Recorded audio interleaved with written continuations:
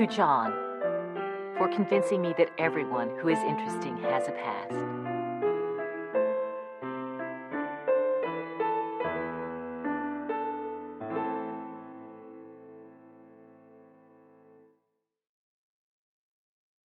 Chapter 1. A Woman on the Street. I was sitting in a taxi, wondering if I had overdressed for the evening, when I looked out the window and saw Mom, rooting through a dumpster. It was just after dark. A blustery March wind whipped the steam coming out of the manholes, and people hurried along the sidewalks with their collars turned up. I was stuck in traffic 2 blocks from the party where I was heading. Mom stood 15 feet away. She had tied rags around her shoulders to keep out the spring chill, and was picking through the trash while her dog, a black and white terrier mix, played at her feet. Mom's gestures were all familiar. The way she tilted her head and thrust out her lower lip when she was studying items of potential value that she'd hoisted out of the dumpster. The way her eyes widened with childish glee when she found something she liked. Her long hair was streaked with gray, tangled and matted, and her eyes had sunk deep into their sockets. But she still reminded me of the mom she'd been when I was a kid, swan diving off cliffs and painting in the desert and reading Shakespeare aloud. Her cheekbones were still high and strong, but the skin was parched and ruddy from all those winters and summers exposed to the elements. To the people walking by, she probably looked like any of the thousands of homeless people in New York City. It had been months since I laid eyes on Mom, and when she looked up, I was overcome with panic that she'd see me and call out my name, and that someone on the way to the same party would spot us together, and Mom would introduce herself, and my secret would be out. I slid down in the seat and asked the driver to turn around and take me home to Park Avenue. The taxi pulled up in front of my building. The doorman held the door for me, and the elevator man took me up to my floor. My husband was working late, as he did most nights, and the apartment was silent, except for the click of my heels on the polished wood floor. I was still rattled from seeing Mom. The unexpectedness of coming across her, the sight of her rooting happily through the dumpster. I put some Vivaldi on, hoping the music would settle me down. I looked around the room. There were the turn-of-the-century bronze and silver vases and the old books with worn leather spines that I'd collected at flea markets. There were the Georgian maps I'd framed, the Persian rugs and the overstuffed leather armchair I liked to sink into at the end of the day. I tried to make a home for myself there, tried to turn the apartment into the sort of place where the person I wanted to be would live. But I could never enjoy the room without worrying about Mom and Dad, huddled on a sidewalk grate somewhere. I fretted about them, but I was embarrassed by them too, and ashamed of myself for wearing pearls and living on Park Avenue, while my parents were busy keeping warm and finding something to eat. What could I do? I tried to help them countless times, but Dad would insist they didn't need anything, and Mom would ask for something silly like a perfume atomizer or a membership to a health club. They said they were living the way they wanted to. After ducking down in the taxi so Mom wouldn't see me, I hated myself, hated my antiques, my clothes, and my apartment. I had to do something, so I called a friend of Mom's and left a message. It was our system of staying in touch. It always took Mom a few days to get back to me, but when I heard from her, she sounded, as always, cheerful and casual, as though we'd had lunch the day before. I told her I wanted to see her and suggested she drop by the apartment, but she wanted to go to a restaurant. She loved eating out, so we agreed to meet for lunch at her favorite Chinese restaurant. Mom was sitting at a booth, studying the menu when I arrived. She'd made an effort to fix herself up. She wore a bulky gray sweater with only a few light stains, and black leather men's shoes. She'd washed her face, but her neck and temples were still dark with grime. She waved enthusiastically when she saw me.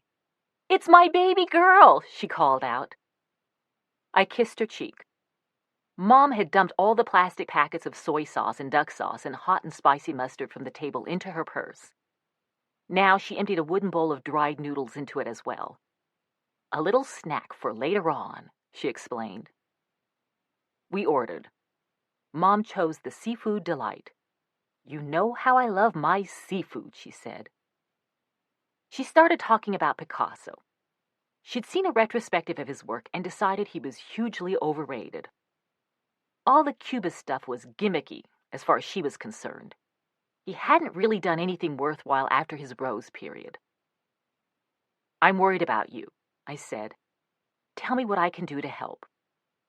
Her smile faded. What makes you think I need your help? I'm not rich, I said, but I have some money. Tell me what it is you need. She thought for a moment. I could use an electrolysis treatment. Be serious. I am serious.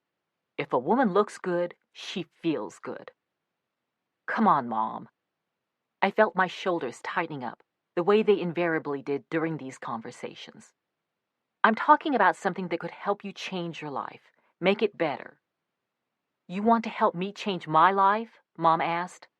I'm fine. You're the one who needs help. Your values are all confused. Mom, I saw you picking through the trash in the East Village a few days ago. Well, people in this country are too wasteful. It's my way of recycling. She took a bite of her seafood delight. Why didn't you say hello? I was too ashamed, Mom. I hid. Mom pointed her chopsticks at me. You see, she said, right there. That's exactly what I'm saying. You're way too easily embarrassed. Your father and I are who we are. Accept it. And what am I supposed to tell people about my parents? Just tell the truth, Mom said. That's simple enough.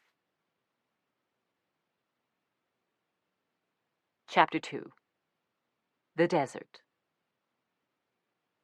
I was on fire. It's my earliest memory. I was 3 years old, and we were living in a trailer park in a southern Arizona town whose name I never knew. I was standing on a chair in front of the stove, wearing a pink dress my grandmother had bought for me. Pink was my favorite color. The dress's skirt stuck out like a tutu, and I liked to spin around in front of a mirror, thinking I looked like a ballerina. But at that moment, I was wearing the dress to cook hot dogs, watching them swell and bob in the boiling water as the late morning sunlight filtered in through the trailer's small kitchenette window. I could hear Mom in the next room singing while she worked on one of her paintings. Juju, our black mutt, was watching me. I stabbed one of the hot dogs with a fork and bent over and offered it to him. The wiener was hot, so Juju licked at it tentatively, but when I stood up and started stirring the hot dogs again, I felt a blaze of heat on my right side. I turned to see where it was coming from and realized my dress was on fire. Frozen with fear, I watched the yellow-white flames make a ragged brown line up the pink fabric of my skirt and climb up my stomach. Then the flames leapt up, reaching my face. I screamed. I smelled the burning and heard a horrible crackling as the fire singed my hair and eyelashes. Juju was barking. I screamed again. Mom ran into the room. "Mommy, help me!" I shrieked. I was still standing on the chair, swatting at the fire with a fork I had been using to stir the hot dogs. Mom ran out of the room and came back with one of the army surplus blankets I hated because the wool was so scratchy. She threw the blanket around me to smother the flames. Dad had gone off in the car, so Mom grabbed me and my younger brother, Brian, and hurried over to the trailer next to ours. The woman who lived there was hanging her laundry on the clothesline. She had clothespins in her mouth. Mom, in an unnaturally calm voice, explained what had happened and asked if we could please have a ride to the hospital. The woman dropped her clothespins and laundry right there in the dirt and, without saying anything, ran for her car. When we got to the hospital, nurses put me on a stretcher. They talked in loud, worried whispers while they cut off what was left of my fancy pink dress with a pair of shiny scissors. Then they picked me up, laid me flat on a big metal bed piled with ice cubes, and spread some of the ice over my body. A doctor with silver hair and black-rimmed glasses led my mother out of the room. As they left, I heard him telling her that it was very serious. The nurses remained behind, hovering over me. I could tell I was causing a big fuss, and I stayed quiet. One of them squeezed my hand and told me I was going to be okay. I know, I said, but if I'm not, that's okay too. The nurse squeezed my hand again and bit her lower lip. The room was small and white, with bright lights and metal cabinets. I stared for a while at the row of tiny dots in the ceiling panels. Ice cubes covered my stomach and ribs and pressed up against my cheeks. Out of the corner of my eye, I saw a small, grimy hand reach up a few inches from my face and grab a handful of cubes. I heard a loud crunching sound and looked down. It was Brian, eating the ice. The doctors said I was lucky to be alive. They took patches of skin from my upper thigh and put them over the most badly burned parts of my stomach, ribs, and chest. They said it was called a skin graft. When they were finished, they wrapped up my entire right side in bandages. "Look, I'm a half mummy," I said to one of the nurses. She smiled and put my right arm in a sling and attached it to the headboard so I couldn't move it. The nurses and doctors kept asking me questions. How did you get burned? Have your parents ever hurt you? Why do you have all these bruises and cuts? My parents never hurt me, I said. I got the cuts and bruises playing outside and the burns from cooking hot dogs. They asked me what I was doing cooking hot dogs by myself at age 3. It was easy, I said. You just put the hot dogs in the water and boil them. It wasn't like there was some complicated recipe that you had to be old enough to follow. The pan was too heavy for me to lift when it was full of water, so I'd put a chair next to the sink, climb up and fill a glass, then stand on the chair by the stove and pour the water into the pan. I did that over and over again until the pan held enough water. Then I'd turn on the stove, and when the water was boiling, I'd drop in the hot dogs. Mom says I'm mature for my age, I told them, and she lets me cook for myself a lot. 2 nurses looked at each other, and one of them wrote something down on a clipboard. I asked them what was wrong. Nothing, they said. Nothing. Every couple of days, the nurses changed the bandages. They'd put the used bandage off to the side, wadded and covered with smears of blood and yellow stuff and little pieces of burned skin. Then they'd apply another bandage, a big gauzy cloth, to the burns. At night, I would run my left hand over the rough, scabby surface of the skin that wasn't covered by the bandage. Sometimes I'd peel off scabs. The nurses had told me not to, but I just couldn't resist pulling on them real slow to see how big a scab I could get loose. Once I had a couple of them free, I'd pretend they were talking to each other in cheeping voices. The hospital was clean and shiny. Everything was white. The walls and the sheets and nurses' uniforms, or silver, the beds and trays and medical instruments. Everyone spoke in polite, calm voices. It was so hushed you could hear the nurses' rubber-soled shoes squeaking all the way down the hall. I wasn't used to quiet and order, and I liked it. I also liked it that I had my own room, since in the trailer, I shared one with my brother and my sister. My hospital room even had its very own television set up on the wall. We didn't have a TV at home, so I watched it a lot. Red Buttons and Lucille Ball were my favorites. The nurses and doctors always asked how I was feeling and if I was hungry or needed anything. The nurses brought me delicious meals 3 times a day, with fruit cocktail or Jell-O for dessert, and changed the sheets even if they still looked clean. Sometimes I read to them, and they told me I was very smart and could read as well as a 6-year-old. One day, a nurse with wavy yellow hair and blue eye makeup was chewing on something. I asked her what it was, and she told me it was chewing gum. I had never heard of chewing gum, so she went out and got me a whole pack. I pulled out a stick, took off the white paper and the shiny silver foil under it, and studied the powdery, putty-colored gum. I put it in my mouth and was stunned by the sharp sweetness. "It's really good," I said. "Chew on it, but don't swallow it," the nurse said with a laugh. She smiled real big and brought in the other nurses so they could watch me chew my first ever piece of gum. When she brought me lunch, she told me I had to take out my chewing gum, but she said not to worry because I could have a new stick after eating. If I finished the pack, she would buy me another. That was the thing about the hospital. You never had to worry about running out of stuff like food or ice or even chewing gum. I would have been happy staying in that hospital forever. When my family came to visit, their arguing and laughing and singing and shouting echoed through the quiet halls. The nurses made shushing noises, and Mom and Dad and Lori and Brian lowered their voices for a few minutes. Then they slowly grew loud again. Everyone always turned and stared at Dad. I couldn't figure out whether it was because he was so handsome or because he called people pardner and Goomba and threw back his head when he laughed. One day, Dad leaned over my bed and asked if the nurses and doctors were treating me okay. If they were not, he said, he would kick some asses. I told Dad how nice and friendly everyone was. Well, of course they are, he said. They know you're Rex Walls' daughter. When Mom wanted to know what it was the doctors and nurses were doing that was so nice, I told her about the chewing gum. Ugh, she said. She disapproved of chewing gum, she went on. It was a disgusting, low-class habit, and the nurse should have consulted her before encouraging me in such vulgar behavior. She said she was going to give that woman a piece of her mind, by golly. After all, Mom said, I am your mother, and I should have a say in how you're raised.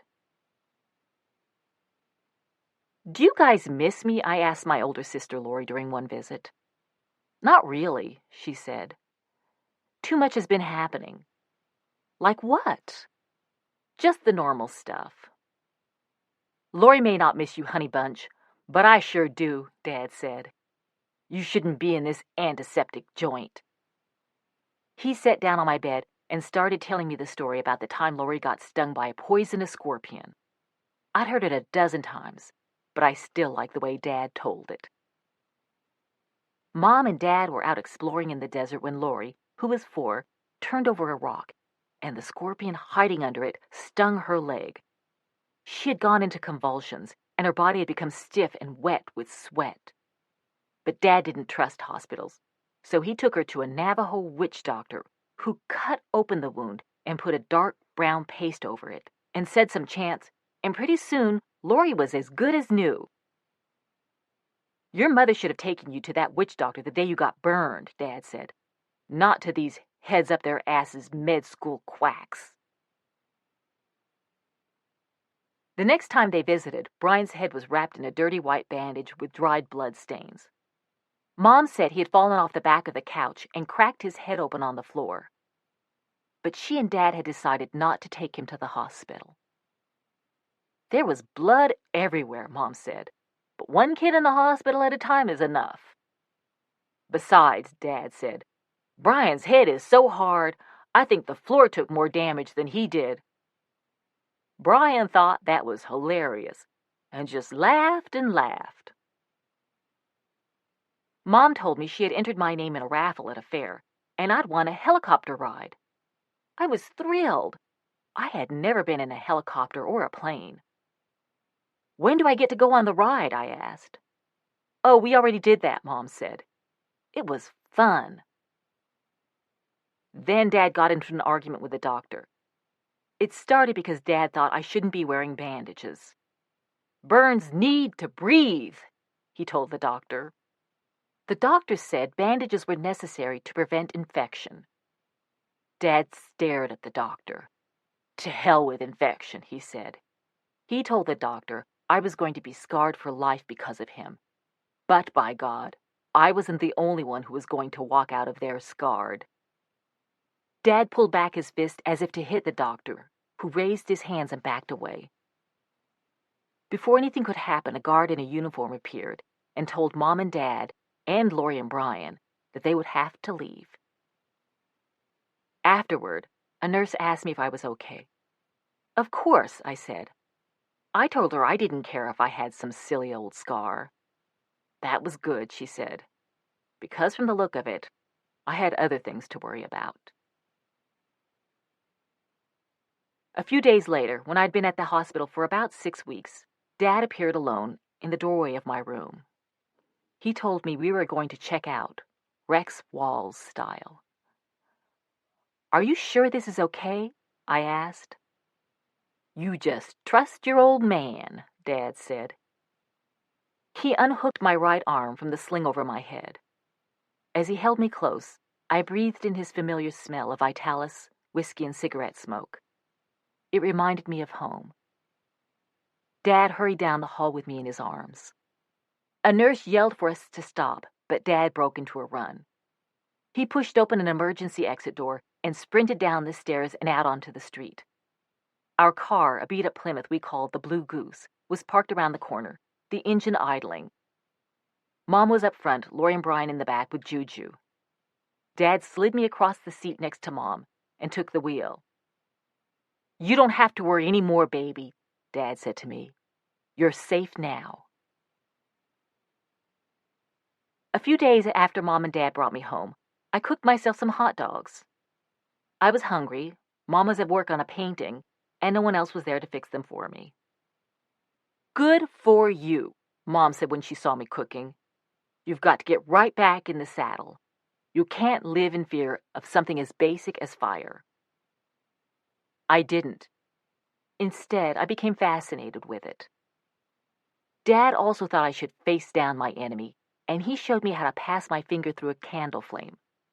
I did it over and over, slowing my finger with each pass, watching the way it seemed to cut the flame in half, testing to see how much my finger could endure without actually getting burned.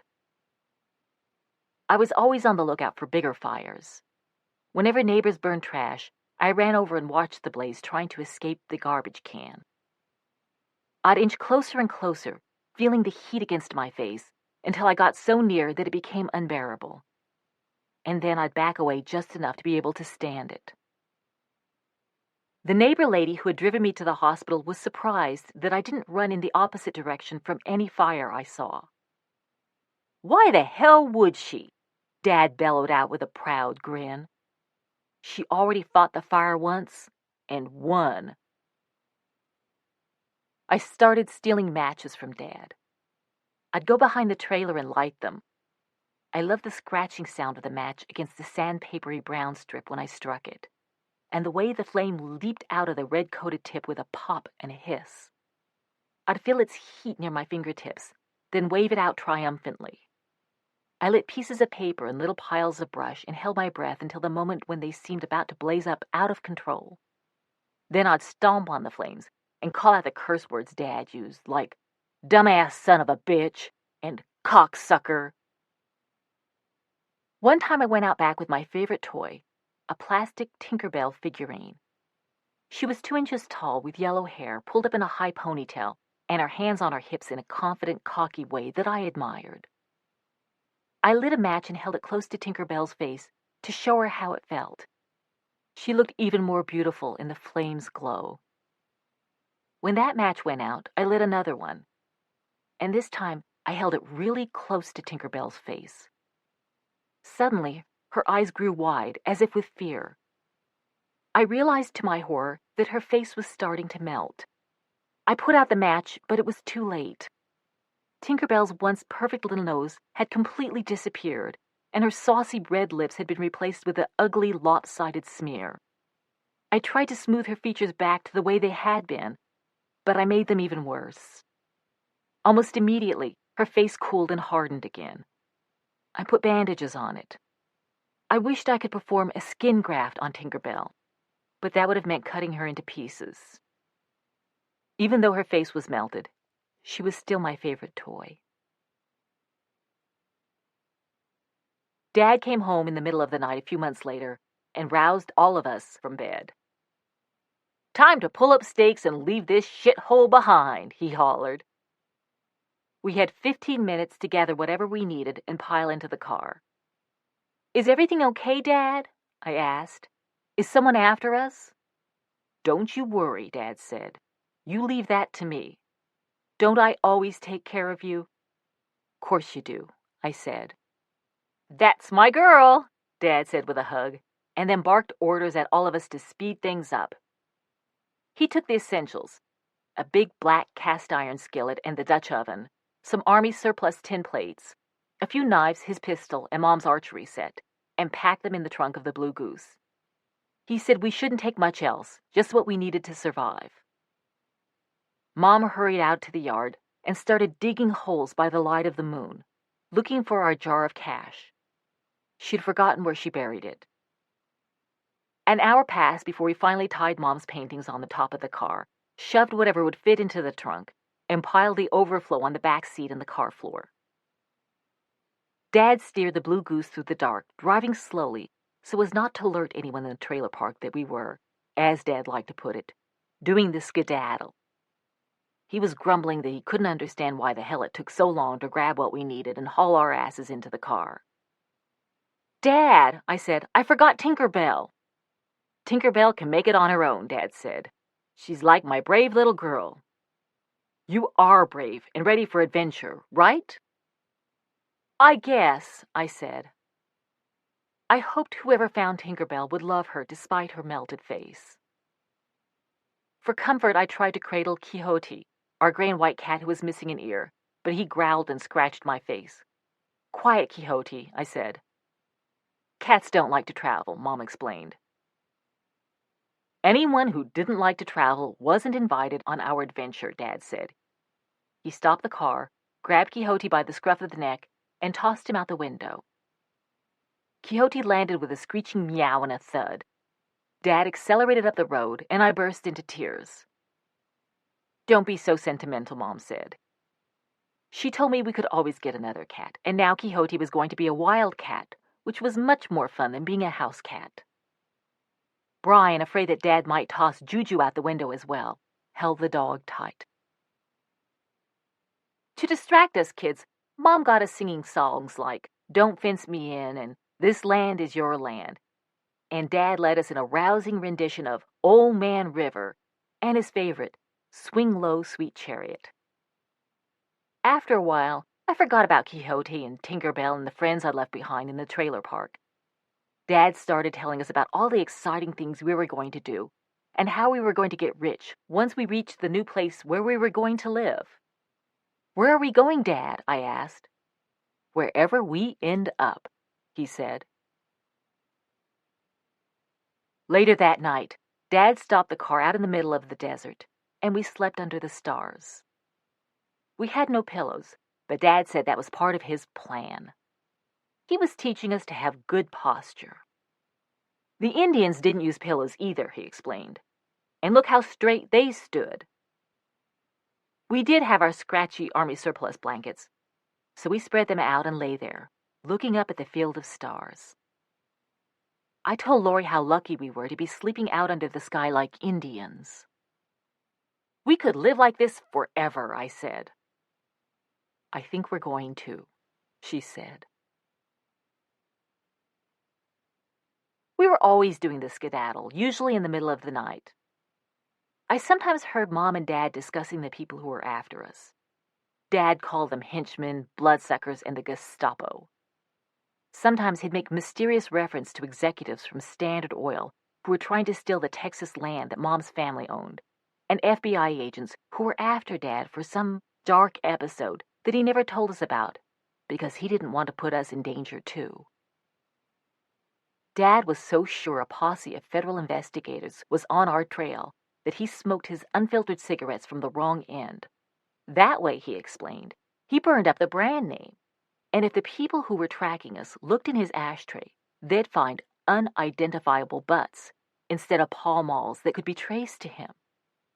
Mom, however, told us that the FBI wasn't really after Dad.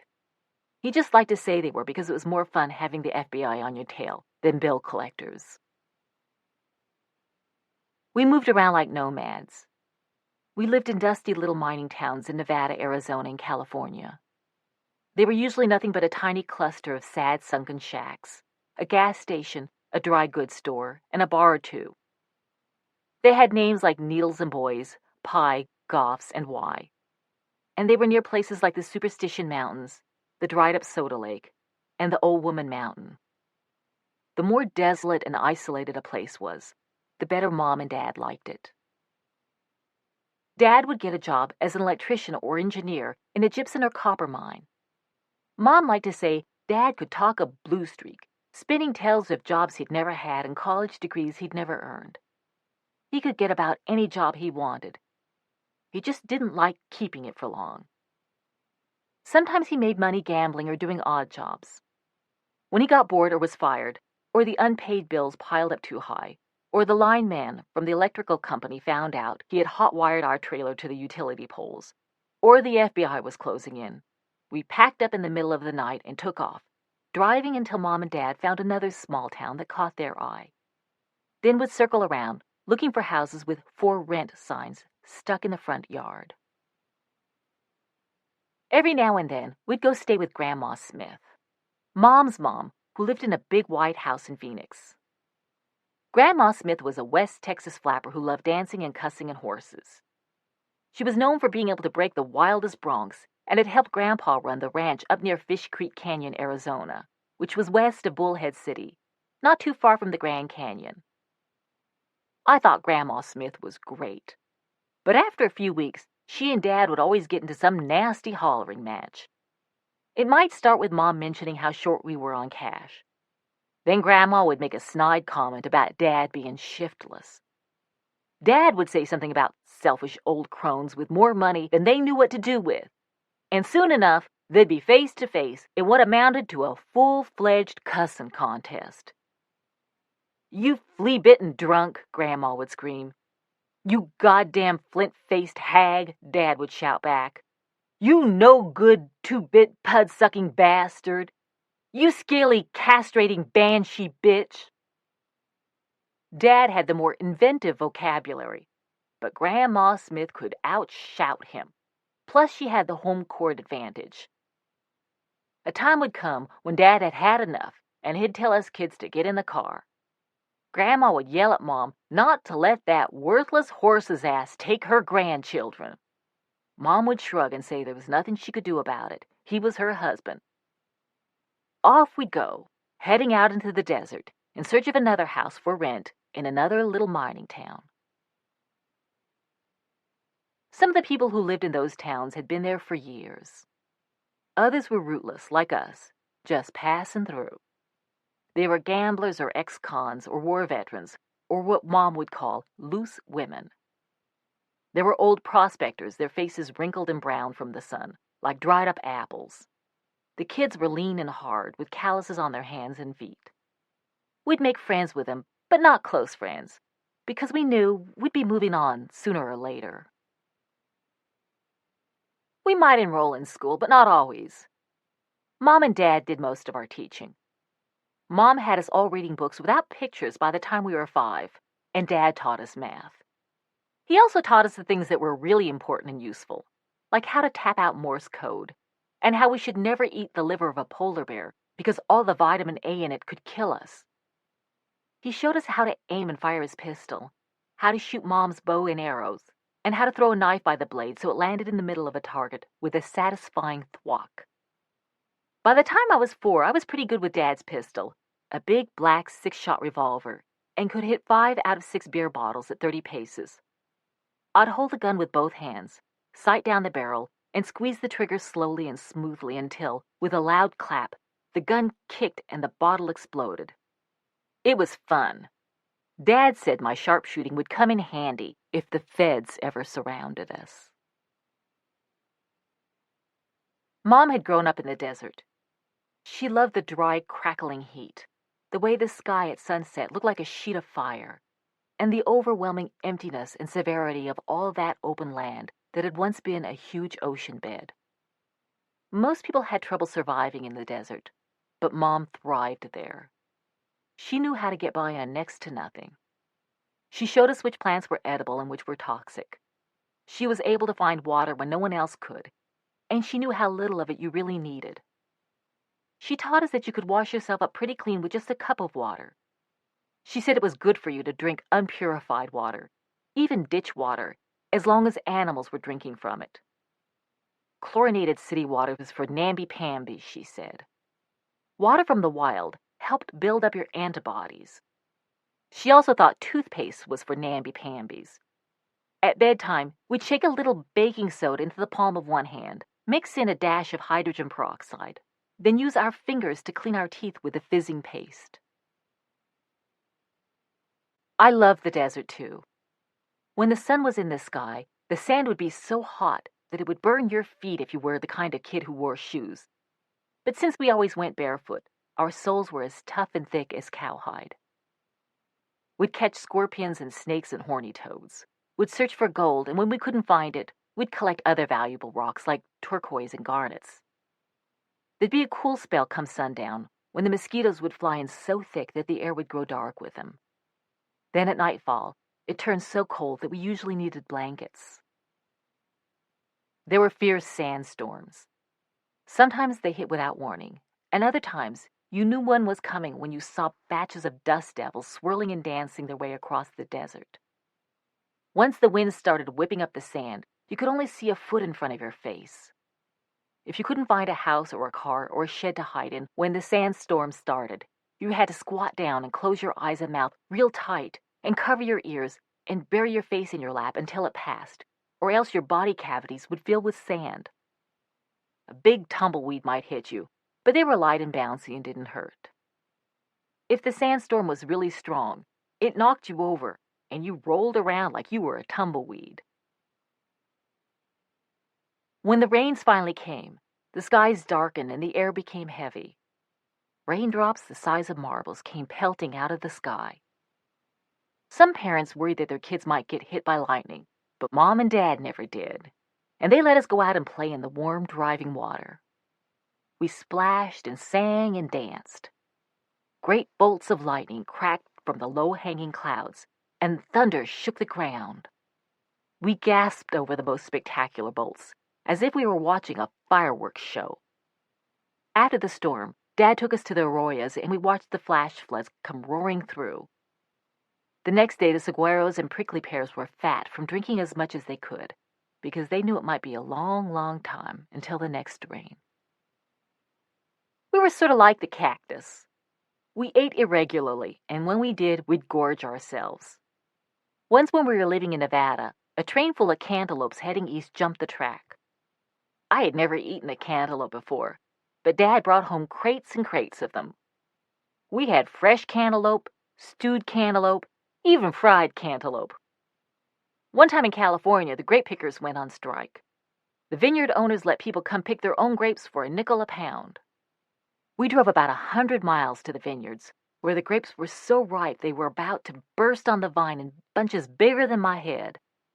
We filled our entire car full of green grapes, the trunk, even the glove compartment, and Dad piled stacks in our laps so high we could barely see over the top.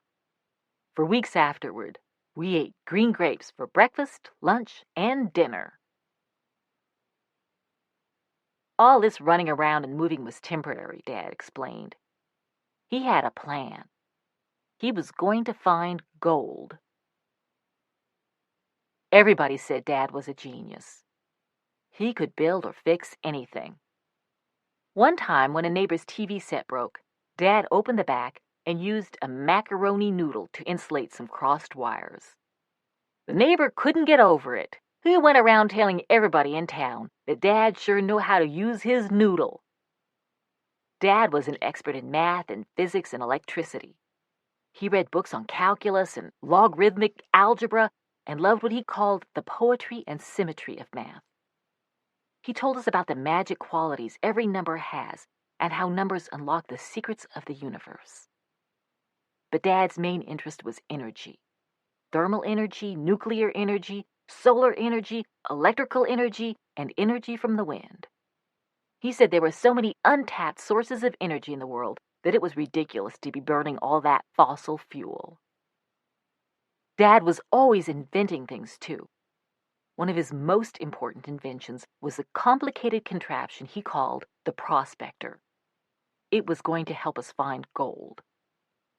The prospector had a big flat surface, about 4 feet high and 6 feet wide, and it rose up in the air at an angle. The surface was covered with horizontal strips of wood separated by gaps. The prospector would scoop up dirt and rocks and sift them through the maze of wooden strips.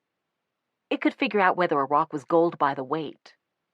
It would throw out the worthless stuff and deposit the gold nuggets in a pile. So whenever we needed groceries, we could go out back and grab ourselves a nugget. At least, that was what it would be able to do once Dad finished building it. Dad let Brian and me help him work on the prospector. We'd go out behind the house, and I'd hold nails while Dad hit them.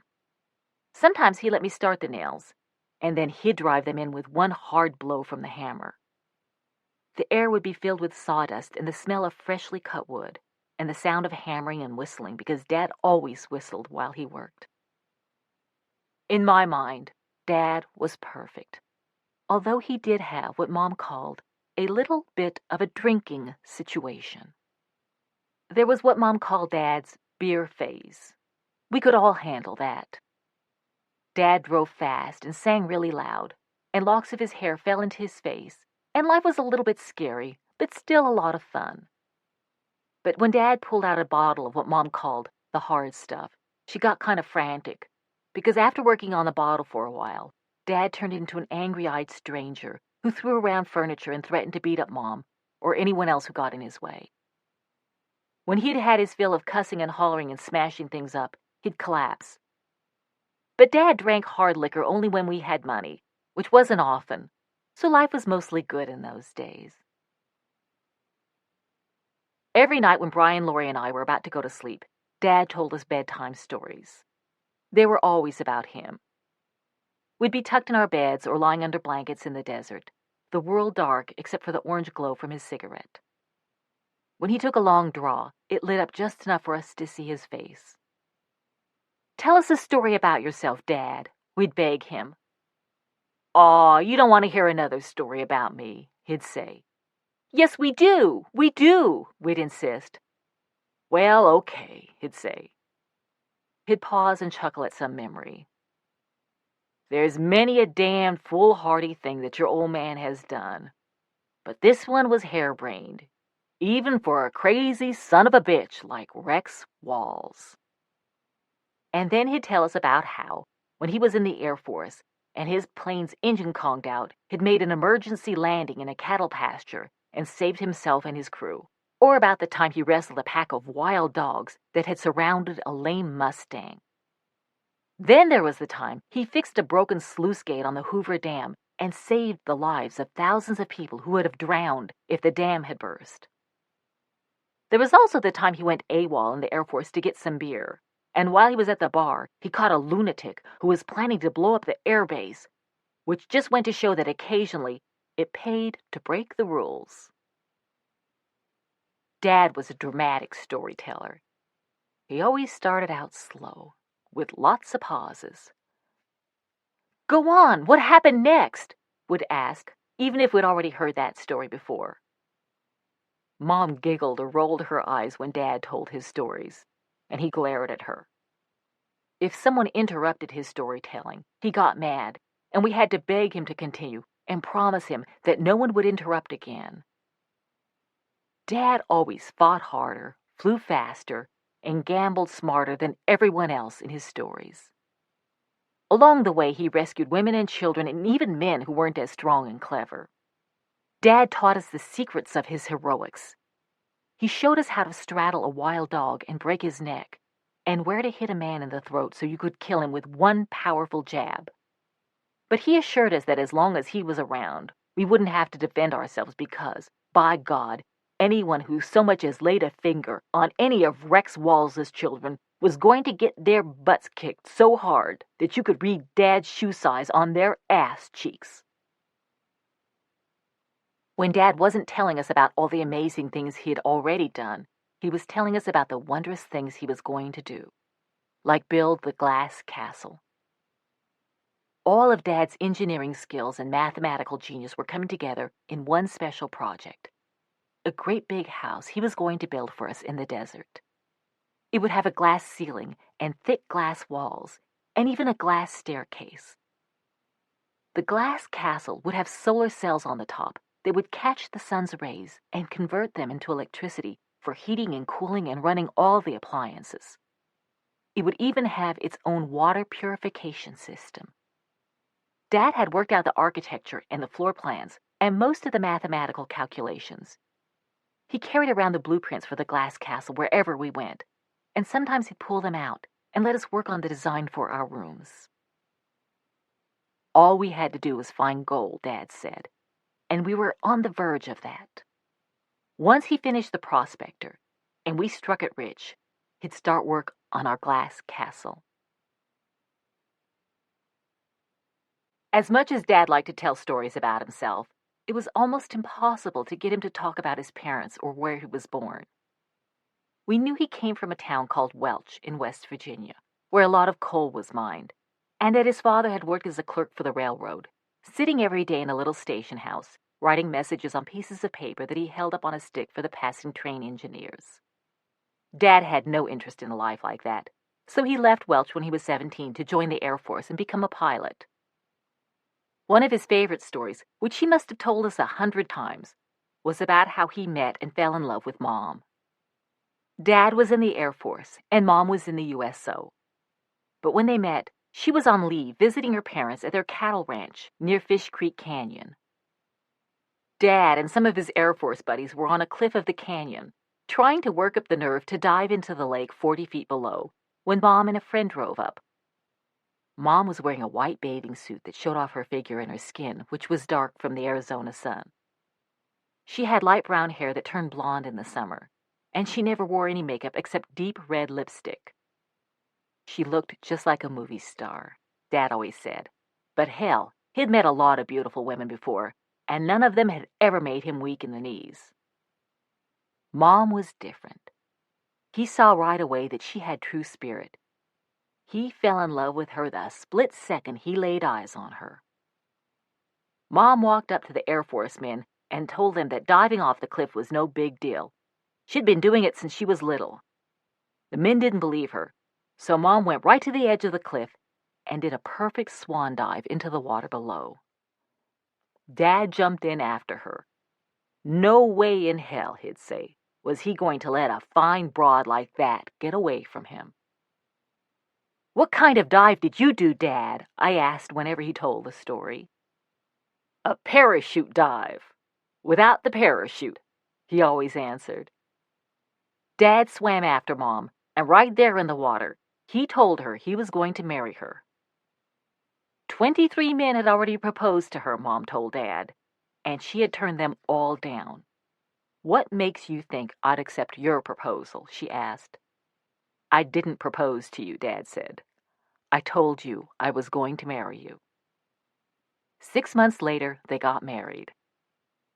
I always thought it was the most romantic story I'd ever heard, but Mom didn't like it. She didn't think it was romantic at all. "I had to say yes," Mom said. "Your father wouldn't take no for an answer." Besides, she explained, she had to get away from her mother, who wouldn't let her make even the smallest decision on her own. "I had no idea your father would be even worse."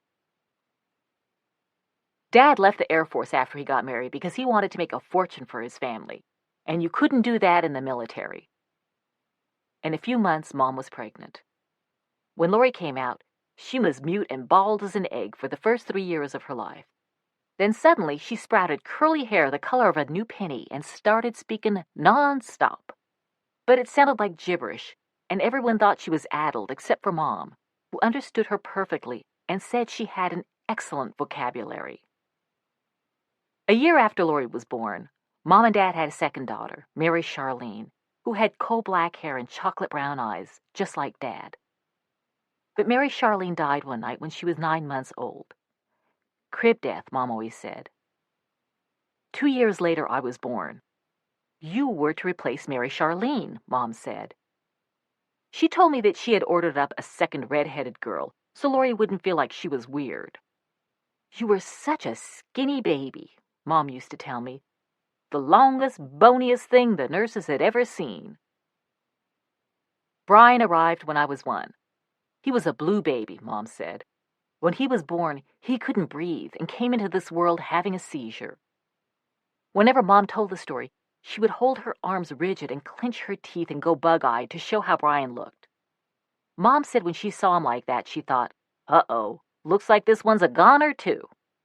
But Brian lived. For the first year of his life, he kept having those seizures. Then one day they just stopped. He turned into a tough little guy who never whined or cried, even the time I accidentally pushed him off the top bunk and he broke his nose. Mom always said people worried too much about their children. Suffering when you're young is good for you, she said. It immunizes your body and your soul. And that was why she ignored us kids when we cried. Fussing over children who cry only encourages them, she told us. That's positive reinforcement for negative behavior. Mom never seemed upset about Mary Charlene's death. God knows what he's doing, she said. He gave me some perfect children, but he also gave me one that wasn't so perfect. So he said, oops, I better take this one back. Dad, however, wouldn't talk about Mary Charlene. If her name came up, his face grew stony and he'd leave the room. He was the one who found her body in the crib, and Mom couldn't believe how much it shook him up. When he found her, he stood there like he was in shock or something, cradling her stiff little body in his arms, and then he screamed like a wounded animal, she told us. I never heard such a horrible sound. Mom said Dad was never the same after Mary Charlene died. He started having dark moods, staying out late and coming home drunk, and losing jobs. One day, soon after Brian was born, we were short on cash, so Dad pawned Mom's big wedding ring, which her mother had paid for, and that upset Mom. After that, whenever Mom and Dad got into a fight, Mom brought up the ring, and Dad told her to quit her damn belly aching. He said he was going to get her a ring even fancier than the one he pawned. That was why we had to find gold, to get Mom a new wedding ring. That, and so we could build a glass castle. Do you like always moving around? Lori asked me. Course I do, I said. Don't you? Sure, she said. It was late afternoon and we were parked outside of a bar in the Nevada desert. It was called the Bar None Bar. I was 4 and Lori was 7. We were on our way to Las Vegas. Dad decided it would be easier, as he put it, to accumulate the capital necessary to finance the prospector if he hit the casinos for a while. We'd been driving for hours when he saw the Bar None Bar, pulled over the green caboose. The blue goose had died, and now we had another car, a station wagon Dad had named the green caboose, and announced he was going inside for a quick nip. Mom put on some red lipstick and joined him, even though she didn't drink anything stronger than tea. They had been inside for hours. The sun hung high in the sky, and there was not the slightest hint of a breeze. Nothing moved except some buzzards on the side of the road, pecking over an unrecognizable carcass. Brian was reading a dog-eared comic book. How many places have we lived? I asked Lori. That depends on what you mean by lived, she said. If you spend one night in some town, did you live there? What about 2 nights? Or a whole week? I thought. If you unpack all your things, I said. We counted 11 places we had lived. Then we lost track. We couldn't remember the names of some of the towns or what the houses we had lived in looked like. Mostly, I remember the inside of cars. What do you think would happen if we weren't always moving around? I asked. We'd get caught, Lori said. When Mom and Dad came out of the Bar None Bar, they brought us each a long piece of beef jerky and a candy bar. I ate the jerky first, and by the time I unwrapped my Mounds bar, it had melted into a brown, gooey mess, so I decided to save it until night, when the desert cold would harden it up again. By then, we had passed through the small town beyond the Bar None Bar. Dad was driving and smoking with one hand and holding a brown bottle of beer with the other. Lori was in the front seat between him and Mom, and Brian, who was in back with me, was trying to trade me half of his 3 Musketeers for half of my Mounds. Just then, we took a sharp turn over some railroad tracks. The door flew open, and I tumbled out of the car. I rolled several yards along the embankment, and when I came to a stop, I was too shocked to cry, with my breath knocked out and grit and pebbles in my eyes and mouth. I lifted my head in time to watch the green caboose get smaller and smaller, and then disappear around a bend. Blood was running down my forehead and flowing out of my nose. My knees and elbows were scraped raw and covered with sand. I was still holding the Mounds bar, but I had smashed it during the fall, tearing the wrapper and squeezing out the white coconut filling, which was also covered with grit.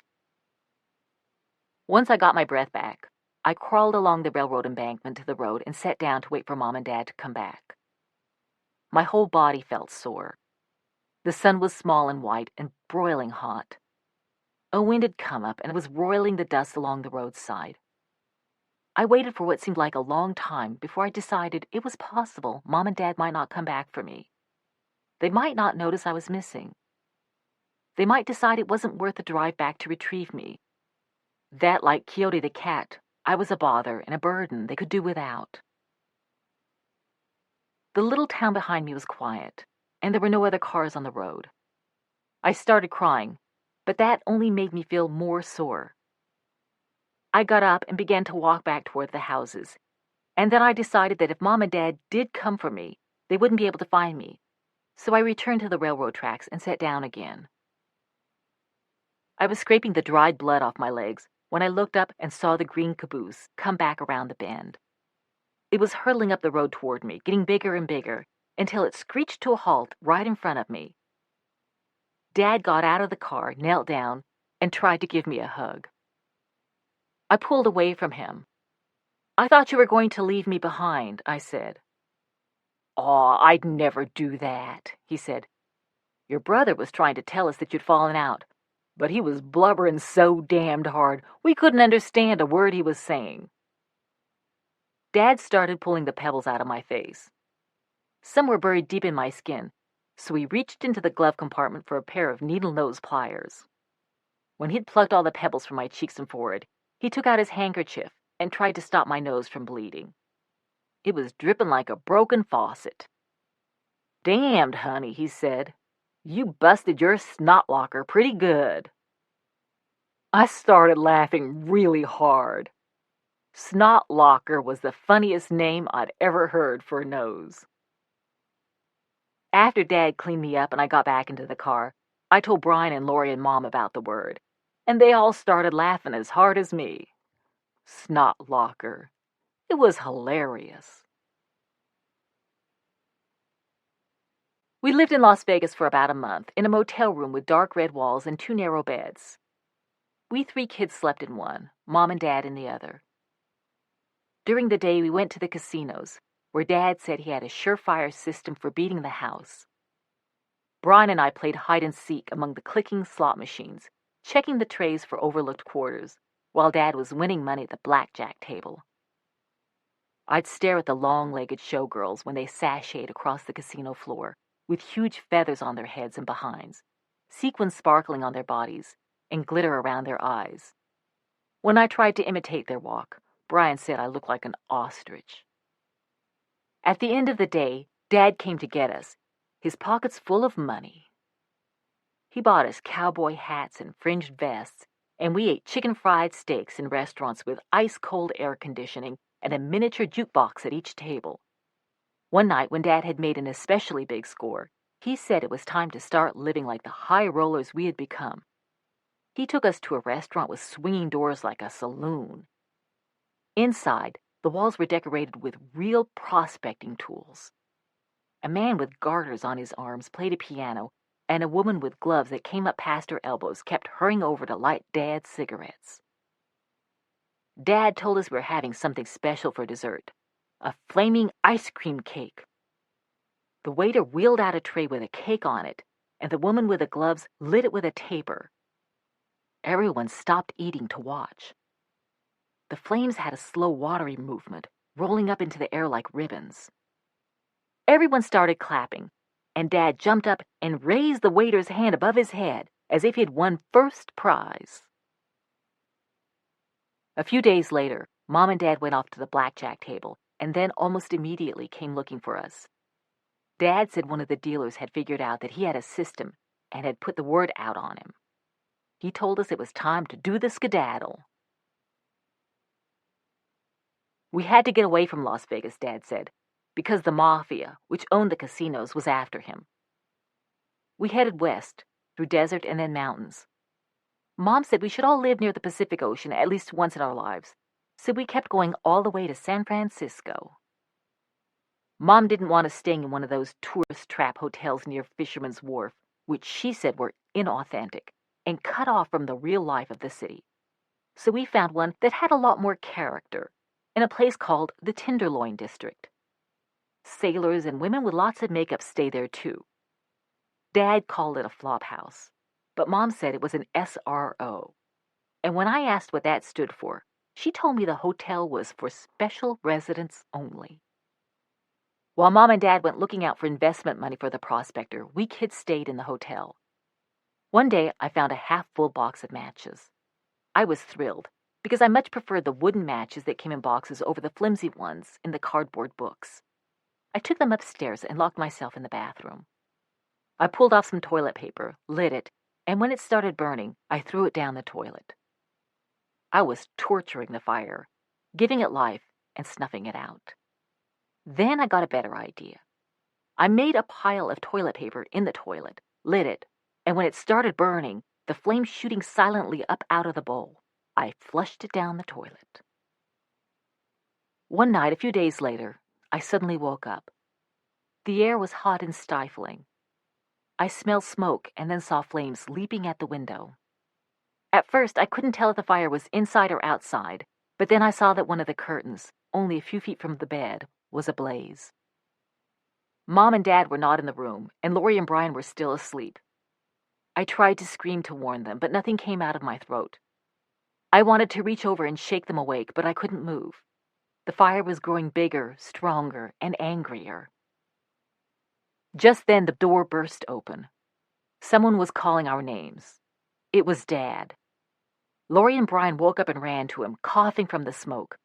I still couldn't move. I watched the fire, expecting that at any moment my blanket would burst into flames. Dad wrapped the blanket around me and picked me up, then ran down the stairs, leading Lori and Brian with one arm and holding me in the other. Dad took us kids across the street to a bar, then went back to help fight the fire. A waitress with red fingernails and blue-black hair asked if we wanted a Coca-Cola, or heck, even a beer, because we'd been through a lot that night. Brian and Lori said yes, please, to Cokes. I asked if I might please have a Shirley Temple, which was what Dad bought me whenever he took me to a bar. For some reason, the waitress laughed. The people at the bar kept making jokes about women running naked out of the burning hotel. All I had on was my underwear, so I kept the blanket wrapped tightly around me. After I drank my Shirley Temple, I tried to go back across the street to watch the fire, but the waitress kept me at the bar, so I climbed up on a stool and watched through the window. The fire trucks had arrived. There were flashing lights and men in black rubber coats holding canvas hoses with big jets of water coming out of them. I wondered if the fire had been out to get me. I wondered if all fire was related, like Dad said all humans were related. If the fire that had burned me that day while I cooked hot dogs was somehow connected to the fire I'd flushed down the toilet and the fire burning at the hotel. I didn't have the answers to those questions, but what I did know was that I lived in a world that at any moment could erupt into fire. It was the sort of knowledge that kept you on your toes. After the hotel burned down, we lived for a few days on the beach. When we put down the back seat of the green caboose, there was room for everyone to sleep, though sometimes someone's feet would be sticking in my face. One night, a policeman tapped on our window and said we had to leave. It was illegal to sleep on the beach. He was nice and kept calling us folks, and even drew us a map to a place where we could sleep without getting arrested. But after he left, Dad called him the goddamn Gestapo and said that people like that got their jollies pushing people like us around. Dad was fed up with civilization. He and Mom decided we should move back to the desert and resume our hunt for gold without our stardom money. "These cities'll kill you," he said. After we pulled up stakes in San Francisco, we headed for the Mojave Desert. Near the Eagle Mountains, Mom made Dad stop the car. She'd seen a tree on the side of the road that caught her fancy. It wasn't just any tree. It was an ancient Joshua tree. It stood in a crease of land where the desert ended and the mountain began, forming a wind tunnel. From the time the Joshua tree was a tiny sapling, it had been so beaten down by the whipping wind that, rather than trying to grow skyward, it had grown in the direction that the wind pushed it. It existed now in a permanent state of wind-blownness, leaning over so far that it seemed ready to topple, although, in fact, its roots held it firmly in place. I thought the Joshua tree was ugly. It looked scraggly and freakish, permanently stuck in that twisted, tortured position, and it made me think of how some adults tell you not to make weird faces because your features could freeze. Mom, however, thought it was one of the most beautiful trees she had ever seen. She told us she had to paint it. While she was setting out her easel, Dad drove up the road to see what was ahead. He found a scattering of parched little houses, trailers settling into the sand, and shacks with rusty tin roofs. It was called Midland. One of the little houses had a "For Rent" sign. "What the hell," Dad said. "This place is as good as any other." The house we rented had been built by a mining company. It was white, with 2 rooms and a sway-back roof. There were no trees, and the desert sand ran right up to the back door. At night, you could hear coyotes howling. When we first got to Midland, those coyotes kept me awake, and as I lay in bed, I'd hear other sounds: Gila monsters rustling in the underbrush, moths knocking against the screens, and the creosote crackling in the wind. One night, when the lights were out and I could see a sliver of moon through the window, I heard a slithering noise on the floor.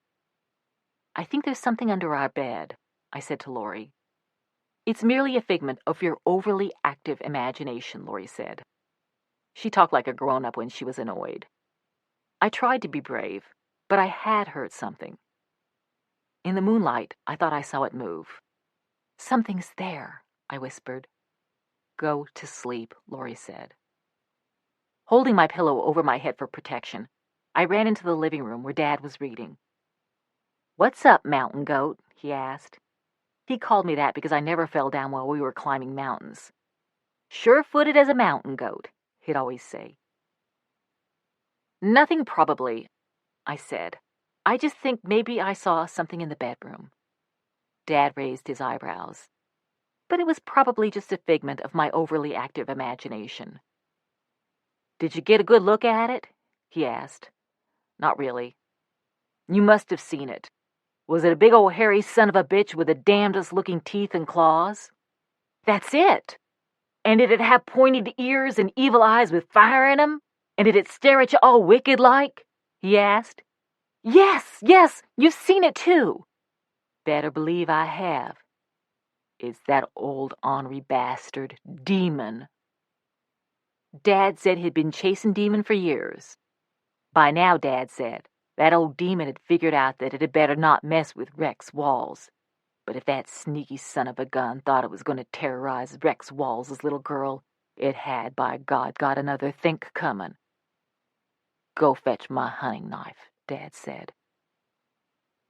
I got Dad his knife with a carved bone handle and the blade of blue German steel, and he gave me a pipe wrench, and we went looking for Demon. We looked under my bed where I had seen it, but it was gone. We looked all around the house, under the table, in the dark corners of the closet, in the toolbox, even outside in the trash cans. "Come here, you sorry-assed old Demon," Dad called out in the desert night. "Come out and show your butt-ugly face, you yellow-bellied monster."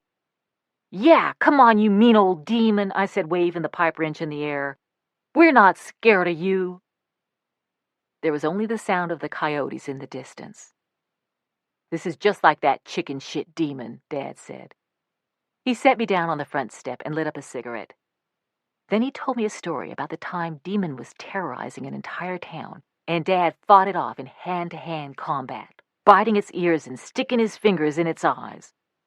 Old Demon was terrified because that was the first time it had met anyone who wasn't afraid of it. "Damned old Demon didn't know what to think," Dad said, shaking his head with a chuckle. That was the thing to remember about all monsters, Dad said. They love to frighten people, but the minute you stare them down, they turn tail and run. All you have to do, Mountain Goat, is show old Demon that you are not afraid.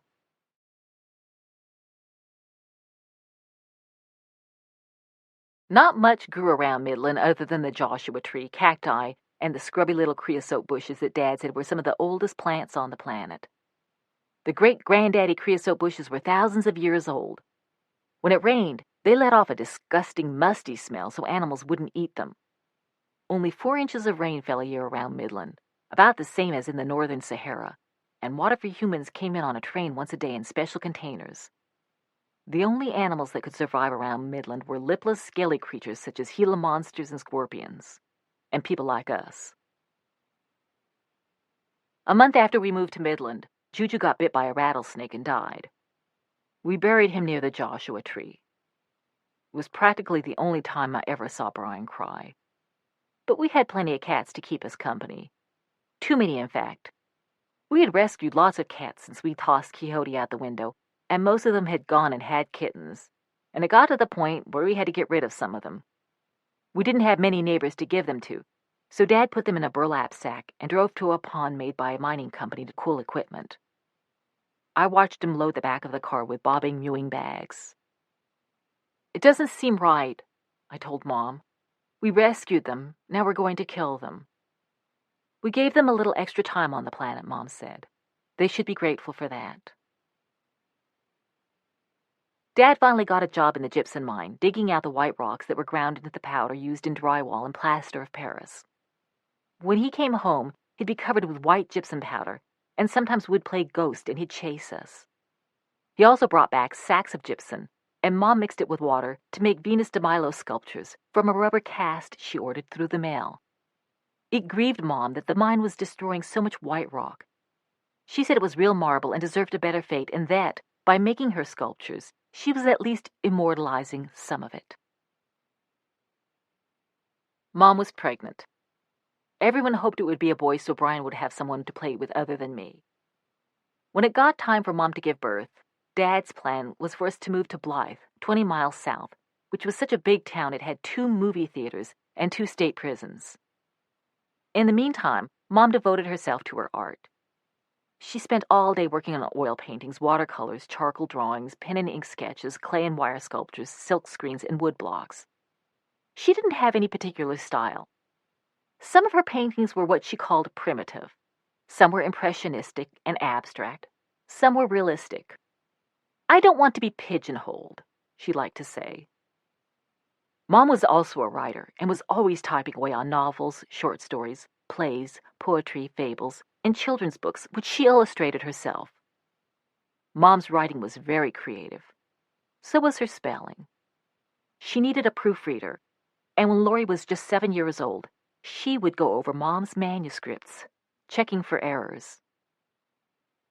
While we were in Midland, Mom painted dozens of variations and studies of the Joshua tree. We'd go with her and she'd give us art lessons. One time, I saw a tiny Joshua tree sapling growing not too far from the old tree. I wanted to dig it up and replant it near our house.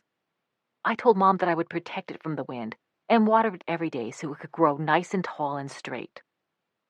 Mom frowned at me. "You'd be destroying what makes it special," she said. "It's the Joshua tree's struggle that gives it its beauty." I never believed in Santa Claus. None of us kids did. Mom and Dad refused to let us. They couldn't afford expensive presents, and they didn't want us to think that we weren't as good as other kids who, on Christmas morning, found all sorts of fancy toys under the tree that were supposedly left by Santa Claus. So they told us all about how other kids were deceived by their parents, how the toys the grown-ups claimed were made by little elves wearing bell caps in their workshop at the North Pole actually had labels on them saying, "Made in Japan." "Try not to look down on those other children," Mom said. "It's not their fault that they've been brainwashed into believing silly myths." We celebrated Christmas, but usually about a week after December 25th, when you could find perfectly good bows and wrapping paper that people had thrown away, and Christmas trees discarded on the roadside that still had most of their needles and even some silver tinsel hanging on them. Mom and Dad would give us a bag of marbles or a doll or a slingshot that had been marked way down in an after-Christmas sale. Dad lost his job at the gypsum mine after getting into an argument with the foreman, and when Christmas came that year, we had no money at all. On Christmas Eve, Dad took each of his kids out into the desert night one by one. I had a blanket wrapped around me, and when it was my turn, I offered to share it with Dad, but he said no thanks. The cold never bothered him. I was 5 that year, and I sat next to Dad, and we looked up at the sky. Dad loved to talk about the stars. He explained to us how they rotated through the night as the earth turned. He taught us to identify the constellations and how to navigate by the North Star. Those shining stars, he liked to point out, were one of the special treats for people like us who lived in the wilderness. Rich city folks, he'd say, lived in fancy apartments, but their air was so polluted they couldn't even see the stars. We'd have to be out of our minds to want to trade places with any of them. Pick out your favorite star, Dad said that night. He told me I could have it for keeps. He said it was my Christmas present. You can't give me a star, I said. No one owns the stars. That's right, Dad said. No one else owns them. You just have to claim it before anyone else does. Like that Dago fellow, Columbus, claimed America for Queen Isabella. Claiming a star as your own has every bit as much logic to it. I thought about it and realized Dad was right. He was always figuring out things like that. I could have any star I wanted, Dad said, except Betelgeuse and Rigel, because Laurie and Brian had already laid claim to them. I looked up at the stars and tried to figure out which was the best one. You could see hundreds, maybe thousands, or even millions, twinkling in the clear desert sky. The longer you looked, and the more your eyes adjusted to the dark, the more stars you'd see, layer after layer of them gradually becoming visible. There was one in particular, in the west above the mountains but low in the sky, that shone more brightly than all the rest. I want that one, I said. Dad grinned. That's Venus, he said. Venus was only a planet, he went on, and pretty dinky compared to real stars. She looked bigger and brighter because she was much closer than the stars. Poor old Venus didn't even make her own light, Dad said. She shone only from reflected light. He explained to me that planets glowed because reflected light was constant, and stars twinkled because their light pulsed. I like it anyway, I said. I had admired Venus even before that Christmas. You could see it early in the evening, glowing on the western horizon. And if you got up early, you could still see it in the morning, after all the stars had disappeared. What the hell, Dad said. It's Christmas. You can have a planet if you want. And he gave me Venus. That evening over Christmas dinner, we all discussed outer space. Dad explained light years and black holes and quasars, and told us about the special qualities of Betelgeuse, Rigel, and Venus. Betelgeuse was a red star in the shoulder of the constellation Orion. It was one of the largest stars you could see in the sky, hundreds of times bigger than the sun. It had burned brightly for millions of years and would soon become a supernova and burn out. I got upset that Laurie had chosen a clunker of a star, but Dad explained that soon meant hundreds of thousands of years when you were talking about the stars. Rigel was a blue star, smaller than Betelgeuse, Dad said, but even brighter. It was also in Orion. It was his left foot, which seemed appropriate because Brian was an extra fast runner. Venus didn't have any moons or satellites or even a magnetic field, but it did have an atmosphere sort of similar to Earth, except it was super hot, about 500 degrees or more. So, Dad said, when the sun starts to burn out and Earth turns cold, everyone here might want to move to Venus to get warm, and they'll have to get permission from your descendants first. We laughed about all the kids who believed in the Santa Claus myth and got nothing for Christmas but a bunch of cheap plastic toys. Years from now, when all the junk they got is broken and long forgotten, Dad said, you'll still have your stars. At twilight, once the sun had slid behind the Palin Mountains, the bats came out and swirled through the sky above the shacks of Midland. The old lady who lived next door warned us away from the bats. She called them flying rats and said one got caught in her hair once and went crazy, clawing at her scalp. But I love those ugly little bats. the way they darted past, their wings in a furious blur. Dad explained how they had sonar detectors kind of like the ones in nuclear submarines. Brian and I would throw pebbles, hoping the bats would think they were bugs and eat them, and the weight of the pebbles would pull them down and we could keep them as pets, tying a long string to their claws so they could still fly around. I wanted to train one to hang upside down from my finger, but those darn bats were too clever to fall for our trick. The bats were out swooping and screeching when we left Midland for Blythe. Earlier that day, Mom had told us that the baby had decided it was big enough to come out soon and join the family. Once we were on the road, Dad and Mom got into a big fight over how many months she'd been pregnant. Mom said she was 10 months pregnant. Dad, who had fixed someone's transmission earlier that day and used the money to buy a bottle of tequila, said she'd probably lost track somewhere. I always carry my children longer than most women, Mom said. Lori was in my womb for 14 months. Bullshit, Dad said. Unless Lori's part elephant. Don't you make fun of me or my children, Mom yelled. Some babies are premature. Mine were all post-mature. That's why they were so smart. Their brains had longer to develop. Dad said something about freaks of nature, and Mom called him a Mr. Know-it-all smarty-pants who refused to believe that she was special. Dad said something about Jesus H. Christ on a goddamn crutch not taking that much time to gestate. Mom got upset at Dad's blasphemy, reached her foot over to the driver's side, and stomped on the brake.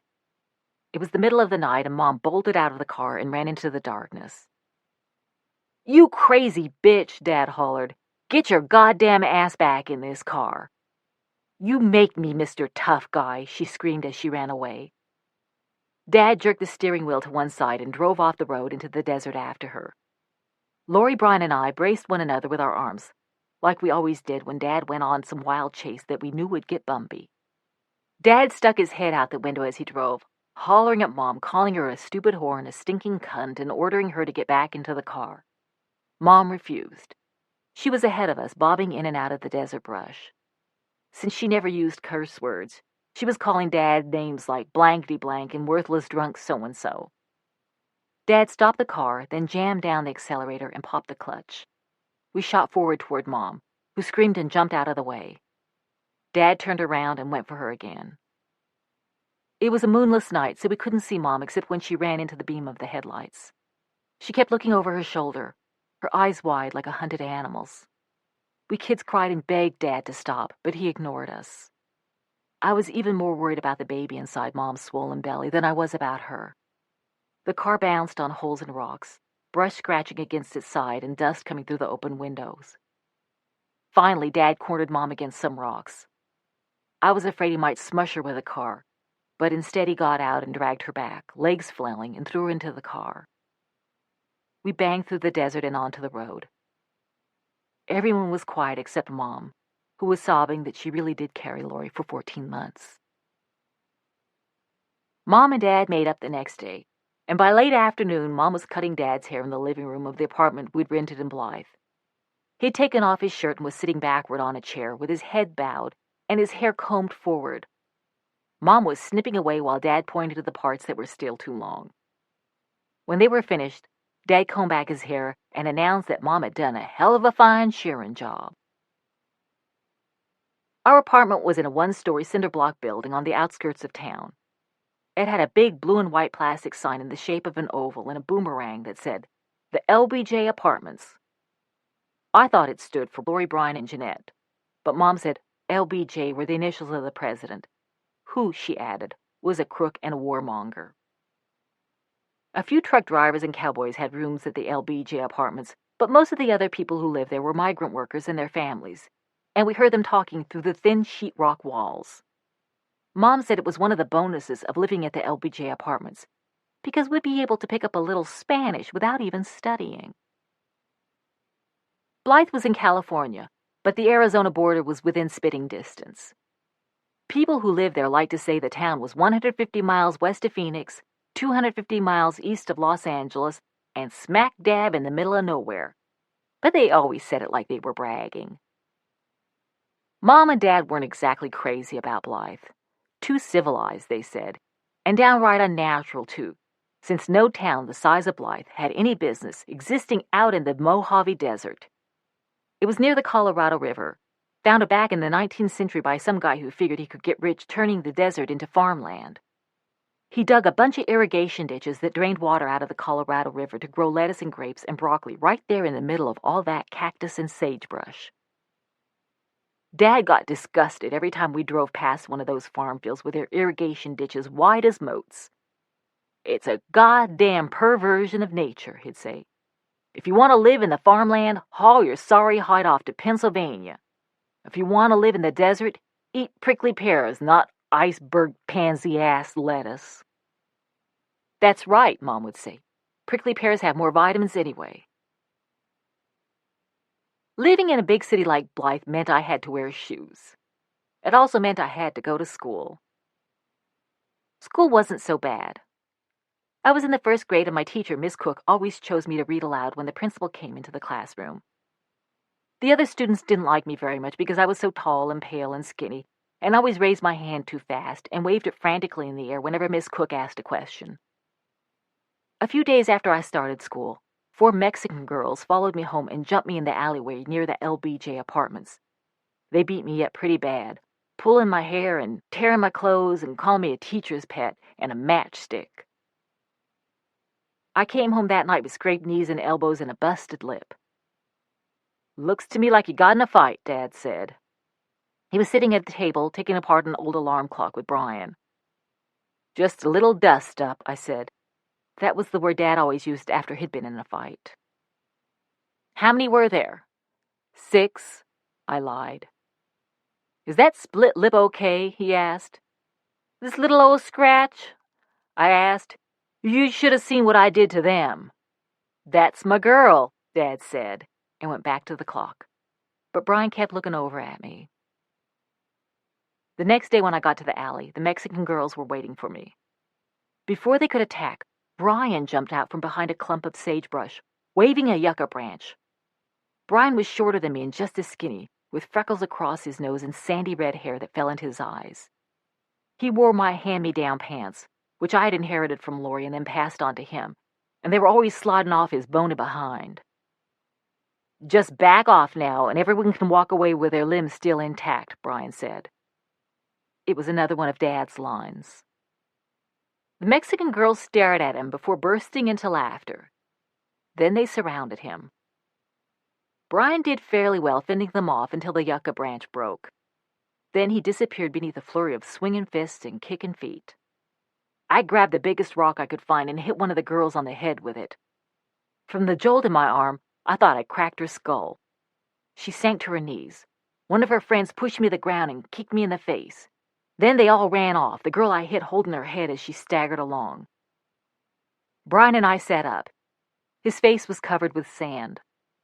All I could see were his blue eyes peering out and a couple of spots of blood seeping through. I wanted to hug him, but that would have been too weird. Brian stood up and gestured for me to follow him. We climbed through a hole in a chain-link fence he'd discovered that morning and ran into the iceberg lettuce farm near the apartment building. I followed him through the rows of big green leaves, and we eventually settled down to feast, burying our faces in huge wet heads of lettuce and eating until our stomachs ached. "I guess we scared them off pretty good," I said to Brian. "I guess," he said. He never liked to brag, but I could tell he was proud that he had taken on 4 bigger, tougher kids, even if they were girls. "Lettuce war!" Brian shouted. He tossed a half-eaten head at me like a grenade. We ran along the rows, pulling up heads and throwing them at each other. A crop duster flew overhead. We waved as it made a pass above the field. A cloud sprayed out from behind the plane, and a fine white powder came sprinkling down on our heads. 2 months after we moved to Blythe, when Mom said she was 12 months pregnant, she at last gave birth.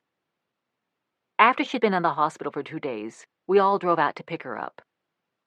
Dad left his kids waiting in the car with the engine idling while he went in for Mom. They came running out with Dad's arm around Mom's shoulders. Mom was cradling a bundle in her arms and giggling sort of guiltily, like she'd stolen a candy bar from a dime store. I figured they had checked out Rex Walls style. "What is it?" Lori asked as we sped away. "Girl," Mom said. Mom handed me the baby. I was going to turn 6 in a few months, and Mom said I was mature enough to hold her the entire way home. The baby was pink and wrinkly, but absolutely beautiful, with big blue eyes, soft wisps of blonde hair, and the tiniest fingernails I had ever seen. She moved in confused, jerky motions, as if she couldn't understand why Mom's belly wasn't still around her. I promised her I'd always take care of her. The baby went without a name for weeks. Mom said she wanted to study it first, the way she would the subject of a painting. We had a lot of arguments over what the name should be. I wanted to call her Rosita, after the prettiest girl in my class, but Mom said the name was too Mexican. I thought we weren't supposed to be prejudiced, I said. It's not being prejudiced, Mom said. It's a matter of accuracy in labeling. She told us that both our grandmothers were angry because neither Lori nor I had been named after them, so she decided to call the baby Lily Ruth Maureen. Lily was Mom's mother's name, and Irma Ruth was Dad's mother's name. But we'd call the baby Maureen, a name Mom liked because it was diminutive of Mary, so she'd be naming the baby after herself, but pretty much no one would know it. That, Dad told us, would make everybody happy except his mom, who hated the name Ruth and wanted the baby called Irma, and Mom's mom, who would hate sharing her namesake with Dad's mom. A few months after Maureen was born, a squad car tried to pull us over because the brake lights on the green caboose weren't working. Dad took off. He said that if the cops stopped us, they'd find out that we had no registration or insurance, and that the license plate had been taken off another car, and they'd arrest us. After barreling down the highway, he made a screeching U-turn, with us kids feeling like the car was going to tumble over on its side. But the squad car made one too. Dad peeled through Blythe at 100 miles an hour, ran a red light, cut the wrong way up a one-way street, the other cars honking and pulling over. He made a few more turns, then headed down an alleyway and found an empty garage to hide in. We heard the sound of a siren a couple of blocks away, and then it faded. Dad said that since the Gestapo would have their eyes out for the green caboose, we'd have to leave it in the garage and walk home. The next day, he announced that Blythe had become a little too hot and we were hitting the road again. This time, he knew where we were going. Dad had been doing some research and settled on a town in northern Nevada called Battle Mountain. There was gold in Battle Mountain, Dad said, and he intended to go after it with a prospector. Finally, we were going to strike it rich. Mom and Dad rented a great big U-Haul truck. Mom explained that since only she and Dad could fit in the front of the U-Haul, Lori, Brian, Maureen, and I were in for a treat. We got to ride in the back. It would be fun, she said, a real adventure. But there wouldn't be any light, so we would have to use all our resources to entertain one another. Plus, we were not allowed to talk. Since it was illegal to ride in the back, anyone who heard us might call the cops. Mom told us the trip would be about 14 hours if we took the highway, but we should tack on another couple of hours because we might make some scenic detours. We packed up what furniture we had. There wasn't much, mostly parts for the prospector and a couple of chairs and Mom's oil paintings and art supplies. When we were ready to leave, Mom wrapped Maureen in a lavender blanket and passed her to me, and we kids all climbed into the back of the U-Haul. Dad closed the doors. It was pitch black, and the air smelled stale and dusty. We were sitting on the ribbed wooden floor, on frayed, stained blankets, used to wrap furniture, feeling for one another with our hands. "Here goes the adventure," I whispered. "Shh," Lori said. The U-Haul started up and lurched forward. Maureen let loose with a loud, high-pitched wail. I shushed her and rocked her and patted her, but she kept crying. So I gave her to Lori, who whispered sing-song into her ear and told jokes. That didn't work either, so we begged Maureen to please stop crying. Then we just put our hands over our ears. After a while, it got cold and uncomfortable in the back of the dark U-Haul. The engine made the floor vibrate and would all go tumbling whenever we hit a bump. Several hours passed.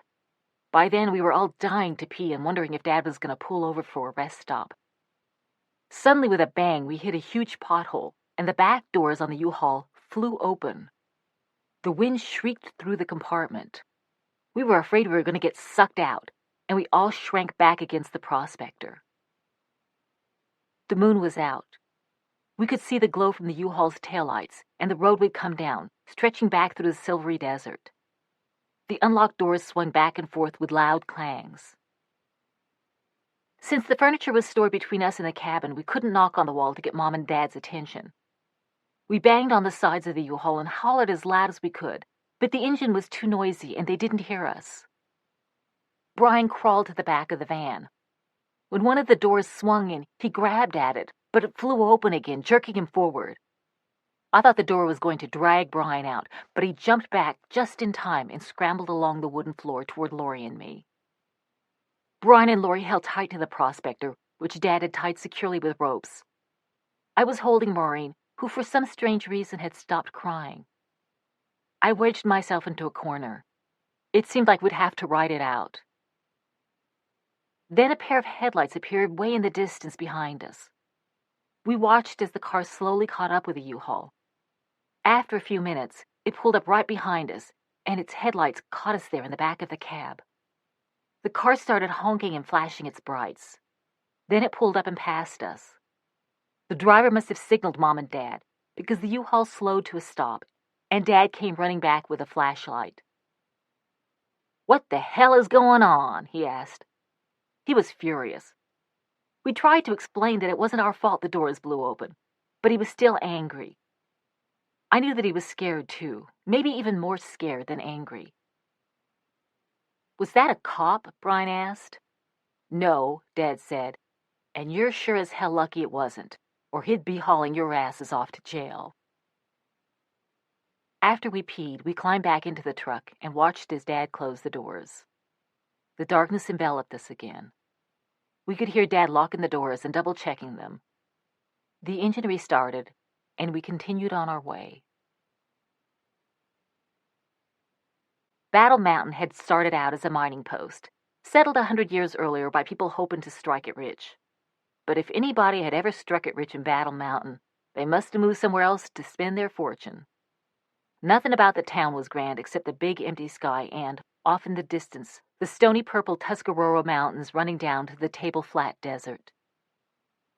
The main street was wide, with sun-bleached cars and pickups parked at an angle to the curb, but only a few blocks long, flanked on both sides with low, flat-roofed buildings made of adobe or brick.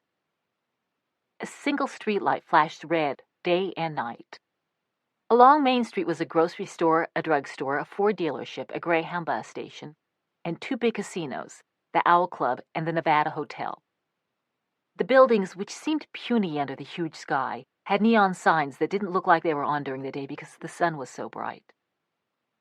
We moved into a wooden building on the edge of town that had once been a railroad depot. It was 2 stories tall and painted in industrial green, and was so close to the railroad tracks that you could wave to the engineer from the front window. Our new home was one of the oldest buildings in town, Mom proudly told us, with a real frontier quality to it. Mom and Dad's bedroom was on the 2nd floor, where the station manager once had his office. We kids slept downstairs, in what had been the waiting room. The old restrooms were still there, but the toilet had been ripped out of one and a bathtub put in its place. The ticket booth had been converted into a kitchen. Some of the original benches were still bolted to the unpainted wood walls, and you could see the dark, worn spots where prospectors and miners and their wives and children had sat waiting for the train, their behinds polishing the wood. Since we didn't have money for furniture, we improvised. A bunch of huge wooden spools, the kind that hold industrial cable, had been dumped on the side of the tracks not far from our house, so we rolled them home and turned them into tables.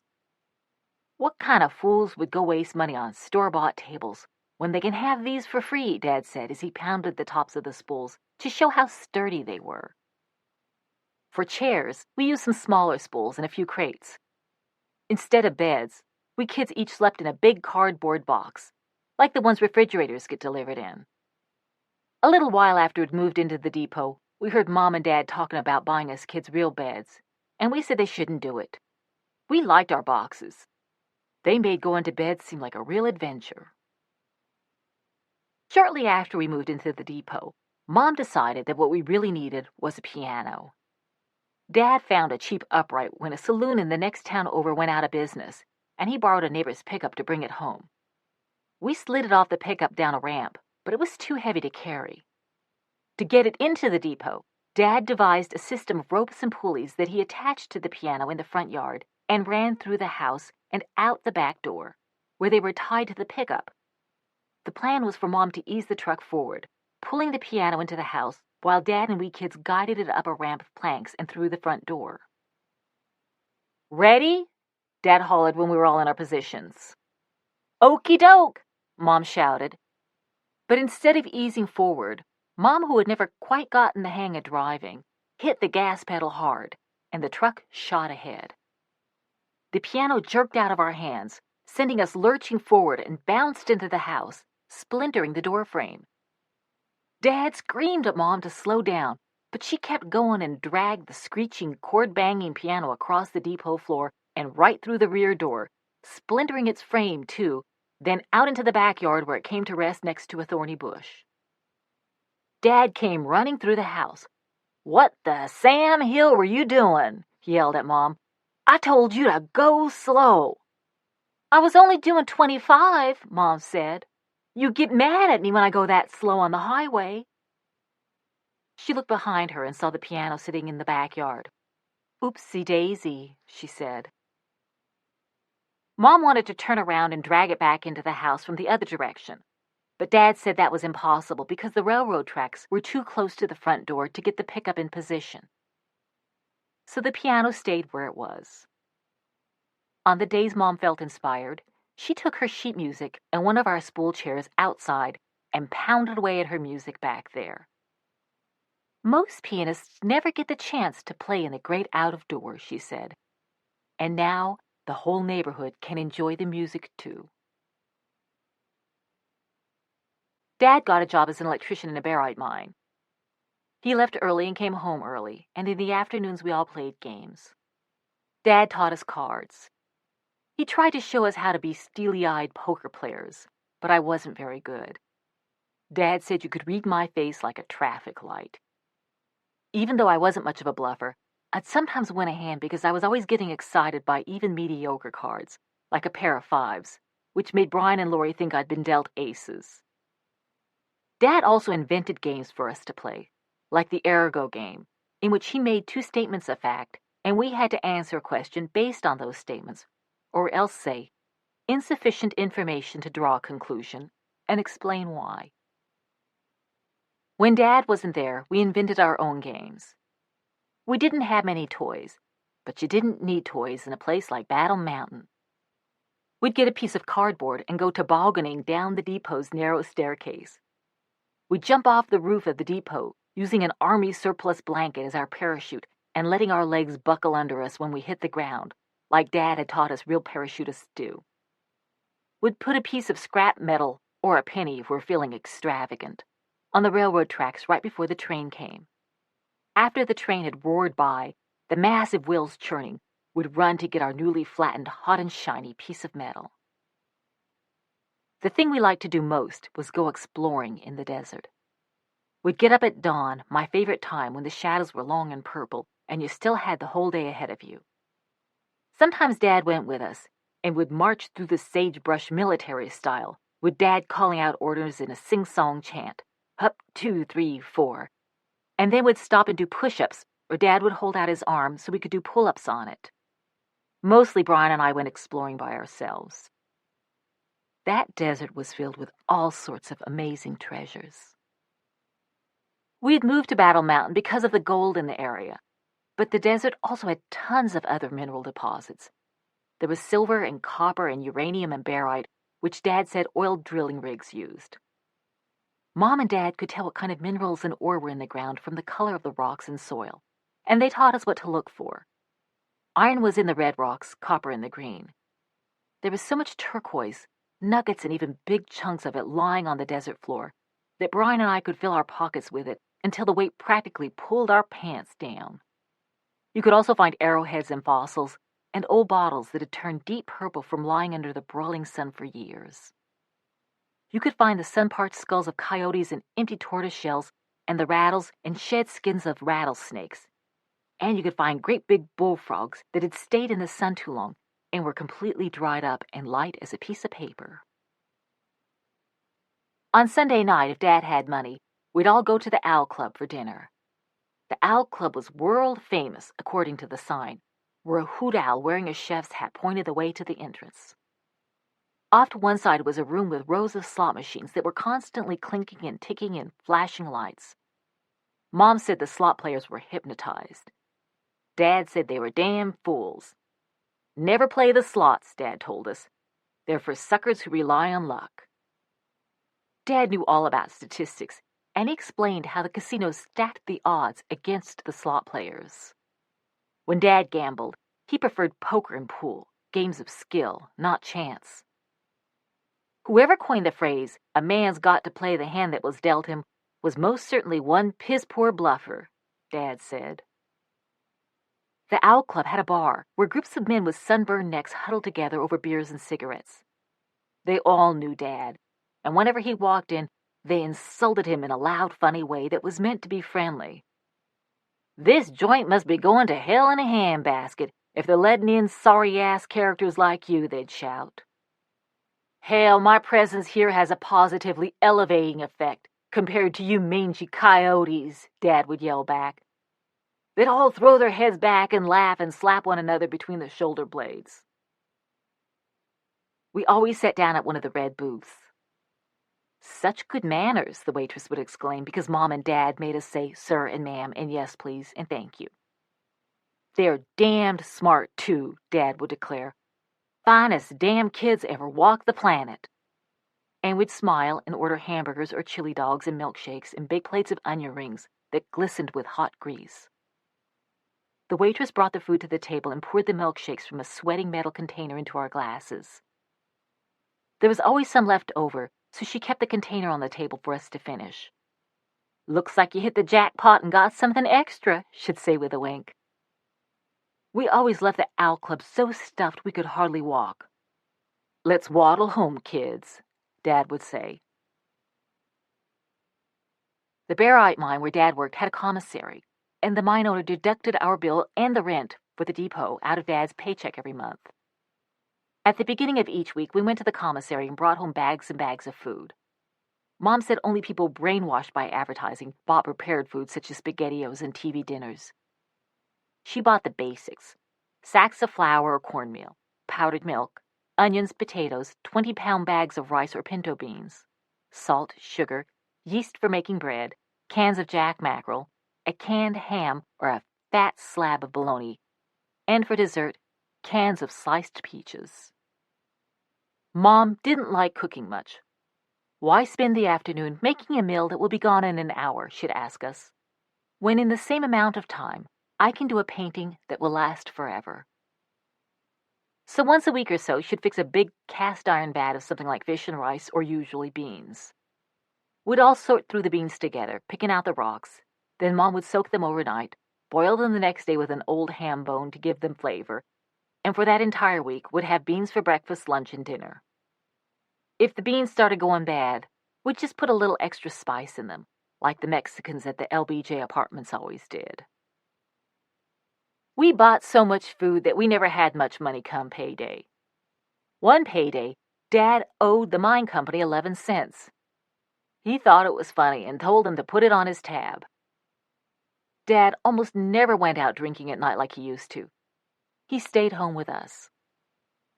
After dinner, the whole family stretched out on the benches in the floor of the depot and read, with a dictionary in the middle of the room, so we kids could look up words we didn't know. Sometimes I discussed the definitions with Dad, and if we didn't agree with what the dictionary writers said, we sat down and wrote a letter to the publishers. They'd write back defending their position, which would prompt an even longer letter from Dad. And if they replied again, so would he, until we stopped hearing from the dictionary people. Mom read everything: Charles Dickens, William Faulkner, Henry Miller, Pearl Buck. She even read James Michener apologetically, saying she knew it wasn't great literature, but she couldn't help herself. Dad preferred science and math books, biography and history. We kids read whatever Mom brought home from her weekly trips to the library. Brian read thick adventure books, ones written by guys like Zane Grey. Lori especially loved Freddie the Pig and all the Oz books. I liked Laura Ingalls Wilder stories and the We Were There series about kids who lived at great historical moments. But my very favorite was Black Beauty. Occasionally on those nights when we were all reading together, a train would thunder by, shaking the house and rattling the windows. The noise was thunderous, but after we'd been there a while, we didn't even hear it. Mom and Dad enrolled us at the Mary S. Black Elementary School, a long, low building with an asphalt playground that turned gooey in the hot sun. My second grade class was filled with the children of miners and gamblers, scabby-kneed and dusty from playing in the desert, with uneven, home-scissored bangs. Our teacher, Miss Page, was a small, pinched woman, given to sudden rages and savage thrashings with her ruler. Mom and Dad had already taught me nearly everything Miss Page was teaching the class. Since I wanted the other kids to like me, I didn't raise my hand all the time the way I had in Blythe. Dad accused me of coasting. Sometimes he made me do my arithmetic homework in binary numbers because they said I needed to be challenged. Before class, I'd have to recopy it into Arabic numbers, but one day I didn't have time, so I turned in the assignment in its binary version. "What's this?"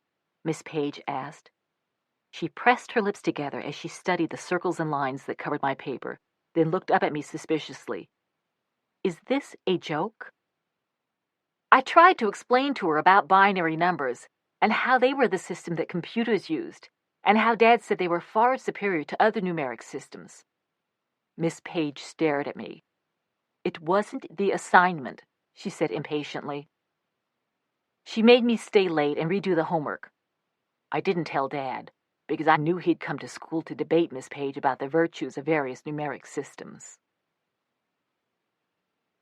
Lots of other kids lived in our neighborhood, which was known as the Tracks, and after school we all played together. We played red light, green light, tag, football, Red Rover, or nameless games that involved running hard, keeping up with a pack, and not crying if you fell down. All the families who lived around the Tracks were tight on cash. Some were tighter than others, but all of us kids were scrawny and sunburned and wore faded shorts and raggedy shirts and sneakers with holes or no shoes at all. What was most important to us was who ran fastest and whose daddy wasn't a wimp. My dad was not only not a wimp, he came to play with a gang, running alongside us, tossing us up in the air, and wrestling against the entire pack without getting hurt. Kids from the Tracks came knocking at the door, and when I answered, they asked, "Can your dad come out and play?" Lori, Brian, and I, and even Maureen, could go pretty much anywhere and do just about anything we wanted. Mom believed that children shouldn't be burdened with a lot of rules and restrictions. Dad whipped us with his belt, but never out of anger, and only if we backtalked or disobeyed a direct order, which was rare. The only rule was that we had to come home when the streetlights went on. And use your common sense, Mom said. She felt it was good for kids to do what they wanted because they learned a lot from their mistakes. Mom was not one of those fussy mothers who got upset when you came home dirty or played in the mud or fell and cut yourself. She said people should get things like that out of their systems when they're young.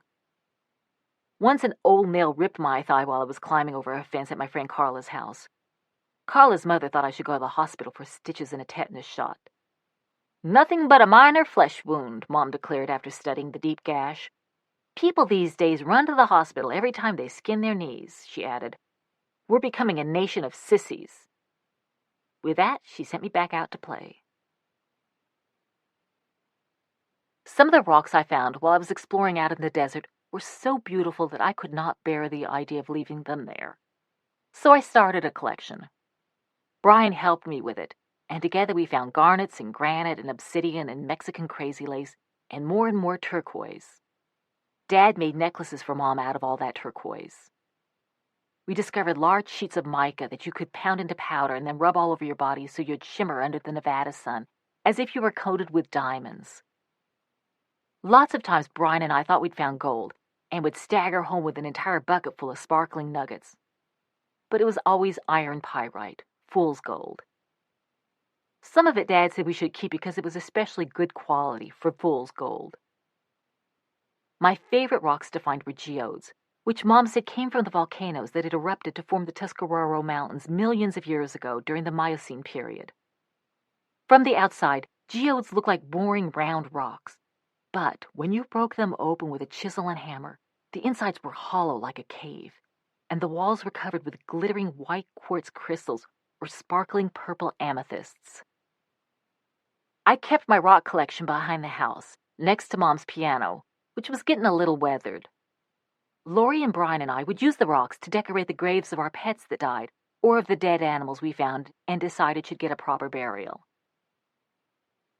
I also held rock sales. I didn't have that many customers because I charged hundreds of dollars for a piece of flint. In fact, the only person who ever bought one of my rocks was Dad. He came out behind the house one day with a pocket full of change and was startled when he saw the price tags I taped to each rock. "Honey, your inventory might move a little faster if you dropped your prices." I explained that all my rocks were incredibly valuable, and I'd rather keep them than sell them for less than they were worth. Dad gave me his crooked smile. "Sounds like you thought this through pretty well," he said. He told me he had his heart set on buying a particular piece of rose quartz, but didn't have the $600 I was charging. So I cut the price to $500 and let him have it on credit. Brian and I loved to go to the dump. We looked for treasures among the discarded stoves and refrigerators, the broken furniture and stacks of bald tires. We chased after the desert rats that lived in the wrecked cars, or caught tadpoles and frogs in the scum-topped pond. Buzzards circled overhead, and the air was filled with dragonflies the size of small birds.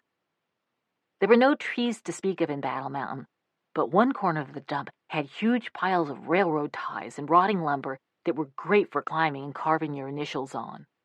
We called it the woods.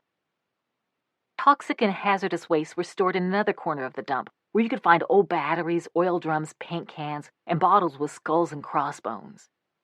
Brian and I decided some of this stuff would make for a neat scientific experiment, so we filled up a couple of boxes with different bottles and jars and took them to an abandoned shed we named our laboratory. At first, we mixed things together, hoping they would explode, but nothing happened. So I decided we should conduct an experiment to see if any of the stuff was flammable. The next day after school, we came back to the laboratory with a box of Dad's matches. We unscrewed the lids of some of the jars, and I dropped in matches, but still nothing happened. So we mixed up a batch of what Brian called nuclear fuel, pouring different liquids into a can. When I tossed in the match, a cone of flame shot up with a whoosh like a jet afterburner. Brian and I were knocked to our feet. When we stood up, one of the walls was on fire. I yelled to Brian that we had to get out of there, but he was throwing sand at the fire, saying we had to put it out or we'd get in trouble. The flames were spreading toward the door, eating up that dry old wood in no time. I kicked out a board in the back wall and squeezed through. When Brian didn't follow, I ran up the street calling for help. I saw Dad walking home from work. We ran back to the shack. Dad kicked in more of the wall and pulled Brian out, coughing. I thought Dad would be furious, but he wasn't. He was sort of quiet. We stood on the street, watching the flames devour the shack. Dad had an arm around each of us. He said it was an incredible coincidence that he happened to be walking by. Then he pointed to the top of the fire, where snapping yellow flames dissolved into an invisible, shimmery heat that made the desert beyond seem to waver, like a mirage. Dad told us that zone was known in physics as the boundary between turbulence and order. It's a place where no rules apply, or at least they haven't figured them out yet, he said. You all got a little too close to it today. None of us kids got allowances. When we wanted money, we walked along the roadside, picking up beer cans and bottles that we redeemed for 2 cents each. Brian and I also collected scrap metal that we sold to the junk dealer for a penny a pound, 3 cents a pound for copper. After we redeemed the bottles or sold the scrap metal, we walked into town, to the drugstore next door to the Owl Club. There were so many rows and rows of delicious candy to choose from that we'd spend an hour trying to decide how to spend the 10 cents we'd each made. We'd pick a piece of candy and then, as we got ready to pay for it, change our minds and pick another piece, until the man who owned the store got mad and told us to stop fingering all his candy and make a purchase and get out. Brian's favorite was the giant sweet tart candies, which he licked until his tongue was so raw it bled. I loved chocolate, but it was gone too quickly, so I usually got a sugar daddy, which lasted practically half the day and always had a funny poem printed in pink letters on the stick like, "To keep your feet from falling asleep, wear loud socks. They can't be beat." On our way back from the candy store, Brian and I liked to spy on the Green Lantern, a big dark greenhouse with a sagging porch right near the highway. Mom said it was a cat house, but I never saw any cats there. Only women wearing bathing suits or short dresses who sat or lay out on the porch, waving at the cars that drove by. There were Christmas lights over the door all year round, and Mom said that's how you could tell it was a cat house. Cars would stop in front, and men would get out and duck inside. I couldn't figure out what went on at the Green Lantern, and Mom refused to discuss it. She would say only that bad things happened there, which made the Green Lantern a place of irresistible mystery to us. Brian and I would hide behind the sagebrush across the highway, trying to peer inside the front door when someone went in or out, but we could never see what was going on. A couple of times we sneaked up close and tried to look in the windows, but they were painted black. Once a woman on the porch saw us in the brush and waved to us, and we ran away shrieking.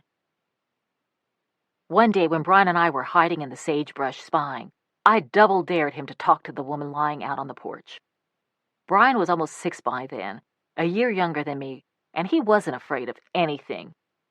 He hitched up his pants, handed me his half-eaten sweetheart for safekeeping, walked across the street, and went right up to the woman. She had long black hair. Her eyes were outlined with black mascara, thick as tar, and she wore a short blue dress printed with black flowers. She had been lying on her side on the porch floor, her head propped up on one arm, but when Brian walked up to her, she rolled over on her stomach and rested her chin on her hand. From my hiding place, I could see that Brian was talking with her, but I couldn't hear what they were saying. Then she reached out a hand to Brian. I held my breath to see what this woman who did bad things inside the Green Lantern was going to do to him. She put her hand on his head and ruffled his hair. Grown-up women always did that to Brian because his hair was red and he had freckles. It annoyed him, and he usually swatted their hands away. But not this time. Instead, he stayed and talked with the woman for a while. When he came back across the highway, he didn't look scared at all. "What happened?" I asked. "Nothing much," Brian said. "What did you talk about?" "I asked her what goes on inside the Green Lantern," he said. "Really?"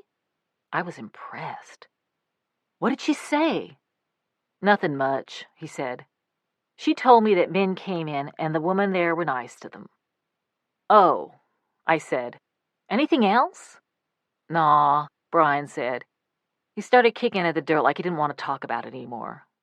"She was kind of nice," he said. After that, Brian waved to the women on the porch of the Green Lantern, and they smiled real big and waved back. But I was still a little afraid of them. Our house in Battle Mountain was filled with animals. They came and went. Stray dogs and cats, their puppies and kittens, non-poisonous snakes and lizards and tortoises we caught in the desert. A coyote that seemed pretty much tame lived with us for a while, and once Dad brought home a wounded buzzard that we named Buster. He was the ugliest pet we ever owned. Whenever we fed Buster scraps of meat, he turned his head sideways and stared at us out of one angry-looking yellow eye. Then he'd scream and frantically flap his good wing. I was secretly glad when his hurt wing healed and he flew away. Every time we saw buzzards circling overhead, Dad would say he recognized Buster among them and that he was coming back to thank us. But I knew Buster would never even consider returning. That buzzard didn't have an ounce of gratitude in him. We couldn't afford pet food, so the animals had to eat our leftovers, and there usually wasn't much. If they don't like it, they can leave, Mom said. Just because they live here doesn't mean I'm going to wait on them hand and foot. Mom told us we were actually doing the animals a favor by not allowing them to become dependent on us. That way, if we ever had to leave, they'd be able to get by on their own. Mom liked to encourage self-sufficiency in all living creatures. Mom also believed in letting nature take its course. She refused to kill the flies that always filled our house. She said they were nature's food for the birds and lizards. And the birds and lizards were food for the cats. Kill the flies and you starve the cats, she said. Letting the flies live, in her view, was the same as buying cat food, only cheaper. One day I was visiting my friend Carla when I noticed that her house didn't have any flies. I asked her mother why. She pointed toward a shiny gold contraption dangling from the ceiling, which she proudly identified as a Shell no-pest strip. She said it could be bought at the filling station and that her family had one in every room. The no-pest strips, she explained, released a poison that killed all the flies. "What do your lizards eat?" I asked. "We don't have any lizards either," she said. I went home and told Mom we needed to get a no-pest strip like Carla's family, but she refused. "If it kills the flies," she said, "it can't be very good for us." Dad bought a souped-up old Ford Fairlane that winter, and one weekend when the weather got cold, he announced that we were going swimming at the Hot Pot. The Hot Pot was a natural sulfur spring in the desert north of town, surrounded by craggy rocks and quicksand. The water was warm to the touch and smelled like rotten eggs. It was so full of minerals that rough, chalky incrustations had built up along the edges, like a coral reef. Dad was always saying we should buy the Hot Pot and develop it as a spa. The deeper you went into the water, the hotter it got. It was very deep in the middle. Some people around Battle Mountain said the Hot Pot had no bottom at all, that it went clean through to the center of the earth. A couple of drunks and wild teenagers had drowned there, and people at the Owl Club said when their bodies floated to the surface, they'd been literally boiled. Both Brian and Lori knew how to swim, but I had never learned. Large bodies of water scared me. They seemed unnatural, oddities in the desert towns where we'd lived. We'd stayed once at a motel with a swimming pool, and I had worked up enough nerve to make my way around the entire length of the pool, clinging to the side. But the Hot Pot didn't have any neat edges like that swimming pool. There was nothing to cling to. I waded in up to my shoulders. The water around my chest was warm, and the rocks I was standing on felt so hot I wanted to keep moving. I looked back at Dad, who watched me, unsmiling. I tried to push out into deeper water, but something held me back. Dad dived in and splashed his way toward me. "You're going to learn to swim today," he said. He put an arm around me, and we started across the water. Dad was dragging me. I felt terrified and clutched his neck so tightly that his skin turned white. "There, that wasn't so bad, was it?" Dad asked when we got to the other side. We started back, and this time, when we got to the middle, Dad pried my fingers from around his neck and pushed me away. My arms flailed around, and I sank into the hot, smelly water. I instinctively breathed in. Water surged into my nose and my mouth and down my throat. My lungs burned. My eyes were open, the sulfur stinging them, but the water was dark and my hair was wrapped around my face and I couldn't see anything. A pair of hands grabbed me around the waist. Dad pulled me into the shallow water. I was spitting and coughing and breathing in uneven, choking gasps. "That's okay," Dad said. "Catch your breath." When I recovered, Dad picked me up and heaved me back into the middle of the Hot Pot. "Sink or swim," he called out. For the second time, I sank. The water once more filled my nose and lungs. I kicked and flailed and thrashed my way to the surface, gasping for air, and reached out to Dad. But he pulled back, and I didn't feel his hands around me until I sunk one more time. He did it again and again, until the realization that he was rescuing me only to throw me back into the water took hold. And so, rather than reaching for Dad's hands, I tried to get away from them. I kicked at him and pushed away through the water with my arms, and finally, I was able to propel myself beyond his grasp. "You're doing it, baby," Dad shouted.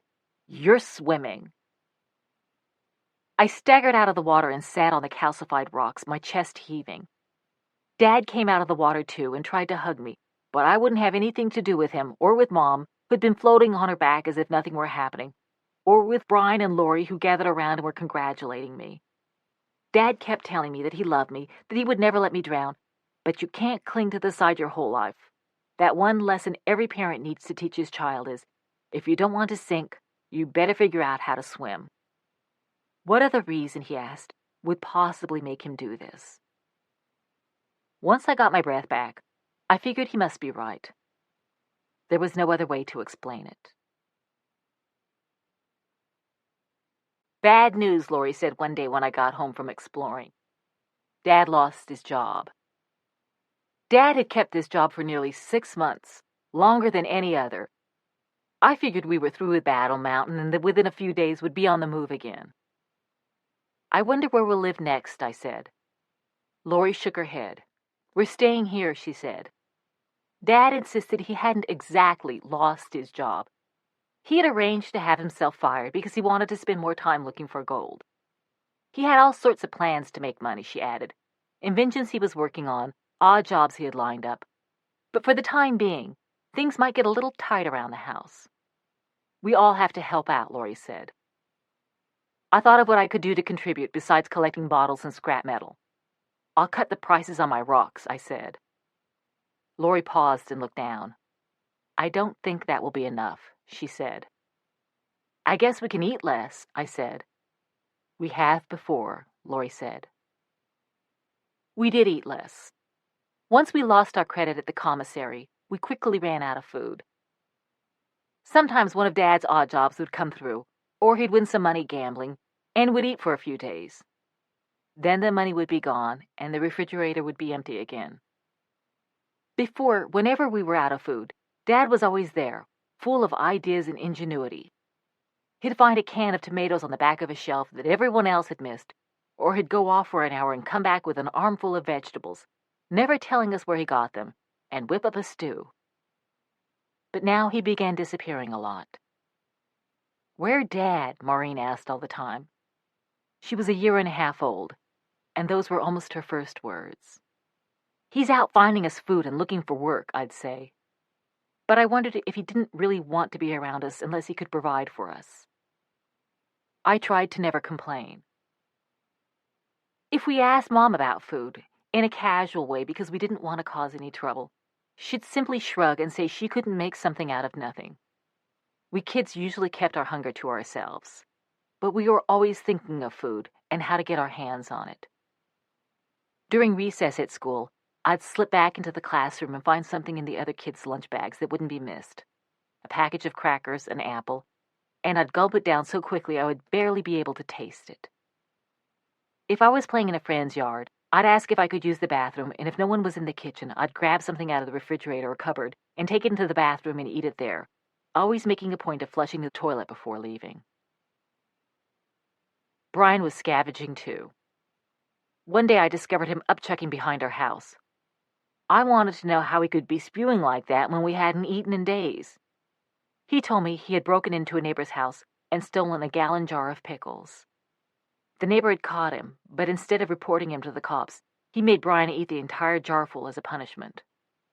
I had to swear I wouldn't tell Dad.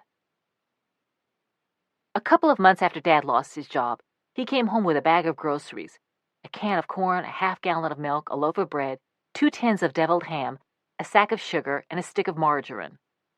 The can of corn disappeared within minutes. Somebody in the family had stolen it, and no one except the thief knew who. But Dad was too busy making deviled ham sandwiches to launch an investigation. We ate our fill that night, washing down the sandwiches with big glasses of milk. When I got back from school the next day, I found Lori in the kitchen eating something out of a cup with a spoon. I looked in the refrigerator. There was nothing inside but a half-gone stick of margarine. "Lori, what are you eating?" "Margarine," she said. I wrinkled my nose. "Really?" "Yeah," she said. "Mix it with sugar. Tastes just like frosting." I made some. It didn't taste like frosting. It was sort of crunchy because the sugar didn't dissolve, and it was greasy and left a filmy coat in my mouth. But I ate it all anyway. When Mom got home that evening, she looked in the refrigerator. "What happened to the stick of margarine?" she asked. "We ate it," I said. Mom got angry. "She was saving it," she said, "to butter the bread." "We already ate all the bread," I said. Mom said she was thinking of baking some bread if a neighbor would loan us some flour.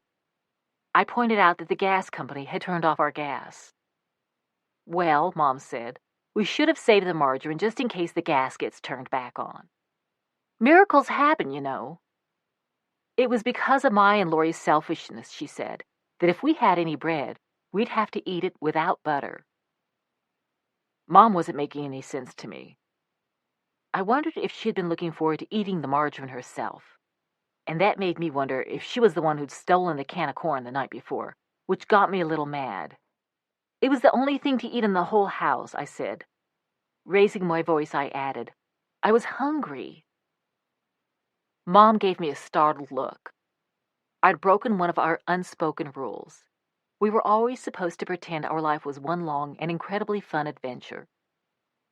She raised her hand, and I thought she was going to hit me. But then she sat down at the spool table and rested her head on her arms. Her shoulders started shaking. I went over and touched her arm. "Mom?" I said. She shook off my hand, and when she raised her head, her face was swollen and red. "It's not my fault if you're hungry," she shouted. "Don't blame me. Do you think I like living like this? Do you?" That night, when Dad came home, he and Mom got into a big fight. Mom was screaming that she was tired of getting all the blame for everything that went wrong. "How did this become my problem?" she shouted. "Why aren't you helping? You spend the whole day at the Owl Club. You act like it's not your responsibility." Dad explained that he was out trying to earn money. He had all sorts of prospects that he was on the brink of realizing. Problem was, he said, he needed cash to make them happen. There was a lot of gold in Battle Mountain, but it was trapped in the ore. It was not like there were gold nuggets lying around for the prospector to sort through. He was perfecting a technique by which gold could be leached out of the rock by processing it with a cyanide solution. But that took money. Dad told Mom she needed to ask her mother for the money to fund the cyanide leaching process he was developing. "You want me to beg for my mother again?" Mom asked. "God damn it, Rosemary. It's not like we're asking for a handout," he yelled. "Should be making an investment." "Grandma was always lending us money," Mom said, and she was sick of it. Mom told Dad that Grandma had said if we couldn't take care of ourselves, we could go live in Phoenix in her house. "Maybe we should," Mom said. That got Dad really angry. "Are you saying I can't take care of my own family?" "Ask them," Mom snapped. We kids were sitting on the old passenger benches. Dad turned to me. I studied the scuff marks on the floor. Their argument continued the next morning. We kids were downstairs lying in our boxes, listening to them fighting upstairs. Mom was carrying on about how things had gotten so desperate around the house that we didn't have anything to eat except margarine. And now that was gone, too. She was sick, she said, of Dad's ridiculous dreams and his stupid plans and his empty promises. I turned to Lori, who was reading a book. "Tell them that we like eating margarine," I said. "Then maybe they'll stop fighting." Lori shook her head. "That'll make Mom think we're taking Dad's side," she said. "It would only make it worse. Let them work it out." I knew Lori was right. The only thing to do when Mom and Dad were fighting was to pretend it wasn't happening, or act like it didn't matter. Pretty soon they'd be friends again, kissing and dancing in each other's arms. But this particular argument just would not stop. After going on about the margarine, they started fighting about whether or not some painting Mom had done was ugly. Then they argued about whose fault it was that we lived like we did. Mom told Dad he should get another job. Dad said that if Mom wanted someone in the family to be punching a time clock, then she could get a job. She had a teaching degree, he pointed out. She could work instead of sitting around on her butt all day painting pictures no one ever wanted to buy.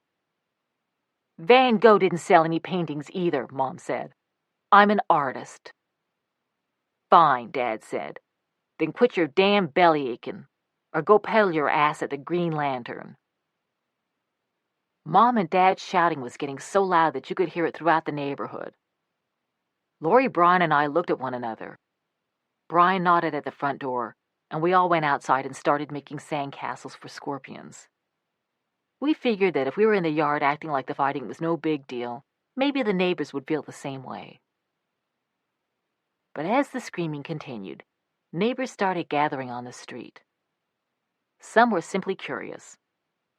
Moms and dads got into arguments all the time in Battle Mountain, so it didn't seem that big a deal.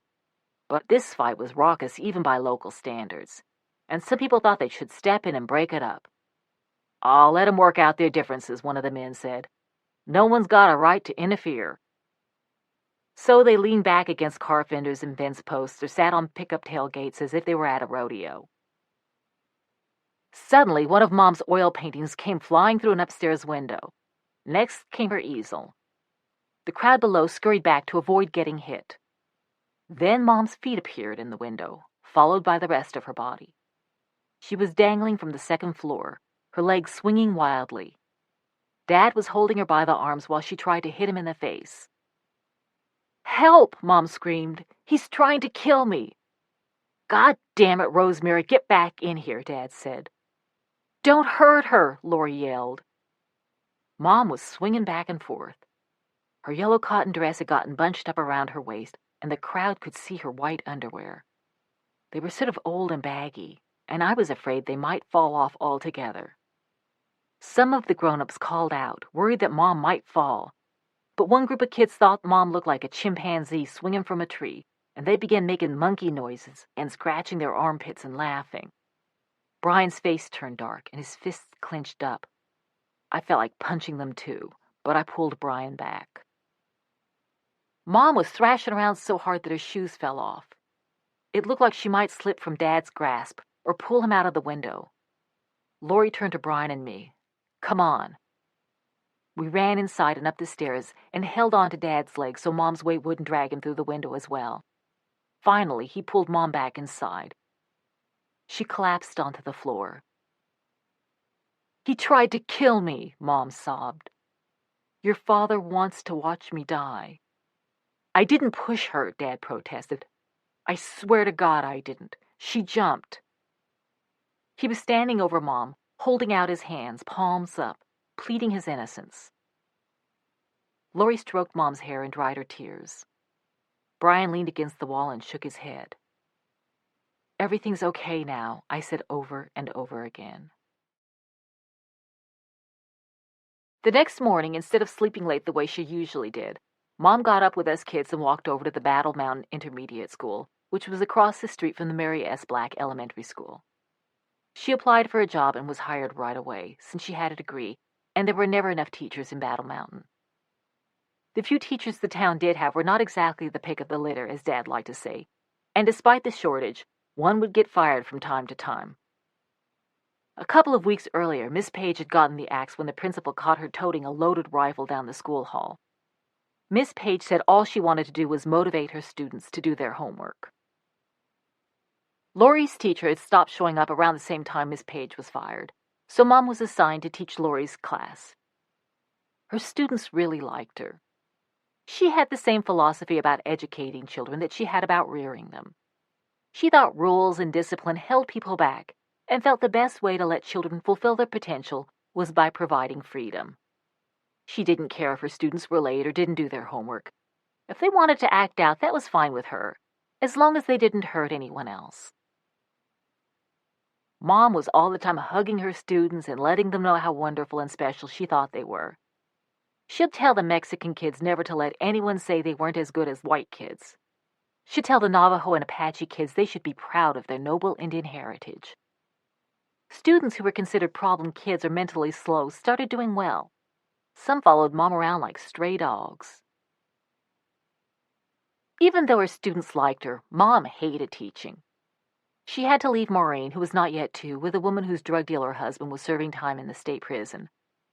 But what really bothered Mom was that her mother had been a teacher and had pushed Mom into getting a teaching degree so she would have a job to fall back just in case her dreams of becoming an artist didn't pan out. Mom felt Grandma Smith had lacked faith in her artistic talent, and by becoming a teacher now, she was acknowledging that her mother had been right all along. At night, she sulked and muttered under her breath. In the morning, she slept late and pretended to be sick. It was up to Lori Bryan and me to get her out of bed and to see to it that she was dressed and at school on time. "I'm a grown woman now," Mom said almost every morning. "Why can't I do what I want to do?" "Teaching is rewarding and fun," Lori said. "You'll grow to like it." Part of the problem was that the other teachers and the principal, Miss Beatty, thought Mom was a terrible teacher. They'd stick their heads into her classroom and see the students playing tag and throwing erasers while Mom was up front, spinning like a top and letting pieces of chalk fly from her hands to demonstrate centrifugal force. Miss Beatty, who wore her glasses on a chain around her neck and had her hair done at the beauty parlor over in Winnemucca every week, told Mom she needed to discipline her students. Miss Beatty also told Mom to submit weekly lesson plans, keep her classroom tidy, and grade the homework promptly. But Mom was always getting confused and filling in the wrong dates on the lesson plans or losing the homework. Miss Beatty threatened to fire Mom, so Lori Bryan and I started helping Mom with her schoolwork. I'd go to her classroom after school and clean her chalkboard, dust her erasers, and pick the paper up off the floor. At night, Lori Bryan and I went over her students' homework and tests. Mom let us grade papers that had multiple choice, true, false, and fill-in-the-blank answers. Just about anything except essay questions, which she thought she had to evaluate because they could be answered correctly in all sorts of different ways. I liked grading homework. I liked knowing that I could do what grown-ups did for a living. Lori also helped Mom with her lesson plans. She'd make sure Mom filled them in accurately, and she'd correct Mom's spelling and math. "Mom, double L's in Halloween," Lori said, erasing Mom's writing and penciling in the changes. "Double E's as well, and no silent E at the end." Mom marveled at how brilliant Lori was. "Lori gets straight A's," she once told me. "So do I said. "Yes, but you have to work for them." Mom was right. Lori was brilliant. I think helping Mom like that was one of Lori's favorite things in the world. She wasn't very athletic and didn't like exploring as much as Brian and I did, but she loved anything having to do with pencil and paper.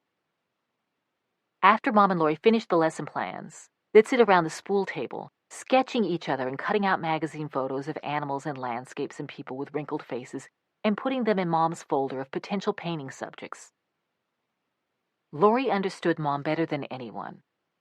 It didn't bother her that when Miss Beatty showed up to observe Mom's class, Mom started yelling at Lori to prove to Miss Beatty that she was capable of disciplining her students. One time, Mom went so far as to order Lori up to the front of the class, where she gave her a whipping with a wooden paddle. "Were you acting up?" I asked Lori when I heard about the whipping. "No," Lori said. "Then why would Mom paddle you?" "She had to punish someone, and she didn't want to upset the other kids," Lori said.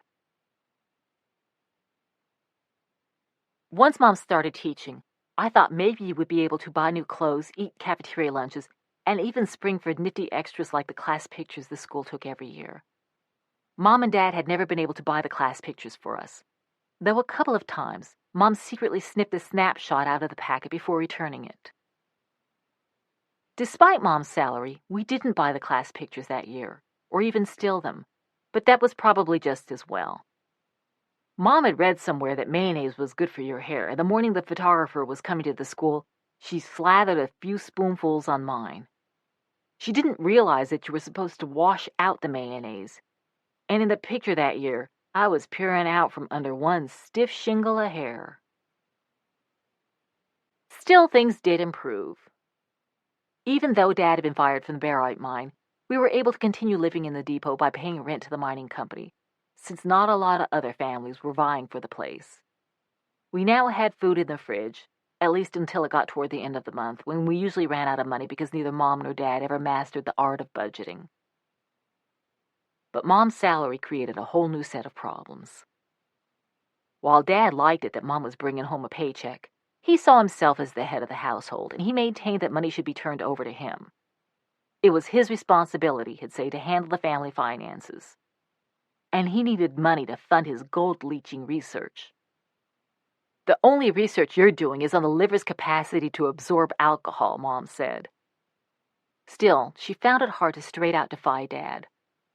For some reason, she didn't have it in her to say no to him.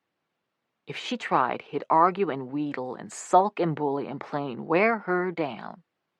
So she resorted to evasive tactics. She'd tell Dad she hadn't cashed her paycheck yet, or she'd pretend she left it at school and hide it until she could sneak off to the bank.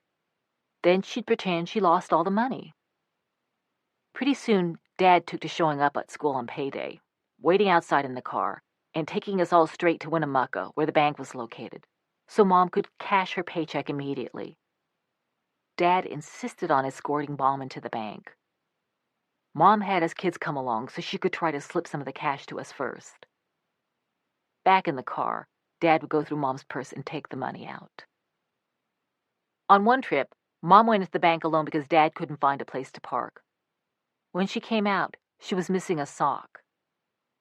"Jeannette, I'm going to give you a sock that I want you to put in a safe place," Mom said when she got in the car. She winked hard at me as she reached inside her bra and pulled out her other sock, knotted in the middle and bulging at the toe. "Hide it where no one can get it, because you know how scarce socks can get in our house."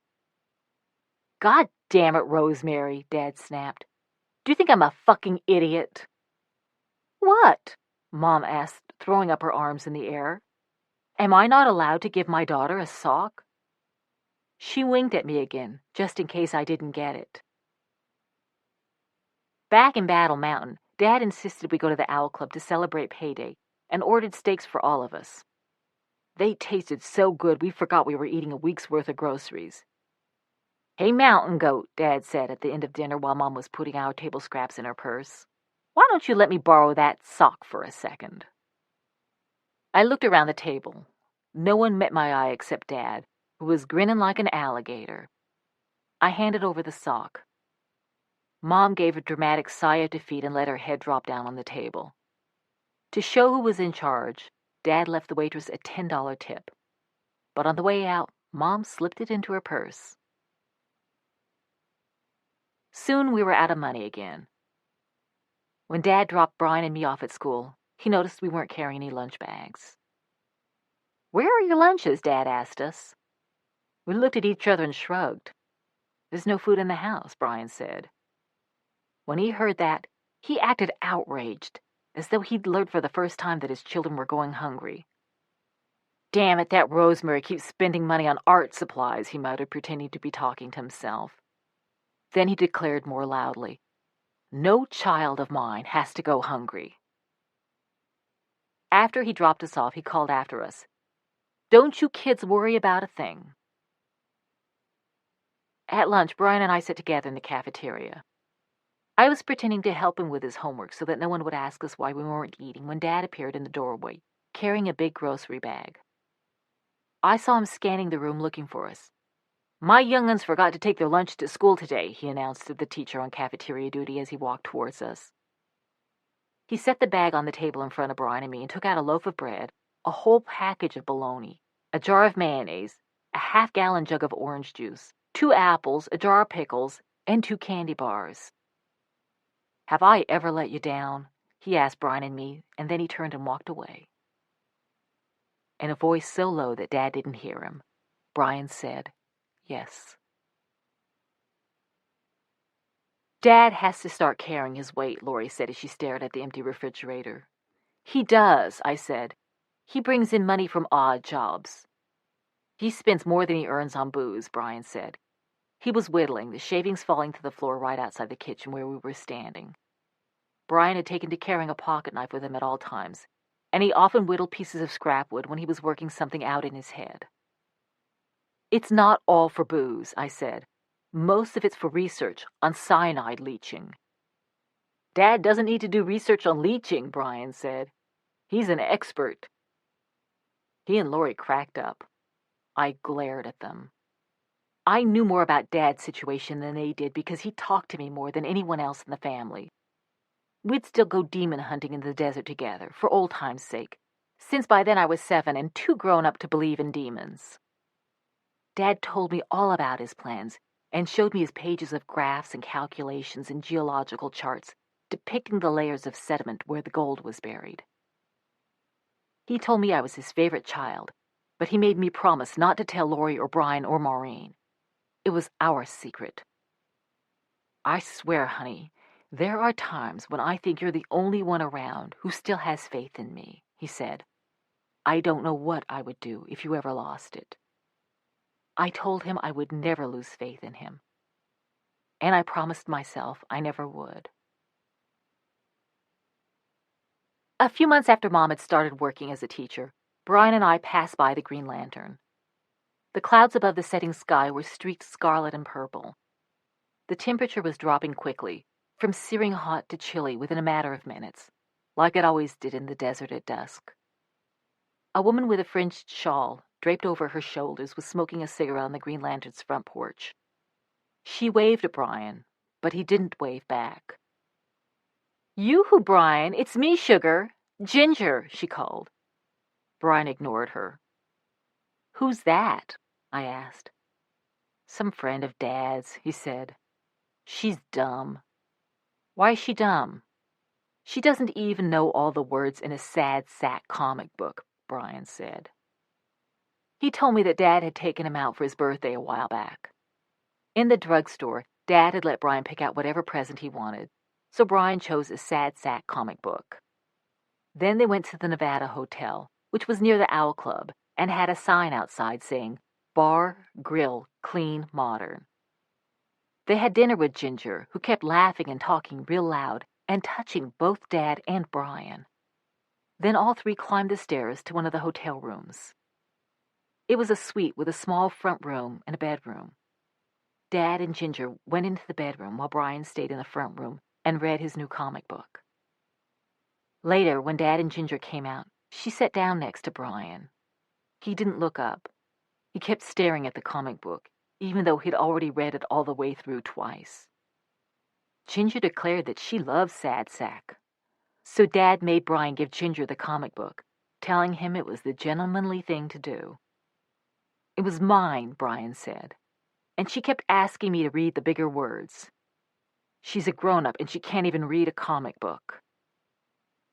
Brian had taken such a powerful dislike to Ginger that I realized she must have done something more than Shanghai his comic book. I wondered if he had figured out something about Ginger and the other ladies at the Green Lantern. Maybe he knew why Mom said they were bad. Maybe that was why he was mad. "Did you learn what they do inside the Green Lantern?" I asked. Brian stared off ahead. I tried to see what he was looking at, but there was nothing there except for the Tuscarora Mountains rising up to meet the darkening sky. Then he shook his head. "She makes a lot of money," he said, "and she should buy her own darned comic book." Some people like to make fun of Battle Mountain. A big newspaper out east once held a contest to find the ugliest, most forlorn, most God-forsaken town in the whole country, and declared Battle Mountain the winner. The people who lived there didn't hold it in much regard either. They'd point to the big yellow and red sign way up on a pole at the Shell station, the one with the burned-out S, and say with a sort of perverse pride, "Yep, that's where we live. Hell." But I was happy in Battle Mountain.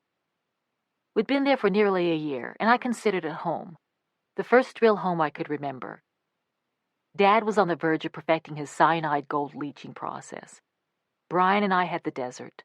Lori and Mom painted and read together, and Maureen, who had silky white blonde hair and a whole gang of imaginary friends, was happy running around with no diaper on. I thought our days of packing up and driving off in the middle of the night were over. Just after my 8th birthday, Billy Deal and his dad moved into the tracks. Billy was 3 years older than me, tall and skinny with a sandy crew cut and blue eyes. But he wasn't handsome. The thing about Billy was that he had a lopsided head. Bertha Whitefoot, a half-Indian woman who lived in a shack near the depot and kept about 50 dogs fenced in her yard, said it was because Billy's mom hadn't turned him over at all when he was a baby. He just lay there in the same position day in and day out, and the side of his head that was pressed up against the mattress got a little flat. You didn't notice it all that much unless you looked at him straight on, and not a lot of people did, because Billy was always moving around like he was itchy. He kept his Marlboros rolled up in one of his t-shirt sleeves, and he lit his cigarettes with a Zippo lighter stamped with a picture of a naked lady bending over. Billy lived with his dad in a house made of tar paper and corrugated tin, down the tracks from our house. He never mentioned his mom, and made it clear that you weren't supposed to bring her up, so I never knew if she had run off or died. His dad worked at the barite mine and spent his evenings at the Owl Club, so Billy had a lot of unsupervised time on his hands. Bertha Whitefoot took to calling Billy the devil with a crew cut and the terror of the tracks. She claimed he set fire to a couple of her dogs and skinned some neighborhood cats and strung their naked pink bodies up on a clothesline to make jerky. Billy said Bertha was a big, fat liar. I didn't know whom to believe. After all, Billy was a certified JD, juvenile delinquent. He told us he had spent time in a detention center in Reno for shoplifting and vandalizing cars. Shortly after he moved to the tracks, Billy started following me around. He was always looking at me and telling the other kids he was my boyfriend. "No, he's not," I would yell, though I secretly liked it that he wanted to be. A few months after he'd moved to town, Billy told me he wanted to show me something really funny. "If it's a skinned cat, I don't want to see it," I said. "Nah, it ain't nothing like that," he said. "It's really funny.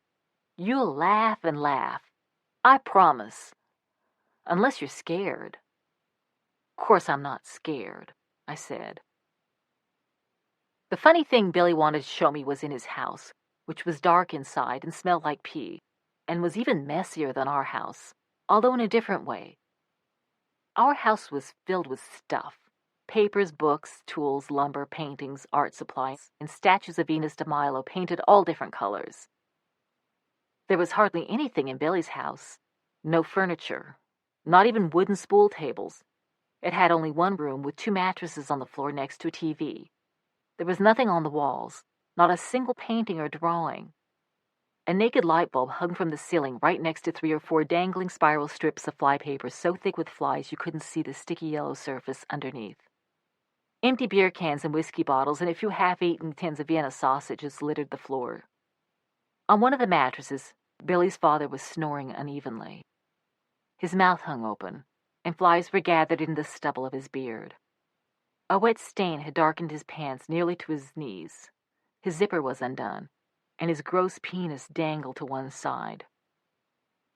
I stared quietly, then asked, "What's the funny thing?" "Don't you see?" said Billy, pointing at his dad. "He pissed himself."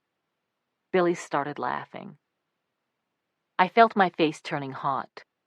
"You're not supposed to laugh at your own father," I said to him. "Ever." "Oh, now don't go and get all high and mighty on me," Billy said. "Don't go and try to pretend you're better than me, 'cause I know your daddy ain't nothing but a drunk like mine." I hated Billy at that moment. I really did. I thought of telling him about binary numbers and the glass castle and Venus and all the things that made my dad special and completely different from his dad, but I knew Billy wouldn't understand. I started to run out of the house, but then I stopped and turned around. "My daddy is nothing like your daddy," I shouted. "When my daddy passes out, he never pisses himself."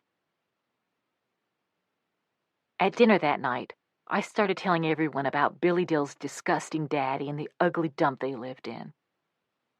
Mom put down her fork. "Jeannette, I'm disappointed in you," she said. "You should show more compassion." "Why?" I said. "He's bad. He's a JD." "No child is born a delinquent," Mom said. "They only became that way," she went on, "if nobody loved them when they were kids. Unloved children grow up to become serial murderers or alcoholics." Mom looked pointedly at Dad and then back at me. She told me I should try to be nicer to Billy. He doesn't have all the advantages you kids do, she said.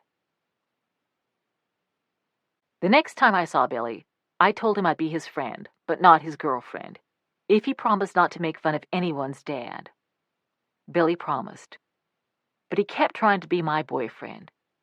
He told me that if I'd be his girlfriend, he would always protect me and make sure nothing bad ever happened to me and buy me expensive presents. If I wouldn't be his girlfriend, he said, I'd be sorry. I told him if he didn't want to be just friends, fine with me. I wasn't scared of him.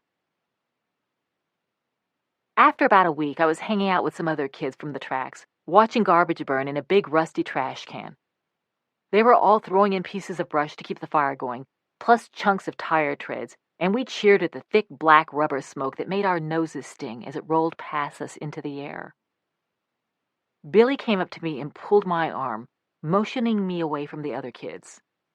He dug into his pocket and pulled out a turquoise and silver ring.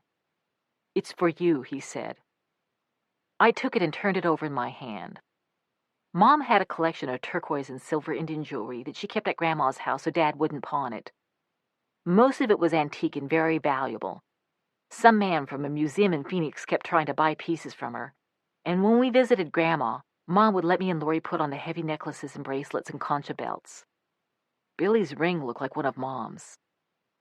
I ran it across my teeth and tongue like Mom had taught me to. I could tell by the slightly bitter taste that it was real silver. "Where'd you get this?" I asked. "It used to be my mom's," Billy said. It sure was a pretty ring.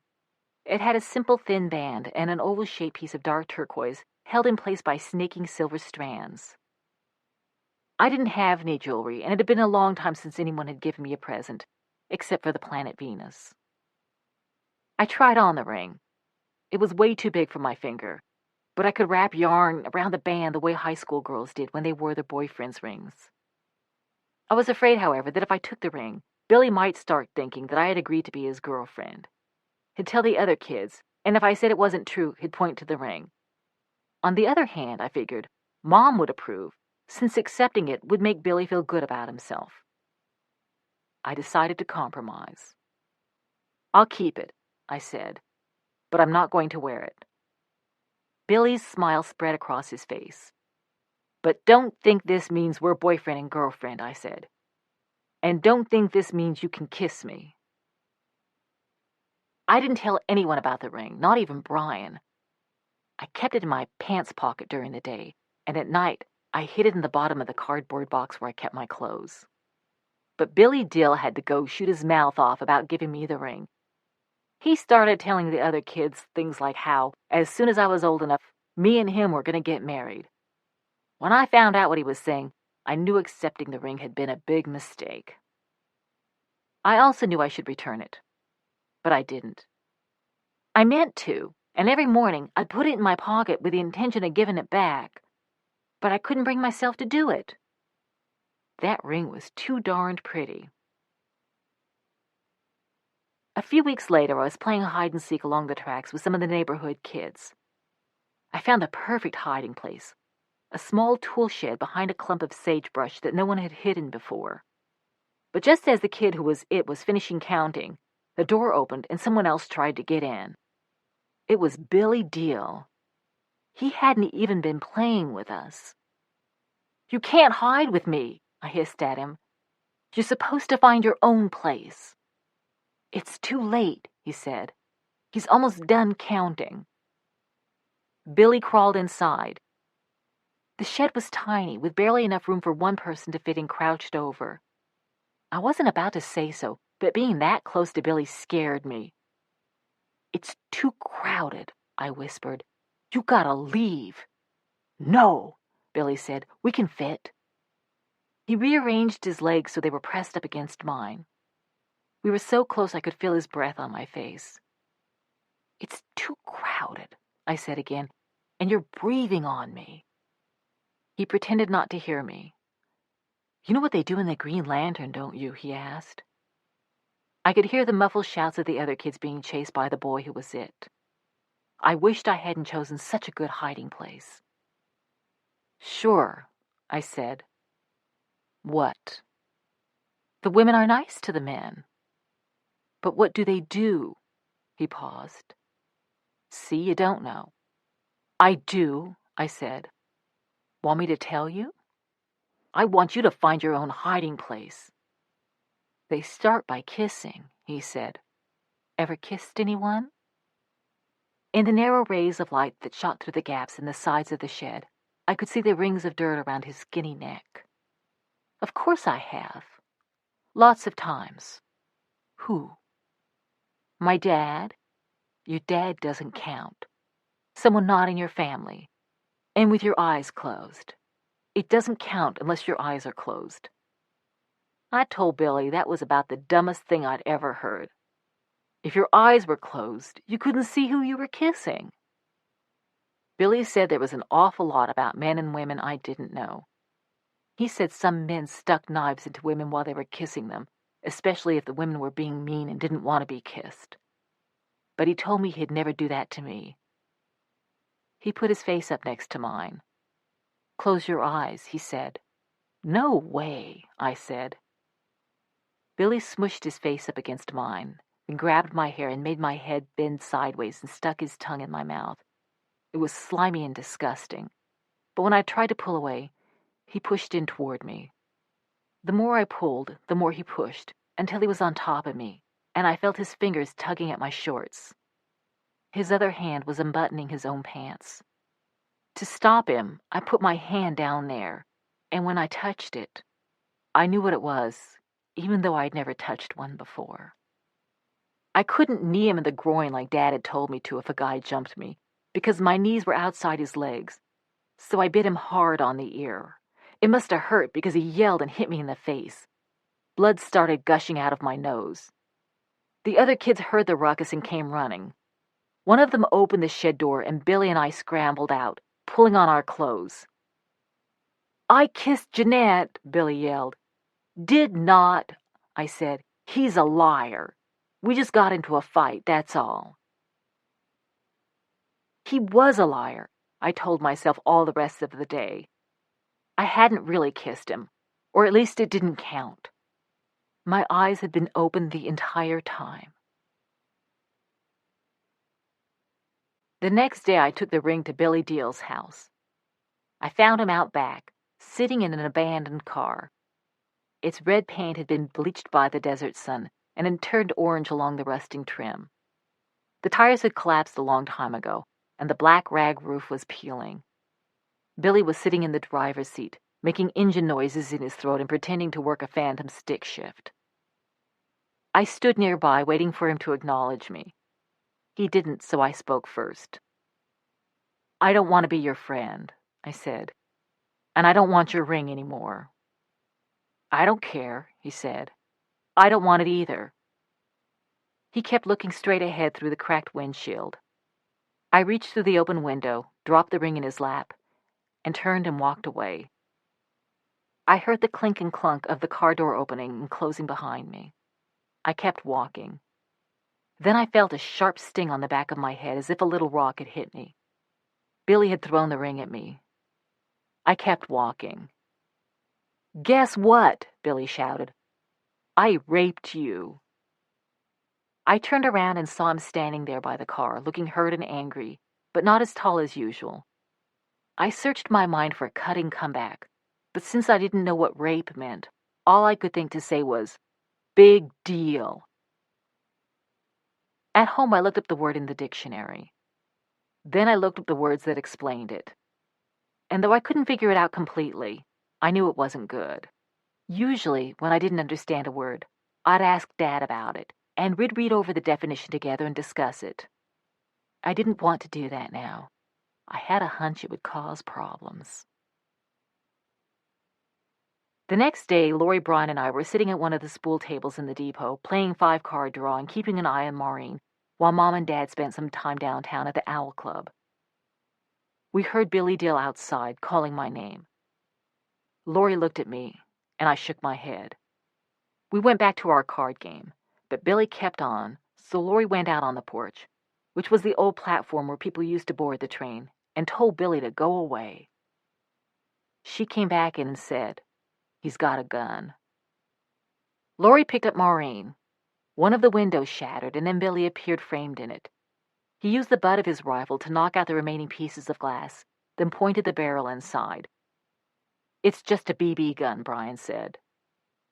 "I told you you'd be sorry," Billy said to me, and then pulled the trigger. It felt like a wasp had stung me in the ribs. Billy started firing at us all, working the pump action quickly back and forth before each shot. Brian pushed over the spool table, and we all crouched behind it. The BBs pinged off the tabletop. Maureen was howling. I turned to Lori, who was the oldest and in charge. She was biting her lower lip, thinking. She handed Maureen to me and took off running across the room. Billy got her once or twice. Brian stood up to try to draw the fire, but she made it upstairs to the second floor. Then she came down again. She had Dad's pistol, and she pointed it dead at Billy. "That's just a toy," Billy said, but his voice was a little shaky. "It's real, all right," I shouted. "It's my dad's gun." "If it is," he said, "she ain't got the cojones to use it." "Try me," Lori told him. "Go on," then Billy said. "Shoot me and see what happens." Lori wasn't as good a shot as me, but she pointed the gun in Billy's general direction and pulled the trigger. I squeezed my eyes at the explosion, and when I opened them, Billy had disappeared. We all ran outside, wondering if Billy's blood-soaked body would be lying on the ground, but he had ducked under the window. When he saw us, he hightailed it down the street along the tracks. He got about 50 yards away and started shooting at us again with his BB gun. I yanked the pistol out of Lori's hand, aimed low, and pulled the trigger. I was too carried away to hold the gun the way Dad had taught me, and the recoil nearly pulled my shoulder out of its socket. The dirt kicked up a few feet in front of Billy. He jumped what seemed about 3 feet up in the air and broke into a dead run down the tracks. We all started laughing, but it seemed funny only for a second or two, and then we stood there looking at one another in silence. I realized my hand was shaking so bad I could hardly hold the gun. A little while later, a squad car pulled up outside the depot and Mom and Dad got out. Their faces were grave. An officer got out also and walked alongside them to the door. We kids were all sitting inside on the benches wearing polite, respectful expressions. The officer looked at each of us individually, as if counting us. I clasped my hands in my lap to show I was well behaved. Dad squatted in front of us, one knee to the floor, his arms folded across the other knee, cowboy style. "So what happened here?" he asked. "It was self-defense," I piped up. Dad had always said that self-defense was a justifiable reason for shooting someone. "I see," Dad said. "The policeman told us that some of the neighbors had reported seeing kids shooting guns at each other, and he wanted to know what had happened. We tried to explain that Billy had started it, that we'd been provoked and were defending ourselves and didn't even aim to kill. But the cop wasn't interested in the nuances of the situation. He told Dad that the whole family would need to come down to the courthouse the next morning and see the magistrate. Billy Dill and his dad would be there too. The magistrate would get to the bottom of the matter and decide what measures needed to be taken." "Are we going to be sent away?" Brian asked the officer. "That's up to the magistrate," he said. That night, Mom and Dad spent a long time upstairs talking in low voices while we kids lay in our boxes. Finally, late in the evening, they came down, their faces still grave. "We're going to Phoenix," Dad said. "When?" I asked. "Tonight." Dad allowed each of us to bring only one thing. I ran outside with a paper bag to gather up my favorite rocks. When I returned, holding the heavy bag at the bottom so it wouldn't split, Dad and Brian were arguing over the plastic jack-o'-lantern filled with green plastic army soldiers that Brian wanted to bring. "You're bringing toys?" Dad asked. "You said I could take one thing, and this is my thing," Brian said. "This is my one thing," I said, holding up the bag. Lori, who was bringing The Wizard of Oz, objected, saying that a rock collection wasn't one thing, but several things. It would be like her bringing her entire book collection. I pointed out that Brian's army soldiers were a collection. And anyway, it's not the entire rock collection, just the best ones. Dad, who usually liked debates on questions such as whether a bag of things is one thing, was not in the mood and told me the rocks were too heavy. You can bring one, he said. There are plenty of rocks in Phoenix, Mom added. I picked out a single geode, its insides coated with tiny white crystals, and held it in both hands. As we pulled out, I looked through the rear window for one last glimpse of the depot. Dad had left the upstairs light on, and the small window glowed. I thought of all those other families of miners and prospectors who had come to Battle Mountain hoping to find gold, and who had to leave town like us when their luck ran out. Dad said he didn't believe in luck, but I did. We'd had a streak of it in Battle Mountain, and I wished it had held. We passed the Green Lantern, with the Christmas lights twinkling over its door, and the Owl Club, with the winking neon owl in a chef's hat. And then we were out in the desert, the lights of Battle Mountain disappearing behind us. In the pitch-black night, there was nothing to look at but the road ahead, lit by the car's headlights. Grandma Smith's big white house had green shutters and was surrounded by eucalyptus trees. Inside were tall French doors and Persian carpets, and a huge grand piano that would practically dance whenever Grandma played her honky-tonk music. Whenever we stayed with Grandma Smith, she brought me into her bedroom and sat me down at the vanity table, which was covered with little pastel-colored bottles of perfumes and powders. While I opened the bottles and sniffed them, she'd try to run her long metal comb through my hair, cursing out of the corner of her mouth because it was so tangled. "Doesn't that goddamn lazy-ass mother of yours ever comb your hair?" she once said.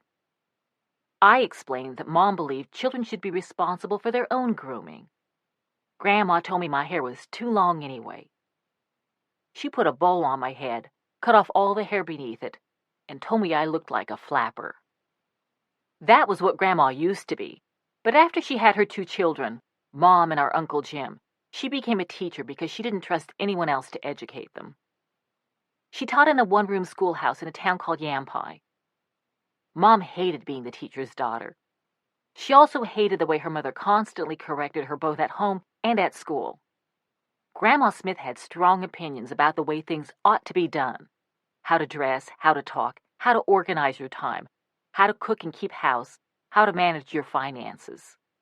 And she and Mom fought each other from the beginning. Mom felt that Grandma Smith nagged and badgered, setting rules and punishments for breaking the rules. It drove Mom crazy, and it was the reason she never set rules for us. But I loved Grandma Smith. She was a tall, leathery, broad-shouldered woman with green eyes and a strong jaw. She told me I was her favorite grandchild, and that I was going to grow up to be something special.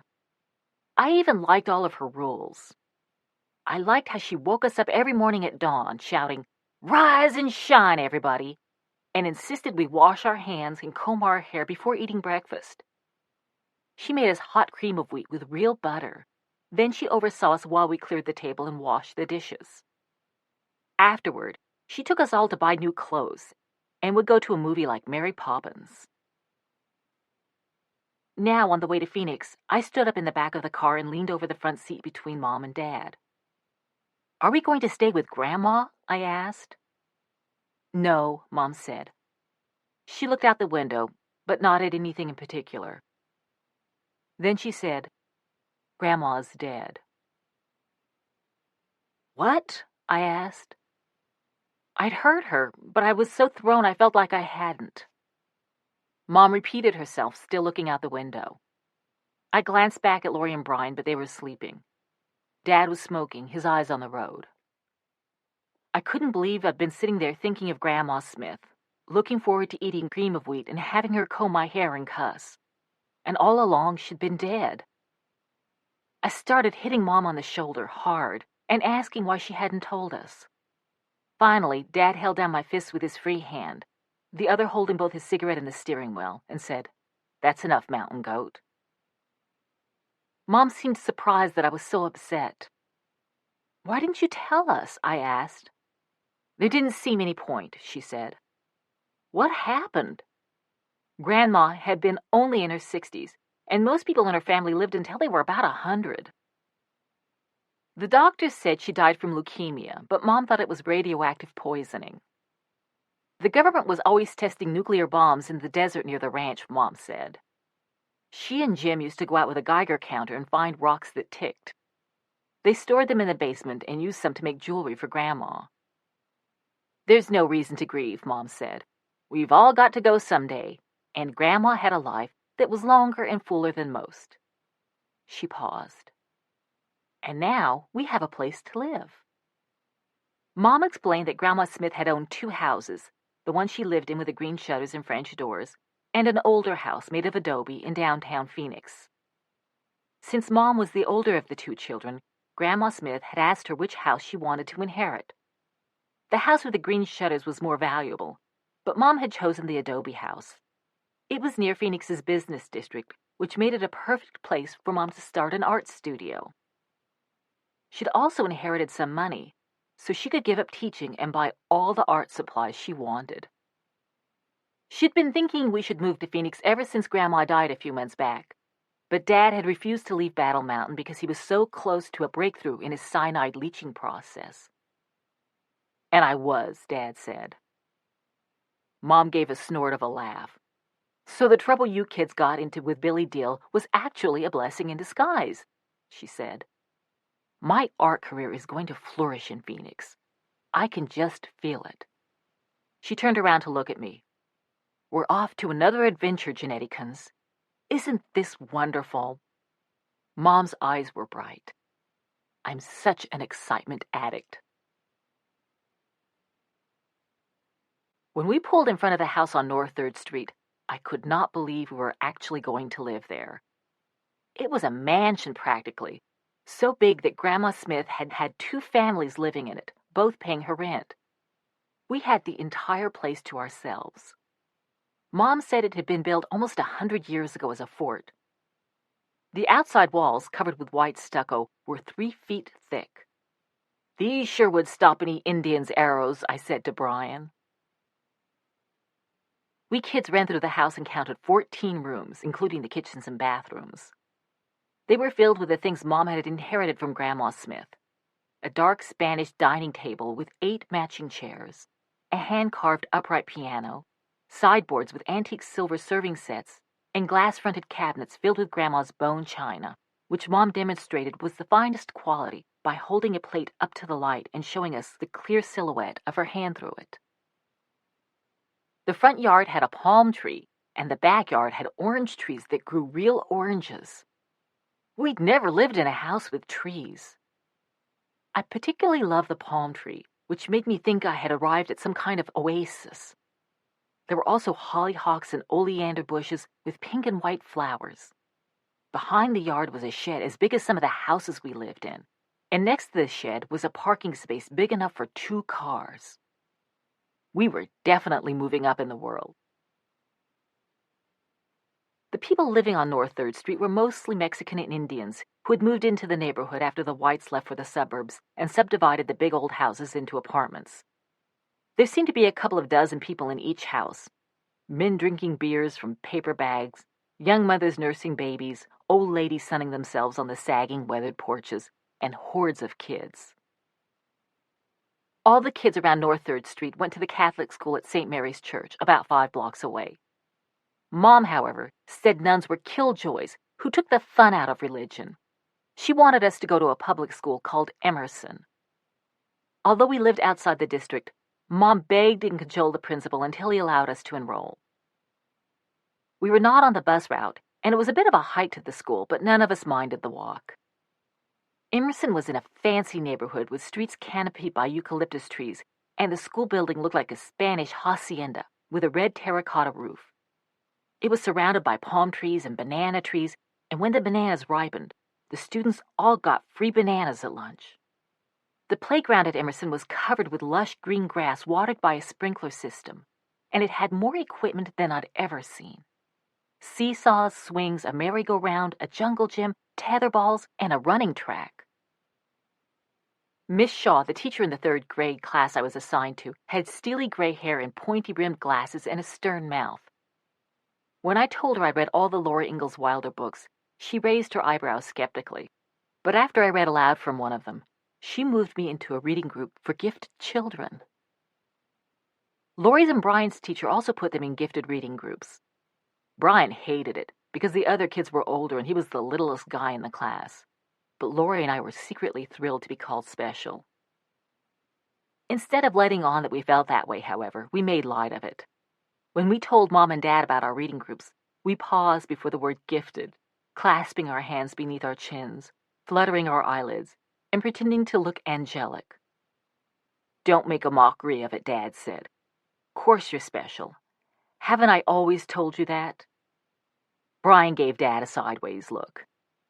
"If we're so special," he said slowly, "why don't you—" His words petered out. "What?" Dad asked. "What?" Brian shook his head. "Nothing," he said. Emerson had its very own nurse who gave the three of us ear and eye exams, our first ever. I aced the tests. "Eagle eyes and elephant ears," the nurse said. But Lori struggled trying to read the eye chart. The nurse declared her severely short-sighted and sent Mom a note saying she needed glasses. "No siree," Mom said. She didn't approve of glasses.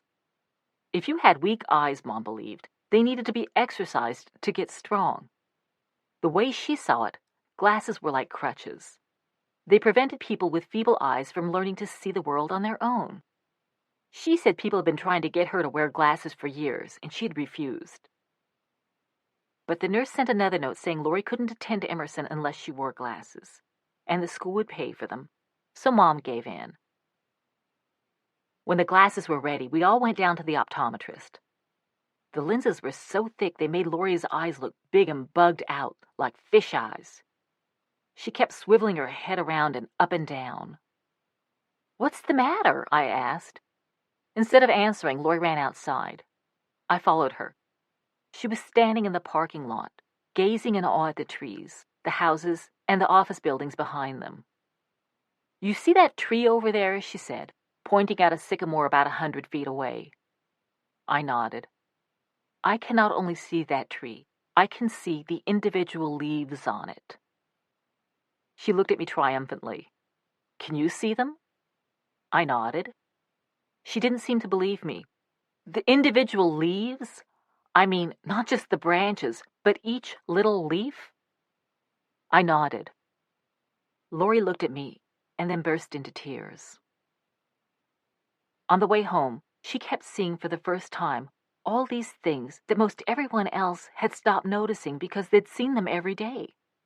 She read street signs and billboards aloud. She pointed out starlings perched on the telephone wires. We went into a bank, and she stared up at the vaulted ceiling and described the octagonal patterns. At home, Lori insisted that I try on her glasses. They would blur my vision as much as they corrected hers, she said, so I'd be able to see things as she always had. I put on the glasses, and the world dissolved into fuzzy, blotchy shapes. I took a few steps and banged my shin on the coffee table, and then I realized why Lori didn't like to go exploring as much as Brian and I did. She couldn't see. Lori wanted Mom to try on the glasses, too. Mom slipped them on and, blinking, looked around the room. She studied one of her own paintings quietly, then handed the glasses back to Lori. "Did you see better?" I asked. "I wouldn't say better," Mom answered. "I'd say different. Maybe you should get a pair, Mom. I like the world just fine the way I see it," she said. But Lori loved seeing the world clearly. She started compulsively drawing and painting all the wondrous things she was discovering, like the way each curved tile on Emerson's roof cast its own curved shadow on the tile below, and the way the setting sun painted the underbellies of the clouds pink, but left the piled-up tops purple. Not long after Lori got her glasses, she decided she wanted to be an artist, like Mom. As soon as we'd settled into the house, Mom threw herself into her art career. She erected a big white sign on the front yard on which she had carefully painted, in black letters with gold outlines, R.M. Walls Art Studio. She turned the 2 front rooms of the house into a studio and gallery, and she used 2 bedrooms in the back to warehouse her collected works. An art supply store was 3 blocks away, on North First Street. And thanks to Mom's inheritance, we were able to make regular shopping expeditions to the store, bringing home rolls of canvas that Dad stretched and stapled onto wooden frames. We also brought back oil paints, watercolors, acrylics, gesso, a silk screening frame, India ink, paintbrushes and pen nibs, charcoal pencils, pastels, fancy rag paper for pastel drawings, and even a wooden mannequin with movable joints, whom we named Edward and who, Mom said, would pose for her when we kids were off at school. Mom decided that before she could get down to any serious painting, she needed to compile a thorough art reference library. She bought dozens of big loose-leaf binders and lots of packs of lined paper. Every subject was given its own binder. Dogs, cats, horses, farm animals, woodland animals, flowers, fruits and vegetables, rural landscapes, urban landscapes, men's faces, women's faces, men's bodies, women's bodies, and hands, feet, bottoms, and other miscellaneous body parts. We spent hours and hours going through old magazines, looking for interesting pictures, and when we spotted one we thought might be a worthy subject of a painting, we held it up to Mom for approval. She studied it for a second and okayed or nixed it.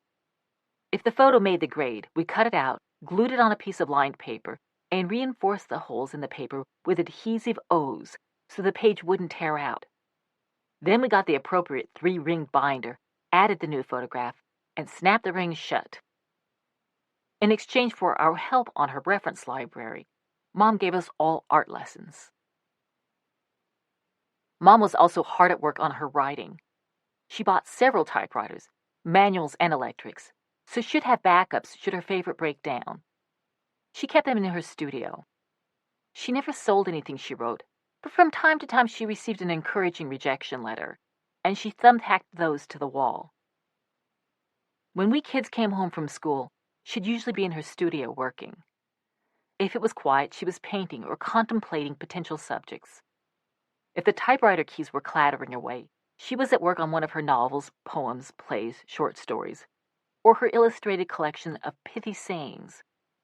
One was, "Life is a bowl of cherries, with a few nuts thrown in," which she had titled R.M. Walls's Philosophy of Life.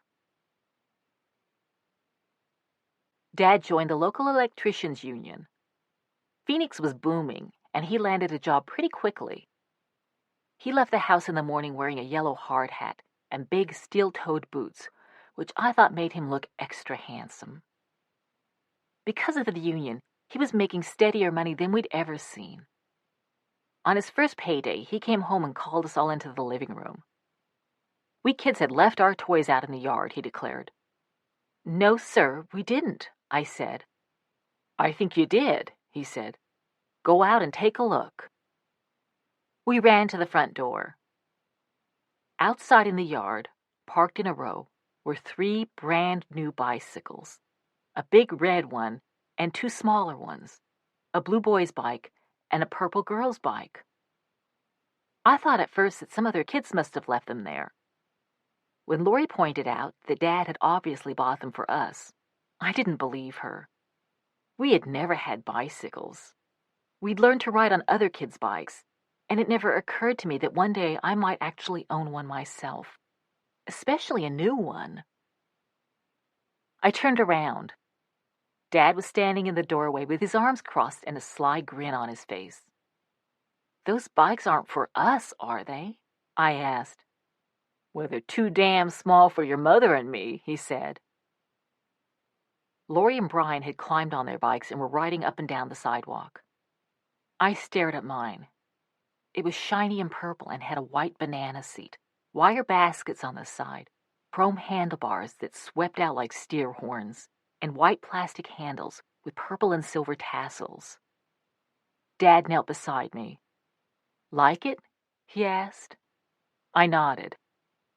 "You know, Mountain Goat, I still feel bad about making you leave your rock collection back in Battle Mountain," he said, "but we had to travel light." "I know," I said. "It was more than one thing, anyway." "I'm not so sure," Dad said. "Every damn thing in the universe can be broken down into smaller things, even atoms, even protons. So theoretically speaking, I guess you had a winning case." A collection of things should be considered one thing. Unfortunately, theory don't always carry the day. We rode our bicycles everywhere. Sometimes we attached playing cards to the forks with clothespins, and they flapped against the spokes when the wheels turned. Now that Lori could see, she was the navigator. She got a city map from a gas station and plotted out our routes in advance. We pedaled past the Westward Ho Hotel, down Central Avenue where square-faced Indian women sold beaded necklaces and moccasins on rainbow-colored sarabis they'd spread on the sidewalk. We pedaled to Woolworth's, which was bigger than all the stores in Battle Mountain put together, and played tag in the aisles until the manager chased us out. We got Grandma Smith's old wooden tennis rackets and pedaled off to Phoenix University, where we tried to play tennis with the dead balls other people had left behind. We pedaled to the Civic Center, which had a library where librarians recognized us because we were there so much. They helped us find books they thought we'd like, and we filled up the wire baskets on our bicycles and pedaled home right down the middle of the sidewalk, as if we owned the place. Since Mom and Dad had all this money, we got our own telephone. We had never owned a telephone before, and when it rang, we kids all scrambled for it. Whoever got there first summed up a super snooty English accent. "Walls residence, the butler speaking. May I help you?" While the rest of us cracked up. We also had a big record player in a wooden cabinet that had been Grandma's. You could put a stack of records on it, and when one was finished playing, the needle arm automatically swung out and the next record dropped down with a happy slap. Mom and Dad loved music, especially rousing stuff that made you want to get up and dance, or at least sway your head or tap your foot. Mom was always going to thrift stores and coming back with old albums of polka music, Negro spirituals, German marching bands, Italian operas, and cattle roundup songs. She also bought boxes of used high heels that she called her dancing shoes. She'd slip on a pair of dancing shoes, put a stack of records on the phonograph, and crank the volume way up. Dad danced with her if he was there. Otherwise, she'd dance alone, waltzing or jitterbugging or doing the Texas two-step from room to room, the house filled with the sounds of Mario Lanza or oompahing tubas, or some mournful cowboy singing The Streets of Laredo. Mom and Dad also bought an electric washing machine that we kept out on the patio. It was a white enamel tub, up on legs, and we filled it with water from the garden hose. A big agitator swished back and forth, making the entire machine dance around on the cement patio. It had no cycles, so you waited until the water got dirty, then put the clothes through the wringer, 2 rubber rolling pins rigged above the tub that were turned by a motor. To rinse the clothes, you'd repeat the process without soap, then let the water drain into the yard to help the grass grow. Despite our wondrous appliances, life in Phoenix wasn't total luxury. We had about a gazillion cockroaches, big, strong things with shiny wings. We had just a few at first, but since Mom was not exactly a compulsive cleaner, they multiplied. After a while, entire armies were scuttling across the walls and floors and the kitchen counters. In Battle Mountain, we'd had lizards to eat the flies and cats to eat the lizards. We couldn't think of any animal that liked to eat roaches, so I suggested we buy roach spray, like all our neighbors did. But Mom was opposed to chemical warfare. It was like those shell-no-pest strips, she said. We'd end up poisoning ourselves, too. Mom decided hand-to-hand combat was the best tactic. We conducted roach massacres in the kitchen at night, because that was when they came out in force. We armed ourselves with rolled-up magazines or shoes. Even though I was only 9, I already wore size 10 shoes that Brian called roach killers, and sneaked into the kitchen. Mom threw the light switch, and we kids all started the assault. You didn't even have to aim. We had so many roaches that if you hit any flat surface, you were sure to take out at least a few. The house also had termites. We discovered this a few months after we moved in, when Lori's foot crashed through the spongy wood floor in the living room. After inspecting the house, Dad decided that the termite infestation was so severe nothing could be done about it. We'd have to coexist with the critters. so we walked around the hole in the living room floor. But the wood was chewed through everywhere. We kept stepping on soft spots in the floorboards, crashing through and creating new holes. "Damned if this floor isn't starting to look like a piece of Swiss cheese," Dad said one day. He told me to fetch him his wire cutters, a hammer, and some roofing nails. He finished off the beer he was drinking, snipped the can open with his wire cutters, hammered it flat, and nailed it over the hole. He needed more patches, he said, so he had to go out and buy another 6-pack. After he polished off each beer, he used the can to repair one of the holes, and whenever a new hole appeared, he'd just get out his hammer, down a beer, and do another patch job. A lot of our neighbors on North 3rd Street were kind of weird. A clan of gypsies lived down the block in a big falling-apart house with plywood nailed over the porch to create more indoor space. They were always stealing our stuff, and one time, after Brian's pogo stick had disappeared, he saw one of the old gypsy women bouncing down the sidewalk on it. She wouldn't give it back, so Mom got into a big argument with the head of the clan, and the next day we found a chicken with its throat cut on our doorstep. It was some kind of gypsy hex. Mom decided, as she put it, to fight magic with magic. She took a ham bone out of the beans and went down to the gypsy's house, waving it in the air. Standing on the sidewalk, she held up the bone like a crucifix at an exorcism and called down a curse on the entire gypsy clan in their house, vowing it would collapse with a lot of them in it, and the bowels of the earth would open and swallow them forever if they bothered us again. The next morning, Brian's pogo stick was lying in the front yard. The neighborhood also had its share of perverts. Mostly they were shabby, hunched men with wheedling voices who hung around on street corners and followed us to and from school, trying to give us boosts when we climbed a fence, offering us candy and loose change if we'd go play with them. We called them creeps and hollered at them to leave us alone. But I worried about hurting their feelings, because I couldn't help wondering if maybe they were telling the truth, that all they wanted was to be our friends. At night, Mom and Dad always left the front door and the back door and all the windows open.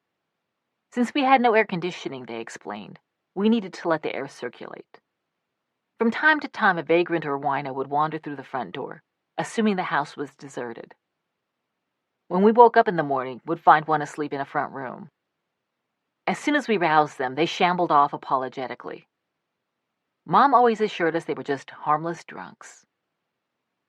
Maureen, who was 4 and had a terrible fear of boogeymen, kept dreaming that intruders in Halloween masks were coming through the open doors to get us. One night, when I was almost 10, I was awakened by someone running his hands over my private parts. At first, it was confusing. Lori and I slept in the same bed, and I thought maybe she was moving in her sleep. I groggily pushed the hand away. "I just want to play a game with you," a man's voice said. I recognized the voice. It belonged to a scraggly guy with sunken cheeks who'd been hanging around North 3rd Street recently. He'd tried to walk us home from school and had given Brian a magazine called Kids on a Farm, with pictures of boys and girls wearing only underpants. "Pervert!" I yelled and kicked at the man's hand. Brian came running into the room with a hatchet he kept by his bed, and the man bolted out the door. Dad was out that night, and when Mom slept, she was dead to the world, so Brian and I ran after the man ourselves. As we got to the sidewalk, lit by the purplish glow from the streetlights, he disappeared around the corner. We searched for him for a few blocks, Brian whacking at the bushes with his hatchet, but we couldn't find him. On the way home, we were slapping each other's hands and pumping our fists in the air as if we'd won a boxing match. We decided we had been pervert hunting, which was just like demon hunting, except the enemy was real and dangerous instead of being the product of a kid's overactive imagination. The next day, when Dad came home and we told him what had happened, he said he was going to kill that low-life son of a bitch. He and Brian and I went on a serious pervert hunt. Our blood up, we searched the street for hours, but we never did find the guy. I asked Mom and Dad if we should close the doors and windows when we went to sleep. They wouldn't consider it. We needed the fresh air, they said, and it was essential that we refused to surrender to fear. So the windows stayed open, Maureen kept having nightmares of men in Halloween masks. And every now and then, when Brian and I were feeling revved up, he'd get a machete and I'd get a baseball bat and we'd go pervert hunting, clearing the streets of the creeps who preyed on kids. Mom and Dad like to make a big point about never surrendering to fear or to prejudice or the narrow-minded conformist stick-in-the-muds who tried to tell everyone else what was proper. We were supposed to ignore those benighted sheep, as Dad called them. One day, Mom went with us kids to the library at the Civic Center. Since the weather was sweltering, she suggested we cool off by jumping into the fountain in front of the building. The water was too shallow to swim in, but we paddled around pretending to be crocodiles until we attracted a small crowd of people who kept insisting to Mom that swimming was forbidden in the fountain. "Mind your own beeswax," Mom replied. I was feeling kind of embarrassed and started to climb out. "Ignore the fuddy-duddies," Mom told me. And to make it clear she paid no never mind to such people or their opinions, she clambered into the fountain and plopped down beside us, sending gallons of water sloshing over the sides. It never bothered Mom if people turned and stared at her, even in church. Although she thought nuns were killjoys and she didn't follow all the church's rules word for word, she treated the 10 Commandments more like the 10 Suggestions. Mom considered herself a devout Catholic and took us to Mass most Sundays. St. Mary's was the biggest, most beautiful church I had ever seen. It was made of sand-colored adobe and had 2 soaring steeples, a gigantic circular stained glass window, and leading up to the 2 main doors, a pair of sweeping staircases covered with pigeons. The other mothers dressed up for Mass, wearing black lace mantillas on their head and clutching green or red or yellow handbags that matched their shoes. Mom thought it was superficial to worry about how you looked. She said God thought the same way, so she'd go to church in torn or paint-splattered clothes. It was your inner spirit and not your outward appearance that mattered, she said, and come hymn time, she showed the whole congregation her spirit, belting out the words in such a powerful voice that people in the pews in front of us would turn around and stare. Church was particularly excruciating when Dad came along. Dad had been raised a Baptist, but he didn't like religion and didn't believe in God. He believed in science and reason, he said, not superstition and voodoo. But Mom had refused to have children unless Dad agreed to raise them as Catholics, and to attend church himself on holy days of obligation. Dad sat in the pew fuming and shifting around and trying to bite his tongue while the priest carried on about Jesus resurrecting Lazarus from the dead, and the communicants filed up to eat the body and drink the blood of Christ. Finally, when Dad was unable to stand it any longer, he'd shout out something to challenge the priest. He didn't do it to be hostile. He hollered out his point in a friendly tone. "Yo, Padre," he'd say. The priest usually ignored Dad and tried to go on with his sermon, but Dad persisted. He'd challenged the priest about the scientific impossibility of the miracles, and when the priest continued to ignore him, he'd get mad and yell out something about Pope Alexander VI's bastard children, or Pope Leo X's hedonism, or Pope Nicholas III's simony, or the murders committed in the name of the church during the Spanish Inquisition. "But what could you expect," he'd say, "from an institution run by celibate men who wore dresses?" At that point, the ushers would tell us we'd have to leave. "Don't worry, God understands," Mom said. "He knows that your father is a cross we must bear." City life was getting to Dad. "I'm starting to feel like a rat in a maze," he told me.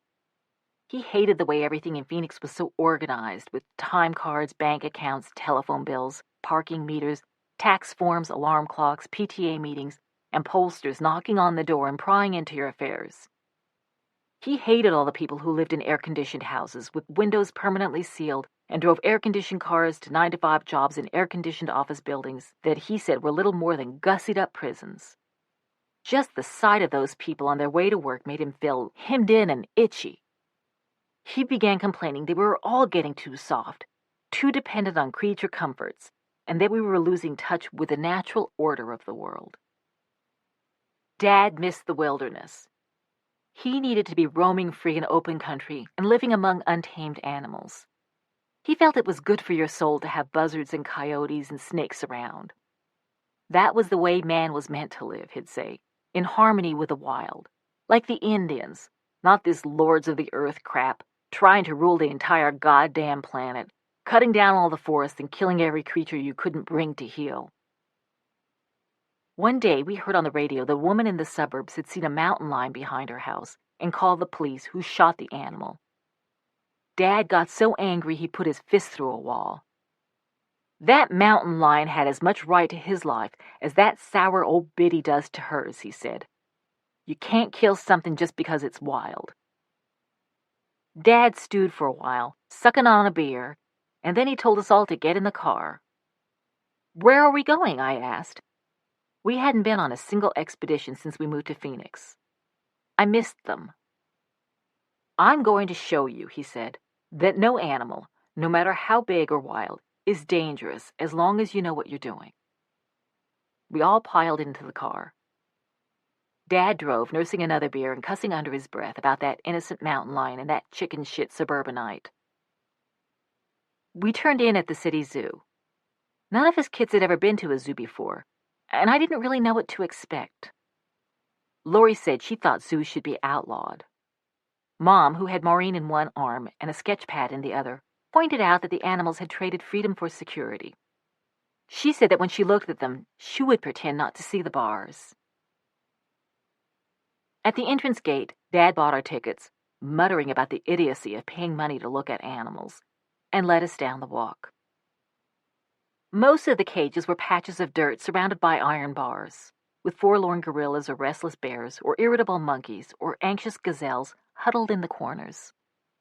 A lot of the kids were having fun, gawking and laughing and throwing peanuts at the animals, but the sight of those poor creatures made my throat swell up. I've got half a mind to sneak in here some night and free these critters, Dad said.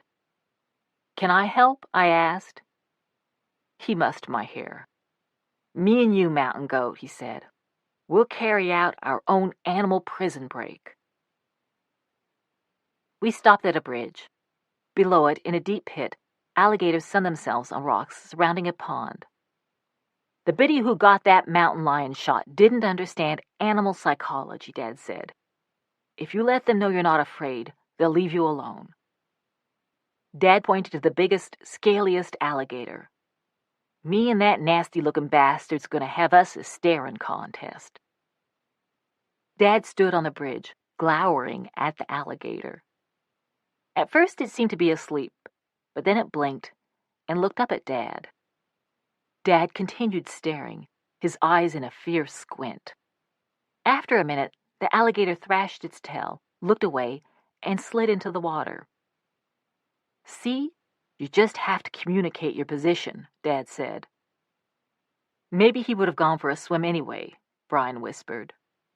What do you mean? I asked. Didn't you see how nervous that gator got? Dad made him do it. We followed Dad to the lion's den, but the lions were sleeping, so Dad said we should leave them alone. The aardvark was busy, hoovering up ants, and Dad said you shouldn't disturb eating animals. So we passed it by and went on to the cheetah's cage, which was about as big as our living room and surrounded by a chain fence. The lone cheetah paced back and forth, the muscles in his shoulders shifting with each step. Dad folded his arms on his chest and studied the cheetah. He's a good animal, fastest four-footed creature on the planet, he declared. Not happy about being in this damned cage, but he's resigned to it, and he's no longer angry. Let's see if he's hungry. Dad took me to the concession stand. He told the lady running it that he had a rare medical condition and couldn't eat cooked meat, so he'd like to buy a raw hamburger. Yeah, right, the sales clerk said. She told Dad the zoo didn't allow the sale of uncooked meat because foolish people try to feed it to the animals. I'd like to feed her lard ass to the animals, Dad muttered. He bought me a bag of popcorn, and we returned to the cheetah cage. Dad squatted outside the fence opposite the cheetah. The animal came closer to the bars and studied him curiously. Dad kept looking at him, not in the angry-eyed way he had stared down the alligator. The cheetah looked back. Finally, he sat down. Dad stepped over the chain fence and knelt right next to the bars where the cheetah was sitting. The cheetah remained still, looking at Dad. Dad slowly raised his right hand and put it up against the cage. The cheetah looked at Dad's hand but didn't move. Dad calmly put his hand between the iron bars of the cage and rested it on the cheetah's neck. The cheetah moved the side of his face against Dad's hand, as if asking to be petted. Dad gave the cheetah the kind of hearty, vigorous petting you'd give a big dog. "Situation under control," Dad said, and beckoned us over. We climbed under the chain fence and knelt around Dad while he petted the cheetah. By then, a few people had begun to gather. One man was calling to us to get back behind the chain fence. We ignored him. I knelt close to the cheetah. My heart was beating fast, but I wasn't scared, only excited. I could feel the cheetah's hot breath on my face. He looked right at me. His amber eyes were steady but sad, as if he knew he'd never see the plains of Africa again. "May I pet him, please?" I asked Dad. Dad took my hand and slowly guided it to the side of the cheetah's neck. It was soft, but also bristly. The cheetah turned his head and put his moist nose up against my hand. Then his big pink tongue unfolded from his mouth, and he licked my hand. I gasped. Dad opened my hand and held my fingers back. The cheetah licked my palm, his tongue warm and rough, like sandpaper dipped in hot water. I felt all tingly. "I think he likes me," I said. "He does," Dad said. "He also likes the popcorn salt and butter on your hand." There was a small crowd around the cage now, and one particularly frantic woman grabbed my shirt and tried to pull me over the chain. "It's all right," I told her. "My dad does stuff like this all the time." "He should be arrested," she shouted. "Okay, kids," Dad said. "The civilians are revolting. We better skedaddle." We climbed over the chain. When I looked back, the cheetah was following us along the side of the cage. Before we could make our way through the crowd, a heavy man in a navy blue uniform came running toward us. He was holding on to the gun and nightstick on his belt, which made him look like he was running with his hands on his hips. He was shouting about regulations and how idiots had been killed climbing into cages and how we all had to leave immediately. He grabbed Dad by the shoulder, but Dad pushed him off and assumed a fighting stance. Some of the men in the crowd clutched Dad's arms, and Mom asked Dad to please do what the guard had ordered. Dad nodded and held out his hands in a peace gesture. He led us through the crowd and toward the exit, chuckling and shaking his head to let us kids know that these fools were not worth the time it would take to kick their butts. I could hear people around us whispering about the crazy drunk man and his dirty little urchin children, but who cared what they thought? None of them had ever had their hand licked by a cheetah. It was around this time that Dad lost his job. He said there was nothing to worry about because Phoenix was so big and growing so fast that he could find another job at a site where they hadn't spread lies about him. Then he got fired from his second job and from his third, and was kicked out of the electricians' union and started doing odd jobs and day work. Whatever money Mom had inherited from Grandma Smith had disappeared, and once again we were scraping by. I didn't go hungry. Hot school at lunch cost $0.25, and we could usually afford that. When we couldn't, and I told Mrs. Ellis, my fourth-grade teacher, that I had forgotten my quarter, she said her records indicated that someone had already paid for me. Even though that seemed awfully coincidental, I didn't want to push my luck by asking too many questions about who this someone was. I ate the hot lunch. Sometimes that lunch was all I had to eat all day, but I could get by just fine on one meal. One afternoon when Brian and I had come home to an empty fridge, we went out to the alley behind the house looking for bottles to redeem. Down the alley was a delivery bay of a warehouse. A big green dumpster stood in the parking lot. When no one was looking, Brian and I pushed open the lid, climbed up, and dived inside to search for bottles. I was afraid it might be full of yucky garbage. Instead, we found an astonishing treasure. cardboard boxes filled with loose chocolates. Some of them were whitish and dried out looking, and some were covered with a mysterious green mold, but most of them were fine. We pigged out on chocolates, and from then on, whenever Mom was too busy to make dinner or we were out of food, we'd go back to the dumpster to see if any new chocolate was waiting for us. From time to time, it was. For some reason, there were no kids Maureen's age on North 3rd Street. She was too young to run around with me and Brian, so she spent most of her time riding up and down on the red tricycle Dad had bought for her and playing with her imaginary friends. They all had names, and she would talk to them for hours. They'd laugh together, carry on detailed conversations, even argue. One day she came home in tears, and when I asked her why she was crying, she said she'd gotten into a fight with Susie Q, one of the imaginary friends. Maureen was 5 years younger than Brian, and Mom said since she didn't have any allies in the family around her age, she needed special treatment. Mom decided Maureen needed to enroll in preschool, but she said she didn't want her youngest daughter dressed in the thrift store clothes the rest of us wore. Mom told us we'd have to go shoplifting. Isn't that a sin? I asked Mom. Not exactly, Mom said. God doesn't mind you bending the rules a little if you have a good reason. It's sort of like justifiable homicide. This is justifiable pilfering. Mom's plan was for her and Maureen to go into the dressing room of a store with an armful of new clothes for Maureen to try on. When they came out, Mom would tell the clerk she didn't like any of the dresses. At that point, Lori Bryan and I would create a ruckus to distract the clerk while Mom hid a dress under a raincoat she would be carrying on her arm. We got 3 or 4 nice dresses for Maureen that way. But on one excursion, when Brian and I were pretending to punch each other out, and Mom was in the process of slipping a dress under her raincoat, the sales lady turned to Mom and asked if she intended to buy that dress she was holding. Mom had no choice but to pay for it. $14 for a child's dress, she said as we left the store. It's highway robbery. Dad devised an ingenious way to come up with extra cash. He figured out that when you made a withdrawal from the drive-through window at the bank, it took a few minutes for the transaction to register in the computer. So he would open a bank account, and a week or so later, he would withdraw all the money from the teller inside the bank while Mom withdrew the same amount from the drive-through window. Lori said it sounded outright felonious, but Dad said all he was doing was outsmarting the fat cat bank owners who shylock the common man by charging usurious interest rates. We're innocent expressions, Mom told us kids the first time we dropped Dad off in front of the bank. Will we have to go to a juvenile delinquent center if we get busted? I asked.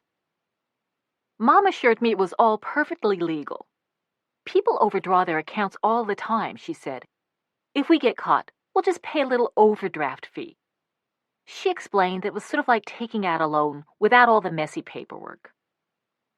But as we drove up to the teller's window, Mom seemed to get edgy and giggled nervously as she passed the withdrawal slip through the bulletproof window. I think she was enjoying the thrill of taking from the rich. After the woman inside passed us the cash, Mom drove around to the front of the bank. In a minute, Dad strolled out. He climbed into the front of the car, turned around, and with a wicked grin, held up a stack of bills and rifled them with his thumb.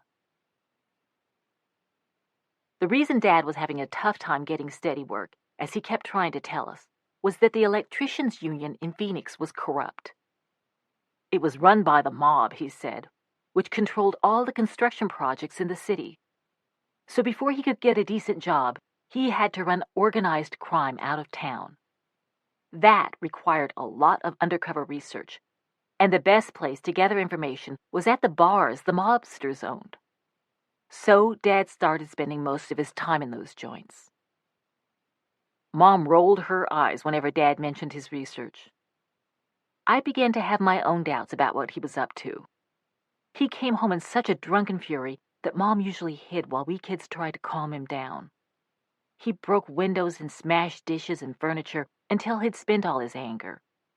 Then he'd look around at the mess and at us kids standing there. When he recognized what he'd done, he hung his head in weariness and shame. Then he'd sink to his knees and pitch forward face first on the floor. After Dad had collapsed, I would try to pick up the place, but Mom always made me stop. She'd been reading books on how to cope with an alcoholic, and they said that drunks didn't remember their rampages. So if you cleaned up after them, they'd think nothing had happened. Your father needs to see the mess he's making of our lives, Mom said. But when Dad got up, he'd act as if all the wreckage didn't exist, and no one would discuss it with him. The rest of us had to get used to stepping over broken furniture and shattered glass. Mom had taught us to pick Dad's pocket when he passed out. We got pretty good at it. Once, after I'd rolled Dad and collected a handful of change, I pried his fingers loose from the bottle in his hand. It was 3/4 empty. I stared at the amber liquid. Mom never touched the stuff, and I wondered what Dad found so irresistible. I opened the bottle and sniffed. The awful smell stung my nose, but after I worked up my courage, I took a swig. It had a hideously thick taste, smoky and so hot it burned my tongue. I ran to the bathroom, spat it out, and rinsed my mouth. I just took a swig of booze, I told Brian. It's the worst thing I've ever tasted in my life. Brian grabbed the bottle out of my hand. He emptied it into the kitchen sink, then led me out to the shed and opened up a wooden trunk in the back marked toy box. It was filled with empty liquor bottles. Whenever Dad passed out, Brian said, he took the bottle Dad had been drinking, emptied it, and hid it in the trunk.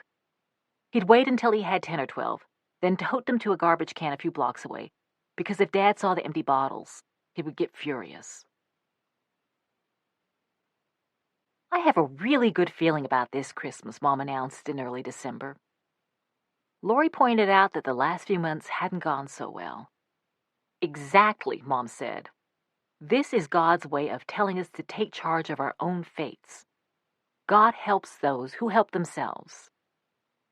She had such a good feeling that she decided that this year we were going to celebrate Christmas on Christmas Day instead of a week later. Mom was an expert thrift store shopper. She read the labels on the clothes and turned over dishes and vases to study the markings on the bottom. She had no qualms about telling a sales lady that a dress marked at 25 cents was worth only a dime, and usually she got it at that price. Mom took us thrift store shopping for weeks before that Christmas, giving us each $1 to spend on presents. I got a red glass bud vase for Mom, an onyx ashtray for Dad, a model car kit for Brian, a book about elves for Lori, and a stuffed tiger with a loose ear that Mom helped me sew back in place for Maureen. On Christmas morning, Mom took us to a gas station that sold Christmas trees. She selected a tall, dark, but slightly dried-out Douglas fir. This poor old tree isn't going to sell by the end of the day, and it needs someone to love it, she told the man and offered him $3. The man looked at the tree and looked at Mom and looked at us kids. My dress had buttons missing. Holes were appearing along the seams of Maureen's t-shirt. Lady, this one's been marked down to $1, he said. We carried the tree home and decorated it with Grandma's antique ornaments, ornate colored balls, fragile glass partridges, and lights with long tubes of bubbling water. I couldn't wait to open my presents, but Mom insisted that we celebrate Christmas in the Catholic fashion, getting to the gifts only after we'd attended midnight mass. Dad, knowing that all the bars and liquor stores would be closed on Christmas, had stocked up in advance. He popped open the first Budweiser before breakfast, and by the time midnight mass rolled around, he was having trouble standing up. I suggested that maybe this once, Mom should let Dad off the hook about going to mass, but she said stopping by God's house for a quick hello was especially important at times like this. So Dad staggered and lurched into the church with us. During the sermon, the priest discussed the miracle of Immaculate Conception and the virgin birth. "Virgin my ass," Dad shouted. "Mary was a sweet Jewish broad who got herself knocked up." The service came to a dead halt. Everyone was staring. The choir had swiveled around in unison and were gaping open-mouthed. Even the priest was speechless. Dad had a satisfied grin on his face. And Jesus H. Christ is the world's best-loved bastard. The ushers grimly escorted us to the street. On the way home, Dad put his arm around my shoulder for support. Baby girl, if your boyfriend ever gets into your panties and you find yourself in a family way, swear that it was Immaculate Conception and start mouthing off about miracles, he said. Then just pass around the collection plate come Sunday. I didn't like Dad when he talked like that, and I tried to move away from him, but he just held me tighter. Back at home, we tried to calm Dad down. Mom gave him one of his presents, a brass cigarette lighter from the 1920s in the shape of a Scottish terrier. Dad flicked it a couple of times, swaying back and forth. Then he held it up to the light and studied it. "Let's really light up this Christmas," Dad said, and thrust the lighter into the Douglas fir. The dried-out needles caught fire immediately. Flames leapt through the branches with a crackling noise. Christmas ornaments exploded from the heat. For a few moments, we were too stunned to do anything. Mom called for blankets and water. We were able to put the fire out, but only by knocking down the tree, smashing most of the ornaments, and ruining all our presents. Dad sat on the sofa the whole time, laughing and telling Mom that he was doing her a favor because trees were pagan symbols of worship. Once the fire was out and the sodden, burned tree lay smoldering on the floor, we all just stood there. No one tried to wring Dad's neck or yell at him or even point out that he'd ruined the Christmas his family had spent weeks planning, the Christmas that was supposed to be the best we'd ever had. When Dad went crazy, we all had our own ways of shutting down and closing off. And that was what we did that night. I turned 10 that spring, but birthdays were not a big deal around our house. Sometimes Mom stuck a few candles and some ice cream and we all sang happy birthday. Mom and Dad might get us a little present, a comic book or a pair of shoes or a package of underwear, but at least as often, they forgot our birthdays altogether. So I was surprised when, on the day I turned 10, Dad took me outside to the back patio and asked me what I wanted most in the world. "It's a special occasion, seeing as how it puts you into double digits," he said. "You're growing up damn fast, mountain goat. You'll be on your own in no time. And if there's anything I can do for you now, before you're gone, I want to do it." I knew Dad wasn't talking about buying me some extravagant present like a pony or a dollhouse. He was asking what he could do, now that I was almost grown up, to make my last years as a kid everything I hoped they'd be. There was only one thing I truly wanted, something that I knew would change all our lives, but I was afraid to ask for it. Just thinking about saying the words out loud made me nervous. Dad saw my hesitation. He knelt so that he was looking up at me. "What is it?" he said. "Ask away. It's big. Just ask, baby." "I'm scared. You know, if it's humanly possible, I'll get it for you. And if it ain't humanly possible, I'll die trying." I looked at the thin swirls of clouds high in the blue Arizona sky. Keeping my eyes fastened on those distant clouds, I took a breath and said, "Do you think you could maybe stop drinking?" Dad said nothing. He was staring down at the cement patio, and when he turned to me, his eyes had a wounded look, like a dog who's been kicked. "You must be awfully ashamed of your old man," he said. "No," I said quickly. "It's just I think Mom would be a lot happier. Plus we'd have the extra money." "You don't have to explain," Dad said.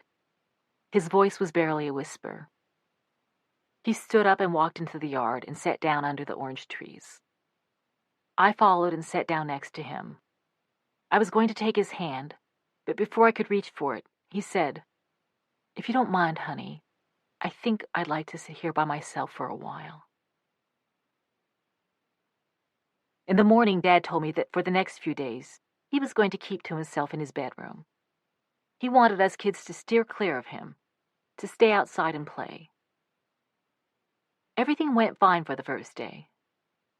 On the second day, when I came home from school, I heard a terrible groaning coming from the bedroom. "Dad?" I called. There was no answer. I opened the door. Dad was tied to the bed with ropes and belts. I don't know if he had done it himself or if Mom helped him, but he was thrashing about, bucking and pulling at the restraints, yelling, "No!" and "Stop!" and "Oh my God!" His face was gray and dripping with sweat. I called out to him again, but he didn't see or hear me. I went into the kitchen and filled an empty orange juice jug with water. I sat with the jug next to Dad's door in case he got thirsty. Mom saw me and told me to go outside and play. I told her I wanted to help Dad. She said there was nothing I could do, but I stayed by the door anyway. Dad's delirium continued for days. When I came home from school, I'd get the jug of water, take up my position by the door, and wait there until bedtime. Brian and Maureen played outside, and Lori kept to the far side of the house. Mom painted in her studio. No one talked much about what was going on. One night when we were eating dinner, Dad let out a particularly hideous cry. I looked at Mom, who was stirring her soup as if it were an ordinary evening, and that was when I lost it. "Do something," I yelled at her. "You've got to do something to help Dad." "Your father's the only one who can help himself," Mom said. "Only he knows how to fight his own demons." After the better part of a week, Dad's delirium stopped, and he asked us to come talk to him in the bedroom. He was propped up on a pillow, paler and thinner than I'd ever seen him. He took the water jug I offered him. His hands were shaking so badly that he had trouble holding it, and the water dribbled down his chin as he drank. A few days later, Dad was able to walk around, but he had no appetite, and his hands still trembled. I told Mom that maybe I had made a terrible mistake, but Mom said sometimes you have to get sicker before you can get better. Within a few more days, Dad seemed almost normal, except he'd become tentative, even kind of shy. He smiled at his kids a lot and squeezed our shoulders, sometimes leaning on us to steady himself. "I wonder what life will be like now," I said to Lori. "The same," she said. "He tried stopping before, but it never lasted. This time it will." "How do you know?" "It's his present to me."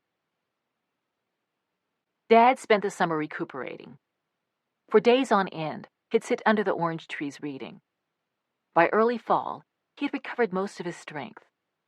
To celebrate his new life on the wagon, and to put some distance between himself and his drinking haunts, he decided that the Walls clan should take a long camping trip to the Grand Canyon. We'd avoid the park rangers and find a cave somewhere along the river. We'd swim and fish and cook our catch over an open fire. Mom and Lori could paint, and Dad and Brian and I could climb the cliffs and study the canyon's geological strata.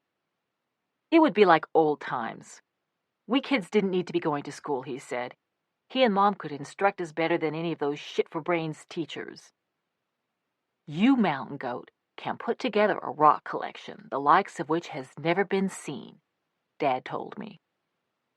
Everyone loved the idea. Brian and I were so excited, we did a jig right there on the living room floor. We packed blankets, food, canteens, fishing line, the lavender blanket Maureen took everywhere, Lori's paper and pencils, Mom's easel and canvases and brushes and paints. What we couldn't fit in the trunk of the car, we tied to the top. We also took along Mom's fancy archery set, the one made of inlaid fruit wood, because Dad said you never know what wild game we might find in those canyon recesses. He promised Brian and me that we'd be shooting that bow and arrow like a couple of full-blooded Indian kids by the time we came back. If we ever came back. Hell, we might decide to live in the Grand Canyon permanently. We started out early the next morning. Once we got north of Phoenix, past all the tract house suburbs, the traffic thinned, and Dad started going faster and faster. "There ain't no better feeling than being on the move," he said. We were out in the desert by now, the telephone poles snapping past. "Hey, Mountain Goat," he hollered. "How fast do you think I can make this car go?" "Faster than the speed of light," I said. I leaned over the front seat and watched the needle on the speedometer creep up. We were doing 90 miles an hour. You're going to see that little needle go all the way off the dial, Dad said. I could see his leg move as he stepped on the gas. We'd roll down the windows, and maps and art paper and cigarette ashes were whipping around our heads. The speedometer needle crept past 100, the last number on the dial, and pushed into the empty space beyond. The car started shuddering, but Dad didn't let up on the accelerator.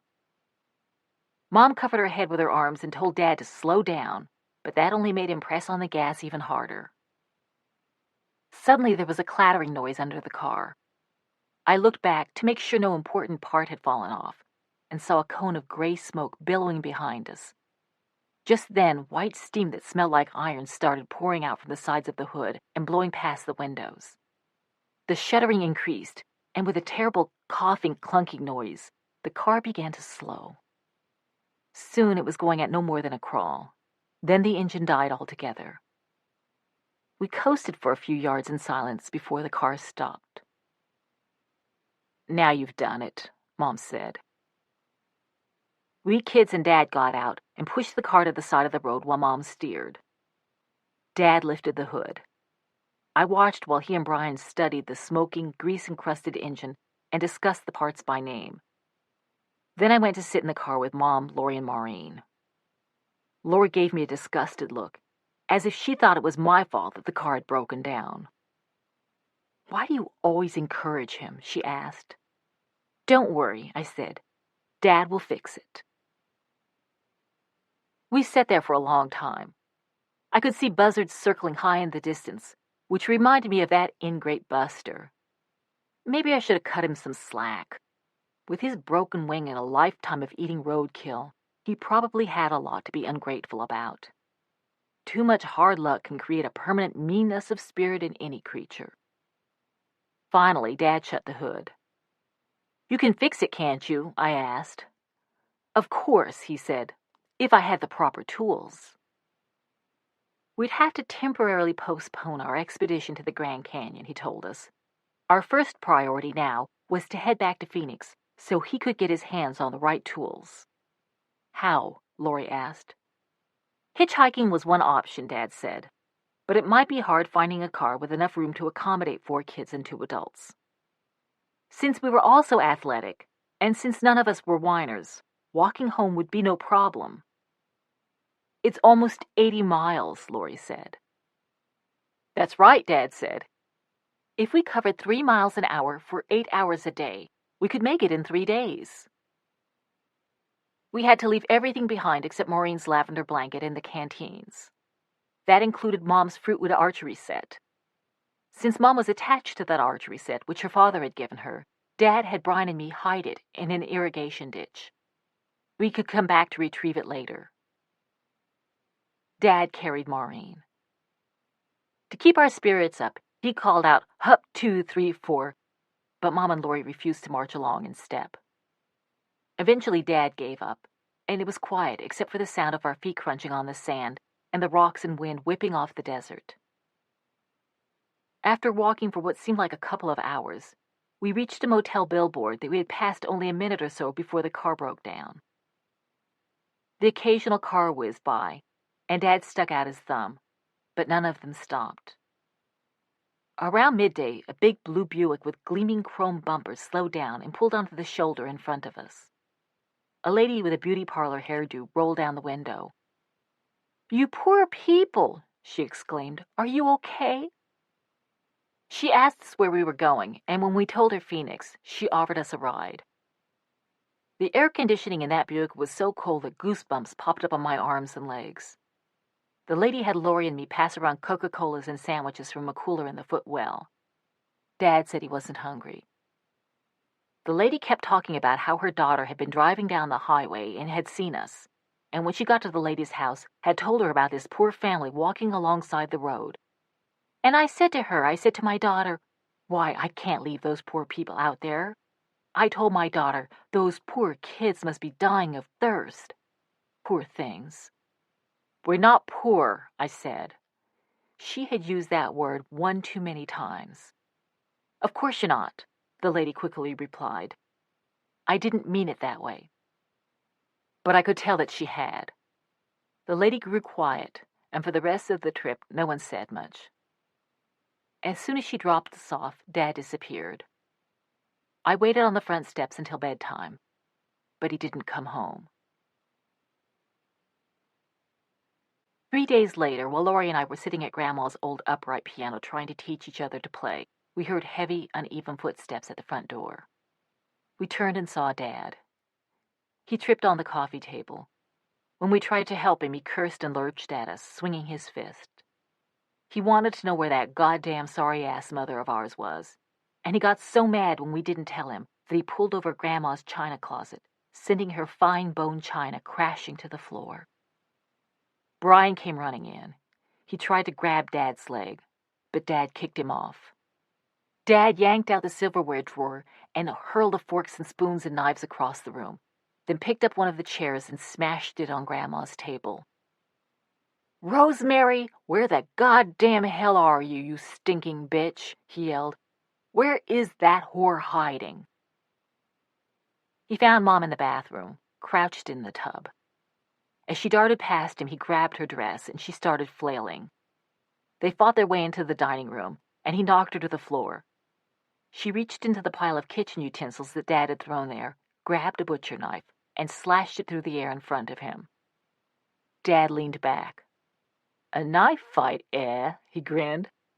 "Okay, if that's what you want." He picked up a knife, too, tossing it from hand to hand. Then he knocked the knife out of Mom's hand, dropped his own knife, and wrestled her to the floor. We kids pounded on Dad's back and begged him to stop, but he ignored us. At last, he pinned Mom's hands behind her head. "Rosemary, you're one hell of a woman," Dad said. Mom told him he was a stinking, rotten drunk. "Yeah, but you love this old drunk, don't you?" Dad said. Mom at first said no, she didn't, but Dad kept asking her again and again, and when she finally said yes, the fight disappeared from both of them, vanished as if it had never existed. Dad started laughing and hugging Mom, who was laughing and hugging him. It was as if they were so happy they hadn't killed each other that they had fallen in love all over again. I didn't feel like celebrating. After all he'd put himself through, I couldn't believe Dad had gone back to the booze. With Dad drinking again and no money coming in, Mom began to talk about moving east, to West Virginia, where Dad's parents lived. Maybe his parents would help keep him in line. If nothing else, they could help us out financially, like Grandma Smith had done from time to time. "We'd love it in West Virginia," she told us. "We'd live in the forest and the mountains with the squirrels and the chipmunks. We could meet our Grandma and Grandpa Walls, who were genuine hillbillies." Mom made living in West Virginia sound like another great adventure, and pretty soon all us kids had signed on for the trip. Dad hated the idea, however, and refused to help Mom, so she plodded on her own. Since we had never retrieved the car or any of our stuff from the failed Grand Canyon expedition, the first thing Mom needed was a set of wheels. She said that God works in mysterious ways, and it just so happened that she had inherited some land in Texas when Grandma died. She waited until she received a check for several $100s from the company that was leasing the drilling rights. Then she went to buy a used car. A local radio station had a promotional broadcast once a week from a car lot that we passed on our way to school. Every Wednesday, the DJs and used car salesmen would rave on air about the incredible deals and the lowest prices around. To prove their point, they'd announce the piggy bank special, some car priced under $1,000 that they'd sell to the first lucky caller. Mom set her sights on a piggy bank special. She wasn't taking any chances on being the first caller. She went down with her cash and sat in the dealership office while we kids waited on a park bench across the street, listening to the broadcast on a transistor radio. The piggy bank special that Wednesday was a 1956 Oldsmobile, which Mom bought for $200. We listened as she took to the airwaves to tell the radio audience she knew a heck of a bargain when she saw one. Mom was not allowed to test drive the piggy bank special before buying it. The car lurched and stalled several times on the way home. It was impossible to tell whether it was Mom's driving or whether we had bought a lemon. We kids were not all that thrilled about the idea of Mom driving us across country. She didn't have a valid driver's license, for one thing, and she'd always been a terrible driver. If Dad got too drunk, she ended up behind the wheel, but cars never seemed to run right for Mom. Once we were driving through downtown Phoenix and she couldn't get the brakes to work, and she had Brian and me stick our heads out the window and scream, "No brakes, no brakes," as we rolled through intersections and she looked for something relatively soft to crash into. We ended up plowing into a dumpster behind a supermarket and walking home. Mom said that anyone critical of her driving could help with the task. Now that we had a car, she continued, we could leave the next morning. It was October, and we'd been in school for just over a month. But Mom said we had no time to tell our teachers we were withdrawing or to get any of our school records. When we enrolled in West Virginia, she'd vouched for our scholastic achievement. And once our new teachers heard us read, they'd realize we were all gifted. Dad was still refusing to come with us. When we left, he said, he was going to head out into the desert on his own to become a prospector. I asked Mom if we were going to sell the house on North 3rd Street or rent it out. Neither, she said. It's my house. She explained that it was nice to own something for a change, and she saw no point in selling it just because we were moving. She didn't want to rent it either, since she was opposed to anyone else living in her house. We'd leave it as it was. To prevent burglars and vandals from breaking in, we'd hang laundry on the clothesline and put dirty dishes in the sink. That way, Mom pointed out, potential intruders would think the house was occupied and would be fooled into believing that the people who live there might come home any second. The following morning, we packed up the car while Dad sat in the living room sulking. We tied Mom's art supplies to the roof and filled the trunk with pots and pans and blankets. Mom had bought each of us a warm coat at the thrift store so we'd have something to wear in West Virginia, where it got so cold in the winter that it snowed. Mom said we could take only one thing, like the time we left Battle Mountain. I wanted to bring my bike, but Mom said it was too big, so I brought my geode. I ran into the backyard and said goodbye to the orange trees, and then I ran out front to get in the Oldsmobile. I had to crawl over Brian and sit in the middle because he and Lori had already staked out the window seats. Maureen was in the front seat with Mom, who had started the engine and was practicing her gear shifts. Dad was still in the house, so I leaned over Brian and shouted at the top of my voice. Dad appeared in the doorway, his arms folded across his chest. "Dad, please come, we need you," I hollered. Lori and Brian and Mom and Maureen all chimed in. "We need you," we shouted. "You're the head of the family. You're the dad. Come on." Dad stood there looking at us for a minute. Then he flicked the cigarette he was smoking into the yard, closed the front door, loped over to the car, and told Mom to move aside. He was driving.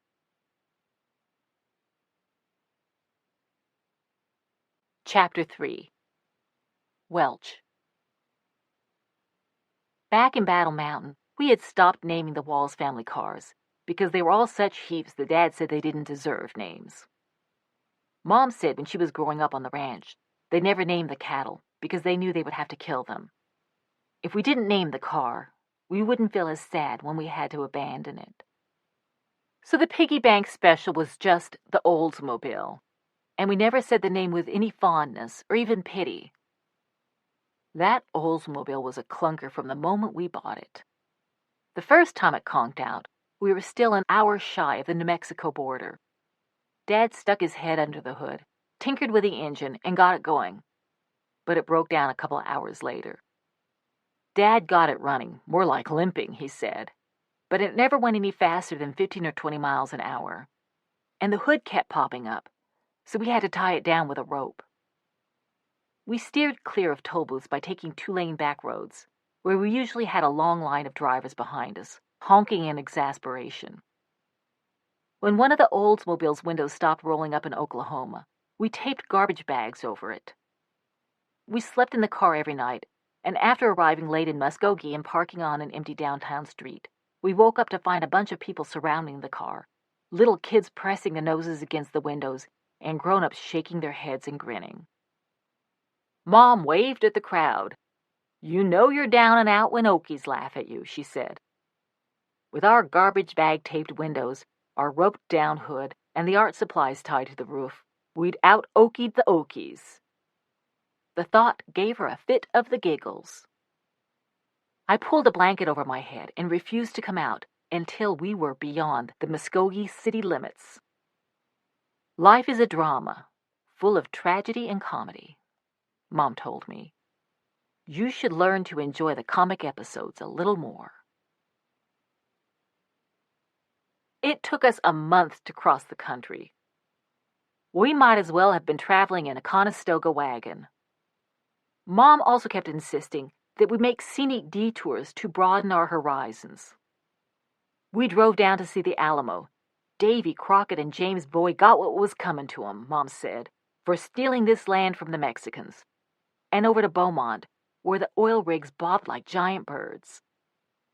In Louisiana, Mom had us climb up on the roof of the car and pull down tufts of Spanish moss hanging from the tree branches. After crossing the Mississippi, we swung north toward Kentucky, then east. Instead of flat desert edged by craggy mountains, the land rolled and dipped like a sheet when you shook it clean. Finally, we entered hill country, climbing higher and deeper into the Appalachian Mountains, stopping from time to let the Oldsmobile catch its breath on the steep, twisting roads. It was November. The leaves had turned brown and were falling from the trees, and a cold mist shrouded the hillsides. There were streams and creeks everywhere, instead of the irrigation ditches you saw out west, and the air felt different. It was very still, heavier and thicker, and somehow darker. For some reason, it made us all grow quiet. At dusk, we approached a bend where hand-painted signs advertising auto repairs and coal deliveries had been nailed to trees along the roadside. We rounded the bend and found ourselves in a deep valley. Wooden houses and small brick buildings lined the river and rose in uneven stacks on both hillsides. "Welcome to Welch," Mom declared. We drove along dark, narrow streets, then stopped in front of a big, worn house. It was on the downhill side of the street, and we had to descend a set of stairs to get to it. As we clattered onto the porch, a woman opened the door. She was enormous, with pasty skin and about 3 chins. Bobby pins held back her lank gray hair, and a cigarette dangled from her mouth. "Welcome home, son," she said, and gave Dad a long hug. Then she turned to Mom. "Nice of you to let me see my grandchildren before I die," she said without a smile. Without taking the cigarette out of her mouth, she gave each of us a quick, stiff hug. Her cheek was tacky with sweat. "Pleased to meet you, Grandma," I said. "Don't call me Grandma," she snapped. "Name's Irma."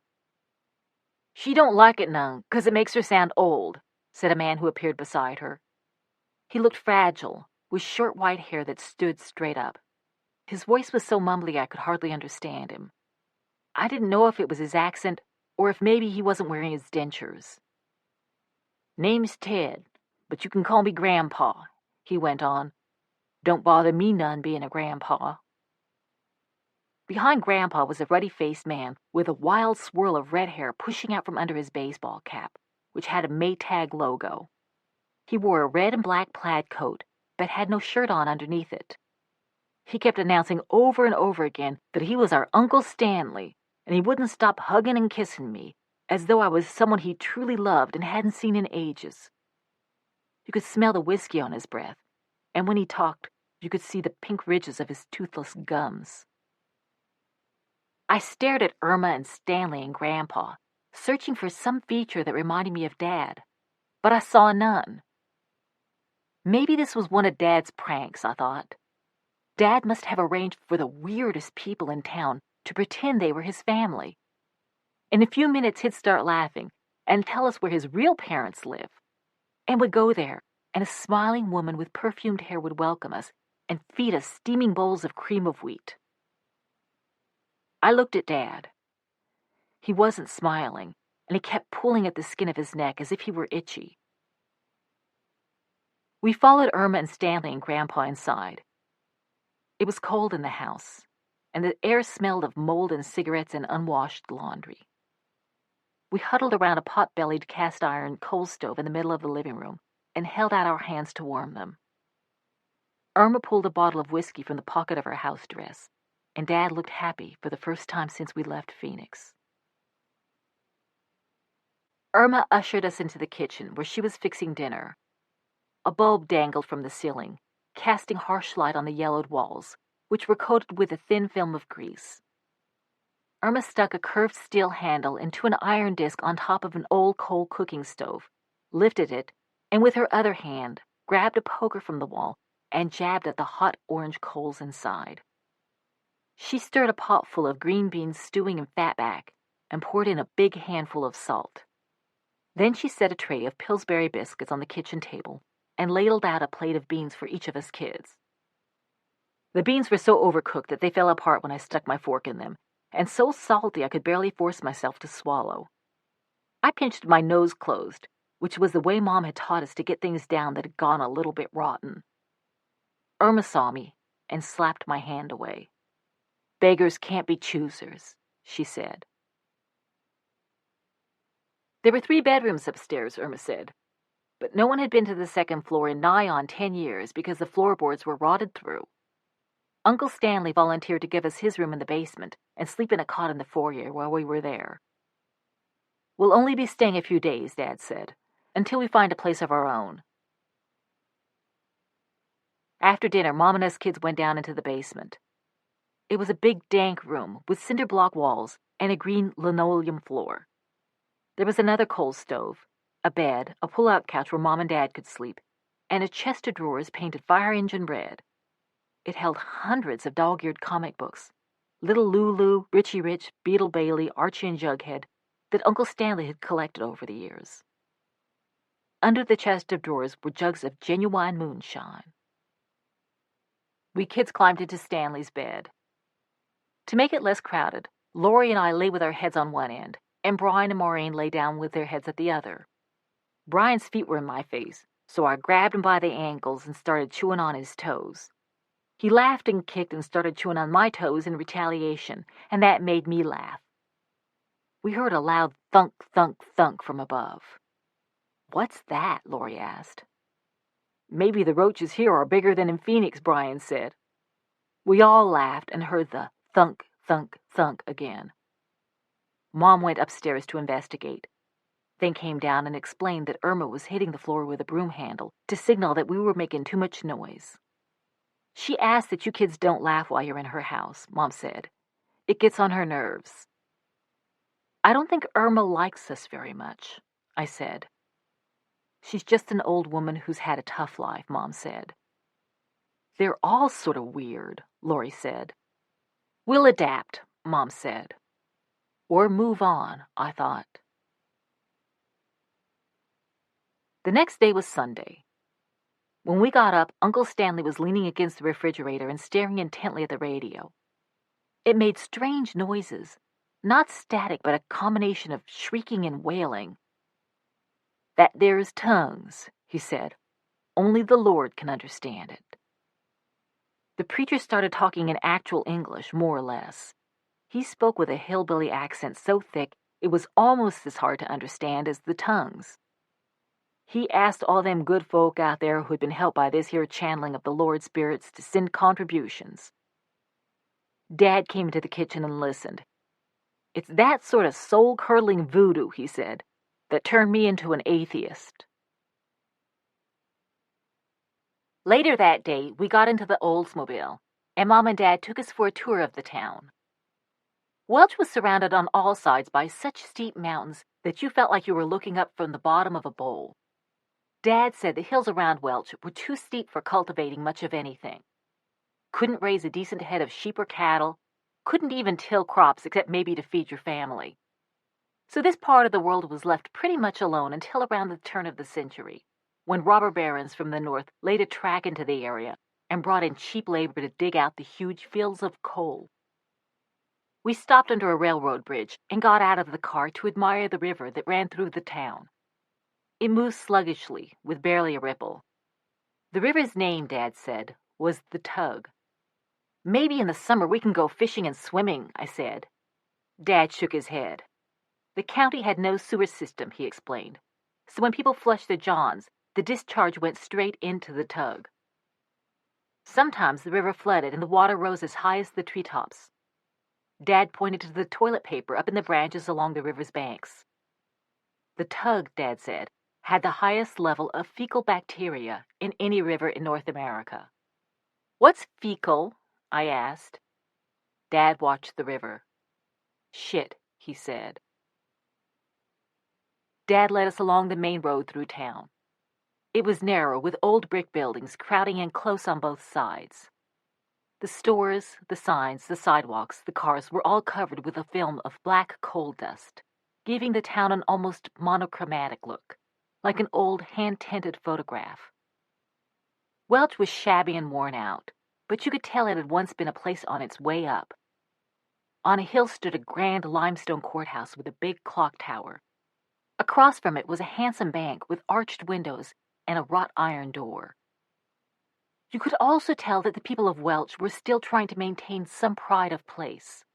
A sign near the town's only stoplight announced that Welch was the county seat of McDowell County, and that for years more coal had been mined in McDowell County than any comparable spot in the world. Next to it, another sign boasted that Welch had the largest outdoor municipal parking lot in North America. But the cheerful advertisements painted on the sides of buildings like the Tick-Tock Diner and the Pocahontas Movie Theater were faded and nearly illegible. Dad said bad times had come in the 50s. They hit hard and stayed. President John F. Kennedy had come to Welch not long after he was elected and personally handed out the nation's first food stamps here on McDowell Street to prove his point that, though ordinary Americans might find it hard to believe, starvation-level poverty existed right here in their own country. The road through Welch, Dad told us, led only farther into the wet, forbidding mountains and on to other dying coal towns.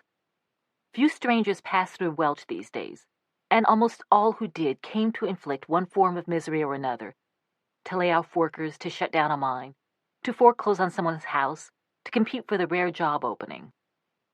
The townspeople didn't care much for outsiders. The streets were mostly silent and deserted that morning, but every now and then would pass a woman wearing curlers or a group of men in T-shirts with motor oil decals loitering in a doorway. I tried to catch their eyes, to give them a nod and a smile to let them know we had only good intentions, but they never nodded or spoke a word or even glanced our way. As soon as we passed, however, I could feel eyes following us up the street. Dad had brought Mom to Welch for a brief visit 15 years earlier, right after they were married. "Gosh, things have gone downhill a little bit since we were here last," she said. Dad gave a short snort of a laugh. He looked at her like he was about to say, "What the hell did I tell you?" Instead, he just shook his head. Suddenly, Mom grinned broadly. "I'll bet there aren't any other artists living in Welch," she said. "I won't have any competition. My career could really take off here." The next day, Mom took Brian and me to Welch Elementary, near the outskirts of town. She marched confidently into the principal's office with us in tow and informed him that he would have the pleasure of enrolling two of the brightest, most creative children in America in his school.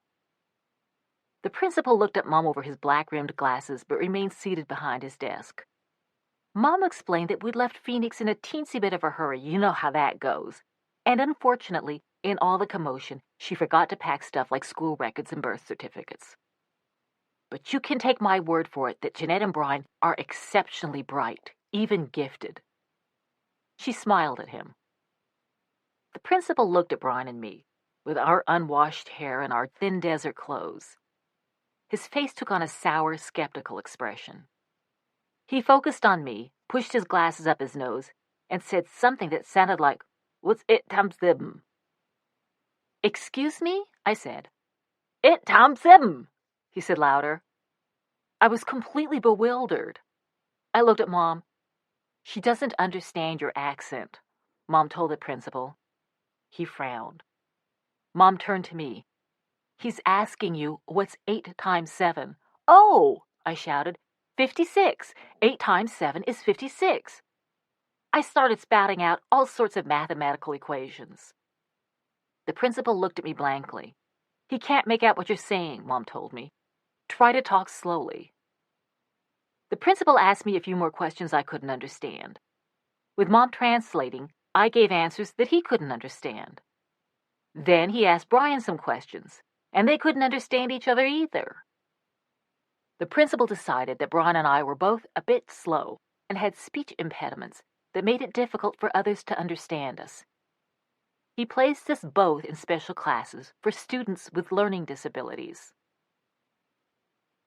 "You'll have to impress them with your intelligence," Mom said as Brian and I headed off to school the next day. "Don't be afraid to be smarter than they are." It had rained the night before our first day of school. When Brian and I stepped off the bus at Welch Elementary, our shoes got soaked in the water that filled the muddy tire ruts left by the school buses. I looked around for the playground equipment, figuring I could win some new friends with the fierce tetherball skills I'd picked up at Emerson. But I didn't see a single seesaw or jungle gym, not to mention any tetherball poles. It had been cold ever since we arrived in Welch. The day before, Mom had unpacked the thrift shop coat she'd bought us in Phoenix. When I pointed out that all the buttons had been torn from mine, she said that minor flaw was more than offset by the fact that the coat was imported from France and made of 100% lamb's wool. As we waited for the opening bell, I stood with Brian at the edge of the playground, my arms crossed to keep my coat closed. The other kids stared at us, whispering among themselves, but they also kept their distance, as if they hadn't decided whether we were predators or prey. I had thought West Virginia was all white hillbillies, so I was surprised by how many black kids there were. I saw one tall black girl with a strong jaw and almond eyes smiling at me. I nodded and smiled back. Then I realized there was something malicious in her smile. I locked my arms tighter across my chest. I was in the 5th grade, so my day was divided into periods, with different teachers and classrooms for each. For the first period, I had West Virginia history. History was one of my favorite subjects. I was coiled and ready to raise my hand as soon as the teacher asked a question I could answer. But he stood at the front of the room next to a map of West Virginia, with all 55 counties outlined, and spent the entire class pointing to counties and asking students to identify them. In my second period, we passed the hour watching a film of the football game that Welch High had played several days earlier. Neither of those teachers introduced me to the class. They seemed as uncertain as the kids about how to act around a stranger. My next class was English for students with learning disabilities. Miss Caparosi started out by informing the class that it might surprise them to learn that some people in this world thought they were better than other people. They're convinced they're so special that they don't need to follow the rules other people have to follow, she said, like presenting their school records when they enroll in a new school. She looked at me and raised her eyebrows meaningfully. "Who thinks that's not fair?" she asked the class. All the kids except me raised their hands. "I see our new student doesn't agree," she said. "Perhaps you'd like to explain yourself?" I was sitting in the second to last row. The students in front of me swiveled their heads around to stare. I decided to dazzle them with the answer from the ergo game. "Insufficient information to draw a conclusion," I said. "Oh, really?" Miss Caparosi asked. "Is that what they say in a big city like Phoenix?" She pronounced it Phoenix. Then she turned to the class and said in a high mocking voice, "Insufficient information to draw a conclusion." The class laughed violently. I felt something sharp and painful between my shoulder blades and turned around. The tall black girl with the almond eyes was sitting at the desk behind me. Holding up the sharp pencil she jabbed into my back, she smiled the same malicious smile I'd seen in the playground. I looked for Brian in the cafeteria at lunchtime, but 4th graders were on a different schedule. So I sat by myself and bit into the sandwich Irma had made for me that morning. It was tasteless and greasy. I pulled apart the 2 slices of Wonder Bread. Inside was a thin smear of lard. That was it. No meat, no cheese, not even a slice of pickle. Even so, I chewed slowly, staring intently at my bite marks in the bread to delay as long as possible the moment I would have to leave the cafeteria and go out to the playground. When I was the last student left in the cafeteria, the janitor, who was putting the chairs on the tabletop so the floor could be mopped, told me it was time to go. Outside, a thin mist hung in the still air. I pulled the sides of my lamb's wool coat together. 3 black girls, led by the one with the almond eyes, started moving toward me as soon as they saw me. A half-dozen other girls followed. Within moments, I was surrounded. "You think you're better than us?" the tall girl asked. "No," I said. "I think we're all equal." "You think you're as good as me?" She punched at me. When, instead of raising my hands in defense, I kept clutching my coat closed, she realized it had no buttons. "This girl ain't got no buttons on her coat," she shouted. That seemed to give her the license she needed. She pushed me in the chest, and I fell backward. I tried to get up, but all 3 girls started kicking me. I rolled away into a puddle, shouting for them to quit and hitting back at the feet coming at me from all sides. The other girls had closed in a circle around us, and none of the teachers could see what was going on. There was no stopping those girls until they'd had their fill. When we got home that afternoon, Mom and Dad were eager to hear about our first day. "It was good," I said. I didn't want to tell Mom the truth. I was in no mood to hear one of her lectures about the power of positive thinking. "See," she said, "I told you you'd fit right in." Brian shrugged off Mom and Dad's questions, and Lori didn't want to talk about her day at all. "How were the other kids?" I asked her later. "Okay," she said, but she turned away, and that was the end of the conversation. The bullying continued every day for weeks. The tall girl, whose name was Denisha Hewitt, watched me with her smile while we all waited on the asphalt playground for classes to start. At lunch, I ate my large sandwiches with paralytic slowness, but sooner or later, the janitor started putting the chairs up on the tables. I walked outside trying to hold my head high, and Denisha and her gang surrounded me. And it began. As we fought, they called me poor and ugly and dirty, and it was hard to argue the point.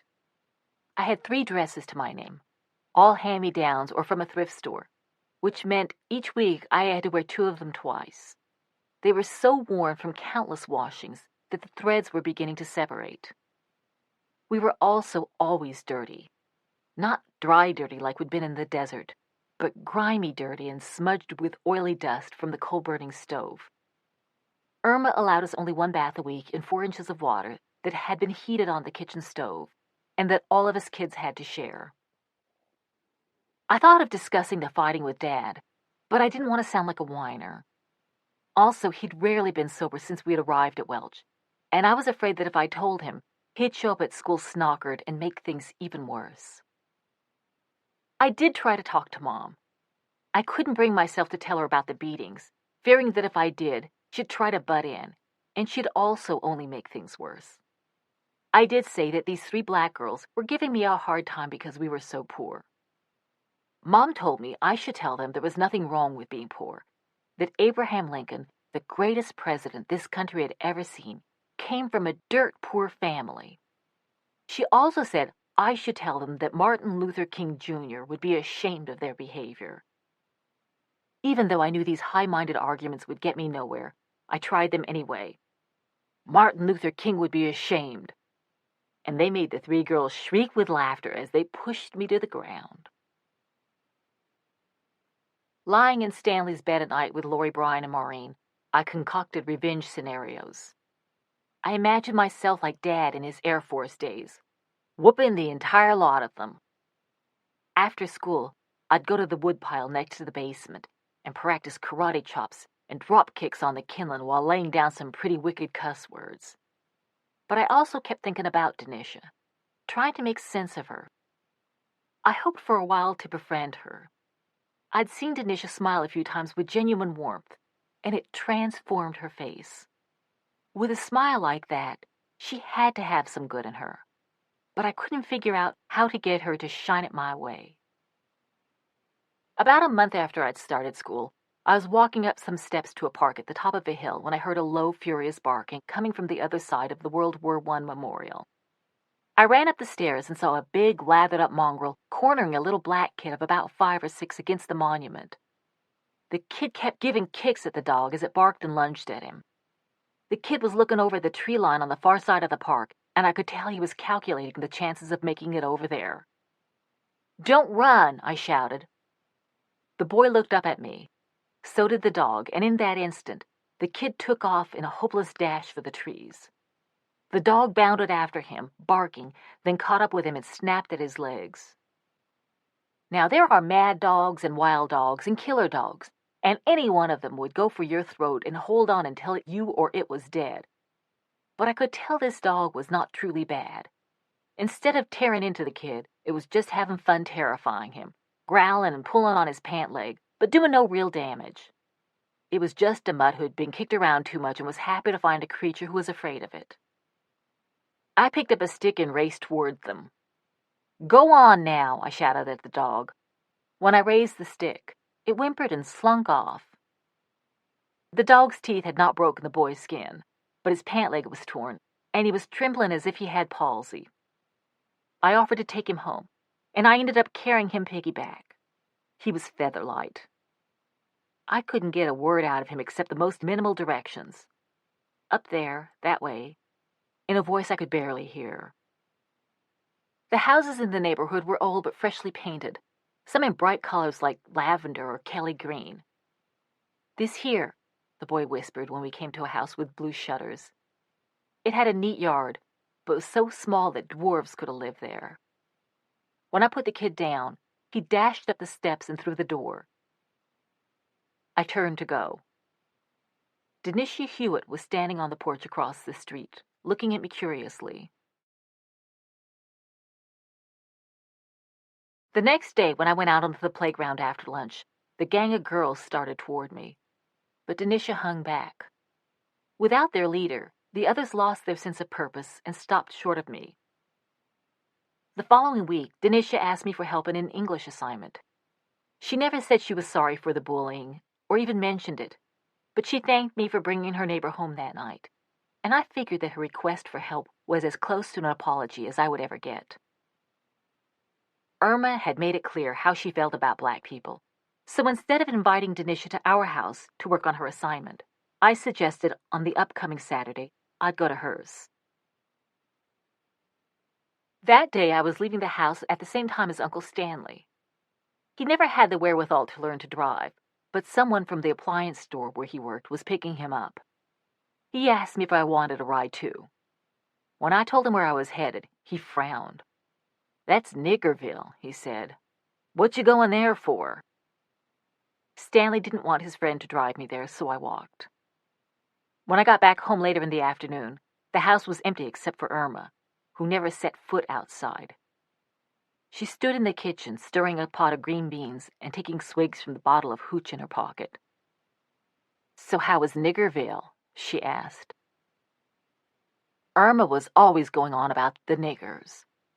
Her and Grandpa's house was on Court Street, on the edge of the black neighborhood. It galled her when they started moving into that section of town, and she always said it was their fault that Welch had gone downhill. When you were sitting in the living room, where Irma always kept the shades drawn, you could hear groups of black people walking into town, talking and laughing. "Goddamn niggers," Irma always muttered. "The reason I have not gone out of this house in 15 years is because I do not want to see or be seen by a nigger." Mom and Dad had always forbidden us to use that word. It was much worse than any curse word, they told us. But since Irma was my grandmother, I never said anything when she used it. Irma kept stirring the beans. "Keep this up, and people are going to think you're a nigger lover," she said. She gave me a serious look, as if imparting a meaningful life lesson I should ponder and absorb. She unscrewed the cap from her bottle of hooch and took a long, contemplative swallow. As I watched her drinking, I felt this pressure building in my chest and had to let it out. "You're not supposed to use that word," I said. Irma's face went slack with astonishment. "Mom says they're just like us," I continued, "except they have different complexions." Irma glared at me. I thought she was going to backhand me, but instead she said, "You ungrateful little shit. I'll be damned if you're eating my food tonight. Get your worthless ass down to the basement." Lori gave me a hug when she'd heard I told off Irma. Mom was upset, though. "We may not agree with all of Irma's views," she said, "but we have to remember that as long as we're her guests, we have to be polite." That didn't seem like Mom. She and Dad happily railed against anyone they disliked or disrespected. Standard Oil executives, J. Edgar Hoover, and especially snobs and racists. They'd always encouraged us to be outspoken about our opinions, but now we were supposed to bite our tongues. But she was right. Irma would boot us. Situations like these, I realized, were what turned people into hypocrites. "I hate Irma," I told Mom. "You have to show compassion for her," Mom said. Irma's parents had died when she was young, Mom explained, and she'd been shipped off to one relative after another who had treated her like a servant. Scrubbing clothes on a washboard until her knuckles bled, that was the preeminent memory of Irma's childhood. The best thing Grandpa did for her when they got married was buy her an electric washing machine. But whatever joy it had once given her was long gone. "Irma can't let go of her misery," Mom said. "It's all she knows." She added that you should never hate anyone, even your worst enemies. "Everyone has something good about them," she said. "You have to find that redeeming quality and love the person for that." "Oh, yeah?" I said. "What about Hitler? What was his redeeming quality?" "Hitler loved dogs," Mom said without hesitation. In late winter, Mom and Dad decided to drive the Oldsmobile back to Phoenix. They said they were going to fetch our bikes and all the other stuff we'd had to leave behind, pick up copies of our school records, and see if they could rescue Mom's fruitwood archery set from the irrigation ditch alongside the road to the Grand Canyon. We kids were to remain in Welch. Since Lori was the oldest, Mom and Dad said she was in charge. Of course, we were all answerable to Irma.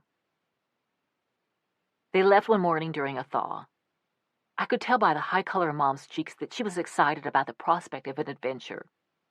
Dad was also clearly itching to get out of Welch. He had not found a job, and we were dependent on Irma for everything. Lori had suggested that Dad go to work in the mines, but he said the mines were controlled by the unions, and the unions were controlled by the mob, and the mob had blackballed him for investigating corruption in the electricians' union back in Phoenix. Another reason for him to return to Phoenix was to gather his research on corruption, because the only way he could get a job in the mines was by helping reform the United Mine Workers of America. I wished we were all going together.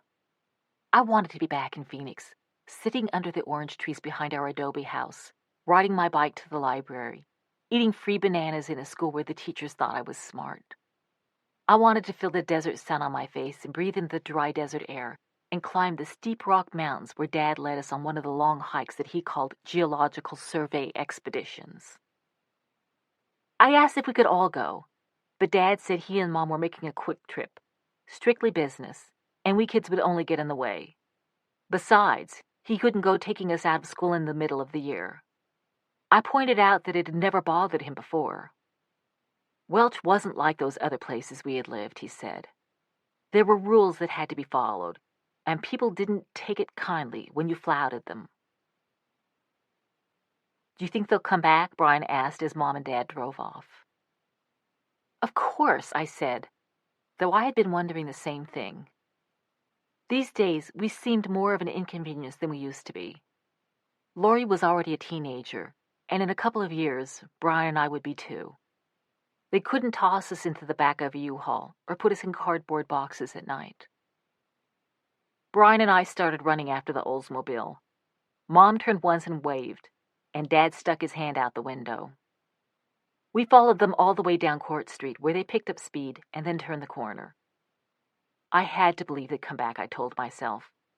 If I didn't believe, then they might not return. They might leave us forever. After Mom and Dad left, Irma became even more cantankerous. If she didn't like the look on our faces, she would hit us on the head with a serving spoon. Once she pulled out a framed photograph of her father and told us he was the only person who had ever loved her. She talked on and on about how much she'd suffered as an orphan at the hands of her aunts and uncles, who hadn't treated her half as kindly as she was treating us. About a week after Mom and Dad had left, we kids were all sitting in Irma's living room watching TV. Stanley was sleeping in the foyer. Irma, who'd been drinking since before breakfast, told Brian that his breeches needed mending. He started to take them off, but Irma said she didn't want him running around the house in his skivvies or with a towel wrapped around him, looking like he was wearing a goddamn dress. It would be easier for her to mend the breeches while he was still wearing them. She ordered him to follow her into Grandpa's bedroom, where she kept her sewing kit. They'd been gone for a minute or two when I heard Brian weakly protesting. I went into Grandpa's bedroom and saw Irma kneeling on the floor in front of Brian, grabbing at the crotch of his pants, squeezing and kneading while mumbling to herself and telling Brian to hold still, goddammit. Brian, his cheeks wet with tears, was holding his hands protectively between his legs.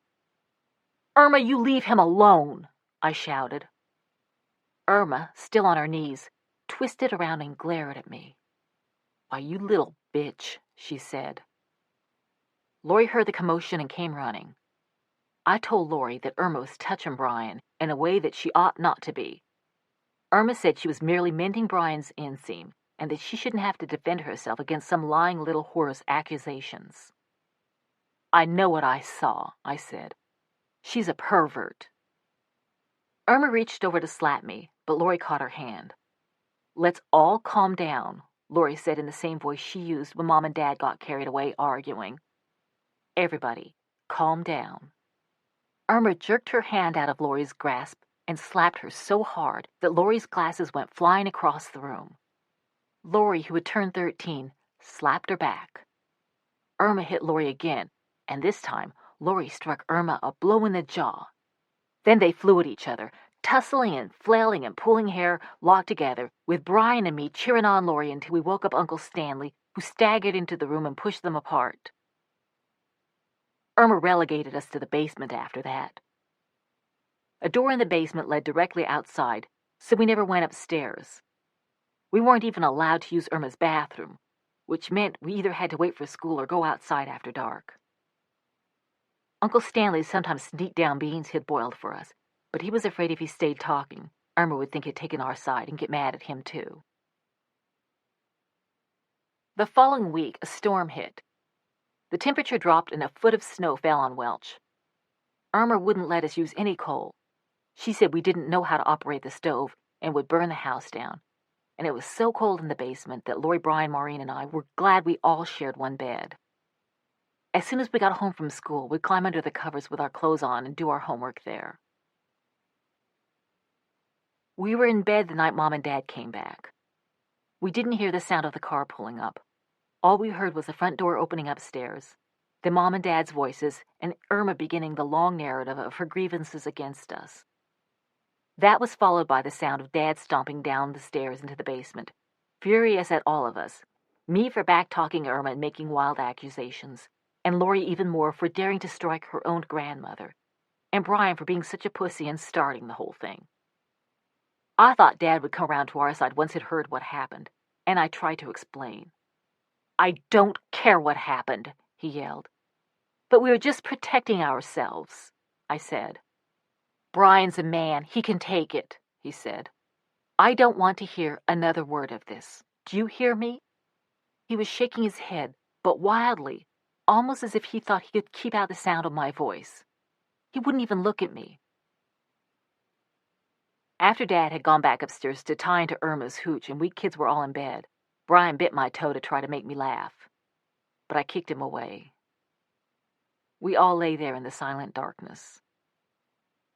Dad was really weird, I said, because someone had to say it. You'd be weird, too, if Irma was your mom, Lori said. Do you think she ever did something to Dad like what she did to Brian? I asked. No one said a thing. It was gross and creepy to think about it, but it would explain a lot. Why Dad left home as soon as he could. Why he drank so much and why he got so angry. Why he never wanted to visit Welch when we were younger. Why he at first refused to come to West Virginia with us, and only at the last possible moment overcame his reluctance and jumped into the car. Why he was shaking his head so hard, almost like he wanted to put his hands over his ears when I tried to explain what Irma had been doing to Brian. Don't think about things like that, Lori told me. It'll make you crazy. And so I put it out of my mind.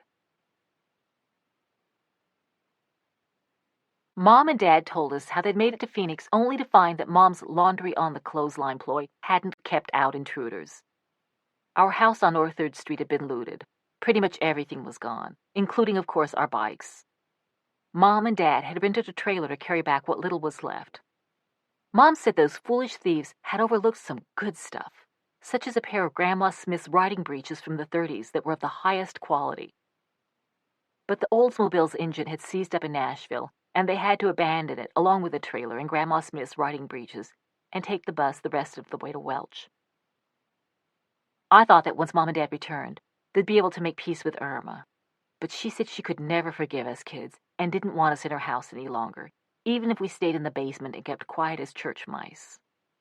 We were banished. That was the word Dad used. You did wrong, he said, and now we've all been banished. This isn't exactly the Garden of Eden, Lori said. I was more upset about the bike than I was about Irma banishing us. Why don't we just move back to Phoenix? I asked Mom. We've already been there, she said, and there are all sorts of opportunities here that we don't even know about. She and Dad set out to find us a new place to live. The cheapest rental in Welch was an apartment over a diner on McDowell Street that cost $75 a month, which was out of our price range. Also, Mom and Dad wanted outdoor space we could call our own, so they decided to buy. Since we had no money for a down payment and no steady income, our options were pretty limited. But within a couple of days, Mom and Dad told us they had found a house we could afford. It's not exactly palatial, so there's going to be a lot of togetherness, Mom said. And it's on the rustic side. How rustic? Lori asked. Mom paused. I could see her debating how to phrase her answer. It doesn't have indoor plumbing, she said. Dad was still looking for a car to replace the Olds. Our budget was in the high two figures. So that weekend we all hiked over for our first look at the new place. We walked down the valley through the center of town and around a mountainside, past the small, tidy brick houses put up after the mines were unionized. We crossed a creek that fed into the Tug River and started up a barely paved one-lane road called Little Hobart Street. We climbed through several switchbacks and, for a stretch, rose at an angle so steep you had to walk on your toes. If you tried walking flat-footed, you stretched your calves till they hurt. The houses up here were shabbier than the brick houses lower in the valley. They were made of wood with lopsided porches, sagging roofs, rusted-out gutters, and balding tar paper or asphalt shingles slowly but surely parting from the underwall. In almost every yard, a mutt or two was chained to a tree or clothesline post, and they barked furiously as we walked by. Like most houses in Welch, they were heated by coal. The more prosperous families had coal sheds. The poorer ones left their coal in a pile out front. The porches were every bit as furnished as the insides of most houses, with rust-stained refrigerators, folding card tables, hook rugs, couches or car seats for serious porch setting, and maybe a battered armoire with a hole cut in the side so the cat would have a cozy place to sleep. We followed the road almost to the end, where Dad pointed up at our new house. Well, kids, welcome to 93 Little Hobart Street, Mom said. Welcome to Home Sweet Home. We all stared. The house was a dinky thing, perched high up off the road on a hillside so steep that only the back of the house rested on the ground. The front, including a drooping porch, jutted precariously into the air, supported by tall, spindly cinder block pillars. It had been painted white a long time ago, but the paint, where it hadn't peeled off altogether, had turned a dismal gray. "It's a good thing we raised you young'uns to be tough," Dad said, "because this is not a house for the faint of heart." Dad led us up the lower steps, which were made of rock slapped together with cement. Because of settling and erosion and downright slipshod construction, they tilted dangerously toward the street. Where the stone steps ended, a rickety set of stairs made from 2x4s, more like a ladder than a staircase, took you up to the front porch. Inside were 3 rooms, each about 10 feet by 10 feet, facing onto the porch. The house had no bathroom, but underneath it, behind one of the cinder block pillars, was a closet-sized room with a toilet on a cement floor. The toilet wasn't hooked up to a sewer or any septic system. It just sat atop a hole about 6 feet deep. There was no running water indoors. A water spigot rose a few inches above the ground near the toilet, so you could get a bucket and tote water upstairs. While the house was wired for electricity, Dad confessed that we could not at the moment afford to have it turned on. On the upside, Dad said, the house cost only $1,000, and the owner had waived the down payment. We were supposed to pay him $50 a month. If we could make the payments on time, we'd own the place outright in under 2 years. "Hard to believe that one day this will all be ours," said Lori.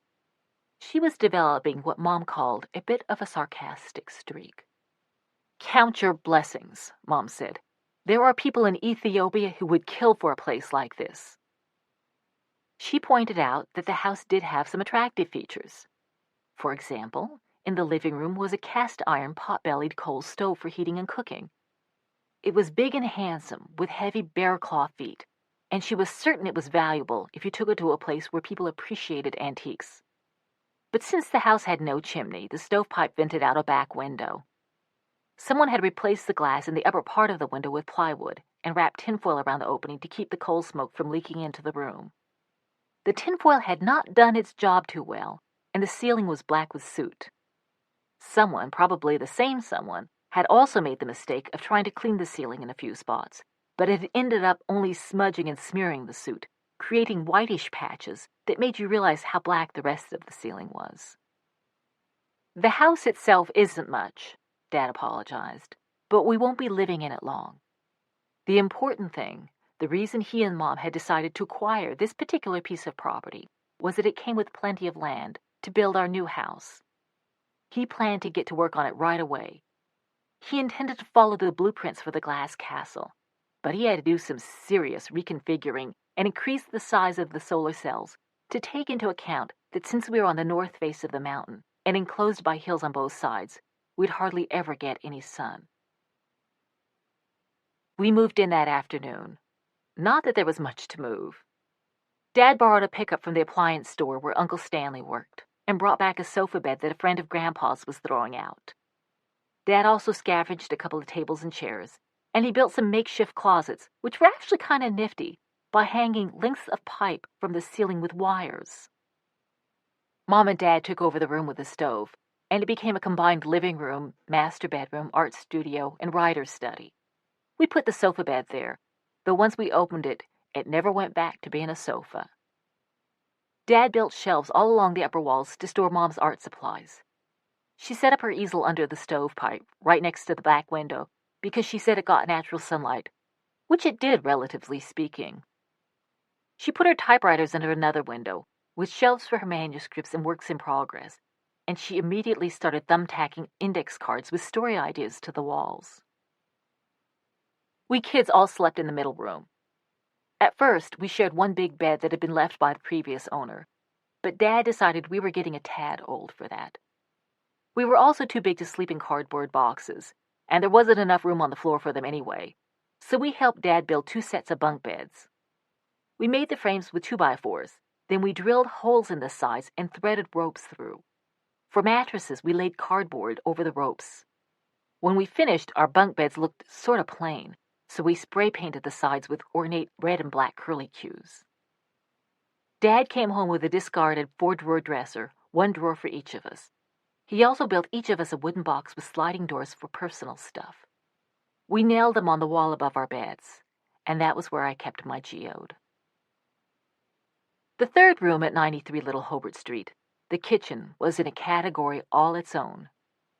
It had an electric stove, but the wiring was not exactly up to code, with faulty connectors, exposed lines, and buzzing switches. Helen Keller must have wired this damned house, Dad declared. He decided it was too convoluted to bother fixing. We called the kitchen the loose juice room because on the rare occasion that we had paid the electricity bill and had power, we'd get a wicked electric shock if we touched any damp or metallic surface in the room. The first time I got zapped, it knocked my breath out and left me twitching on the floor. We quickly learned that whenever we ventured into the kitchen, we needed to wrap our hands in the driest socks or rags we could find. If we got a shock, we'd announce it to everyone else, sort of like giving a weather report. "Big jolt from touching the stove today," we'd say. "Wear extra rags." One corner of the kitchen ceiling leaked like a sieve. Every time it rained, the plasterboard ceiling would get all swollen and heavy, with water streaming steadily from the center of the bulge. During one particularly fierce rainstorm that spring, the ceiling grew so fat it burst, and water and plasterboard came crashing down onto the floor. Dad never repaired it. We kids tried patching the roof on our own with tar paper, tinfoil, wood, and Elmer's glue, but no matter what we did, the water found its way through. Eventually we gave up, so every time it rained outside, it rained in the kitchen too. At first, Mom tried to make living at 93 Little Hobart Street seem like an adventure. The woman who had lived there before us left behind an old-fashioned sewing machine that you operated with a foot treadle. Mom said it would come in handy because we could make our own clothes even when the electricity was turned off. She also claimed you didn't need patterns to sew. You could get creative and wing it.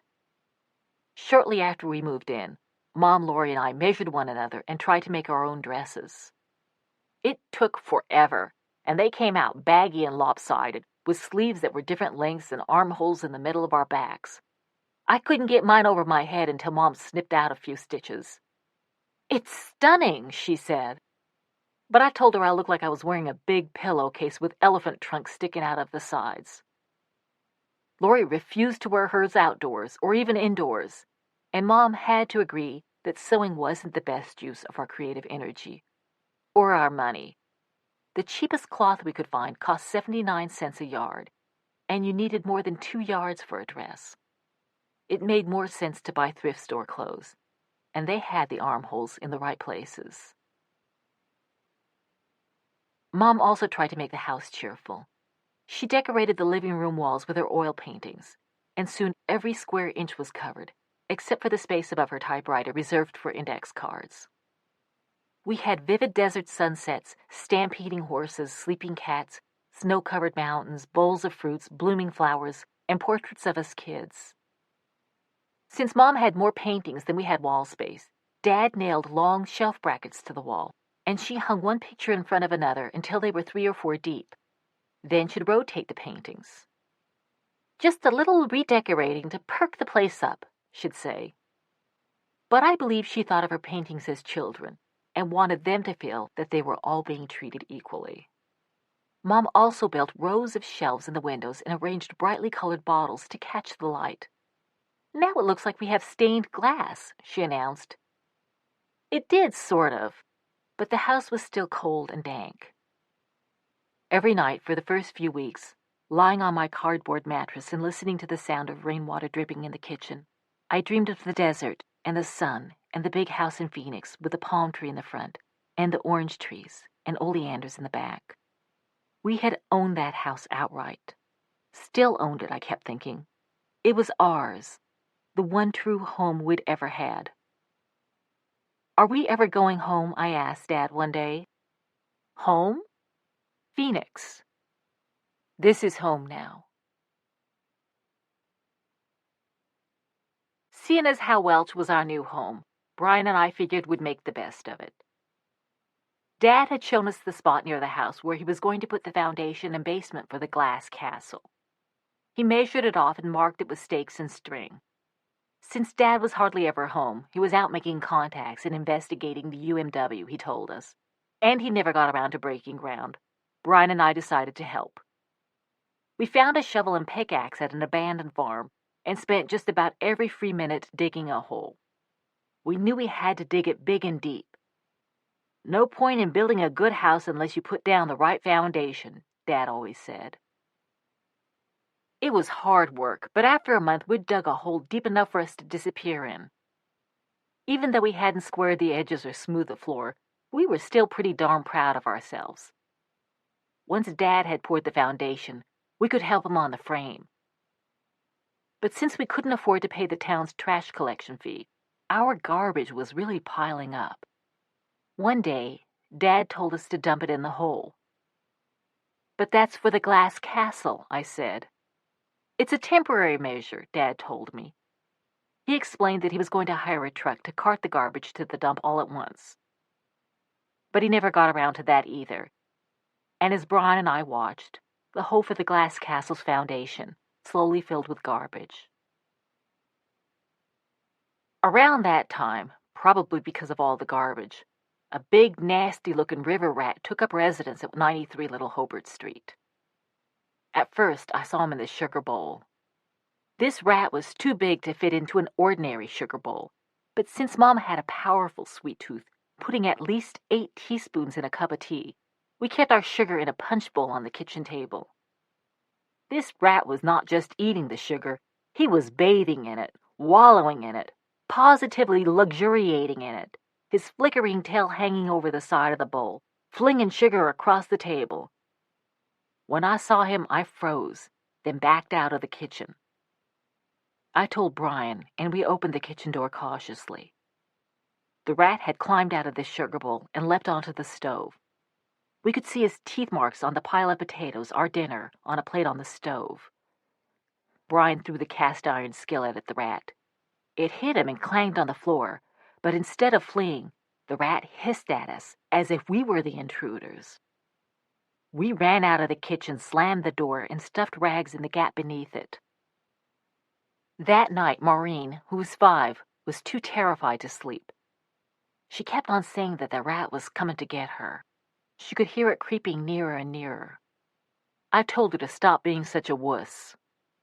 "I really do hear the rat," she said. "I think he's close to me."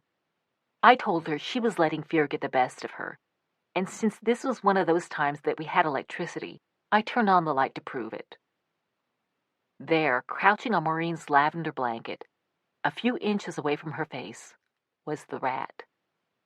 She screamed and pushed off her covers, and the rat jumped to the floor. I got a broom and tried to hit the rat with a handle, but it dodged me. Brian grabbed a baseball bat, and we maneuvered it, hissing and snapping, into a corner. Our dog, Tinkle, the part Jack Russell Terrier who had followed Brian home one day, caught the rat in his jaws and banged it on the floor until it was dead. When Mom ran into the room, Tinkle was strutting around, all pumped up like the proud beast slayer that he was. Mom said she felt a little sorry for the rat. "Rats need to eat too," she pointed out. Even though it was dead, it deserved a name, she went on, so she christened it Rufus.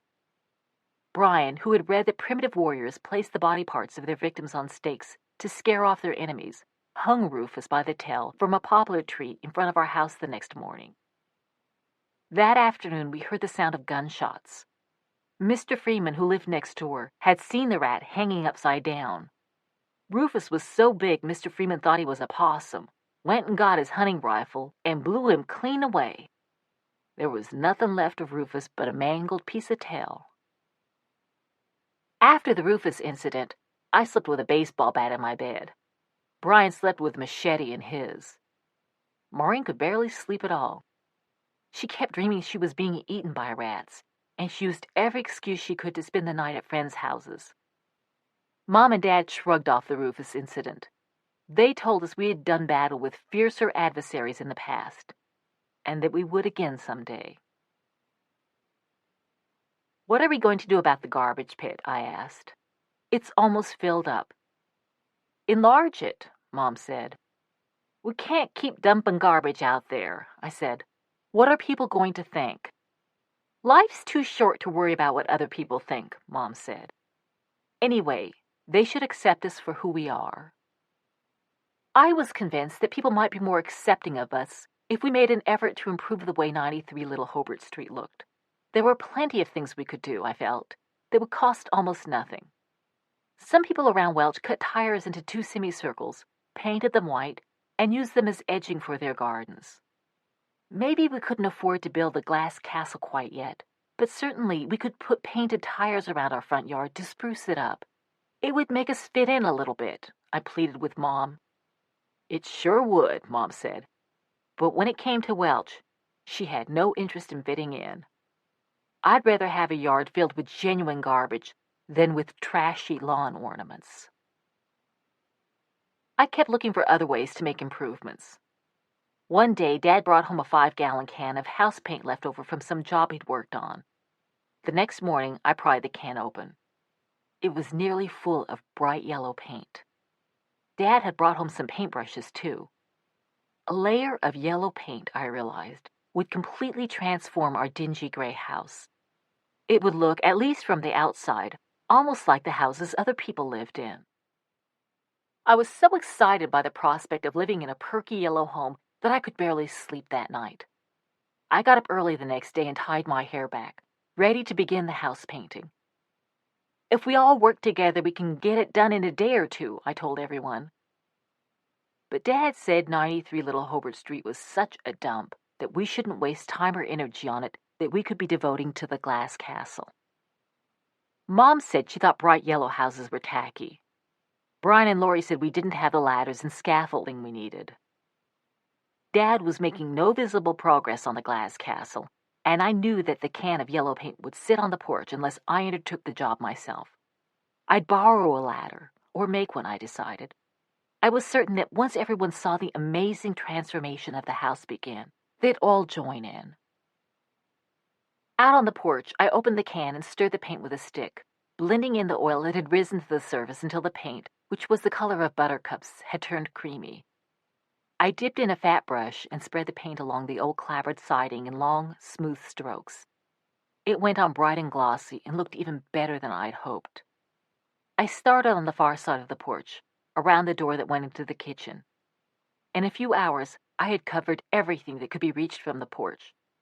Parts of the front were still unpainted, and so were the sides, but I had used less than a quarter of the paint. If everyone else helped, we could paint all the areas I couldn't reach, and in no time we would have a cheerful yellow house. But neither Mom nor Dad, nor Brian, nor Lori, nor Maureen was impressed. So part of the front of the house is yellow now, Lori said. That's really going to turn things around for us. I was going to have to finish the job myself. I tried to make a ladder from bits of scrap wood, but it kept collapsing whenever I put my weight on it.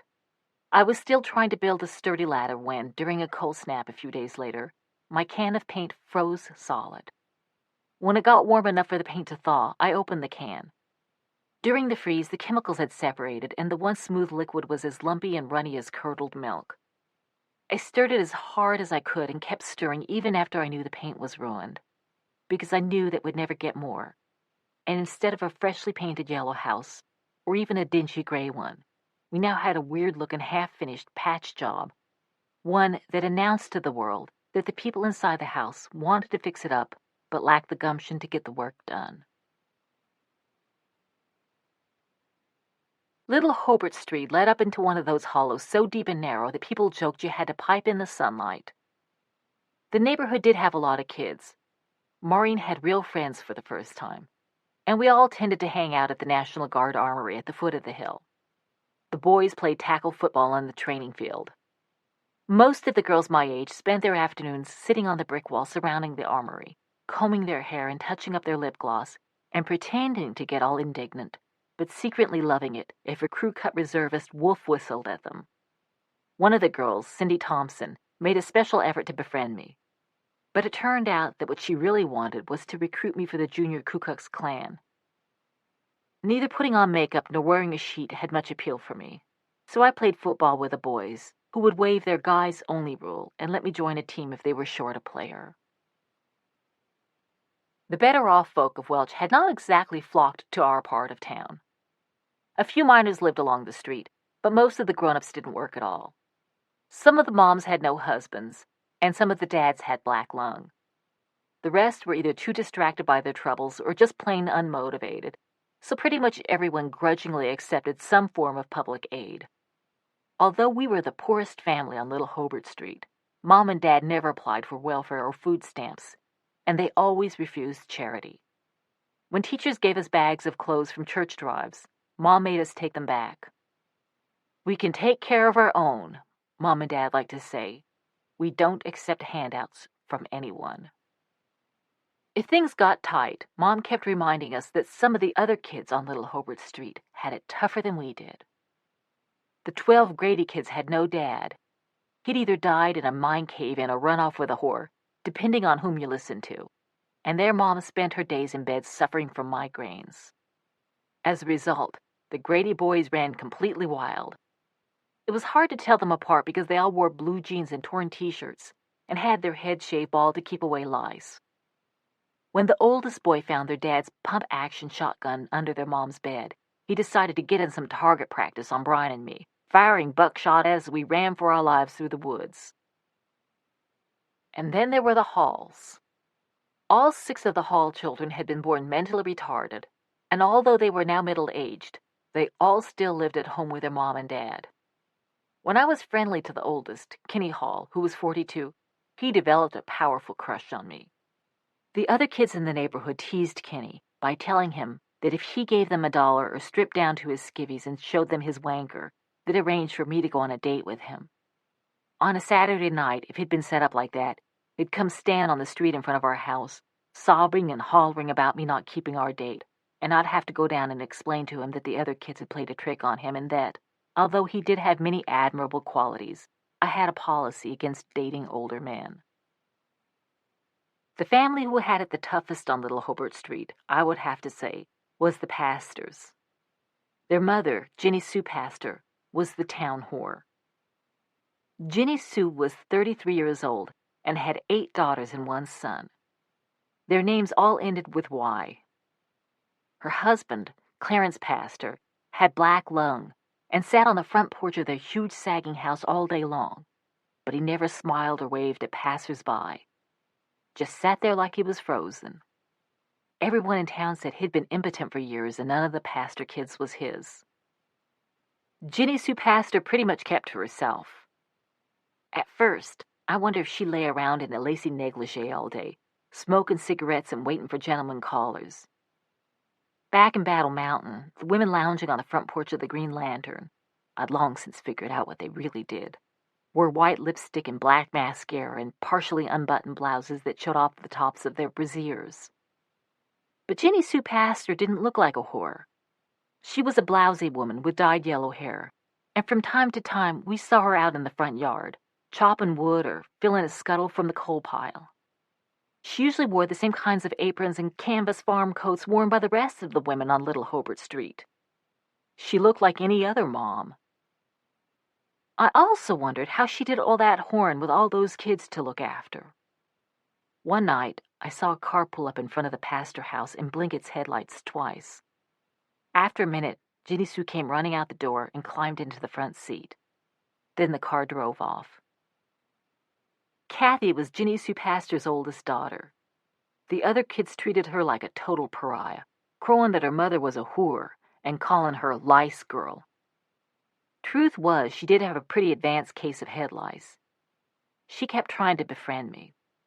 One afternoon, on the way home from school, when I told her we lived in California for a while, she lit up. She said her mama had always wanted to go there. She asked if maybe I'd come over to her place and tell her mama all about life in California. Of course I went. I'd never gotten inside the Green Lantern, but now I'd get a close-up look at a genuine prostitute. There were lots of things I wanted to know. Was whoring easy money? Was it ever any fun, or was it just gross? Did Kathy and her sisters and her father all know Jenny Sue Pastor was a whore? What did they think of it? I didn't plan on flat-out asking these questions, but I did think that by getting inside the pastor's house and meeting Jenny Sue, I'd come away with some idea of the answers. Clarence Pastor, sitting on the porch, ignored Kathy and me as we walked by. Inside, there were all these tiny rooms connected together like boxcars. Because of the way the house was settling on the eroded hillside, the floors and ceilings and windows tilted at different angles. There were no paintings on the walls, but the pastors had taped up pictures of smartly dressed women torn from Sears Roebuck catalogs. Kathy's little sister scampered around noisily, half-dressed. None of them looked alike. One was red-headed, one a blonde, one had black hair, and they were all different shades of brown. Sweet Nan, the youngest, crawled along the living room floor, sucking on a fat dill pickle. Jenny Sue Pastor sat at the table in the kitchen. Her elbow was in the carcass of a big, expensive roaster, the kind we could hardly ever afford. She had a tired, lined face, but her smile was cheerful and open. "Pleased to meet you," she said to me, wiping her hands on a shirt tail. "We ain't used to getting visitors." Jenny Sue offered us seats at the table. She had heavy breasts that swayed when she moved, and her blonde hair was dark at the roots. "Y'all help me with this bird, and I'll fix you a couple of Jenny Sue's special chicken rolls." She turned to me. "You know how to pick a chicken clean?" "I sure do," I said. I hadn't had anything to eat all day. "Well, show me then," Jenny Sue said. I went for a wing first, pulling apart the spindly double bones and getting all the meat trapped there. Then I set to work on the leg and the thigh bones, snapping them at the joints and pulling off the tendons and digging at the marrow. Kathy and Jenny Sue were also working on the bird, but soon they stopped to watch me. From the tail, I pulled that nice bit of meat that everybody misses. I turned the carcass upside down and scraped off the jellied fat and meat flecks with my fingernails. I stuck my arm elbow deep into the bird to excavate any meat clinging to the rib cage. "Girl," Jenny Sue said, "in all my days, I have never seen no one pick a chicken clean like you." I held up the spear-shaped cartilage in the breastbone, which most people don't eat, and bit down with a satisfying crunch. Jenny Sue scraped the meat into a bowl, mixed it with mayonnaise and cheese whiz, then crushed a handful of potato chips and added them. She spread the mixture onto 2 slices of Wonder Bread, then rolled each slice into a cylinder and passed them to us. "Birds in a blanket," she said. They tasted great. "Mama, Jeannette lived in California," Kathy said. "That's so," Jenny Sue said. "Live in California and be a stewardess. That was my dream," she sighed. "Never got beyond Bluefield." I told her and Kathy about life in California. It quickly became clear they had no interest in desert mining towns, so I told them about San Francisco, and then about Las Vegas, which wasn't exactly in California, but they didn't seem to care. I made the days we spent there seem like years, and the showgirls I'd seen from a distance seem like close friends and neighbors. I described the glittering casinos and the glamorous high rollers, the palm trees in the swimming pools, the hotels with ice-cold air conditioning, and the restaurants where hostesses with long white gloves lit flaming desserts. "It don't get no better than that," Jenny Sue said. "No, ma'am, it sure don't," I told her. Sweet Man came in crying, and Jenny Sue picked him up and let him suck some mayonnaise off her finger. "You did good on that bird," Jenny Sue told me.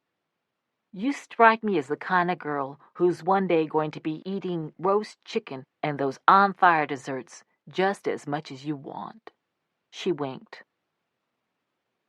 It was only on my way home that I realized I hadn't gotten answers to any of my questions. While I was sitting there talking to Jenny Sue, I'd even forgotten she was a whore.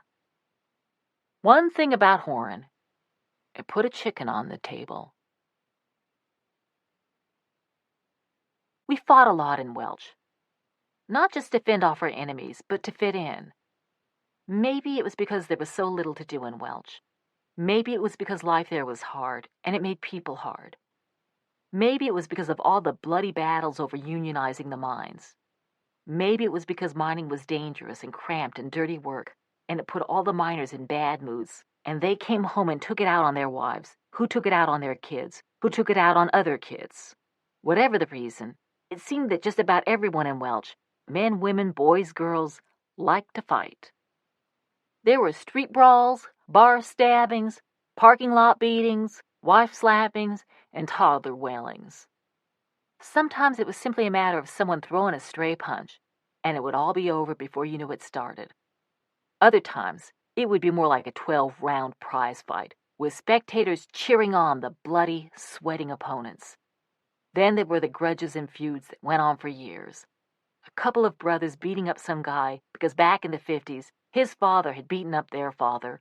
A woman shooting her best friend for sleeping with her husband and her best friend's brother then stabbing the husband. You'd walk down McDowell Street and half the people you passed seemed to be nursing an injury sustained in local combat. There were shiners, split lips, swollen cheekbones, bruised arms, scraped knuckles, and bitten earlobes. We had lived in some pretty scrappy places back in the desert, but Mom said Welch was the fightingest town she'd ever seen. Brian and Lori, Maureen, and I got into more fights than most kids. Denisha Hewitt and her friends were only the first in a whole line of little gangs who did battle with one or more of us.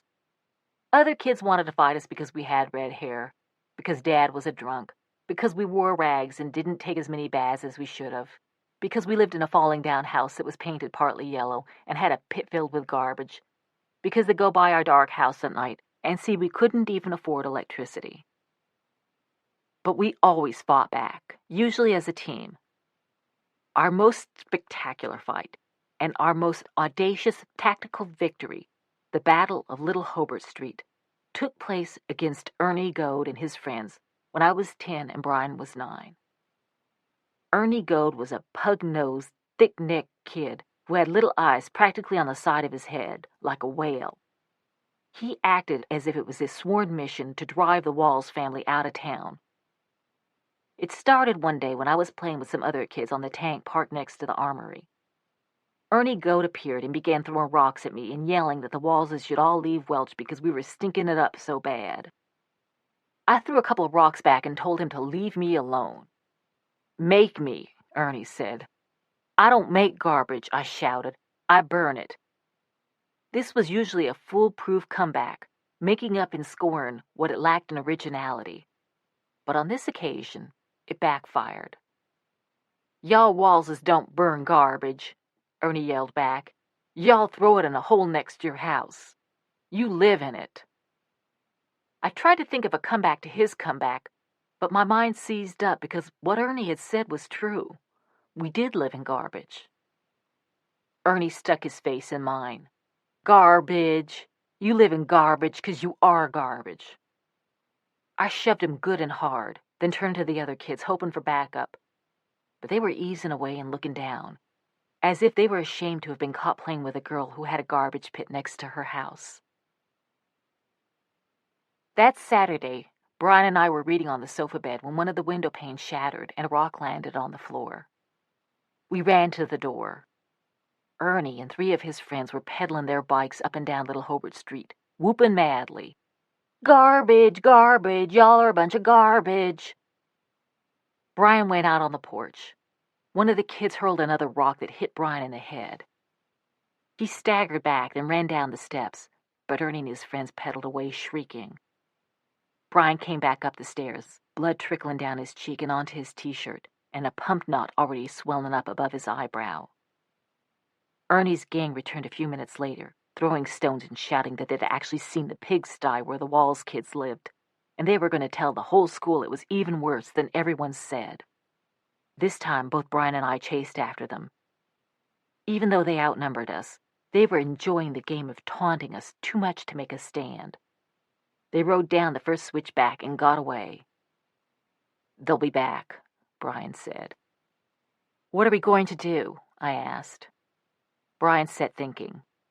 Then he told me he had a plan.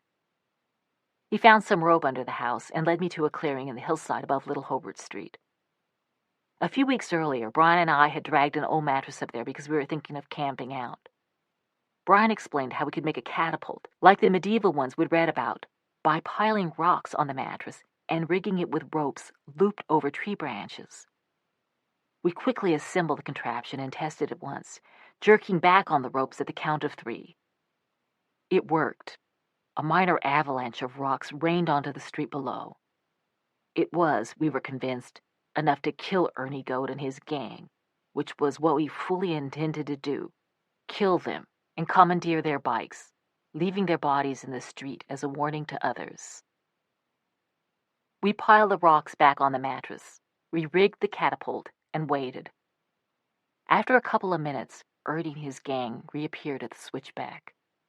Each of them rode one-handed and carried an egg-sized rock in his throwing hand. They were proceeding single file, like a Pawnee war party, a few feet apart. We couldn't get them all at once, so we aimed for Ernie, who was at the head of the pack. When he came within range, Brian gave the word, and we jerked back on the ropes. The mattress shot forward, and our arsenal of rocks flew through the air. I heard them thud against Ernie's body and clatter on the road. He screamed and cursed as his bike skidded. The kid behind Ernie ran into him, and they both fell. The other two turned around and sped off. Brian and I started hurdling whatever rocks were at hand. Since they were downhill, we had a good line of fire and scored several direct hits, the rocks dinging off their bikes, nicking the paint and denting the fenders. Then Brian yelled, "Charge!" and we came barreling down the hill. Ernie and his friend jumped back on their bikes and furiously pedaled off before we could reach them. As they disappeared around the bend, Brian and I did a victory dance in the rock-strewn street, giving our own war whoops. As the weather warmed, a sort of rough beauty overtook the steep hillsides around Little Hobart Street. Jack in the pulpits and bleeding hearts sprouted wild. White Queen Anne's lace and purple phlox and big orange daylilies blossomed along the road. During the winter, you could see abandoned cars and refrigerators and the shells of deserted houses in the woods. But in the spring, the vines and weeds and moss grew over them, and in no time they disappeared altogether. One benefit of summer was that each day we had more light to read by. Mom really piled up on the books. She came home from the Welch Public Library every week or two with a pillowcase full of novels, biographies, and histories. She snuggled into bed with them, looking up from time to time, saying she was sorry, she knew she should be doing something more productive. But like Dad, she had her addictions, and one of them was reading. We all read, but I never had the feeling of togetherness I'd had in Battle Mountain when we all sat around in the depot with our books. In Welch, people drifted off to different corners of the house.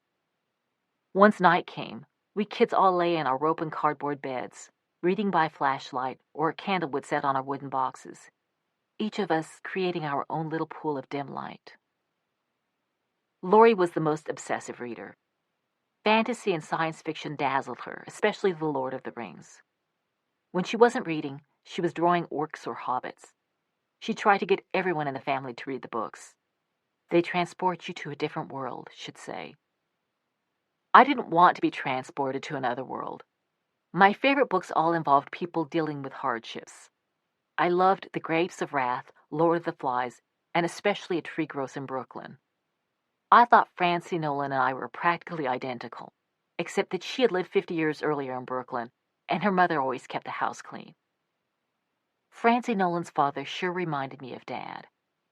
If Francie Nolan saw the good in her father, even though most people considered him a shiftless drunk, maybe I wasn't a complete fool for believing in mine, or trying to believe in him.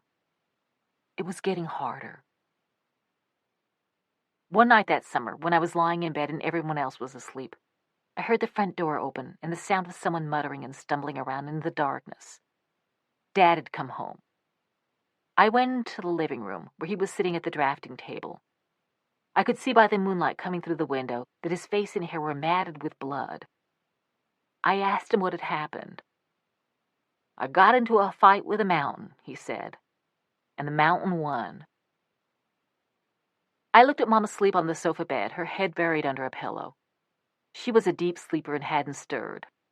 When I lit the kerosene lamp, I saw that Dad also had a big gash in his right forearm and a cut on his head so deep that I could see the white of his skull.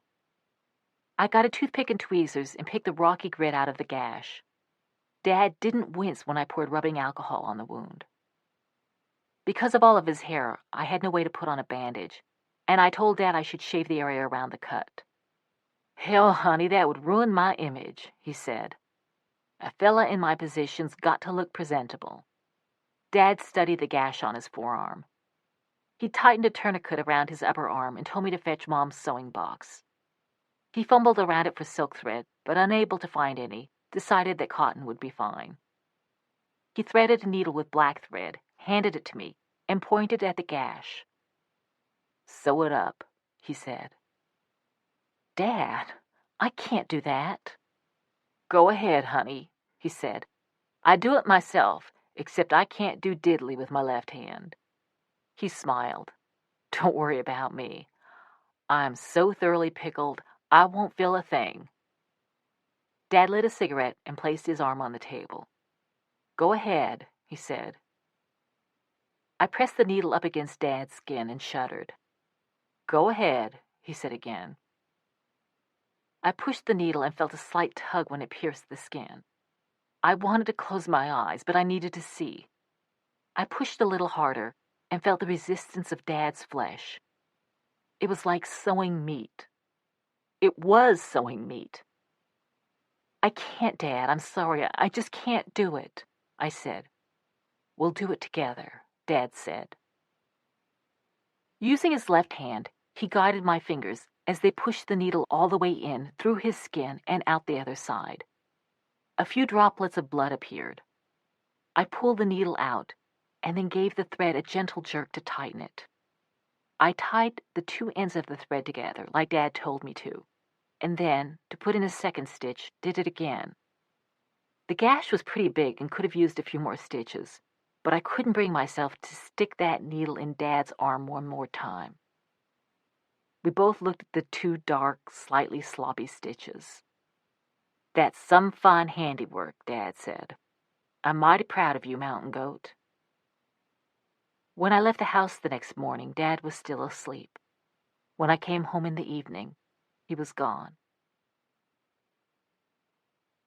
Dad had taken to disappearing for days at a time. When I asked him where he'd been, his explanations were either so vague or so improbable that I stopped asking. Whenever he did come home, he usually brought a bag of groceries in each arm. We'd gobble deviled ham sandwiches with thick slices of onions while he told us about the progress of his investigation into the UMW and his latest money-making schemes. People were always offering him jobs, he'd explain, but he wasn't interested in work for hire, in saluting and sucking up and brown-nosing and taking orders. "You'll never make a fortune working for the boss man," he said. He was focused on striking it rich. There might not be gold in West Virginia, but there were plenty of other ways to make your pile. For instance, he was working on a technology to burn coal more efficiently, so that even the lowest grade coal could be mined and sold.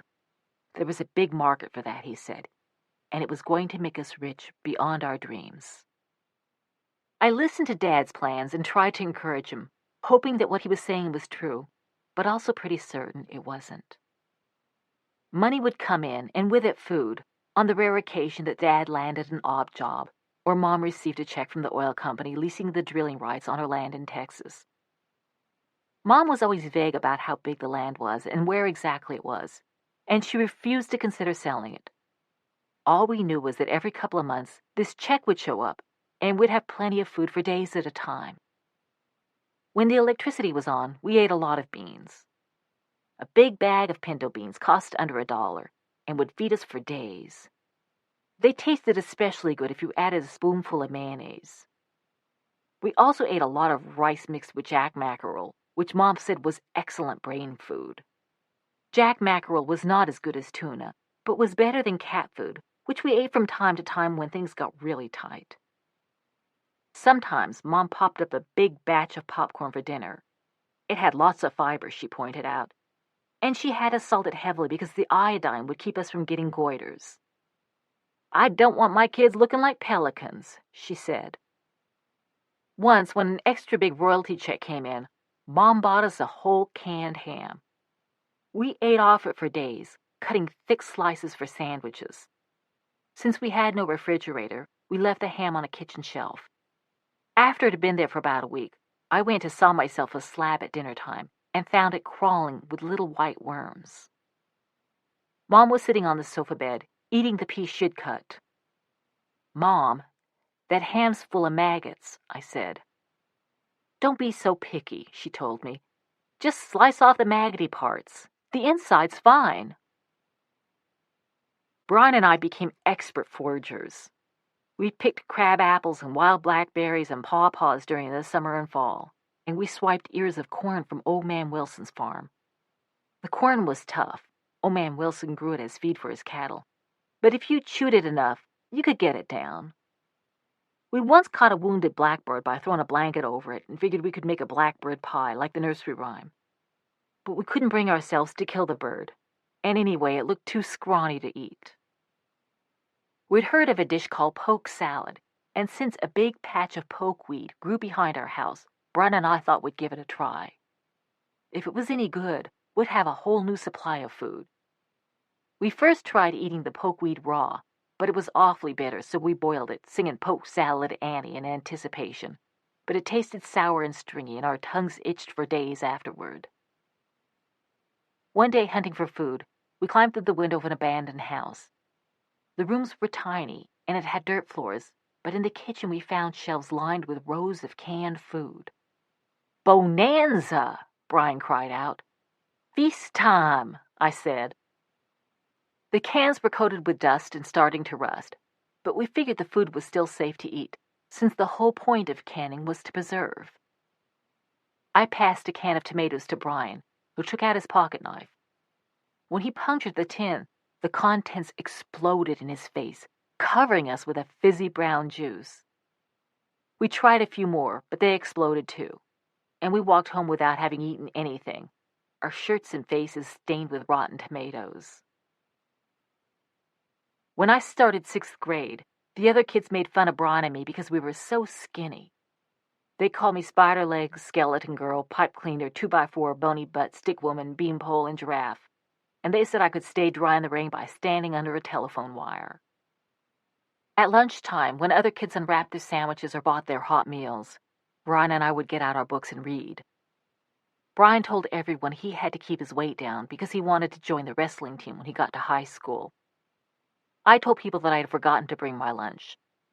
No one believed me, so I started hiding in the bathroom during lunch hour. I'd stay in one of the stalls with the door locked and my feet propped up so no one would recognize my shoes. When other girls came in and threw away their lunch bags in the garbage pails, I'd go retrieve them. I couldn't get over the way kids tossed out all this perfectly good food. Apples, hard-boiled eggs, packages of peanut butter crackers, sliced pickles, half-pint cartons of milk, cheese sandwiches with just one bite taken out because the kid didn't like pimentos in the cheese. I returned to the stall and polished off my tasty finds. There was, at times, more food in the wastebasket than I could eat. The first time I found extra food, a bologna and cheese sandwich, I stuffed it into my purse to take home for Brian. Back in the classroom, I started worrying about how I'd explain to Brian where it came from. I was pretty sure he was rooting through the trash too, but we never talked about it. As I sat there trying to come up with ways to justify it to Brian, I began smelling the bologna. It seemed to fill the whole room. I became terrified that the other kids could smell it too, and that they'd turn and see my overstuffed purse. And since they all knew I never ate lunch, they'd figure out I had pinched it from the trash. As soon as class was over, I ran to the bathroom and shoved the sandwich back in the garbage can. Maureen always had plenty to eat, since she had made friends throughout the neighborhood and would show up at their houses around dinner time. I had no idea what Mom and Lori were doing to fend for themselves. Mom, weirdly, was getting heavier. One evening, when Dad was away and we had nothing to eat and we were all sitting around the living room trying not to think of food, Mom kept disappearing under the blanket on the sofa bed. At one point, Brian looked over. "Are you chewing something?" he asked. "My teeth hurt," Mom said, but she was getting all shifty-eyed, glancing around the room and avoiding our stares. "It's my bad gums. I'm working my jaw to increase the circulation." Brian yanked the covers back. Lying on the mattress next to Mom was one of those huge family-sized Hershey chocolate bars, the shiny silver wrapper pulled back and torn away. She'd already eaten half of it. Mom started crying. "I can't help it," she sobbed. "I'm a sugar addict, just like your father's an alcoholic." She told us we should forgive her the same way we always forgave Dad for his drinking. None of us said a thing. Brian snatched up the chocolate bar and divided it into 4 pieces. While Mom watched, we wolfed them down. Winter came hard that year. Just after Thanksgiving, the first big snow started with fat, wet flakes the size of butterflies. They floated down lazily, but were followed by smaller, drier flakes that kept coming for days. At first, I loved the winter in Welch. The blanket of snow hid the soot and made the entire town seem clean and cozy. Our house looked almost like all the others along Little Hobart Street. It was so cold that the youngest, most fragile branches snapped in the frigid air, and very quickly I started feeling it. I still had only my thin wool coat with the buttons missing. I felt almost as cold in the house. While we had the coal stove, we had no coal. There were 42 coal retailers listed in the Welch phone book. A ton of coal, which would have lasted most of the winter, cost about $50, including delivery, or even as little as $30 for the lower grade stuff. Mom said she was sorry, but there was no room in our budget for coal. Would have to devise other ways to stay warm. Pieces of coal were always falling off the trucks when they made their deliveries, and Brian suggested that he and I get a bucket and collect some. We were walking along Little Hobart Street, picking up pieces of coal, when our neighbors the Noes drove by in their station wagon. The No girls, Karen and Carol, were sitting in the backward-facing jump seat, looking out the rear window. "We're working on our rock collection," I shouted.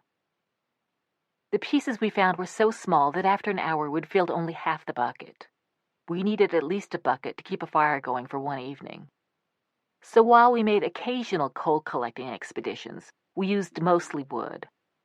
We couldn't afford wood any more than we could afford coal, and Dad wasn't around to chop and split any, which meant it was up to us kids to gather dead branches and logs from the forest. Finding good dry wood was a challenge.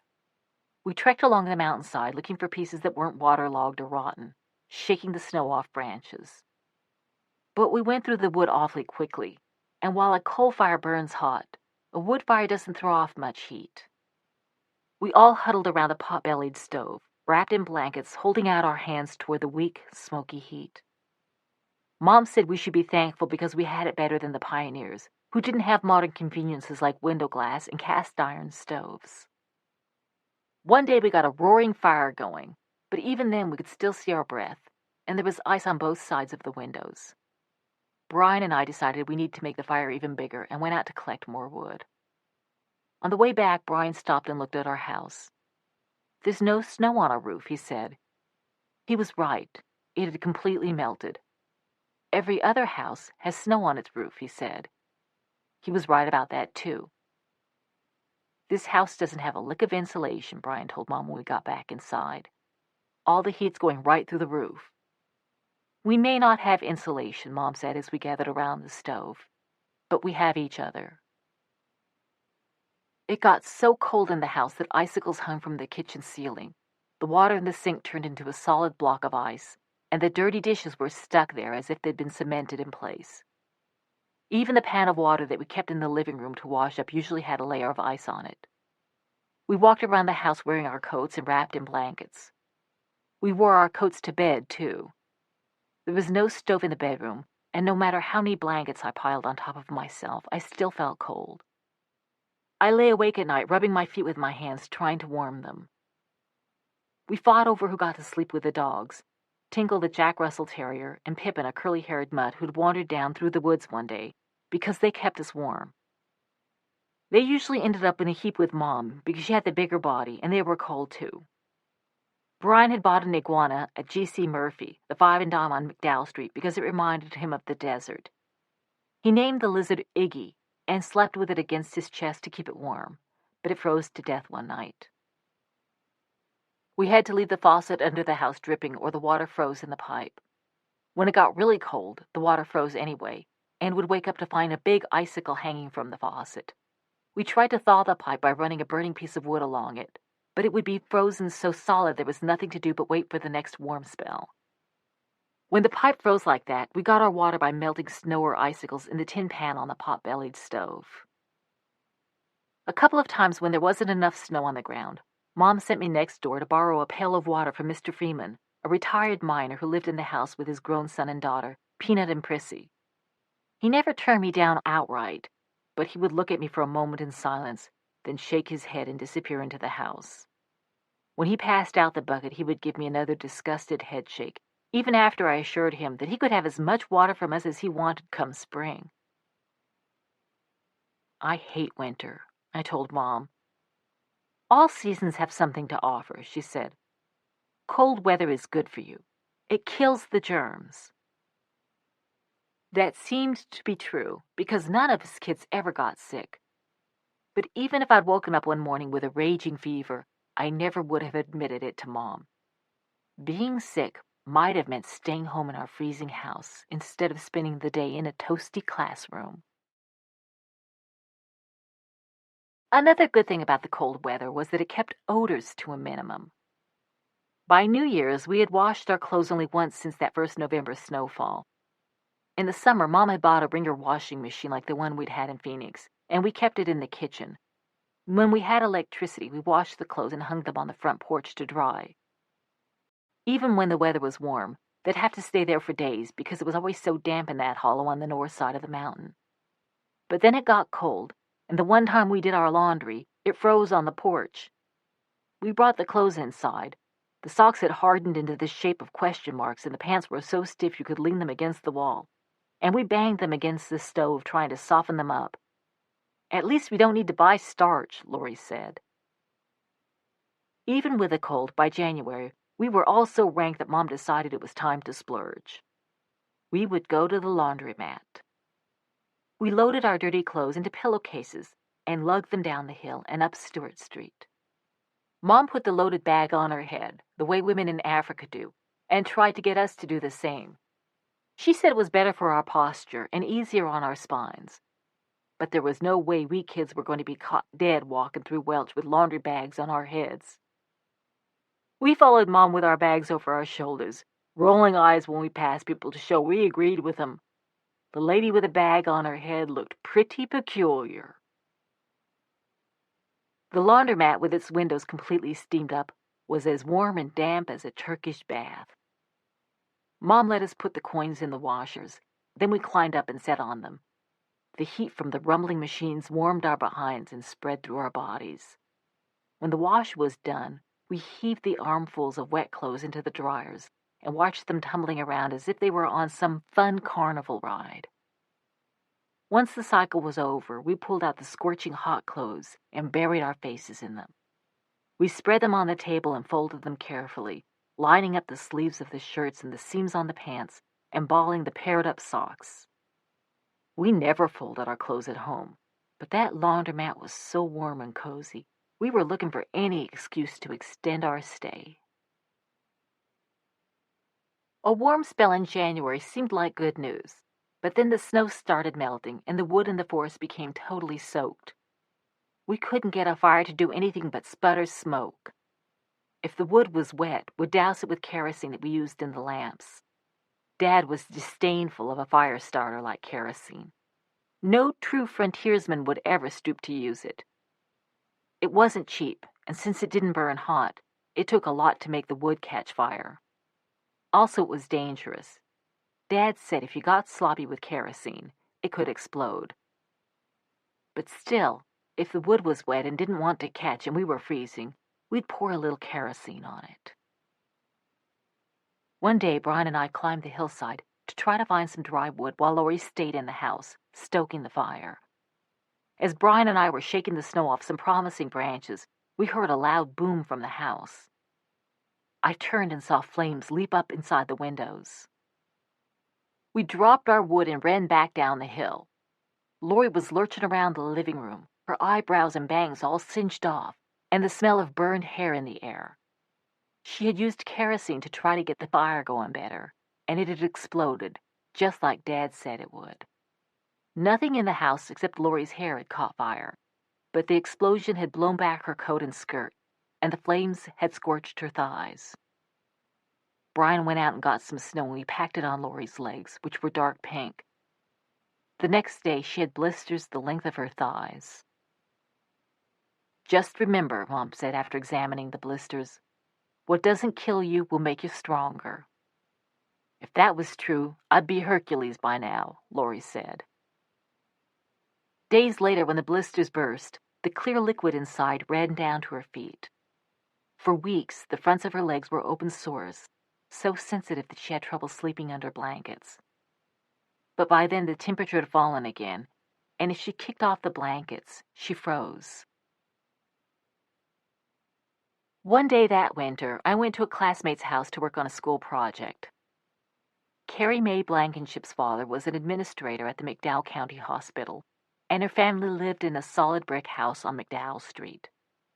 The living room was decorated in shades of orange and brown, and the plaid pattern of the curtains matched the couch upholstery. On the wall was a framed photo of Carrie Mae's older sister in her high school graduation gown. It was lit with its own tiny lamp, just like in a museum.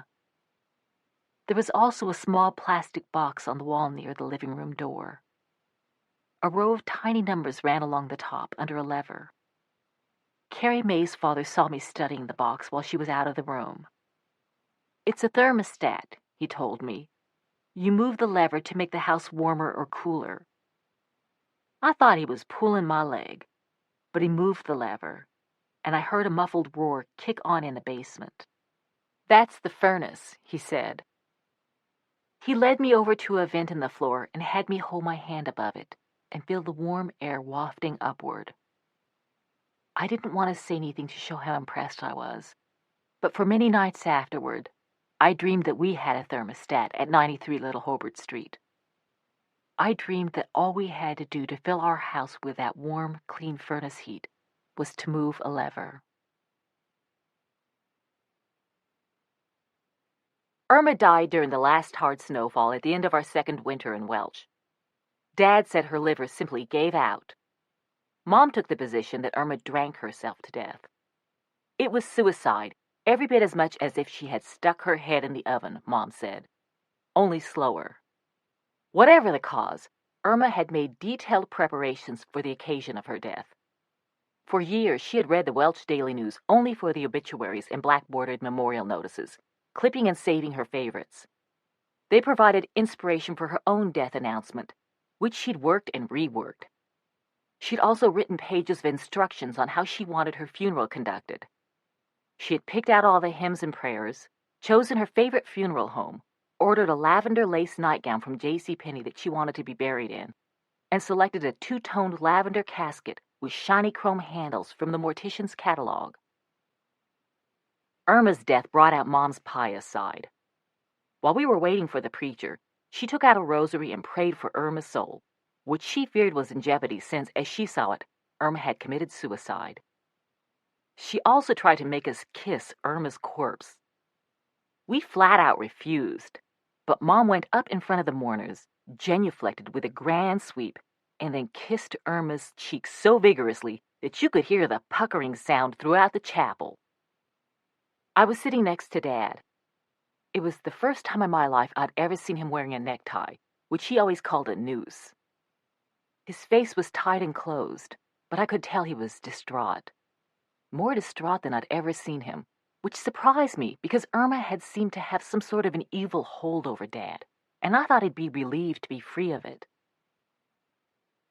As we walked home, Mom asked us kids if we had anything nice to say about Irma now that she had passed. We took a couple of steps in silence. Then Lori said, "Ding dong, the witch is dead." Brian and I started snickering. Dad wheeled around and gave Lori such a cold, angry look that I thought he might wallop her. "She was my mother, for God's sake," he said. He glared at us. "You kids, you make me ashamed. Do you hear me?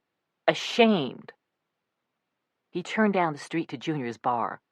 We all watched him go. "You're ashamed of us?" Lori called after him. Dad just kept walking. 4 days later, when Dad still hadn't come home, Mom sent me to go find him. "Why do I always have to get Dad?" I asked. "Because he likes you the best," she said. "And he'll come home if you tell him to." The first step in tracking down Dad was going next door to the Freemans, who let us use their phone if we paid a dime, and calling Grandpa to ask if Dad was there. Grandpa said he had no idea where Dad was. "When y'all gonna get your own telephone?" Mr. Freeman asked after I hung up. "Mom disapproves of telephones," I said as I placed the dime on his coffee table. "She thinks they're an impersonal means of communication." My next stop, as always, was Junior's. It was the fanciest bar in Welch, with a picture window, a grill that served hamburgers and French fries, and a pinball machine. "Hey," one of the regulars called out when I walked in. "It's Rex's little girl. How you doing, sweetheart?" "I'm fine, thank you. Is my dad here?" "Rex?" He turned to the man next to him. "Where's that old polecat Rex?" "I seen him this morning at the Howdy House." "Honey, you look like you could use a rest," the bartender said. "Sit down and have a Coca-Cola on the house." "No, thank you. I've got kites to fly and fish to fry." I went to the Howdy House, which was a notch below Junior's. It was smaller and darker, and the only food it served was pickled eggs. The bartender told me Dad had gone to the pub, which was a notch below the Howdy House. Almost pitch black, with a sticky bar top and no food at all. There he was, in the midst of a few other regulars, telling one of his Air Force stories. When Dad saw me, he stopped talking and looked at me the way he did every time I had to track him down at a bar. It was always an awkward moment for both of us. I didn't want to be fetching him any more than he wanted his ragamuffin daughter summoning him home like a wayward schoolboy. He looked at me in this cold, strange way for just a moment, then broke into a hearty grin. "Hey, mountain goat," he shouted. "What the hell are you doing in this dive?" "Mom says you have to come home," I said. "She does she?" He ordered a Coca-Cola for me and another shot of whiskey for himself. I kept telling Dad it was time to go, but he kept putting me off and ordering more shots, as if he had to gulp a whole bunch of them down before he could face home. He staggered off to the bathroom, came back, ordered one for the road, slammed the shot glass down on the bar, and walked to the door. He lost his footing trying to open it and sprawled on the floor. I tried to help him up, but he kept falling over. "Honey, you ain't getting him nowhere like that," a man behind me said. "Here, let me give you a lift home." "I'd appreciate that, sir," I said, "if it's not out of your way." Some of the other regulars helped the man and me load Dad into the bay of the man's pickup. We propped up Dad against a tool chest. It was late afternoon in early spring. The light was beginning to fade, and people on McDowell Street were locking up their shops and heading home. Dad started singing one of his favorite songs, "Swing Low, Sweet Chariot, Comin' for to Carry Me Home." Dad had a fine baritone, with strength and timbre and range, and despite being tanked, he sang that hymn like the roof raiser it is. I looked over Jordan, and what did I see? Comin' for to carry me home. A band of angels comin' after me, comin' for to carry me home. I climbed in next to the driver. On the way home, with Dad still singing away in the back, extending the word low so long he sounded like a mooing cow, the man asked me about school. I told him I was studying hard because I wanted to become either a veterinarian or a geologist, specializing in the Miocene period, when the mountains out west were formed. I was telling him how geodes were created from bubbles in lava when he interrupted me. "For the daughter of the town drunk, you sure got big plans," he said. "Stop the truck," I said. "We can make it on our own from here." "Aw, now, I didn't mean nothing by that," he said. "And you know you ain't getting him home on your own." Still, he stopped. I opened the pickup's tailgate and tried to drag Dad out, but the man was right. I couldn't do it. So I climbed back in next to the driver, folded my arms across my chest, and stared straight ahead. When we reached 93 Little Hobart Street, he helped me pull Dad out. "I know you took offense at what I said," the man told me. "Thing is, I meant it as a compliment." Maybe I should have thanked him, but I just waited until he drove off, and then I called Brian to help me get Dad up the hill and into the house. A couple of months after Irma died, Uncle Stanley fell asleep in the basement while reading comic books and smoking a cigarette. The big clapboard house burned to the ground, but Grandpa and Stanley got out alive, and they moved into a windowless two-room apartment in the basement of an old house around the hill. The drug dealers who'd lived there before had spray-painted curse words and psychedelic patterns on the walls and the ceiling pipes. The landlord didn't paint over them, and neither did Grandpa and Stanley. Grandpa and Uncle Stanley did have a working bathroom, so every weekend some of us went over to take a bath. One time, I was sitting next to Uncle Stanley on the couch in his room, watching hee-haw and waiting for my turn in the tub. Grandpa was off at the Moose Lodge, where he spent the better part of every day. Lori was taking her bath, and Mom was at the table in Grandpa's room working on a crossword puzzle. I felt Uncle Stanley's hand creeping onto my thigh. I looked at him, but he was staring at the hee-haw honey so intently that I couldn't be sure whether he was doing it on purpose, so I knocked his hand away without saying anything. A few minutes later, the hand came creeping back. I looked down and saw that Uncle Stanley's pants were unzipped, and he was playing with himself. I felt like hitting him, but I was afraid I'd get in trouble the way Lori had after punching Irma, so I hurried out to Mom. "Mom, Uncle Stanley is behaving inappropriately," I said. "Oh, you're probably imagining it," she said. "He groped me, and he's wanking off." Mom cocked her head and looked concerned. "Poor Stanley," she said.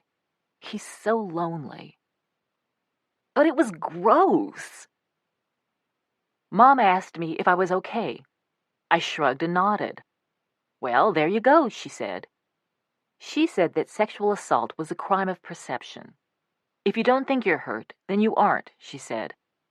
"So many women make such a big deal out of these things. But you're stronger than that." She went back to her crossword puzzle. After that, I refused to go back to Grandpa's. Being strong was fine, but the last thing I needed was Uncle Stanley thinking I was coming back for more of his fooling around. I did whatever it took to wash myself at Little Hobart Street. In the kitchen, we had an aluminum tub you could fit into if you pulled your legs up against your chest. By then, the weather was warm enough to fill the tub with water from the tap under the house and bathe in the kitchen. After the bath, I crouched by the side of the tub and dipped my head in the water and washed my hair. But lugging all those buckets of water up to the house was hard work, and I would put off bathing until I was feeling pretty grimy. In the spring, the rains came, drenching the valley for days in sheets of falling water. The water ran down the hillside gullies, pulling rocks and small trees with it, and spilled across the roads, tearing off chunks of asphalt. It gushed into the creeks, which swelled up and turned a foaming light brown, like a chocolate milkshake. The creeks emptied into the Tug, which overflowed its banks and flooded the houses and stores along McDowell Street. Mud was 4 feet deep in some houses, and folks' pickups and mobile homes were swept away. Over in Buffalo Creek Hollow, a mine impoundment gave way, and a wave of black water 30 feet high killed 126 people. Mom said that this was how nature took her revenge on men who raped and pillaged the land, ruining nature's own drainage system by clear-cutting forests and strip-mining mountains. Little Hobart Street was too high up in the hollow to get any flooding, but the rain washed parts of the road into yards of the people who lived below us. The water also ate away some of the soil from around the pillars holding up our house, making it even more precarious. The hole in the kitchen ceiling widened, and then the ceiling on Brian and Maureen's side of the bedroom started leaking. Brian had the top bunk, and when it rained, he'd spread a tarp over himself to keep the dripping water off. Everything in the house was damp. A fine green mold spread over the books and papers and paintings that were stacked so high and piled so deep you could hardly cross the room. Tiny mushrooms sprouted up in corners. The moisture ate away at the wooden stairs leading up to our house, and climbing them became a daily hazard. Mom fell through a rotted step and went tumbling down the hillside. She had bruises on her legs and arms for weeks. "My husband doesn't beat me," she'd say when anyone stared at them. "He just won't fix the stairs." The porch had also started to rot. Most of the banisters and railings had given way, and the floorboards had turned spongy and slick with mold and algae. It became a real problem when you had to go down under the house to use the toilet at night, and each of us had slipped and fallen off the porch at least once. It was a good 10 feet to the ground. We have to do something about the porch situation, I told Mom. It's getting downright dangerous to go to the bathroom at night. Besides, the toilet under the house was now totally unusable. It had overflowed, and you were better off digging yourself a hole in the hillside somewhere. You're right, Mom said. Something has to be done. She bought a bucket. It was made of yellow plastic, and we kept it on the floor in the kitchen, and that was what we used whenever we had to go to the bathroom. When it filled up, some brave soul would carry it outside, dig a hole, and empty it. One day, while Brian and I were out scrounging around on the edge of our property, he picked up a piece of rotting lumber, and there among the pill bugs and night crawlers was a diamond ring. The stone was big. At first, we thought it was just neat junk, but we spit-polished it and scratched glass with it like Dad had shown us, and it seemed real. We figured it must have belonged to the old lady who had lived there. She had died before we moved in. Everyone had said she was a little loopy. What do you think it's worth? I asked Brian. Probably more than the house, he said. We figured we could sell it and buy food, pay off the house. Mom and Dad kept missing the monthly payments, and there was talk that we were going to be evicted, and maybe still have enough left over for something special, like a new pair of sneakers for each of us. We brought the ring home and showed it to Mom. She held it up to the light, and then said we needed to have it appraised. The next day, she took the Trailways bus to Bluefield. When she returned, she told us it was, in fact, a genuine 2-carat diamond. So what's it worth? I asked. That doesn't matter, Mom said. How come? Because we're not selling it. She was keeping it, she explained, to replace the wedding ring her mother had given her, the one Dad had pawned shortly after they got married. But Mom, I said, that ring could get us a lot of food. That's true, Mom said, but it could also improve my self-esteem. And at times like these, self-esteem is even more vital than food. Mom's self-esteem did need some shoring up. Sometimes things just got to her. She retreated to her sofa bed and stayed there for days on end, crying and occasionally throwing things at us. She could have been a famous artist by now, she yelled, if she hadn't had children, and none of us appreciated her sacrifice. The next day, if the mood had passed, she'd be painting and humming away as if nothing had happened. One Saturday morning, not long after Mom started wearing her new diamond ring, her mood was on an upswing, and she decided we'd all clean the house. I thought this was a great idea. I told Mom we should empty out each room, clean it thoroughly, and put back only the things that were essential. That was the one way, it seemed to me, to get rid of the clutter. Mom said my idea was too time-consuming, so all we ended up doing was straightening piles of paper into stacks and stuffing dirty clothes into the chest of drawers. Mom insisted that we chant Hail Marys while we worked. It's a way of cleansing our souls while we're cleaning house, she said. We're killing 2 birds with 1 stone. The reason she had become a tad moody, she said later that day, was that she hadn't been getting enough exercise. I'm going to start doing calisthenics, she announced. Once you get your circulation going, it changes your entire outlook on life. She leaned over and touched her toes. When she came up, she said she was feeling better already and went down for another toe touch. I watched from the writing desk with my arms folded across my chest. I knew the problem was not that we all had poor circulation. We didn't need to start doing toe touches. We needed to take drastic measures. I was 12 by now, and I had been weighing our options, doing some research at the public library, and picking up scraps of information about how other families on Little Hobart Street survived. I had come up with a plan and had been waiting for the opportunity to broach it to Mom. The moment seemed ripe. Mom, we can't go on living like this, I said. It's not so bad, she said. Between each toe touch, she was reaching up into the air. We haven't had anything to eat but popcorn for 3 days, I said.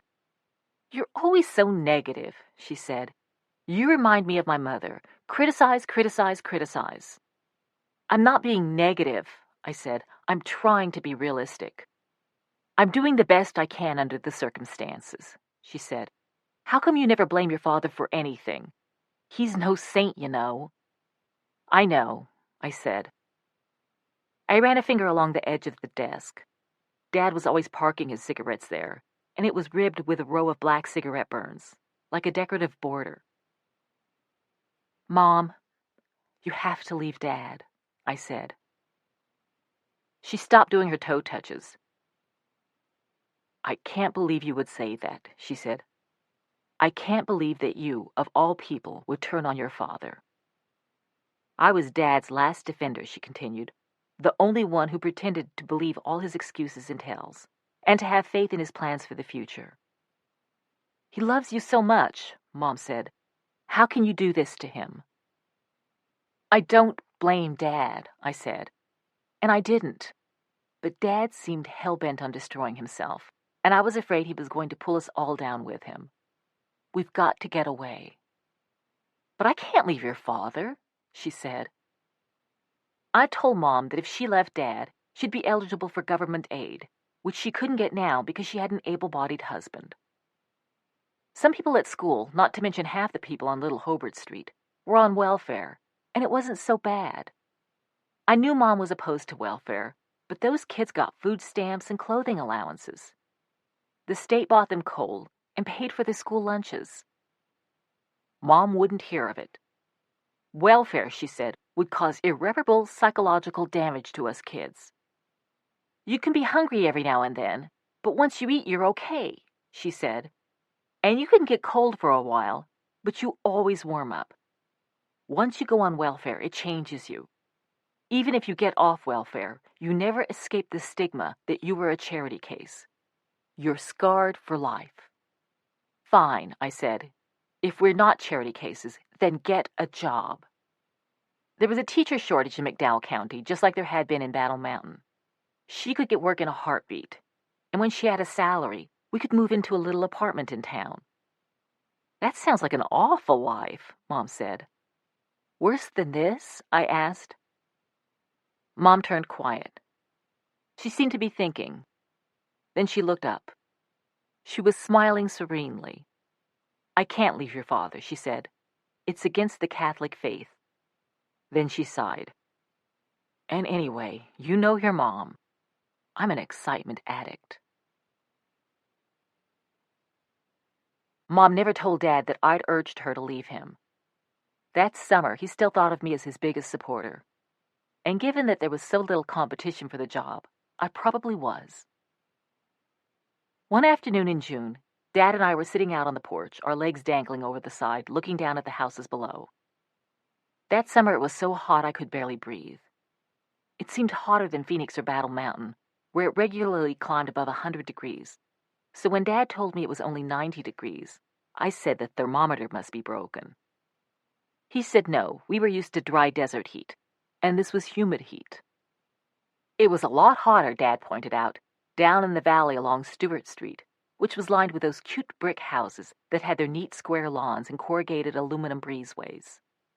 The valley trapped the heat. Our house was the highest on the mountainside, which made it, ergo, the coolest spot in Welch. In case of flooding, as we had seen, it was also the safest.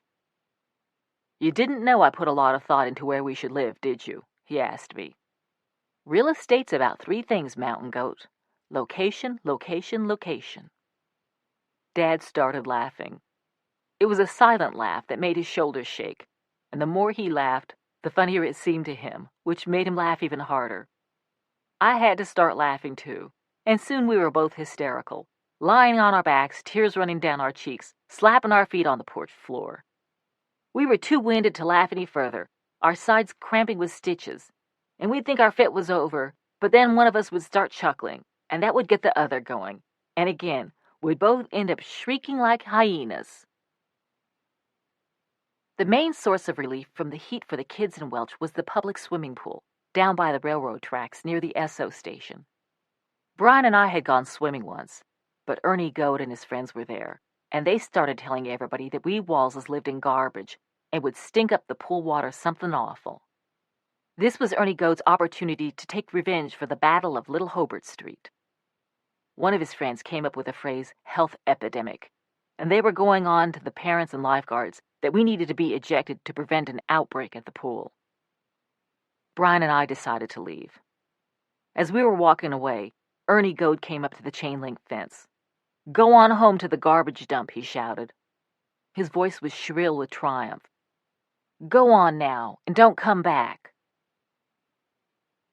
A week later, with the heat still holding, I ran into Denisha Hewitt downtown. She had just come from the pool and had her wet hair pulled back under a scarf. "Brother, that water felt good," she said, drawing out the word good so it sounded like it had 15 O's in it. "Do you ever go swimming?" "They don't like us to go there," I said. Denisha nodded, even though I hadn't explained. Then she said, "Why don't you come swimming with us in the morning?" By us, I knew she meant the other black people. The pool was not segregated. Anyone could swim at any time, technically at least. But the fact was that all the black people swam in the morning, when the pool was free, and all the white people swam in the afternoon, when admission was 50 cents. No one had planned this arrangement, and no rules enforced it. That's just the way it was. I surely wanted to get back in that water, but I couldn't help but feel that if I took Denisha up on her offer, I'd be violating some sort of taboo. "Wouldn't anybody get mad?" I asked. "'Cause you're white?" she asked. "Your own kind might, but we won't. And your own kind won't be there." The next morning, I met Denisha in front of the pool entrance. My thrift shop one-piece rolled inside my frayed gray towel. The white girl clerking the entrance booth gave me a surprised look when we passed through the gate, but she said nothing. The women's locker room was dark and smelled of pine sol, with cinder block walls and a wet cement floor. A soul tune was blasting out of an 8-track tape player, and all the black women packed between the peeling wooden benches were singing and dancing to the music. In the locker rooms I'd been in, the white women always seemed embarrassed by their nakedness and wrapped towels around their waists before slipping off their underpants. But most of the women here were buck naked. Some of them were skinny with angular hips and jutting collarbones. Others had big, pillowy behinds and huge swinging breasts, and they were bumping their butts together and pushing their breasts up against each other as they danced. As soon as the women saw me, they stopped dancing. One of the naked ones came over and stood in front of me, her hands on her hips, and her breasts so close, I was terrified her nipples were going to touch me. Denisha explained that I was with her and that I was good people. The women looked at one another and shrugged. I was going on 13 and self-conscious, so I planned to slip my bathing suit on underneath my dress. But I worried this would only make me more conspicuous. So I took a deep breath and stepped out of my clothes. The scar on my ribs was about the size of my outstretched hand, and Denisha noticed it immediately. I explained that I had gotten it when I was 3, then I'd been in the hospital for 6 weeks getting skin grafts, and that was why I never wore a bikini. Denisha ran her fingers lightly over the scar tissue. "It ain't so bad," she said. "Hey, Nisha," one of the women shouted. "Your white friend's got a red bush coming in." "What did you expect?" Denisha asked. "That's right," I said. "Collar got to match the cuffs." It was a line I'd heard Denisha use. She smiled at it, and all the women shrieked with laughter. One of the dancers bumped her hip up against me. I felt welcome enough to give her a saucy bump back. Denisha and I stayed in the pool all morning, splashing, practicing the backstroke and the butterfly. She flailed around in the water almost as much as I did. We stood on our hands and stuck our legs out of the water, did underwater twists, and played Marco Polo and chicken with the other kids. We climbed out to do cannonballs and watermelons off the side, making big geyser-like splashes intended to drench as many people sitting poolside as possible. By the time the free swim was over, my fingers and toes were completely wrinkled, and my eyes were red and stinging from the chlorine, which was so strong it wafted up from the pool in a vapor you could practically see. I'd never felt cleaner. That afternoon, I was alone in the house, still enjoying the itchy, dry feeling of my chlorine-scoured skin, and the wobbly bone feeling you get from a lot of exercise when I heard a knock on the door. The noise startled me. Almost no one ever visited us at 93 Little Hobart Street. I opened the door a few inches and peered out. A balding man carrying a file folder under his arm stood on the porch. Something about him said government, a species Dad had trained us to avoid. "Is the head of the household in?" he asked. "Who wants to know?" I said. The man smiled the way you do to sugarcoat bad news. "I'm with Child Welfare, and I'm looking for either Rex or Rosemary Walls," he said. "They're not here," I said. "How old are you?" he asked. 12. "Can I come in?" I could see he was trying to peer behind me into the house. I pulled the door all the way closed except for a crack. "Mom and Dad wouldn't want me to let you in," I said. "Until they talk to their attorney," I added to impress him. "Just tell me what it is you're after, and I'll pass on the message." The man said that someone whose name he was not at liberty to disclose had called his office recommending an inquiry into conditions at 93 Little Hobart Street, where it was possible that dependent children might be living in a state of neglect. "No one's neglecting us," I said. "You sure?" "I'm sure, mister." "Dad work?" "Of course," I said. "He does odd jobs. And he's an entrepreneur. He's developing a technology to burn low-grade bituminous coal safely and efficiently." "And your mother?" "She's an artist," I said, "and a writer, and a teacher." "Really?" The man made a note on a pad. "Where?" "I don't think Mom and Dad would want me talking to you without them here," I said. "Come back when they're here. They'll answer your questions." "Good," the man said. "I will come back. Tell them that." He passed a business card through the crack in the doorway. I watched him make his way to the ground. "Careful on those stairs now," I called. "We're in the process of building a new set." After the man left, I was so furious that I ran up the hillside and started hurling rocks, big rocks that it took 2 hands to lift, into the garbage pit. Except for Irma, I had never hated anyone more than I hated that child welfare man. Not even Ernie Goad. At least when Ernie and his gang came around yelling that we were trash, we could fight them off with rocks. But if the child welfare man got it into his head that we were an unfit family, we'd have no way to drive him off. He'd launch an investigation and end up sending me and Brian and Lori and Maureen off to live with different families, even though we all got good grades and knew Morse code. I couldn't let that happen. No way I was going to lose Brian and Lori and Maureen. I wished we could do the skedaddle. For a long time, Brian, Lori, and I had assumed we would leave Welch sooner or later. Every couple of months, we'd ask Dad if we were going to move on. He'd sometimes talk about Australia or Alaska, but he never took any action. And when we asked Mom, she'd start singing some song about how her get-up-and-go had got up and went. Maybe coming back to Welch would kill the idea Dad used to have of himself as a man going places. The truth was, we were stuck. When Mom got home, I gave her the man's card and told her about his visit. I was still in a lather. I said that since neither she nor Dad could be bothered to work, and since she refused to leave Dad, the government was going to do the job of splitting up the family for her. I expected Mom to come back with one of her choice remarks, but she listened to my tirade in silence. Then she said she needed to consider her options. She sat down at her easel. She'd run out of canvases and had begun painting on plywood, so she picked up a piece of the wood, got out her palette, squeezed some paints onto it, and selected a brush. "What are you doing?" I asked. "I'm thinking," she said. Mom worked quickly, automatically, as if she knew exactly what it was she wanted to paint. A figure took shape in the middle of the board. It was a woman from the waist up, with her arms raised. Blue concentric circles appeared around the waist. The blue was water. Mom was painting a picture of a woman drowning in a stormy lake.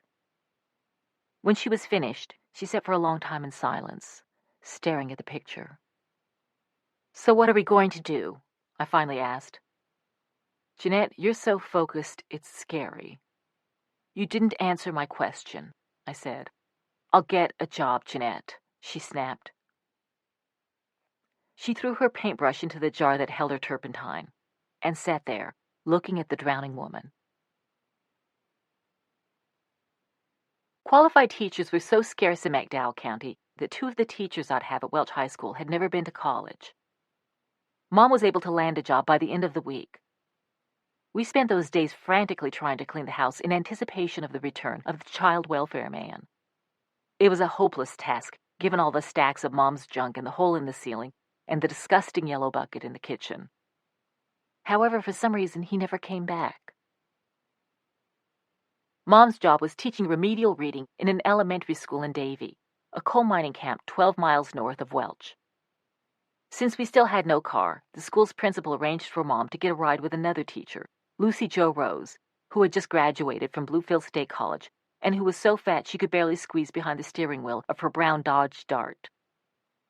Lucy Jo, whom the principal had more or less ordered to perform this service, took an instant dislike to Mom. She refused to say much during the trip, instead playing Barbara Mandrell tapes and smoking filter-tip cools the entire time. As soon as Mom got out of the car, Lucy Jo made a big show of spraying Mom's seat with Lysol. Mom, for her part, felt that Lucy Jo was woefully uninformed. When Mom mentioned Jackson Pollock once, Lucy Jo said that she had Polish blood and therefore did not appreciate Mom using derogatory names for Polish people. Mom had the same problems she'd had in Battle Mountain with organizing her paperwork and disciplining her students. At least one morning a week, she'd throw a tantrum and refuse to go to work, and Lori Bryan and I would have to get her collected and down to the street where Lucy Jo waited with a scowl, blue smoke chugging up from the Dart's rusted-through tailpipe. But at least we had money. While I'd been bringing in a little extra cash by babysitting, Brian was cutting other people's weeds, and Lori had a paper route.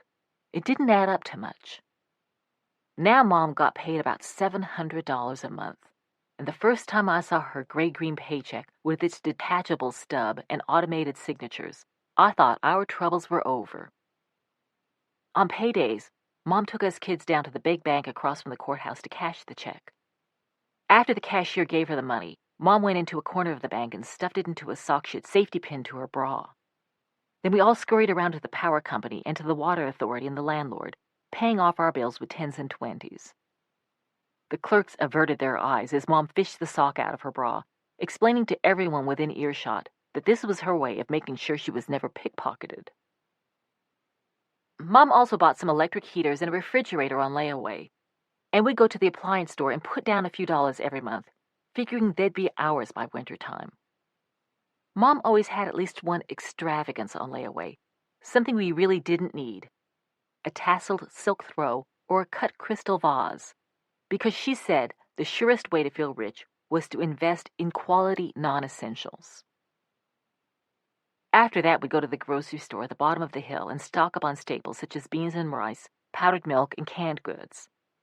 Mom always bought the dented cans, even if they weren't marked down, because she said they needed to be loved too.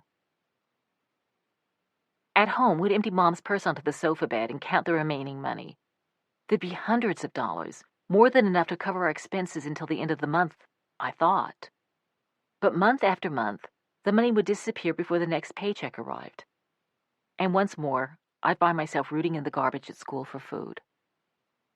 Toward the end of one month that fall, Mom announced that we had only $1 for dinner.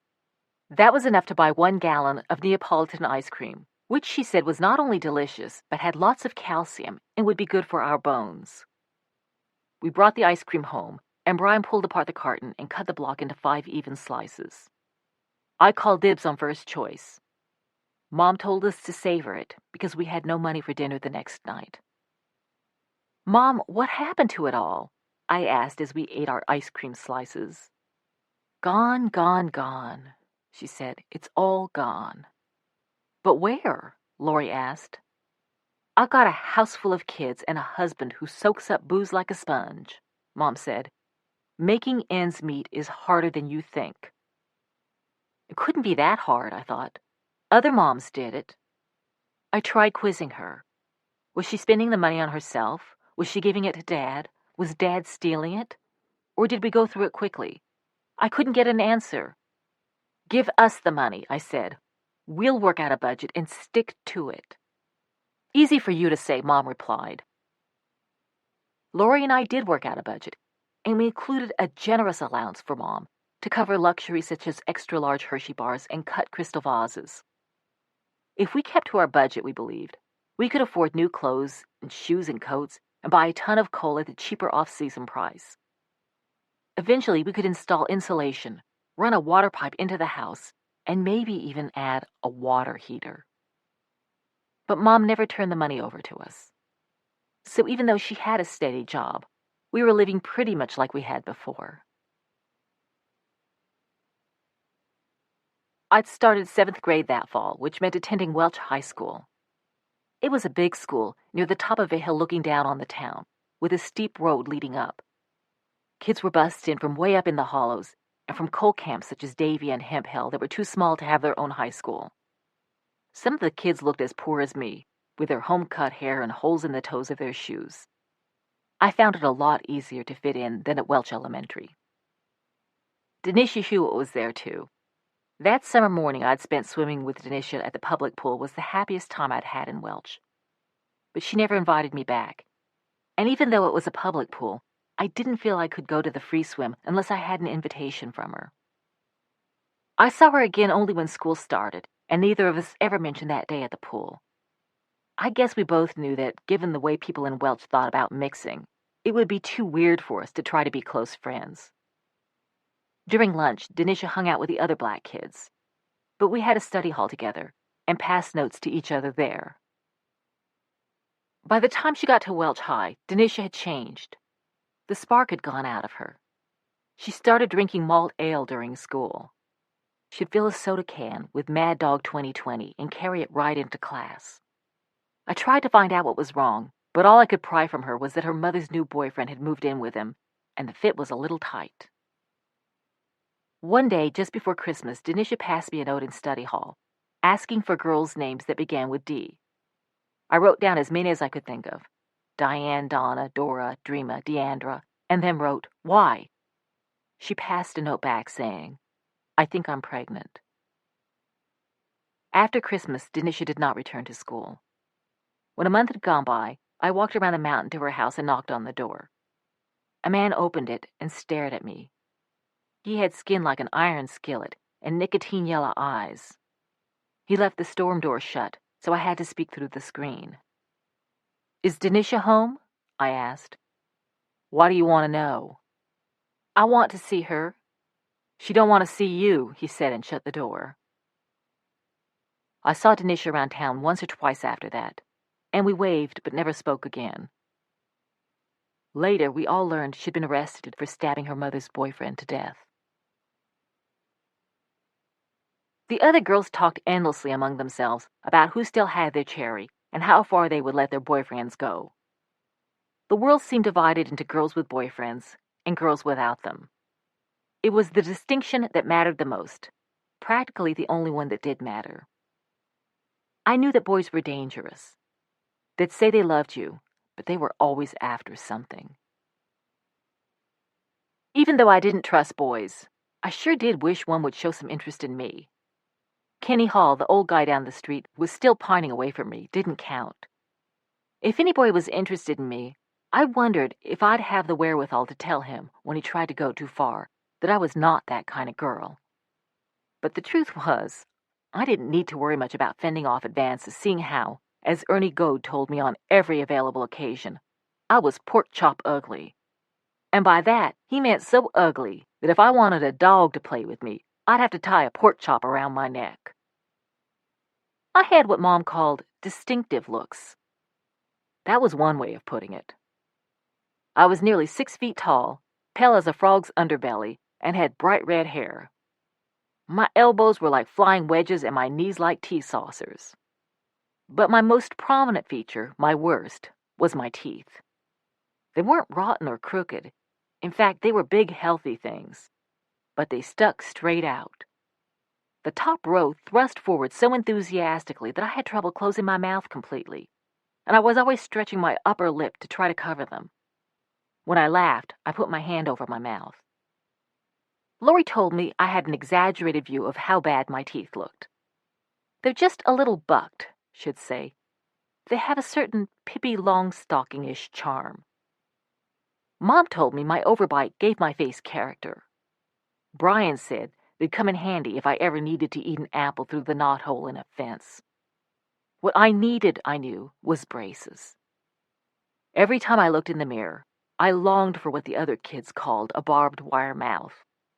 Mom and Dad had no money for braces, of course. None of us kids had ever even been to the dentist. But since I'd been babysitting and doing other kids' homework for cash, I resolved to save up until I could afford braces myself. I had no idea how much they cost. So I approached the only girl in my class who wore braces, and after complimenting her orthodontia, casually asked how much it had set her folks back. When she said $1,200, I almost fell over. I was getting $1 an hour to babysit. I usually worked 5 or 6 hours a week, which meant that if I saved every penny I earned, it would take about 4 years to raise the money. I decided to make my own braces. I went to the library and asked for a book on orthodontia. The librarian looked at me kind of funny and said she didn't have one, so I realized I'd have to figure things out as I went along. The process involved some experimentation and several false starts. At first, I simply used a rubber band. Before going to bed, I would stretch it all the way around the entire set of my upper teeth. The rubber band was small but thick and had a good, tight fit. But it pressed uncomfortably on my tongue, and sometimes it would pop off during the night, and I'd wake up choking on it. Usually, however, it stayed on all night, and in the morning my gums would be sore from the pressure on my teeth. That seemed like a promising sign, but I began to worry that instead of pushing my front teeth in, the rubber band might be pulling my back teeth forward. So I got some larger rubber bands and wore them around my whole head, pressing against my front teeth. The problem with this technique was that the rubber bands were tight. They had to be to work. So I'd wake up with headaches and deep red marks where the rubber bands had dug into the sides of my face. I needed more advanced technology. I bent a metal coat hanger into a horseshoe shape to fit the back of my head. Then I curled the 2 ends outward, so when the coat hanger was around my head, the ends angled away from my face and formed hooks to hold the rubber band in place. When I tried it on, the coat hanger dug into the back of my skull, so I used a Kotex sanitary napkin for padding. The contraption worked perfectly, except that I had to sleep flat on my back, which I always had trouble doing, especially when it was cold. I liked to snuggle down into the blankets. Also, the rubber band still popped off in the middle of the night. Another drawback was that the device took a lot of time to put on properly. I'd wait until it was dark so no one else would see it. One night, I was lying in my bunk wearing my elaborate coat hanger braces when the bedroom door opened. I could make out a dim figure in the darkness. "Who's there?" I called out, but because I had my braces on, it came out sounding like, "Who's there?" "It's your old man," Dad answered. "What's with the mumbling?" He came over to my bunk, held up his Zippo, and flicked it. A flame shot up. "What the Sam Hill's that on your head?" "My birthday," I said. "Your what?" I took off the contraption and explained to Dad that because my front teeth stuck out so badly, I needed braces, but they cost $1,200. So I'd made my own. "Put them back on," Dad said. He studied my handiwork intently, then nodded. "Those braces are a goddamn feat of engineering genius," he said. "You take after your old man." He took my chin and pulled my mouth open. "And I think they're by God working." That year, I started working for the school newspaper, the Maroon Wave. I wanted to join some club or group or organization where I could feel I belonged, where people wouldn't move away if I sat down next to them. I was a good runner, and I thought of going out for the track team, but you had to pay for your uniform, and Mom said we couldn't afford it. You didn't have to buy a uniform or any musical instrument or pay any dues to work on the Wave. Miss Jeannette Bivens, one of the high school English teachers, was the Wave's faculty advisor. She was a quiet, precise woman who had been at Welch High School so long that she had also been Dad's English teacher. She was the first person in his life, he once told me, who'd showed any faith in him. She thought he was a talented writer and had encouraged him to submit a 24-line poem called Summer Storm to a statewide poetry competition. When it won first prize, one of Dad's other teachers wondered aloud if the son of two low-life alcoholics like Ted and Irma Walls could have written it himself. Dad was so insulted he walked out of school. It was Miss Bivens who convinced him to return and earn his diploma, telling him he had what it took to be somebody. Dad named me after her. Mom suggested the second N to make it more elegant and French. Miss Bivens told me that as far as she could remember, I was the only 7th grader who'd ever worked for the Wave. I started out as a proofreader.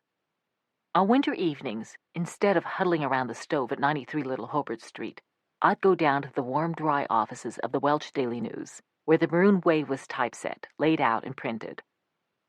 I loved the newsroom's purposeful atmosphere. Teletype machines clattered against the wall as spools of paper carrying news from around the world piled up on the floor.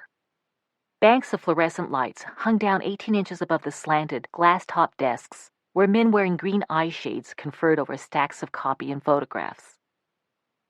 I'd take the Wave galleys and sit at one of the desks, my back firm, a pencil behind my ear, studying the pages for typos.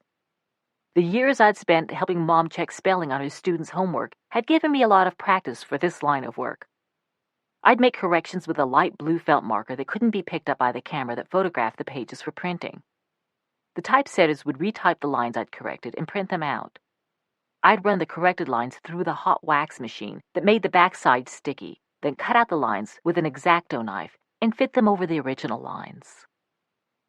I tried to remain inconspicuous in the newsroom, but one of the typesetters, a crabbed, chain-smoking woman who always wore a hairnet, took a dislike to me. She thought I was dirty. When I walked by, she'd turn to the other typesetters and say loudly, "Y'all smell something funny?" Just like Lucy Jo Rose had done to Mom, she took to spraying disinfectant and air freshener in my general direction. Then she complained to the editor, Mr. Muckenfuss, that I might have head lice and could infect the entire staff. Mr. Muckenfuss conferred with Miss Bivens, and she told me that as long as I kept clean, she'd fight for me. That was when I started going back to Grandpa and Uncle Stanley's apartment for a weekly bath, though when I was there, I made sure to give Uncle Stanley a wide berth. Whenever I was at the Daily News, I watched the editors and reporters at work in the newsroom. They kept a police scanner on all the time, and when an accident or fire or crime was called in, an editor would send a reporter to find out what had happened. He'd come back a couple of hours later and type up a story, and it would appear in the next day's paper. This appealed to me mightily. Until then, when I thought of writers, what first came to mind was Mom, hunched over her typewriter, clattering away on her novels and plays and philosophies of life, and occasionally receiving a personalized rejection letter. But a newspaper reporter, instead of holding up in isolation, was in touch with the rest of the world. What the reporter wrote influenced what people thought about and talked about the next day. He knew what was really going on. I decided I wanted to be one of the people who knew what was really going on. When my work was done, I read the stories on the wire services. Because we never subscribed to newspapers or magazines, I'd never known what was going on in the world, except for the skewed version of events we got from Mom and Dad, in which every politician was a crook, every cop was a thug, and every criminal had been framed. I began to feel like I was getting the whole story for the first time, that I was being handed the missing pieces to the puzzle, and that the world was making a little more sense. At times, I felt like I was failing Maureen, like I wasn't keeping my promise that I'd protect her, the promise I'd made to her when I held her on the way home from the hospital after she'd been born. I couldn't get her what she needed most: hot baths, a warm bed, steaming bowls of cream a week before school in the morning. But I tried to do little things. When she turned 7 that year, I told Brian and Lori that she needed a special birthday celebration. We knew Mom and Dad wouldn't get her presents, so we saved for months, went to the Dollar General store, and bought her a toy set of kitchen appliances that were pretty realistic. The agitator in the washing machine twisted around, and the refrigerator had metal shelves inside. We figured when she was playing, she could at least pretend to have clean clothes and regular meals. "Tell me again about California," Maureen said after she opened the presents. Although she'd been born there, she couldn't remember it. She always loved hearing our stories about life in the California desert, so we told them to her again about how the sun shone all the time, and it was so warm that we ran around barefoot even in the dead of winter, about how we ate lettuce in the farm fields and picked carloads of green grapes and slept on blankets under the stars. We told her that she was blonde because she'd been born in a state where so much gold had been mined, and she had blue eyes the color of the ocean that washed onto California's beaches. "That's where I'm going to live when I grow up," Maureen said. Although she longed for California, the magical place of light and warmth, she seemed happier than the rest of us kids in Welch. She was a storybook beautiful girl, with long blonde hair and startling blue eyes. She spent so much time with the families of her friends that she often didn't seem like a member of our family. A lot of her friends were Pentecostals whose parents held that Mom and Dad were disgracefully irresponsible and took it upon themselves to save Maureen's soul. They took her up like a surrogate daughter and brought her with them to revival meetings and to snake handling services over in Jolo. Under their influence, Maureen developed a powerful religious streak. She got baptized more than once and was all the time coming home proclaiming that she'd been born again. She once insisted that the devil had taken the form of a hoop snake with its tail in its mouth and had rolled after her down the mountain, hissing that it would claim her soul. Brian told Mom we needed to keep Maureen away from those nutty Pentecostals, but Mom said we all came to religion in our individual ways, and we each needed to respect the religious practices of others, seeing as it was up to every human being to find his or her own way to heaven. Mom could be as wise as a philosopher, but her moods were getting on my nerves. At times, she'd be happy for days on end, announcing that she had decided to think only positive thoughts, because if you think positive thoughts, then positive things will happen to you. But the positive thoughts would give way to negative thoughts, and the negative thoughts seemed to swoop into her mind the way a big flock of black crows takes over a landscape, sitting thick in the trees and on the fence rails and lawns, staring at you in ominous silence. When that happened, Mom would refuse to get out of bed, even when Lucy Joe showed up to drive her to school, honking impatiently. One morning toward the end of the school year, Mom had a complete meltdown. She was supposed to write up evaluations of her students' progress, but she'd spent every free minute painting, and now the deadline was on her, and the evaluations were unwritten. The remedial reading program was going to lose its funding, and the principal would be either furious or just plain disgusted. Mom couldn't bear to face the woman. Lucy Joe, who'd been waiting for Mom in the Dart, drove off without her, and Mom lay wrapped up in the blankets on the sofa bed, sobbing about how much she hated her life. Dad wasn't there, and neither was Maureen. Brian typically started doing an impersonation of Mom carrying on and sobbing, but no one was laughing, so he picked up his books and walked out of the house. Lori sat next to Mom on the bed, trying to console her. I just stood in the doorway with my arms crossed, staring at her. It was hard for me to believe that this woman with her head under the blankets, feeling sorry for herself and boo-hooing like a 5-year-old, was my mother. Mom was 38. Not young, but not old either. In 25 years, I told myself, I'd be as old as she was now. I had no idea what my life would be like then, but as I gathered my school books and walked out the door, I swore to myself that it would never be like Mom's, that I would not be crying my eyes out in an unheated shack in some God-forsaken holler. I walked down Little Hobart Street. It had rained the night before, and the only sound was the gurgle of the runoff pouring down the eroded gullies on the hillside. Thin streams of muddy water flowed across the road, seeping into my shoes and soaking my socks. The sole of my right shoe had come loose and flapped with each step. Lori caught up with me, and we walked for a while in silence. "Poor Mom," Lori finally said. "She's got it tough." "No tougher than the rest of us," I said. "Yes, she does," Lori said. "She's the one who's married to Dad." "That was her choice," I said. "She needs to be firmer, lay down the law for Dad instead of getting hysterical all the time. What Dad needs is a strong woman. A caryatid wouldn't be strong enough for Dad." "What's that?" "Pillars shaped like women," Lori said. "The ones holding up Greek temples with their heads. I was looking at a picture of some the other day thinking, those women have the second toughest job in the world." I disagreed with Lori. I thought a strong woman would be able to manage Dad. What he needed was someone who was focused and determined. Someone who would set ultimatums and stick to them. I figured I was strong enough to keep Dad in line. When Mom told me I was so focused it was scary, I know she didn't mean it as a compliment, but I took it that way.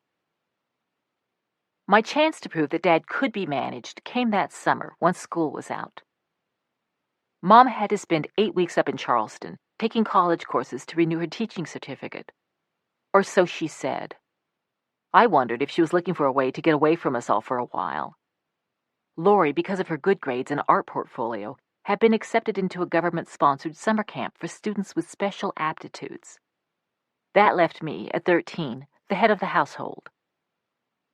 Before Mom left, she gave me $200. That was plenty, she said, to buy food for Brian and Maureen and me for 2 months and pay the water and electricity bills. I did the math. It came out to $25 a week, or a little over $3.50 a day. I worked up a budget and calculated that we could indeed squeak by if I made extra money babysitting. For the first week, everything went according to plan. I bought food and made meals for Brian, Maureen, and me. It had been almost a year since the welfare man had scared us into cleaning the house, and it was once again an unholy mess. Mom would have a fit if I had thrown anything out, but I spent hours straightening up and trying to organize the huge stacks of junk. Dad usually stayed out at night until we were in bed, and he'd be asleep when we got up and left in the morning. But one afternoon, about a week after Mom had gone to Charleston, he caught me alone in the house. "Hun, I need some money," he said. "For what?" "Beer and cigarettes." "I've got sort of a tight budget, Dad." "I don't need much, just $5. That was 2 days' worth of food. A half-gallon of milk, a loaf of bread, a dozen eggs, 2 cans of jack mackerel, a small bag of apples, and some popcorn. And Dad wasn't even doing me the honor of pretending he needed the money for something useful. He didn't argue or wheedle or cajole or ratchet the charm way up. He simply waited for me to fork over the cash, as if he knew I didn't have it in me to say no. And I didn't. I took out my green plastic change purse and pulled out a crumpled 5 and passed it over slowly. "You're a doll," Dad said, and gave me a kiss. I pulled my head back. Giving him that money pissed me off. I was mad at myself, but even madder at Dad. He knew I had a soft spot for him the way no one else in the family did, and he was taking advantage of it. I felt used. The girls at school always talked about how this or that guy was a user and how such and such a girl got used. And now I understood, from deep inside, the meaning of that word. When Dad asked me for another $5 a few days later, I gave it to him. It made me feel sick thinking how I was now $10 off budget. In a few more days, he asked for $20. $20? I couldn't believe Dad was pushing me this far. Why 20? "God damn it, since when do I have to explain myself to my children?" Dad asked. In the next breath, he told me that he'd borrowed a friend's car and needed to buy gas so he could drive to Gary for a business meeting. "I need money to make money. I'll pay you back." He looked at me, defying me to disbelieve him. "I've got bills piling up," I said. I heard my voice growing shrill, but I couldn't control it. "I've got kids to feed." "Don't you worry about food and bills," Dad said. "That's for me to worry about, okay?" I put my hand in my pocket. I didn't know if I was reaching for my money or trying to protect it. "Have I ever let you down?" Dad asked. I'd heard that question at least 200 times, and I'd always answered it the way I knew he wanted me to, because I thought it was my faith in Dad that kept him going all those years. I was about to tell him the truth for the first time, about to let him know that he'd let us all down plenty. But then I stopped. I couldn't do it. Dad, meanwhile, was saying he was not asking me for the money. He was telling me to give it to him. He needed it. Did I think he was a liar when he said he'd get it back to me? I gave him the $20. That Saturday, Dad told me that to pay me back, he had to earn the money first. He wanted me to accompany him on a business trip. He said I needed to wear something nice. He went through my dresses hanging from the pipe in the bedroom and picked out one with blue flowers that buttoned up the front. He had borrowed a car, an old pea green Plymouth with a broken passenger side window, and we drove through the mountains to a nearby town, stopping at a roadside bar. The place was dark and hazy as a battlefield from the cigarette smoke. Neon signs for Pabst Blue Ribbon and Old Milwaukee glowed on the walls. Gaunt men with creased cheeks and women with dark red lipstick sat along the bar. A couple of guys wearing steel-toed boots played pool. Dad and I took seats at the bar. Dad ordered buds for himself and me, even though I told him I wanted a Sprite. After a while, he got up to play pool, and no sooner had he left his stool than a man came over and sat on it. He had a black mustache that curved around the sides of his mouth and coal grime under his fingernails. He poured salt in his beer, which Dad said some guys did because they liked to make extra foam. "Name's Robbie," he said. "That your man there?"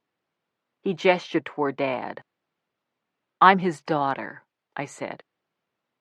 He took a lick of foam and started asking me about myself, leaning in close as he talked. "How old are you, girl?" "How old do you think?" I asked. "About 17. I smiled, putting my hand over my teeth. "Know how to dance?" he asked. I shook my head. "Sure you do," he said, and pulled me off the stool. I looked over at Dad, who grinned and waved. On the jukebox, Kitty Wells was singing about married men and honky-tonk angels. Robbie held me close, with his hand on the small of my back. We danced to a second song, and when we sat down again on the stools facing the pool table, our backs against the bar, he slid his arm behind me. That arm made me tense, but not entirely unhappy. No one had flirted with me since Billy Dill, unless you counted Kenny Hall. Still, I knew what Robbie was after. I was going to tell him I wasn't that sort of girl, but then I thought he would say I was getting ahead of myself. After all, the only thing he'd done was dance me slow and put his arm around me. I caught Dad's eye. I expected him to come barreling across the room and walk Robbie with a pull cue for getting fresh with his daughter. Instead, he hollered to Robbie, "Do something worthwhile with those damned hands of yours. Get over here and play me a game of pool." They ordered whiskeys and chalked their cues. Dad held back at first and lost some money to Robbie, then started upping the stakes and beating him. After every game, Robbie wanted to dance with me again. It went on that way for a couple of hours, with Robbie getting sloppy drunk, losing to Dad, and groping me when we danced or sat down at the bar between games. All Dad said to me was, "Keep your legs crossed, honey, and keep 'em crossed tight." After Dad had taken him for about $80, Robbie started muttering angrily to himself. He snapped down the cue chalk, sending up a puff of blue powder, and missed a final shot. He flung his cue on the table and announced he'd had enough and sat down next to me. His eyes were bleary. He kept saying he couldn't believe that old fart had beat him out of $80, as if he couldn't decide whether he was pissed off or impressed. Then he told me he lived in an apartment over the bar. He had a Roy Acuff record that wasn't on the jukebox, and he wanted us to go upstairs and listen to it. If all he wanted to do was dance some more and maybe kiss a little, I could handle that. But I had the feeling he thought he was entitled to something in return for losing so much money. "I'm not sure," I said. "Aw, come on," he said, and shouted at Dad. I'm going to take your girl upstairs. Sure, Dad said. Just don't do anything I wouldn't do. He pointed his pool cue at me. Holler if you need me, he said, and winked at me, as if to say he knew I could take care of myself, that this was just a part of my job. So, with Dad's blessing, I went upstairs. Inside the apartment, we pushed through a curtain made from strands of beer can pull tabs linked together. Two men sat on a couch watching wrestling on television. When they saw me, they grinned wolfishly at Robbie, who put on the Roy Acuff record without turning down the television. He pressed me to him and started dancing again, but I knew this was not going in a direction I wanted, and I resisted him. His hands dropped down. He squeezed my bottom, pushed me onto the bed, and began kissing me. All right, one of his friends said, and the other yelled, Get it on! I'm not that kind of girl, I said, but he ignored me. When I tried rolling away, he pinned back my arms. Dad had said to holler if I needed him, but I didn't want to scream. I was so angry at Dad that I couldn't bear the idea of him rescuing me. Robbie, meanwhile, was saying something about me being too bony to screw. Yeah, most guys don't like me, I said. Besides being skinny, I got these scars. Oh, sure, he said, but he paused. I rolled off the bed, quickly unbuttoned my dress at the waist, and pulled it open to show him the scar on my right side. For all he knew, my entire torso was one giant mass of scar tissue. Robbie looked uncertainly at his friends. It was like seeing a gap in a fence. I think I hear Dad calling, I said. They made for the door. In the car, Dad took out the money he'd won and counted out $40, which he passed to me. We make a good team, he said. I felt like throwing the money at him, but we kids needed it, so I put the bills in my purse. We hadn't scammed Robbie, but we'd worked him in a way that felt downright sleazy, and I'd ended up in a tight spot. If Robbie had been set up by Dad, so had I. You upset about something, Mountain Goat? For a moment, I considered not telling Dad. I was afraid there'd be bloodshed, since he was always going on about how he'd kill anyone who laid a finger on me. Then I decided I wanted to see the guy pummeled. Dad, that creep attacked me while we were upstairs. I'm sure he just pawed you some, Dad said as we pulled out of the parking lot. I knew you could handle yourself. The road back to Welch was dark and empty. The wind whistled through the broken window on my side of the Plymouth. Dad lit a cigarette. It was like that time I threw you into the sulfur spring to teach you to swim, he said. You might have been convinced that you were going to drown, but I knew you'd do just fine. The next evening, Dad disappeared. After a couple of days, he wanted me to go out with him again to some bar, but I said no. Dad got ticked off and said that if I wasn't going to team up with him, the least I could do was stake him some pull-shooting money. I found myself forking over a 20, and then another in a few days. Mom had told me to expect a check in early July for the lease on her Texas land. She also warned me that Dad would try to get his hands on it.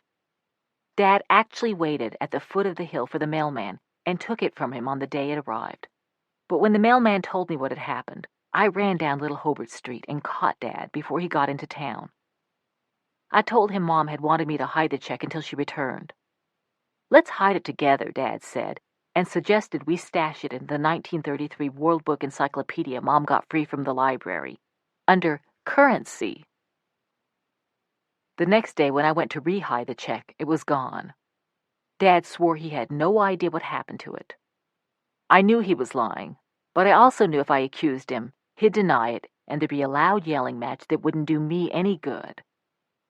For the first time, I had a clear idea of what Mom was up against. Being a strong woman was harder than I had thought. Mom still had more than a month in Charleston. We were about to run out of grocery money, and my babysitting income wasn't making up the difference. I had seen a help wanted sign in the window of a jewelry store on McDowell Street called Becker's Jewel Box. I put on a lot of makeup, my best dress. It was purple with tiny white dots and a sash that tied in the back. and a pair of Mom's high heels, since we wore the same size. Then I walked around the mountain to apply for the job. I pushed open the door, jangling the bells overhead. Becker's Jewel Box was a fancy store, the kind of place I'd never had the occasion to go into, with a humming air conditioner and buzzing fluorescent lights. Locked glass display cases held rings and necklaces and brooches, and a few guitars and banjos hung on the pine board paneled walls to diversify the merchandise. Mr. Becker was leaning on the counter with his fingers interlocked. He had a stomach so big that his thin black belt reminded me of the equator circling the globe. I was afraid that Mr. Becker wouldn't give me the job if he knew I was only 13, so I told him I was 17. He hired me on the spot for $40 a week in cash. I was thrilled. It was my first real job. Babysitting and tutoring and doing other kids' homework and mowing lawns and redeeming bottles and selling scrap metal didn't count. $40 a week was serious money. I liked the work. People buying jewelry were always happy, and even though Welch was a poor town, Becker's Jewel Box had plenty of customers. Older miners buying their wives a mother's pin, a brooch with a birthstone for each of her children, teenage couples shopping for engagement rings, the girl giggling with excitement, the boy acting proud and manly. During the slow spells, Mr. Becker and I watched the Watergate hearings on a little black and white TV. Mr. Becker was captivated by John Dean's wife, Maureen, who sat behind her husband while he was testifying and wore elegant clothes and pulled her blonde hair back in a tight bun. "Hot damn, that's one classy broad," Mr. Becker would say. Sometimes after watching Maureen Dean, Mr. Becker got so randy that he came behind me while I was cleaning the display case and rubbed up against my backside. I'd pull his hands off and walk away without saying a word, and that horn dog would return to the television as if nothing had happened. When Mr. Becker went across the street to the Mountaineer Diner for lunch, he always took the key to the display case that held the diamond rings. If customers came in wanting to look at the rings, I had to run across the street to get him.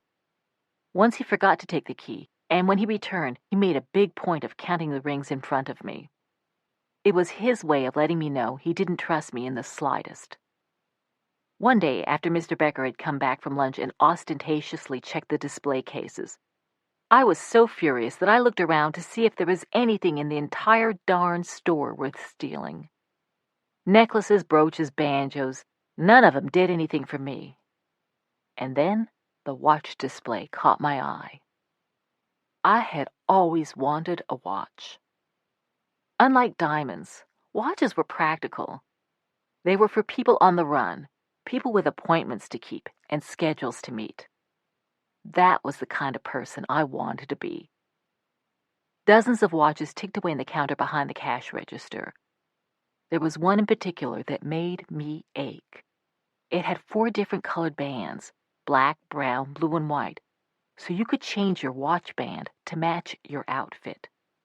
It had a price tag of $29.95, $10 short of a week's salary. But if I wanted, it could be mine in an instant, and for free. The more I thought about that watch, the more it called to me. One day, the woman who worked at the store Mr. Becker owned and wore stopped by. Mr. Becker wanted her to give me some beauty tips. While she was showing me her different makeup applicators, the woman, who had stiff platinum hair and eyelashes tarred in mascara, told me I must be earning a truckload in commissions. When I asked her what she meant, she said that in addition to her $40 a week salary, she made 10% on every sale. Her commissions were sometimes double her salary. "Hell, welfare'll get you more than $40 a week," she said. "If you're not getting commissions, Becker's stiffing you." When I asked Mr. Becker about commissions, he said they were for salespeople, and I was just an assistant. The next day, when Mr. Becker went off to the Mountaineer, I opened the display case and took out the 4-band watch.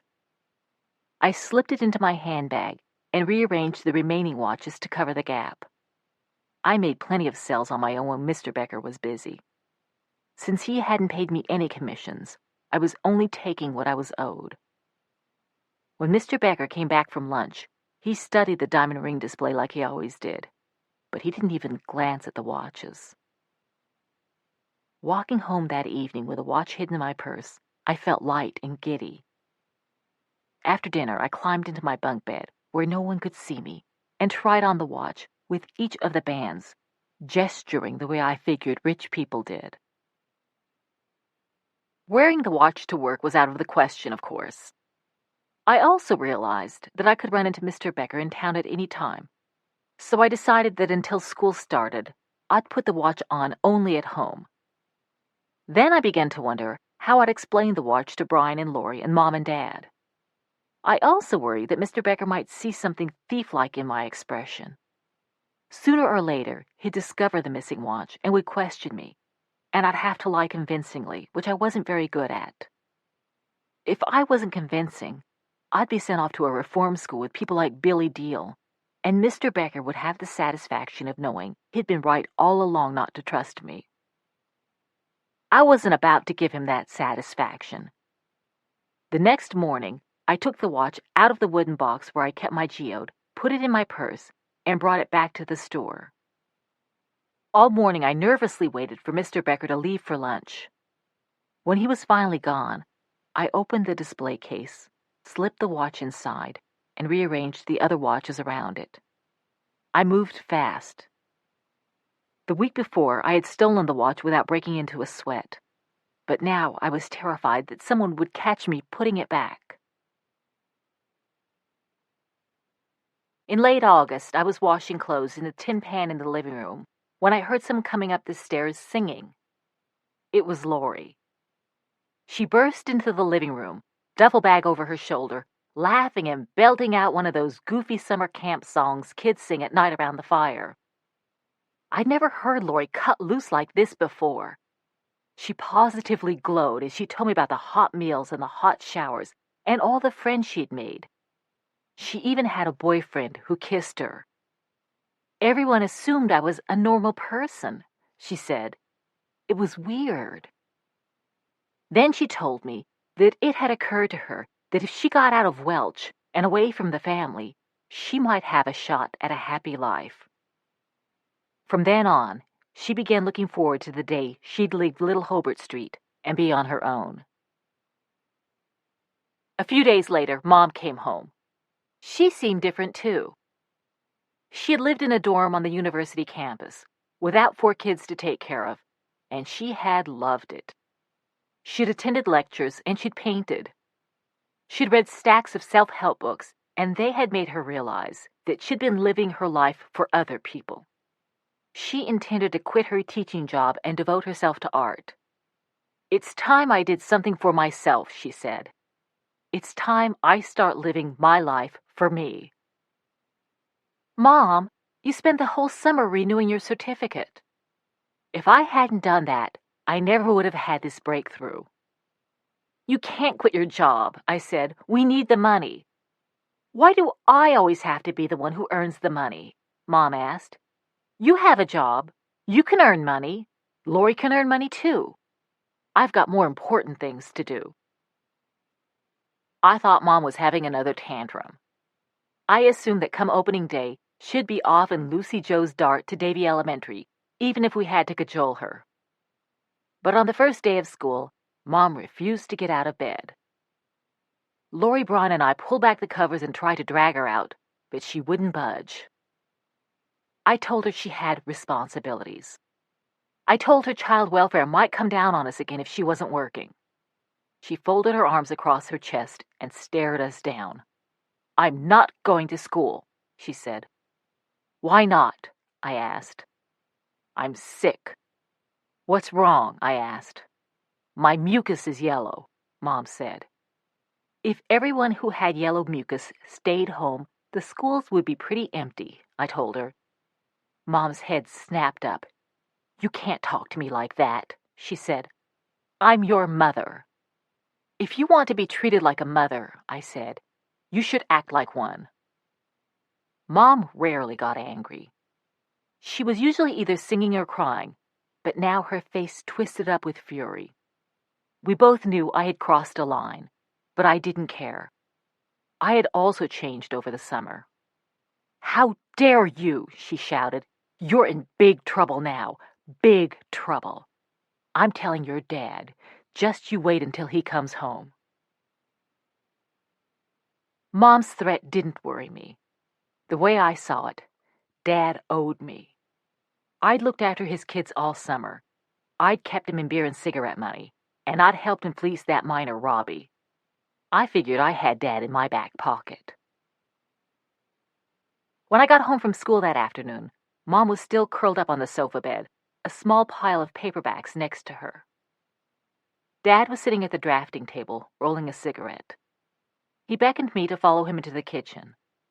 Mom watched us go. Dad closed the door and looked at me gravely. "Your mother claims you back-talked her." "Yes," I said, "it's true." "Yes, sir," he corrected me. But I didn't say anything. "I'm disappointed in you," he went on. "You know damn good and well that you are to respect your parents." "Dad, Mom's not sick. She's playing hooky," I said. "She has to take her obligations more seriously. She has to grow up a little." "Who do you think you are?" he asked. "She's your mother. Then why doesn't she act like one?" I looked at Dad for what felt like a very long moment. Then I blurted out, "And why don't you act like a dad?" I could see the blood surge into his face. He grabbed me by the arm. "You apologize for that comment." "Or what?" I asked. Dad shoved me up against the wall. "Or by God, I'll show you who's boss around here." His face was inches from mine. "What are you going to do to punish me?" I asked. "Stop taking me to bars?"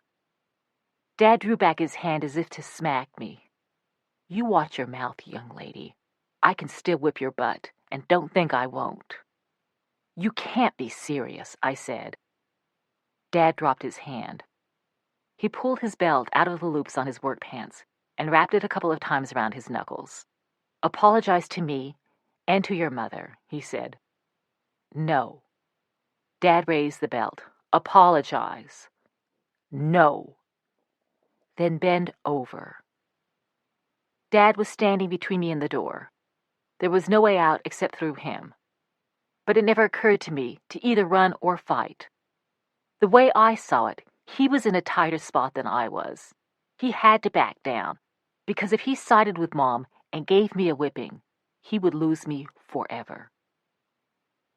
We stared at each other. Dad seemed to be waiting for me to drop my eyes, to apologize and tell him I was wrong, so we could go back to being like we were. But I kept holding his gaze. Finally, to call his bluff, I turned around, bent over slightly, and rested my hands on my knees. I expected him to turn and walk away, but there were 6 stinging blows on the backs of my thighs, each accompanied by a whistle of air. I could feel the welts rising even before I straightened up. I walked out of the kitchen without looking at Dad. Mom was outside the door. She'd been standing there, listening to everything. I didn't look at her, but I could see from the corner of my eye her triumphant expression. I bit my lips so I wouldn't cry. As soon as I got outside, I ran up into the woods, pushing tree branches and wild grapevines out of my face. I thought I'd start crying now that I was away from the house, but instead I threw up. I ate some wild mint to get rid of the taste of bile, and I walked for what felt like hours through the silent hills. The air was clear and cool, and the forest was thick with leaves that had fallen from the buckeyes and poplars. Late in the afternoon, I sat down on a tree trunk, leaning forward because the backs of my thighs still stung. All through the long walk, the pain had kept me thinking, and by the time I reached the tree trunk, I had made 2 decisions. The first was that I had had my last whipping. No one was ever going to do that to me again. The second was that, like Lori, I was going to get out of Welch. The sooner the better. Before I finished high school, if I could. I had no idea where I would go, but I did know I was going. I also knew it would not be easy. People got stuck in Welch. I had been counting on Mom and Dad to get us out, but I now knew I had to do it on my own. It would take saving and planning. I decided the next day I'd go to G.C. Murphy and buy a pink plastic piggy bank I'd seen there. I'd put in the $75 I'd managed to save while working at Becker's Jewel Box. It would be the beginning of my escape fund. That fall, 2 guys showed up in Welch who were different from anyone I'd ever met. They were filmmakers from New York City, and they'd been sent to Welch as part of a government program to bring cultural uplift to rural Appalachia.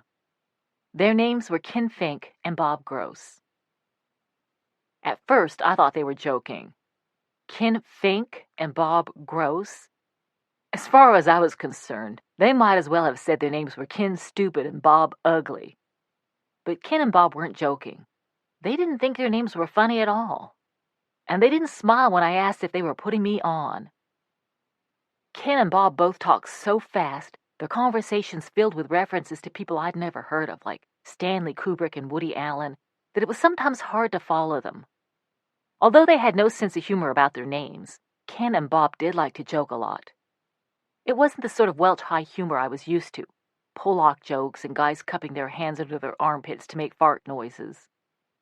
Ken and Bob had this smart, competitive way of joking where one would make a wisecrack and the other would have a comeback, and the first would have a retort to the comeback. They could keep it up until my head spun. One weekend, Ken and Bob showed us a Swedish film in the school auditorium. It was shot in black and white and had subtitles and a plot heavy on symbolism, so fewer than a dozen people came, even though it was free. Afterward, Lori showed Ken and Bob some of her illustrations. They told her she had talent and said if she was serious about becoming an artist, she needed to go to New York City.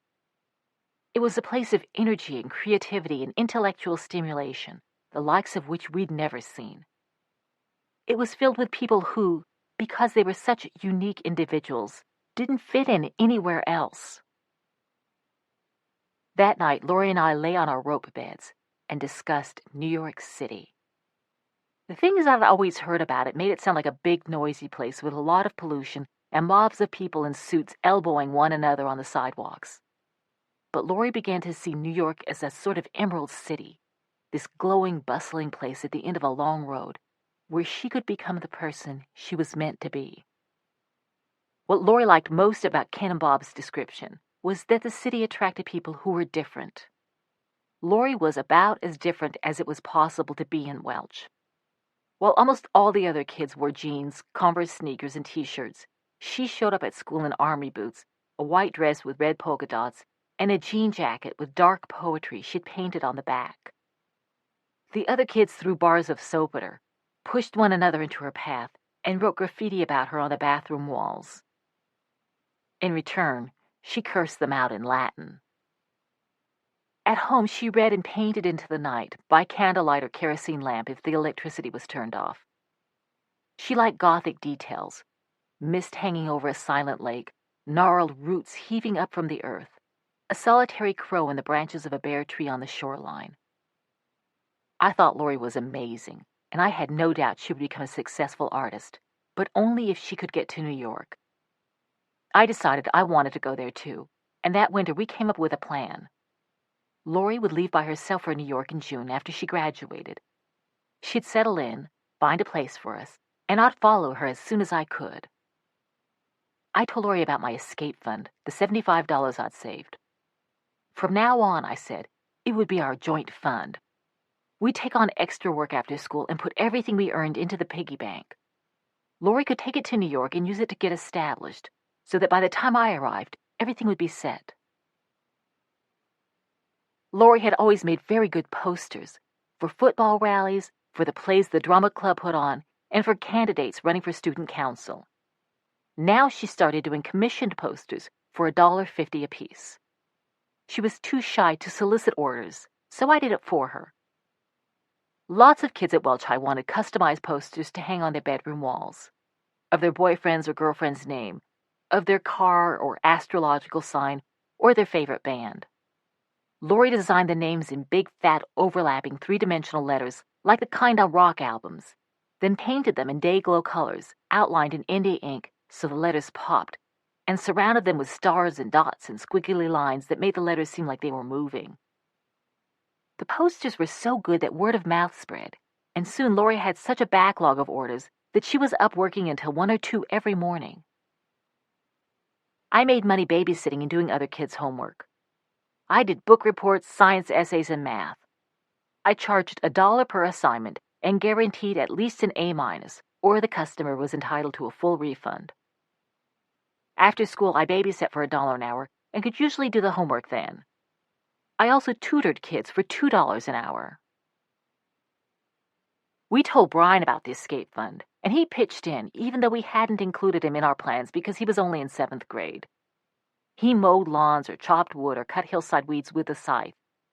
He worked after school until the sun went down and all day Saturday and Sunday, and came home with his arms and face scratched from the brush he'd cleared. Without looking for thanks or praise, he quietly added his earnings to the pig, which we named Oz. We kept Oz on the old sewing machine in the bedroom. Oz had no plugged hole on the bottom, and the slot on the top was too narrow to work bills out, even if you used a knife. So once you'd put money in Oz, it stayed there. We tested it to make sure. We couldn't count the money, but because Oz was translucent, we could see our cash accumulating inside when we held him up to the light. One day that winter, when I came home from school, a gold Cadillac Coupe de Ville was parked in front of the house. I wondered if the welfare agency had found some millionaires to be our foster parents, and they had arrived to take us away. But Dad was inside the house, twirling a set of keys on his finger. He explained that the Cadillac was the new official Walls family vehicle. Mom was carrying on about how it was one thing to live in a 3-room shack with no electricity, since there was a certain dignity in poverty. But to live in a 3-room shack and own a gold Cadillac meant you were bona fide poor white trash. "How'd you get it?" I asked Dad. "One hell of a good poker hand," he said, "and an even better bluff."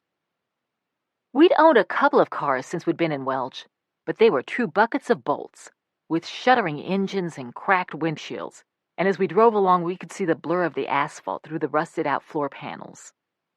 Those cars never lasted more than a couple of months, and like the Oldsmobile we'd driven from Phoenix, we never named them, much less got them registered and inspected. The Coupe de Ville actually had an unexpired inspection sticker. It was such a beauty that Dad declared the time had come to revive the tradition of naming our cars. "That there caddy," he said, "strikes me as Elvis." It crossed my mind that Dad ought to sell Elvis and use the money to install an indoor toilet and buy us all new clothes. The black leather shoes I had bought for 50 cents at the Dollar General store were held together with safety pins, which I'd tried to blacken with a magic marker so you wouldn't notice them. I'd also used magic markers to make colored blotches on my legs that I hoped would camouflage the holes in my pants. I figured that was less noticeable than if I sewed on patches. I had one blue pair and one green pair, so my legs, when I took my pants off, were covered with blue and green spots. But Dad loved Elvis too dearly to consider selling it. And the truth was, I loved Elvis almost as much. Elvis was long and sleek as a racing yacht. It had air conditioning, gold shag upholstery, windows that went up and down with a push of a button, and a working turn signal, so Dad didn't have to stick his arm out. Every time we drove through town in Elvis, I'd nod graciously and smile at the people on the sidewalk, feeling like an heiress. "You've got true noblesse oblige, mountain goat," Dad would say. Mom grew to love Elvis, too. She hadn't gone back to teaching, and instead spent her time painting, and on the weekends we began to drive to craft fairs all throughout West Virginia, shows where bearded men in overalls played dulcimers and women in granny dresses sold corncob back scratchers and coal sculptures of black bears and miners. We filled Elvis's trunk with Mom's paintings and tried to sell them at the fairs. Mom also drew pastel portraits on the spot for anyone willing to pay $18, and every now and then she got a commission. We all slept in Elvis on those trips, because a lot of times we made only enough to pay for the gas, or not even that. Still, it felt good to be on the move again. Our trips in Elvis reminded me how easy it was to pick up and move on when the urge struck. Once she'd resolved to go, there was nothing to it at all. As spring approached and the day of Laurie's graduation grew closer, I lay awake at night, thinking about her life in New York City. In exactly 3 months, I said to her, you'll be living in New York. The following week, I said, in exactly 2 months and 3 weeks, you'll be living in New York. Would you please shut up? She said. You're not nervous, are you? I asked. What do you think? Laurie was terrified. She was not sure what she was supposed to do once she got to New York. That had always been the vaguest part of our escape plan.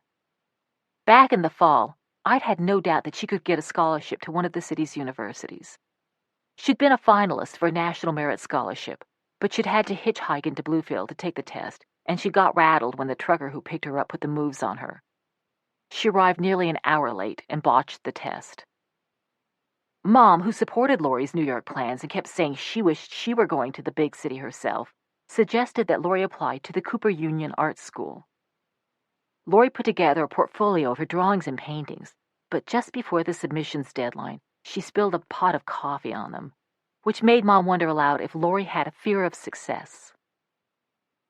Then Laurie heard about a scholarship sponsored by a literary society for the student who created the best work of art inspired by one of the geniuses of the English language. She decided to make a clay bust of Shakespeare. She worked on it for a week, using a sharpened popsicle stick to shape the slightly bulging eyes in the goatee and earring and longish hair. When it was finished, it looked exactly like Shakespeare. That night, we were all sitting at the drafting table watching Laurie put the final touches on Shakespeare's head when Dad came home drunk. That does indeed resemble old Billy, Dad said. Only thing is, as I've been telling you, he was a goddamn fake. For years, every time Mom brought out Shakespeare's plays, Dad would carry on about how they'd been written not by William Shakespeare of Avon, but by a bunch of people, including someone named Earl of Oxford, because no single person in Elizabethan England could have had Shakespeare's 30,000-word vocabulary. All this bunk about Billy Shakespeare, Dad would say, the great genius despite his grammar school education, his small Latin and less Greek, was a lot of sentimental mythology. You're helping perpetrate this fraud, he told Laurie. Dad, it's just a bust, Laurie said. That's the problem, Dad said. He studied the sculpture, then suddenly reached over and smeared off Shakespeare's mouth with his thumb. What the hell are you doing? Laurie cried out. It's no longer just a bust, Dad said. Now it has symbolic value. You can call it mute bard. I spent days on that, Laurie shouted, and you've ruined it. I elevated it, Dad said. He told Laurie he would help her write a paper that would demonstrate that Shakespeare's plays had multiple authors, like Rembrandt's paintings. By God, you'll set the literary world on edge, he said. I don't want to set the world on edge, Laurie screamed. I just want to win a stupid little scholarship. God damn it, you're in a horse race, but you're thinking like a sheep, Dad said. Sheep don't win horse races. Laurie didn't have the spirit to rework the bust. The next day, she smushed the clay into a big glob and left it on the drafting table. I told Laurie that if she hadn't been accepted into an art school by the time she graduated, she should go to New York anyway. She could support herself with the money we'd saved until she found a job, and then she could apply to school. That became our new plan. Everyone was mad at Dad, which gave him a case of the sulks. He said he didn't know why he even bothered to come home anymore, since he no longer got the slightest bit of appreciation for his ideas. He insisted he wasn't trying to keep Laurie from leaving for New York, but if she had the sense that God gave a goose, she would stay put. New York is a sorry-ass sinkhole, he said more than once, filled with faggots and rapists. She'd get mugged and find herself on the streets, he warned, forced into prostitution, winding up a drug addict like all those runaway teenagers. I'm only telling you this because I love you, he said, and I don't want to see you hurt. One evening in May, when we'd been saving our money for almost 9 months, I came home with a couple of dollars I'd made babysitting and went into the bedroom to stash them in Oz. The pig was not on the old sewing machine. I began looking through all the junk in the bedroom and finally found Oz on the floor. Someone had slashed him apart with a knife and stolen all the money. I knew it was Dad, but at the same time, I couldn't believe he'd stooped this low. Lori obviously didn't know yet. She was in the living room humming away as she worked on a poster. My first impulse was to hide Oz.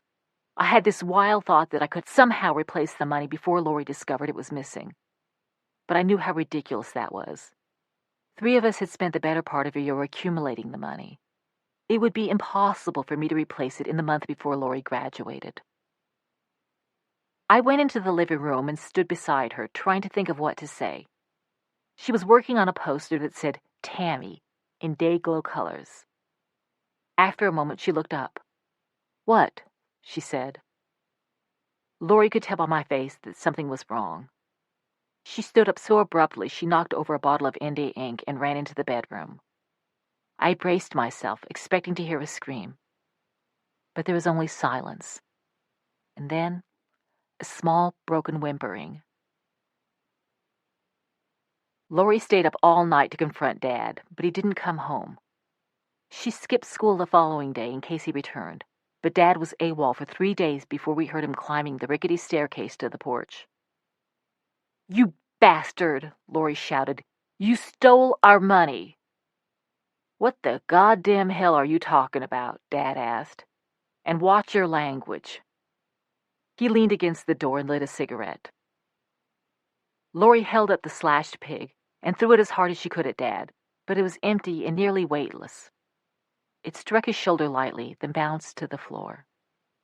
He bent down carefully, as if the floor beneath him could shift at any moment, picked up our ravaged piggy bank, and turned it over in his hands. "Someone sure as hell gutted old Oz, didn't they?" He turned to me. "Jeannette, do you know what happened?" He was actually half grinning at me. After the whipping, Dad had jacked up the charm with me, and even though I was planning to leave, he could make me laugh when he tried, and he still considered me an ally. But now I wanted to knock him over the head. "You took our money," I said. "That's what happened." "Well, don't that beat all?" Dad said. He started going on about how a man comes home from slaying dragons, trying to keep his family safe, and all he wants in return for his toil and sacrifice is a little love and respect. But it seems these days that was just too damned much to ask for. He said he didn't take our New York money, but if Lori was hell-bent on living in that cesspool, he'd finance her trip himself. He reached into his pocket and pulled out a few wadded dollar bills. We just stared at him, so we let the crumpled money fall to the floor. "Suit yourself," he said. "Why are you doing this to us, Dad?" I asked. "Why?" His face tightened with anger. Then he staggered to the sofa bed and passed out. "I'll never get out of here," Lori kept saying. "I'll never get out of here." "You will," I said. "I swear it." I believed she would, because I knew that if Lori never got out of Welch, neither would I. I went back to G.C. Murphy the next day and stared at the shelf of piggy banks. They were all either plastic or porcelain or glass, easily broken. I studied a collection of metal boxes with locks and keys. The hinges were too flimsy. Dad could pry them apart. I bought a blue change purse. I wore it on a belt under my clothes at all times. When it got too full, I put the money in a sock that I hid in a hole in the wall below my bunk. We started saving again, but Lori felt too defeated to paint much, and the money didn't come as quickly. A week before school was out, we had only $37.20 in the sock.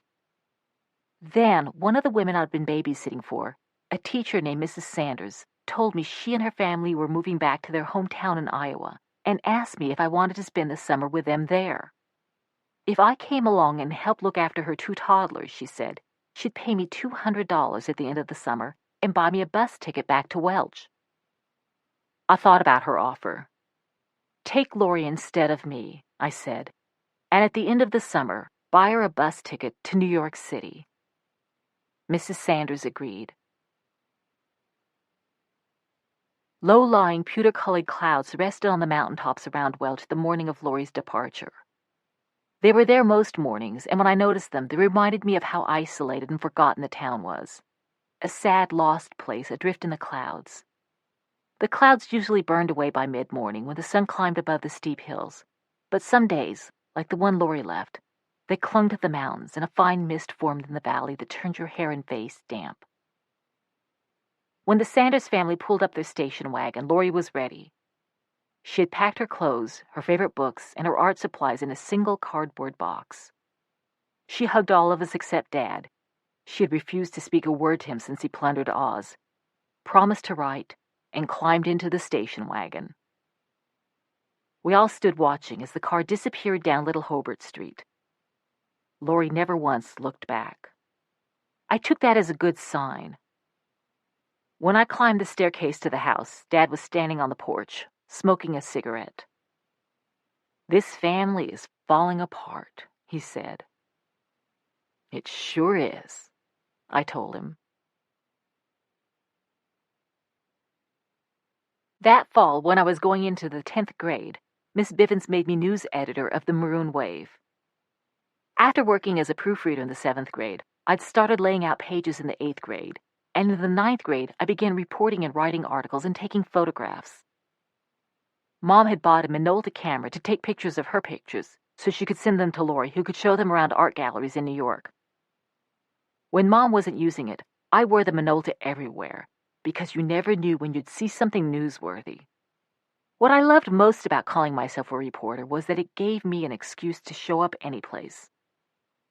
Since I'd never made a lot of friends in Welch, I hardly ever went to the school's football games or dances or rallies. I felt awkward sitting by myself when everyone else was with friends. But when I was working for the Wave, I had a reason to be there.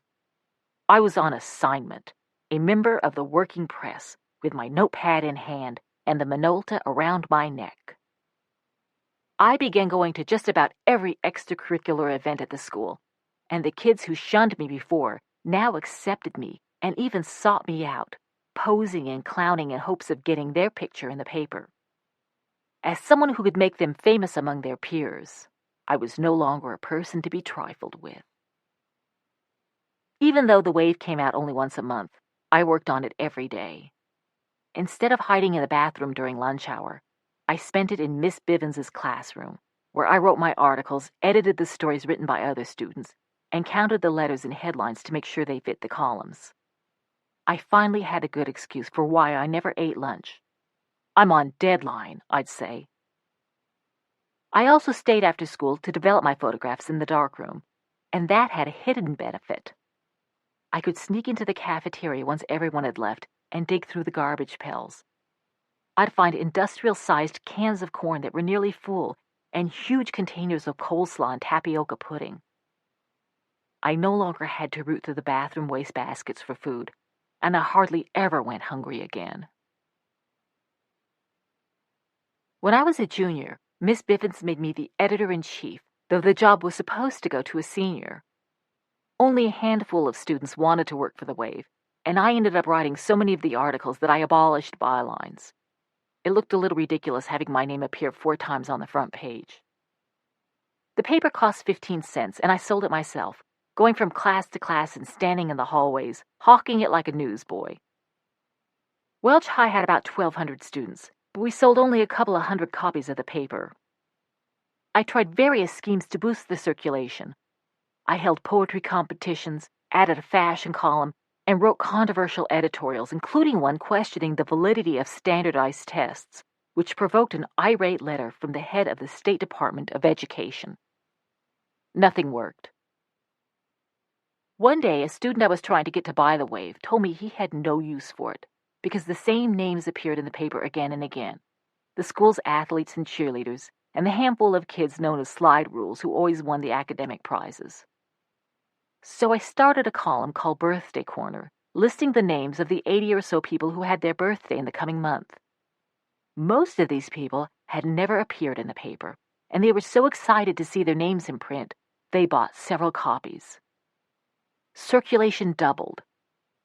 Miss Bivens wondered aloud if Birthday Corner represented serious journalism. I told her I didn't care. It sold papers. Chuck Yeager visited Welch High that year. I'd been hearing about Chuck Yeager all my life from Dad, about how he'd been born in West Virginia, in the town of Myra on the Mud River over in Lincoln County, about how he joined the Air Force during World War II and had shot down 11 German planes by the time he was 22, about how he'd become a test pilot at Edwards Air Force Base high up on the Mojave Desert in California, and about how one day in 1947 he became the first man to break the sound barrier in his X-1, even though the night before he'd been up drinking and had been thrown from a horse and cracked some ribs. Dad would never admit to having heroes, but the brass-balled, liquor-loving, coolly calculating Chuck Yeager was the one man in the world he admired above all others. When he heard that Chuck Yeager was giving a speech at Welch High and that he'd agreed to let me interview him afterward, Dad could hardly contain his excitement. He was waiting on the porch for me with pen and paper when I got home from school the day before the big interview. He sat down to help me draw up a list of intelligent questions so I wouldn't embarrass myself in front of this greatest of West Virginia's native sons. What was going through your head when you first broke Mach 1? What was going through your head when A. Scott Crossfield broke Mach 2? What is your favorite aircraft? What are your thoughts on the feasibility of flying at the speed of light? Dad wrote up about 25 or 30 questions like that and then insisted we rehearse the interview. He pretended to be Chuck Yeager and gave me detailed answers to the questions he'd written out. His eyes got all misty as he described what it was like to break the sound barrier. Then he decided I needed some solid grounding in aviation history, and he stayed up half the night briefing me, by the light of a kerosene lamp, on the test flight program, basic aerodynamics, and the Austrian physicist Ernst Mach. The next day, Mr. Jack, the principal, introduced Chuck Yeager during assembly in the auditorium. He looked more like a cowboy than a West Virginian, with his horseman's gait and his lean, leathery face. But as soon as he started speaking, his voice was pure up hollow. As he talked, the fidgety students settled into their folding chairs and became enraptured by the legendary, world-traveled man who told us how proud he was of his West Virginia roots, and how we too should be proud of those roots we all shared, and how, regardless of where we came from, each and every one of us could and should follow our dreams, just as he had followed his. When he finished talking, the applause about shattered the glass in the windows. I climbed up on the stage before the students filed out. "Mr. Yeager," I said, holding out my hand, "I'm Jeannette Walls, with the Maroon Wave." Chuck Yeager took my hand and grinned. "Just spell my name right, ma'am," he said, "so as my kin'll know who you're writing about." We sat down on some folding chairs and talked for nearly an hour. Mr. Yeager took every question seriously and acted like he had all the time in the world for me. When I mentioned various aircraft he'd flown, aircraft Dad had briefed me about, he grinned again and said, "Heck, I do believe we got an aviation expert on our hands." In the hallways afterwards, the other kids kept coming up to me to tell me how lucky I was. What was he really like, they asked. What did he say? Everyone treated me with a deference accorded only to the school's top athletes. Even the varsity quarterback caught my eye and nodded. I was the girl who had actually talked to Chuck Yeager. Dad was so eager to hear how the interview went that he was not only home when I got back from school, he was even sober. He insisted on helping me with the article to ensure its technical accuracy. I already had a lead figured out in my head. I sat down in front of Mom's Remington and typed it out. The pages of the history books came alive this month when Chuck Yeager, the man who first broke the sound barrier, visited Welch High. Dad looked over my shoulder. "Great," he said, "but let's juice it up a little." Lori had been writing to us regularly from New York. She loved it there. She was living in a hotel for women in Greenwich Village, working as a waitress in a German restaurant, and taking art classes and even fencing lessons. She'd met the most fascinating group of people, every one of them a weird genius. People in New York loved art and music so much, she said. The artists sold paintings right on the sidewalk, next to string quartets playing Mozart. Even Central Park wasn't as dangerous as people in West Virginia thought. On the weekends, it was filled with roller skaters and frisbee players and jugglers and mimes with their faces painted white. She knew I'd love it once I got there. I knew it too. Ever since I'd started 11th grade, I'd been counting off the months, 22 of them, until I would join Lori. I had my plan worked out. Once I graduated from high school, I'd move to New York, enroll at a city college, and they'd get a job with AP or UPI, the wire services whose stories unspooled from the Welsh Daily News teletype machines, or with one of those famous New York papers.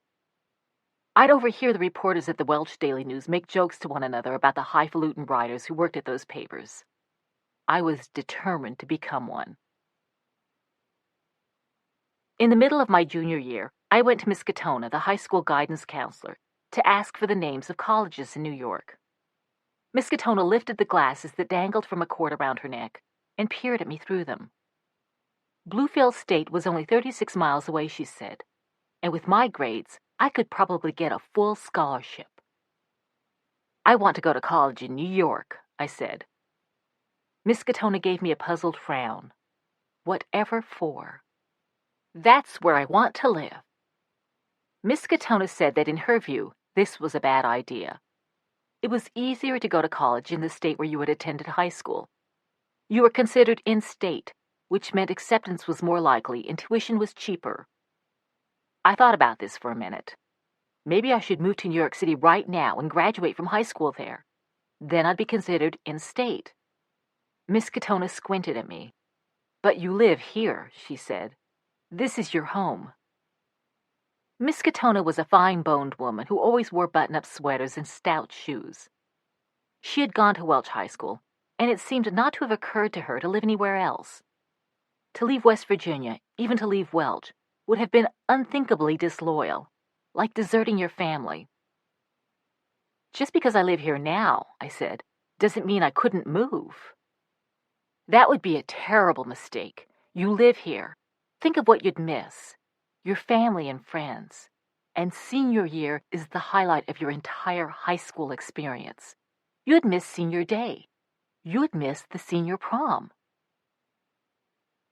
I walked home slowly that evening, thinking over what Miss Katona had said. It was true that many grown-ups in Welch talked about how senior year in high school was the highlight of their lives. On senior day, something the school had set up to keep juniors from dropping out, the seniors wore funny clothes and got to skip classes. It was not exactly a compelling reason to stay on in Welch for one more year. As for the senior prom, I had about as much chance of getting a date as Dad did of ending corruption in the unions. I'd been speaking hypothetically about moving to New York a year early, but as I walked, I realized that if I wanted to, I could up and go. I could really do it. Maybe not right now, not at this minute. It was the middle of the school year, but I could wait until I finished 11th grade. By then I'd be 17. I had almost $100 saved, enough to get me started in New York. I could leave Welch in under 5 months. I got so excited that I started running. I ran faster and faster, along the old road overhung with bare-branched trees, then onto Grandview and up Little Hobart Street, past the barking yard dogs and the frost-covered coal piles, past the Nose house and the Parrish's house, and the Hall's house and the Rinko's house, until, gasping for air, I came to stop in front of our house. For the first time in years, I noticed my half-finished yellow paint job. I'd spent so much time in Welch trying to make things a little bit better, but nothing had worked. In fact, the house was getting worse. One of the supporting pillars was starting to buckle. The leak in the roof over Brian's bed had gotten so bad that when it rained, he slept under an inflatable raft Mom had won in a sweepstakes by sending in Benson and Hedges 100 packages we dug out of trash cans. If I left, Brian could have my old bed. My mind was made up. I was going to New York City as soon as the school year was out. I clambered up the mountainside to the rear of the house. The stairs had completely rotted through, and climbed through the back window we now used as a door. Dad was at the drafting table working on some calculations, and Mom was going through her stacks of paintings. When I told them about my plan, Dad stubbed out his cigarette, stood up, and climbed out the back window without saying a word. Mom nodded and looked down, dusting off one of her paintings, murmuring something to herself. "So, what do you think?" I asked. "Fine. Go." "What's wrong?" "Nothing. You should go. It's a good plan." She seemed on the verge of tears. "Don't be sad, Mom. All right." "I'm not upset because I'll miss you," Mom said. "I'm upset because you get to go to New York and I'm stuck here. It's not fair." Lori, when I called her, approved of my plan. I could live with her, she said, if I got a job and chipped in on the rent. Brian liked my idea, too, especially when I pointed out that he could have my bed. He began making wisecracks in a lockjaw accent about how I was going to become one of those fur-wearing, pinky-extending, nose-in-the-air New Yorkers. He began counting down the weeks until I left, just as I had counted them down for Lori. "In 16 weeks, you'll be in New York," he'd say. The next week, "In 3 months and 3 weeks, you'll be in New York." Dad had barely spoken to me since I announced my decision. One night that spring, he came into the bedroom where I was up on my bunk studying. He had some papers rolled up under his arm. "Got a minute to look at something?" he asked. "Sure." I followed him into the living room, where he spread the papers on the drafting table. They were his old blueprints for the glass castle, all stained and dog-eared. I couldn't remember the last time I'd seen them. We'd stopped talking about the glass castle once the foundation we'd dug was filled up with garbage. "I think I finally worked out how to deal with the lack of sunlight on the hillside," Dad said. It involved installing specially curved mirrors in the solar cells. But what he wanted to talk to me about was the plans for my room. "Now that Lori's gone," he said, "I'm reconfiguring the layout, and your room will be a lot bigger." Dad's hands trembled slightly as he unrolled different blueprints. He had drawn frontal views, side views, and aerial views of the glass castle. He had diagrammed the wiring and the plumbing. He had drawn the interiors of rooms and labeled them and specified their dimensions, down to the inches, in his precise, blocky handwriting. I stared at the plans. "Dad," I said, "you'll never build a glass castle." "Are you saying you don't have faith in your old man?" "Even if you do, I'll be gone. In less than 3 months, I'm leaving for New York City." "What I was thinking was that you don't have to go right away," Dad said. "I could stay and graduate from Welch High and go to Bluefield State, as Miss Katona had suggested, then get a job at the Welch Daily News. He'd help me with the articles, like he'd helped me with my piece on Chuck Yeager. And I'll build a glass castle, I swear it. We'll all live in it together. It'll be a hell of a lot better than any apartment you'll ever find in New York City. I can guarantee that." "Dad," I said, "as soon as I finish classes, I'm getting on the next bus out of here. If the buses stop running, I'll hitchhike. I'll walk if I have to. Go ahead and build the glass castle, but don't do it for me." Dad rolled up the blueprints and walked out of the room. A minute later, I heard him scrambling down the mountainside. It had been a mild winter, and summer came early to the mountains. By late May, the wild bleeding hearts and the rhododendrons had bloomed, and the fragrance of honeysuckle drifted down the hillside and into the house. We had our first hot days before school was out. Those last couple of weeks, I'd go from feeling excited to nervous to just plain scared, back to excited in a matter of minutes. On the last day of school, I cleaned out my locker and went to say goodbye to Miss Bivens. "I've got a feeling about you," she said. "I think you'll do all right up there, but you've left me with a problem. Who's going to edit the Wave next year?" You'll find someone, I'm sure. I've thought of trying to entice your brother into it. People might start thinking that the Wallses are building a dynasty." Miss Bivens smiled. "Maybe you are." At home that night, Mom cleaned out a suitcase she'd used for her collection of dancing shoes, and I filled it with my clothes and my bound copies of The Maroon Wave. I wanted to leave everything from the past behind, even the good things, so I gave Maureen my geode. It was dusty and dull, but I told her that if she scrubbed it hard, it would sparkle like a diamond. As I cleaned out the box on the wall next to my bed, Brian said, "Guess what? In one more day, you'll be in New York City." Then he started impersonating Frank Sinatra, singing New York off-key, and doing his lounge lizard dance. "Shut up, you big dummy," I said, and hit him hard on the shoulder. "You're the dummy," he said, and hit me hard back. We tossed a few more punches, then looked at each other awkwardly. The one bus out of Welch left at 7:10 in the morning. I needed to be at the station before 7. Mom announced that since she was not by nature an early riser, she would not be getting up to see me off. "I know what you look like, and I know what the bus station looks like," she said, "and those big farewells are so sentimental." I could hardly sleep that night. Neither could Brian. From time to time, he'd break the silence by announcing that in 7 hours I'd be leaving Welch. In 6 hours, I'd be leaving Welch, and we'd both start cracking up. I fell asleep only to be woken at first light by Brian, who, like Mom, wasn't an early riser. He was tugging at my arm. "No more joking about it," he said. "In 2 hours, you'll be gone."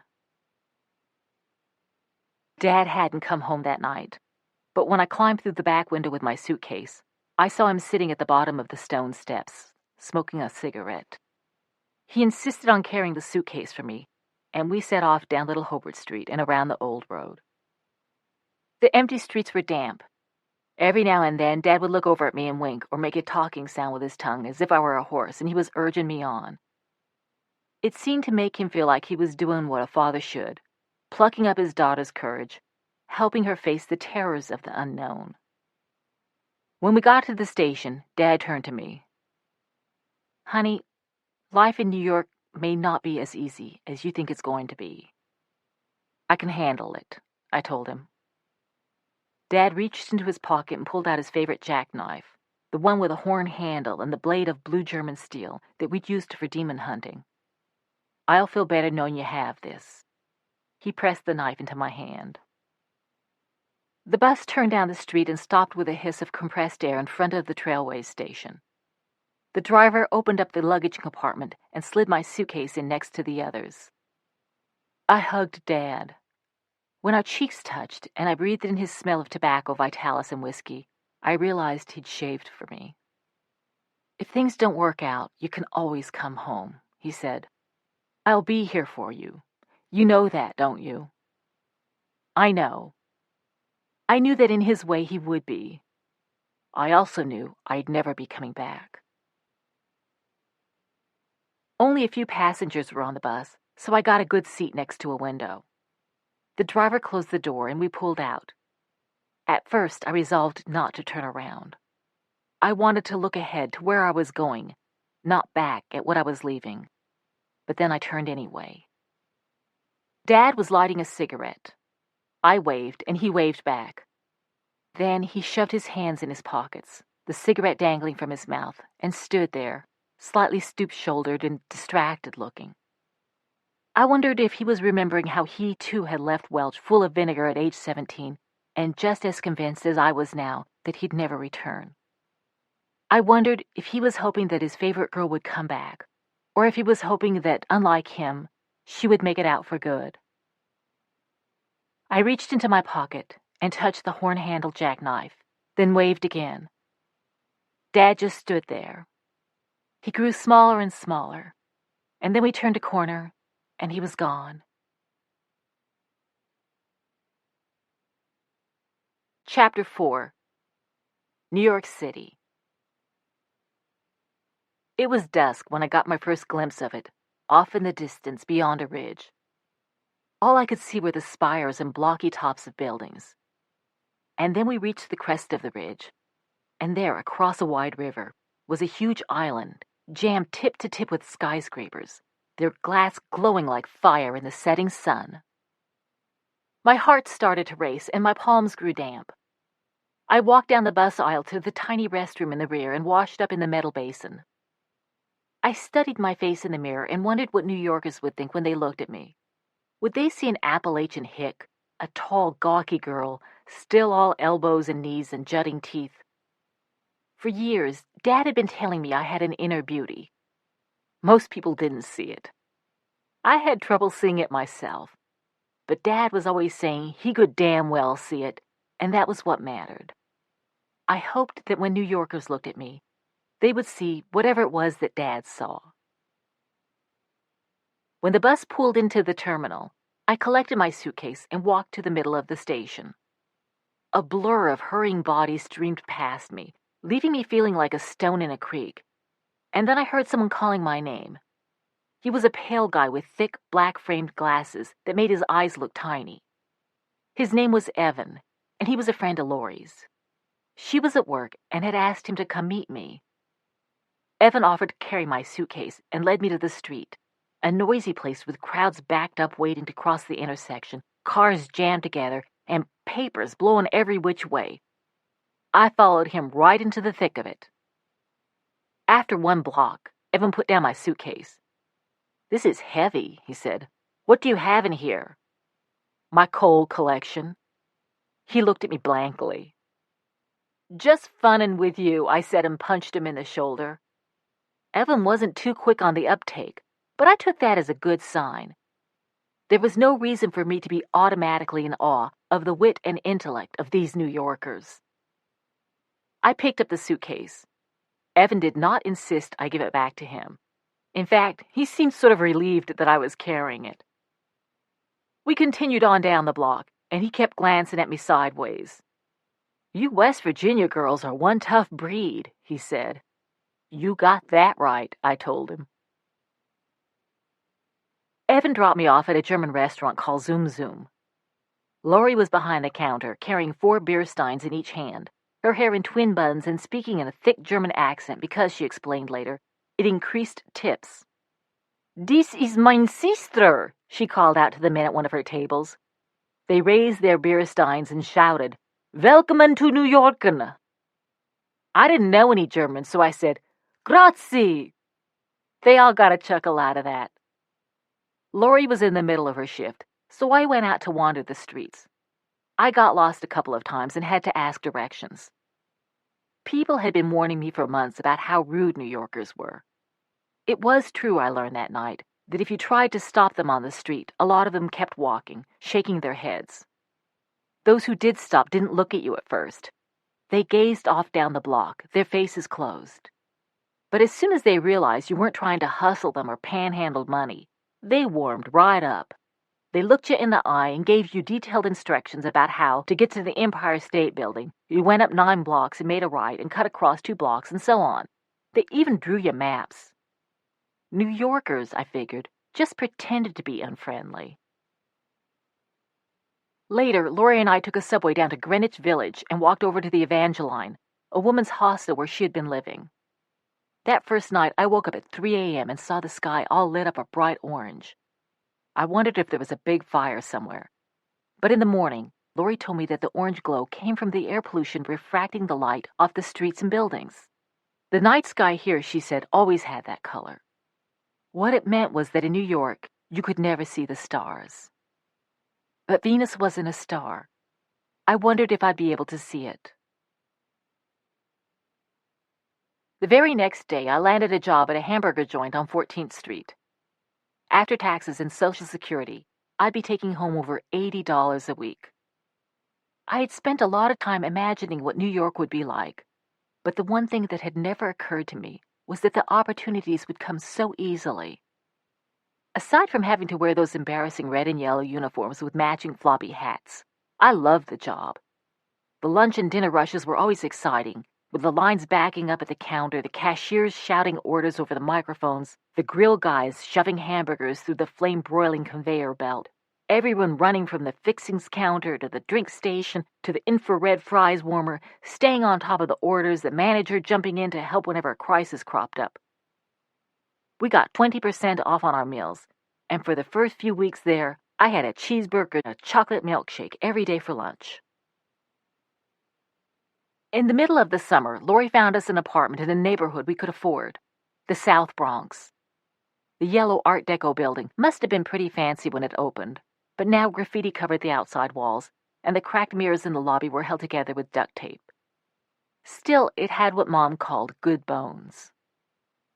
Our apartment was bigger than the entire house on Little Hobart Street, and way fancier. It had shiny oak parquet floors, a foyer with 2 steps leading down into the living room, where I slept, and off to the side, a bedroom that became Lori's. We also had a kitchen with a working refrigerator and a gas stove that had a pilot light, so you didn't need matches to get it going. You just turned the dial, listened to the clicking, then watched the circle of blue flame flare up through the tiny holes in the burner. My favorite room was the bathroom. It had a black and white tile floor, a toilet that flushed with a powerful whoosh, a tub so deep you could submerge yourself completely in it, and hot water that never ran out. It didn't bother me that the apartment was in a rough neighborhood. We'd always lived in rough neighborhoods. Puerto Rican kids hung out on the block at all hours, playing music, dancing, sitting on abandoned cars, clustering at the entrance to the elevated subway station and in front of the bodega that sold single cigarettes called Lucy's. I got jumped a number of times.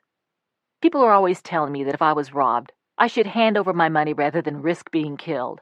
But I was darned if I was going to give some stranger my hard-earned cash, and I didn't want to become known in the neighborhood as an easy target, so I always fought back. Sometimes I won, sometimes I lost. What worked best was to keep my wits about me. Once, as I was getting on the train, some guy tried to grab my purse, but I jerked it back and the strap broke. He fell empty-handed to the platform floor, and as the train pulled out, I looked through the window and gave him a big, sarcastic wave. That fall, Lori helped me find a public school where, instead of going to classes, the students signed up for internships all over the city. One of my internships was at the Phoenix, a weekly newspaper run out of a dingy storefront on Atlantic Avenue in downtown Brooklyn, near the old X-Lax factory. The owner, publisher, and editor-in-chief was Mike Armstrong. He saw himself as a muckraking gadfly and had mortgaged his brownstone 5 times to keep the Phoenix going. The staff all used Underwood manual typewriters with threadbare ribbons and yellow keys. The E on mine was broken, so I used the @ sign in its place. We never had copy paper and instead wrote on discarded press releases we dug out of the trash. At least once a month, someone's paycheck bounced. Reporters were always quitting in disgust. In the spring, when Mr. Armstrong was interviewing a journalism school graduate for a job opening, a mouse ran over her foot and she screamed. After she'd left, Mr. Armstrong looked at me. The Brooklyn Zoning Board was meeting that afternoon and he had no one to cover it. "If you start calling me Mike instead of Mr. Armstrong," he said, "you can have the job." I had just turned 18. I quit my job at the hamburger joint the next day and became a full-time reporter for the Phoenix. I'd never been happier in my life. I worked 90-hour weeks. My telephone rang constantly. I was always hurrying off to interviews and checking the $10 Rolex I bought on the street to make sure I wasn't running late, rushing back to file my copy, and staying up until 4 a.m. to set type when the typesetter quit. And I was bringing home $125 a week, if the check cleared. I wrote Brian long letters describing the sweet life in New York City.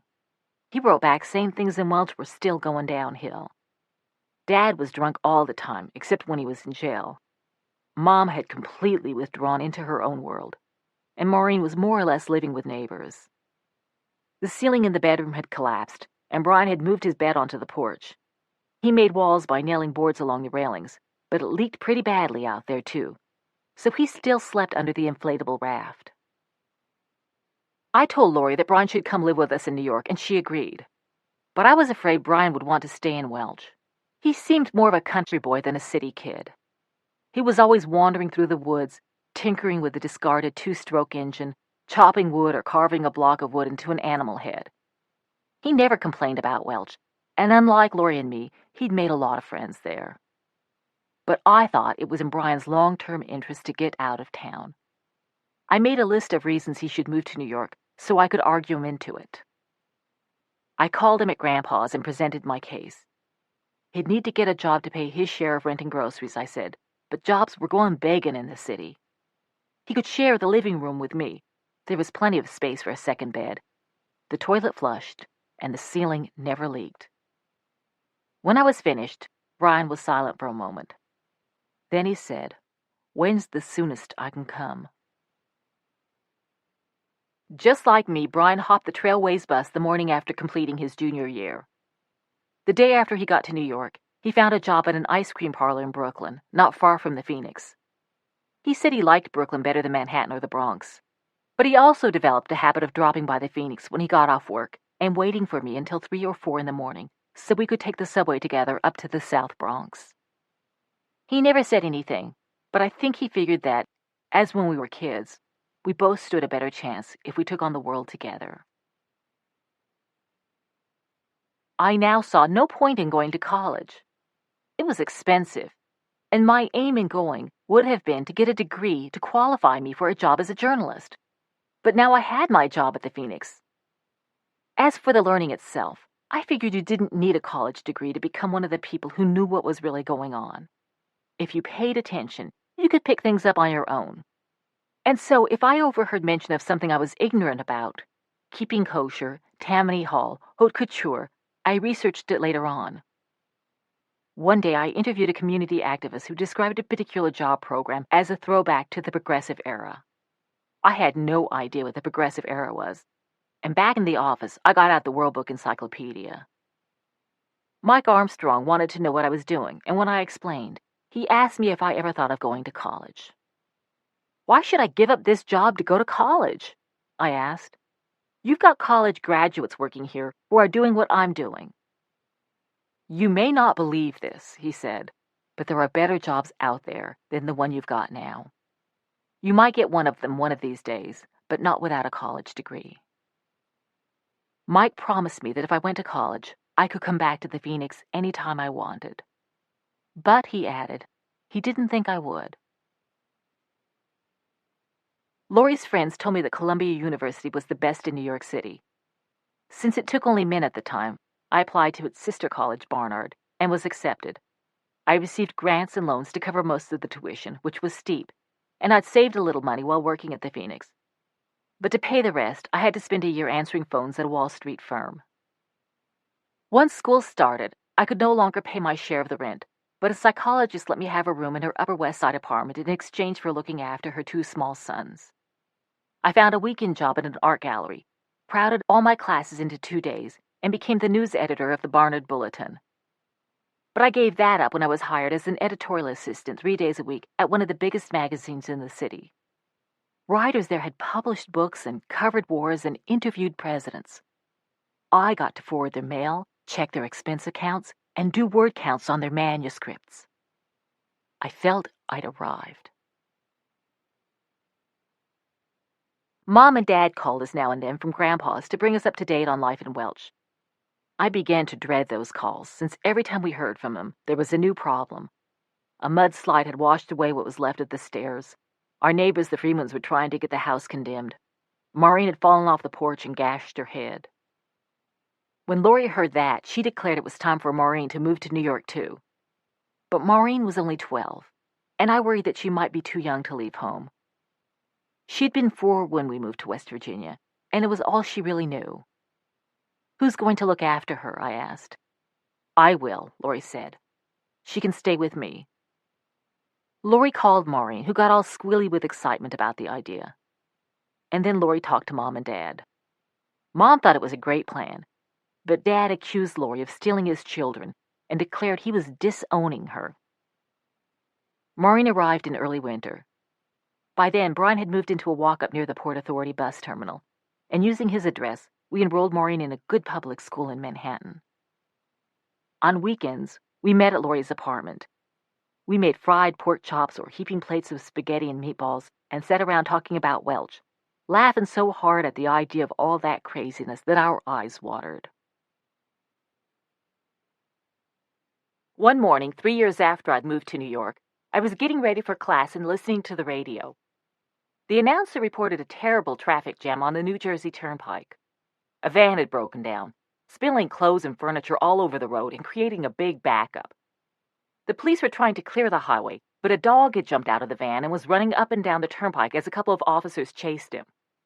The announcer got a lot of mileage out of the story, going on about the rubes with their clunker of a vehicle and yapping dog who were making thousands of New York commuters late for work. That night, the psychologist told me I had a phone call. "Jeannette comes!" It was Mom. "Guess what?" she asked in a voice brimming with excitement. "Your daddy and I have moved to New York." The first thing I thought about was the van that had broken down on the turnpike that morning.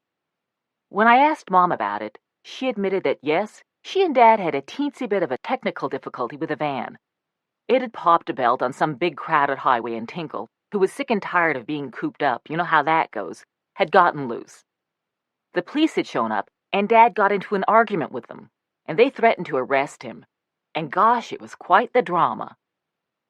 "How did you know?" she asked. "It was on the radio." "On the radio?" Mom asked. She couldn't believe it. With everything going on in the world these days, an old van popping a belt is news. But there was genuine glee in her voice.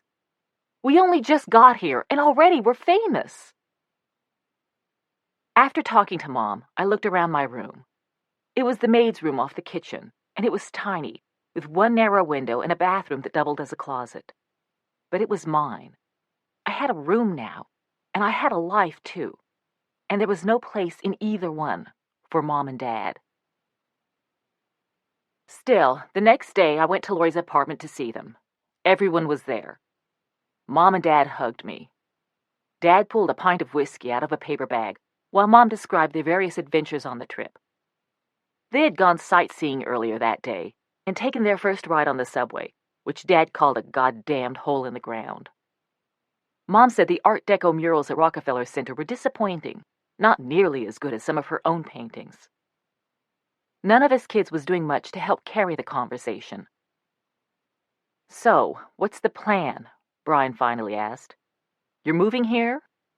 "We have moved," Mom said. "For good?" I asked. "That's right," Dad said. "Why?" I asked. The question came out sharply. Dad looked puzzled, as if the answer should have been obvious. "So we could be a family again." He raised his pint. "To the family," he said. Mom and Dad found a room in a boarding house a few blocks from Lori's apartment. The steely-haired landlady helped them move in, and a couple of months later, when they fell behind on their rent, she put their belongings on the street and padlocked their room. Mom and Dad moved into a 6-story flop house in a more dilapidated neighborhood. They lasted there a few months, but when Dad set their room on fire by falling asleep with a burning cigarette in his hand, they got kicked out. Brian believed that Mom and Dad needed to be forced to be self-sufficient, or they'd be dependent on us forever, so he refused to take them in. But Lori had moved out of the South Bronx and into an apartment in the same building as Brian, and she let them come stay with her and Maureen. It would be for just a week or two, Mom and Dad assured her, a month at the most, while they got a kitty together and looked for a new place. 1 month at Lori's became 2 months, and then 3 and 4. Each time I visited, the apartment was more jam-packed. Mom hung paintings on the walls and stacked street finds in the living room and put colored bottles in the windows for that stained glass effect. The stacks reached the ceiling, and then the living room filled up, and Mom's collectibles and found art overflowed into the kitchen. But it was Dad who was really getting to Lori. While he hadn't found steady work, he always had mysterious ways of hustling up pocket money, and he'd come home at night drunk and gunning for an argument. Brian saw that Lori was on the verge of snapping, so he invited Dad to come live with him. He put a lock on the booze cabinet, but Dad had been there under a week when Brian came home and found that Dad used a screwdriver to take the door off its hinges and then guzzle down every single bottle. Brian didn't lose his temper. He told Dad he had made a mistake by leaving liquor in the apartment. He said he'd allow Dad to stay, but Dad had to follow some rules. The first being that he stopped drinking as long as he was there. "You're the king of your own castle, and that's the way it should be," Dad replied. "But it'll be a chilly day in hell before I bow to my own son." He and Mom still had the white van they'd driven up from West Virginia, and he started sleeping in that. Lori, meanwhile, had given Mom a deadline to clean out the apartment. But the deadline came and went, and so did a second and a third. Also, Dad was always dropping by to visit Mom, but then they got into such screeching arguments that neighbors banged on the walls. Dad started fighting with them, too. "I can't take it anymore," Lori told me one day. "Maybe you're just going to have to kick Mom out," I said. "But she's my mother." "It doesn't matter. She's driving you crazy." Lori finally agreed. It almost killed her to tell Mom she would have to leave, and she offered to do whatever it took to help her get reestablished. But Mom insisted she'd be fine. "Lori's doing the right thing," she said to me. "Sometimes you need a little crisis to get your adrenaline flowing and to help you realize your potential." Mom and Tinkle moved into the van with Dad. They lived there for a few months, but one day they left it in a no-parking zone and it was towed. Because the van was unregistered, they couldn't get it back. That night, they slept on a park bench. They were homeless. Mom and Dad called us regularly from payphones to check up on us, and once or twice a month, we'd all get together at Lori's. "It's not such a bad life," Mom told us after they'd been homeless for a couple of months. "Don't you worry a lick about us," Dad added. "We've always been able to fend for ourselves." Mom explained that they'd been busy learning the ropes. They'd visited various soup kitchens, sampling the cuisines, and had their favorites. They knew which churches passed out sandwiches and when. They'd found the public libraries with good bathrooms where you could wash up thoroughly. "We wash as far down as possible and as far up as possible. But we don't wash possible," was how Mom put it, "and brush your teeth and shave." They fished newspapers from the trash and looked up free events. They went to plays and operas and concerts in the parks, listened to string quartets and piano recitals in office building lobbies, attended movie screenings, and visited museums.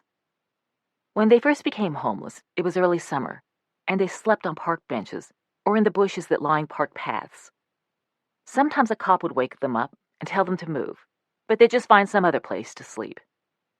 During the day, they'd stash their bedrolls in the underbrush. "You can't just live like this," I said. "Why not?" Mom said. "Being homeless is an adventure." As fall came and the days shortened and the weather cooled, Mom and Dad began spending more time in the libraries, which were warm and comfortable, and some of which remained open well into the evening. Mom was working her way through Balzac. Dad had become interested in chaos theory and was reading Los Alamos Science and the Journal of Statistical Physics. He said it had already helped his pool game. "What are you going to do when the winter comes?" I asked Mom. She smiled. "Winter is one of my favorite seasons," she said. I didn't know what to do.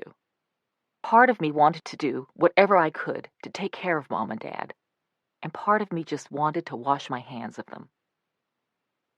The cold came early that year, and every time I left the psychologist's apartment, I found myself looking into the faces of the homeless people I passed on the street, wondering each time if one of them would turn out to be Mom or Dad. I usually gave homeless people whatever spare change I had, but I couldn't help feeling like I was trying to ease my conscience about Mom and Dad, wandering the streets while I had a steady job and a warm room to come home to. One day I was walking down Broadway with another student named Carol when I gave some change to a young homeless guy. "You shouldn't do that," Carol said. "Why?" "It only encourages them. They're all scam artists." "What do you know?" I wanted to ask. I felt like telling Carol that my parents were out there too, that she had no idea what it was like to be down on your luck, with nowhere to go and nothing to eat. But that would have meant explaining who I really was, and I wasn't about to do that. So at the next street corner, I went my way without saying a thing. I knew I should have stood up for Mom and Dad.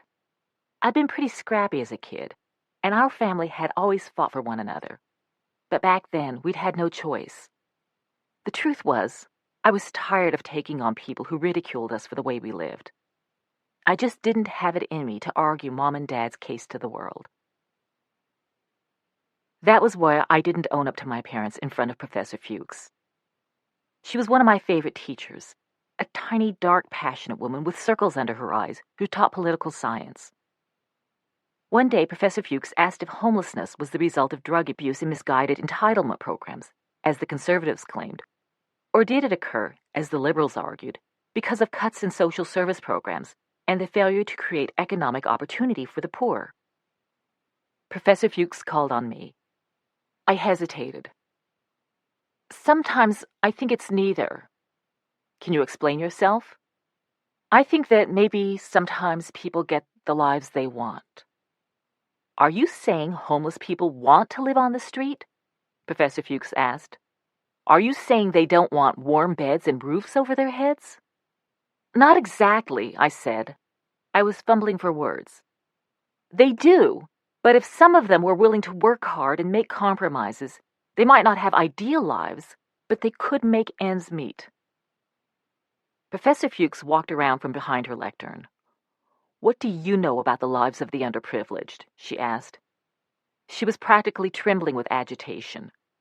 What do you know about the hardships and obstacles that the underclass faces?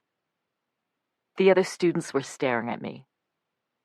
You have a point, I said. That January, it got so cold you could see chunks of ice the size of cars floating down the Hudson River. On those midwinter nights, the homeless shelters filled up pretty quickly. Mom and Dad hated the shelters. Human cesspools, Dad called them. Goddamn vermin pits. Mom and Dad preferred to sleep on the pews of the churches that opened their doors to the homeless, but on some nights, every pew in every church was taken. On those nights, Dad would end up in a shelter, while Mom would show up at Laurie's, tinkle in tow. At times like that, her cheerful facade would crack and she'd start crying and confess to Laurie that life in the streets could be hard, just really hard. For a while, I considered dropping out of Barnard to help. It felt unbearably selfish, just downright wrong, to be indulging myself with an education in the liberal arts at a fancy private college while Mom and Dad were on the streets. But Laurie convinced me that dropping out was a lame-brained idea. It wouldn't do any good, she said. And besides, dropping out would break Dad's heart. He was immensely proud that he had a daughter in college, and an Ivy League college at that. Every time he met someone new, he managed to work it into the first few minutes of conversation. Mom and Dad, Brian pointed out, had options. They could move back to West Virginia or Phoenix. Mom could work. And she was not destitute. She had her collection of antique Indian jewelry, which she kept in a self-storage locker. There was the 2-carat diamond ring that Brian and I had found under the rotten lumber back in Welch. She wore it even when sleeping on the street. She still owned her property in Phoenix, and she had the land in Texas, the source of her oil lease royalties. Brian was right. Mom did have options. I met her at a coffee shop to discuss them. First off, I suggested that she might think of finding an arrangement like mine, a room in someone's nice apartment in exchange for taking care of children or the elderly. I've spent my life taking care of other people, Mom said. Now it's time to take care of me. But you're not taking care of you. Do we have to have this conversation? Mom asked. I've seen some good movies lately. Can't we talk about the movies? I suggested to Mom that she sell her Indian jewelry. She wouldn't consider it. She loved that jewelry. Besides, they were heirlooms and had sentimental value. I mentioned the land in Texas. That land's been in the family for generations, Mom said, and it's staying in the family. You never sell land like that. I asked about the property in Phoenix. I'm saving that for a rainy day. Mom, it's pouring. This is just a drizzle, she said. Monsoons could be ahead. She sipped her tea. Things usually work out in the end. What if they don't? That just means you haven't come to the end yet. She looked across the table and smiled at me with a smile you give people when you know you have the answers to all their questions. And so we talked about the movies. Mom and Dad survived the winter, but every time I saw them, they looked a little worse for wear. Dirtier, more bruised, their hair more matted. "Don't you fret a bit," Dad said. "Have you ever known your old man to get himself in a situation he couldn't handle?" I kept telling myself Dad was right, that they knew how to look after themselves and each other. But in the spring, Mom called to say Dad had come down with tuberculosis. Dad almost never got sick. He was always getting banged up and then recovering almost immediately, as if nothing could truly hurt him. A part of me still believed all those childhood stories he'd told us about how invincible he was. Dad had asked that no one visit him, but Mom said she thought he'd be pretty pleased if I dropped by the hospital. I waited at the nurse's station while an orderly went to tell him he had a visitor. I thought Dad might be under an oxygen tent or lying in a bed coughing up blood into a white handkerchief. But after a minute, he came hurrying down the hall. He was paler and more gaunt than usual, but despite all his years of hard living, he had aged very little. He still had all his hair and it was still coal black, and his dark eyes twinkled above the paper surgical mask he was wearing. He wouldn't let me hug him.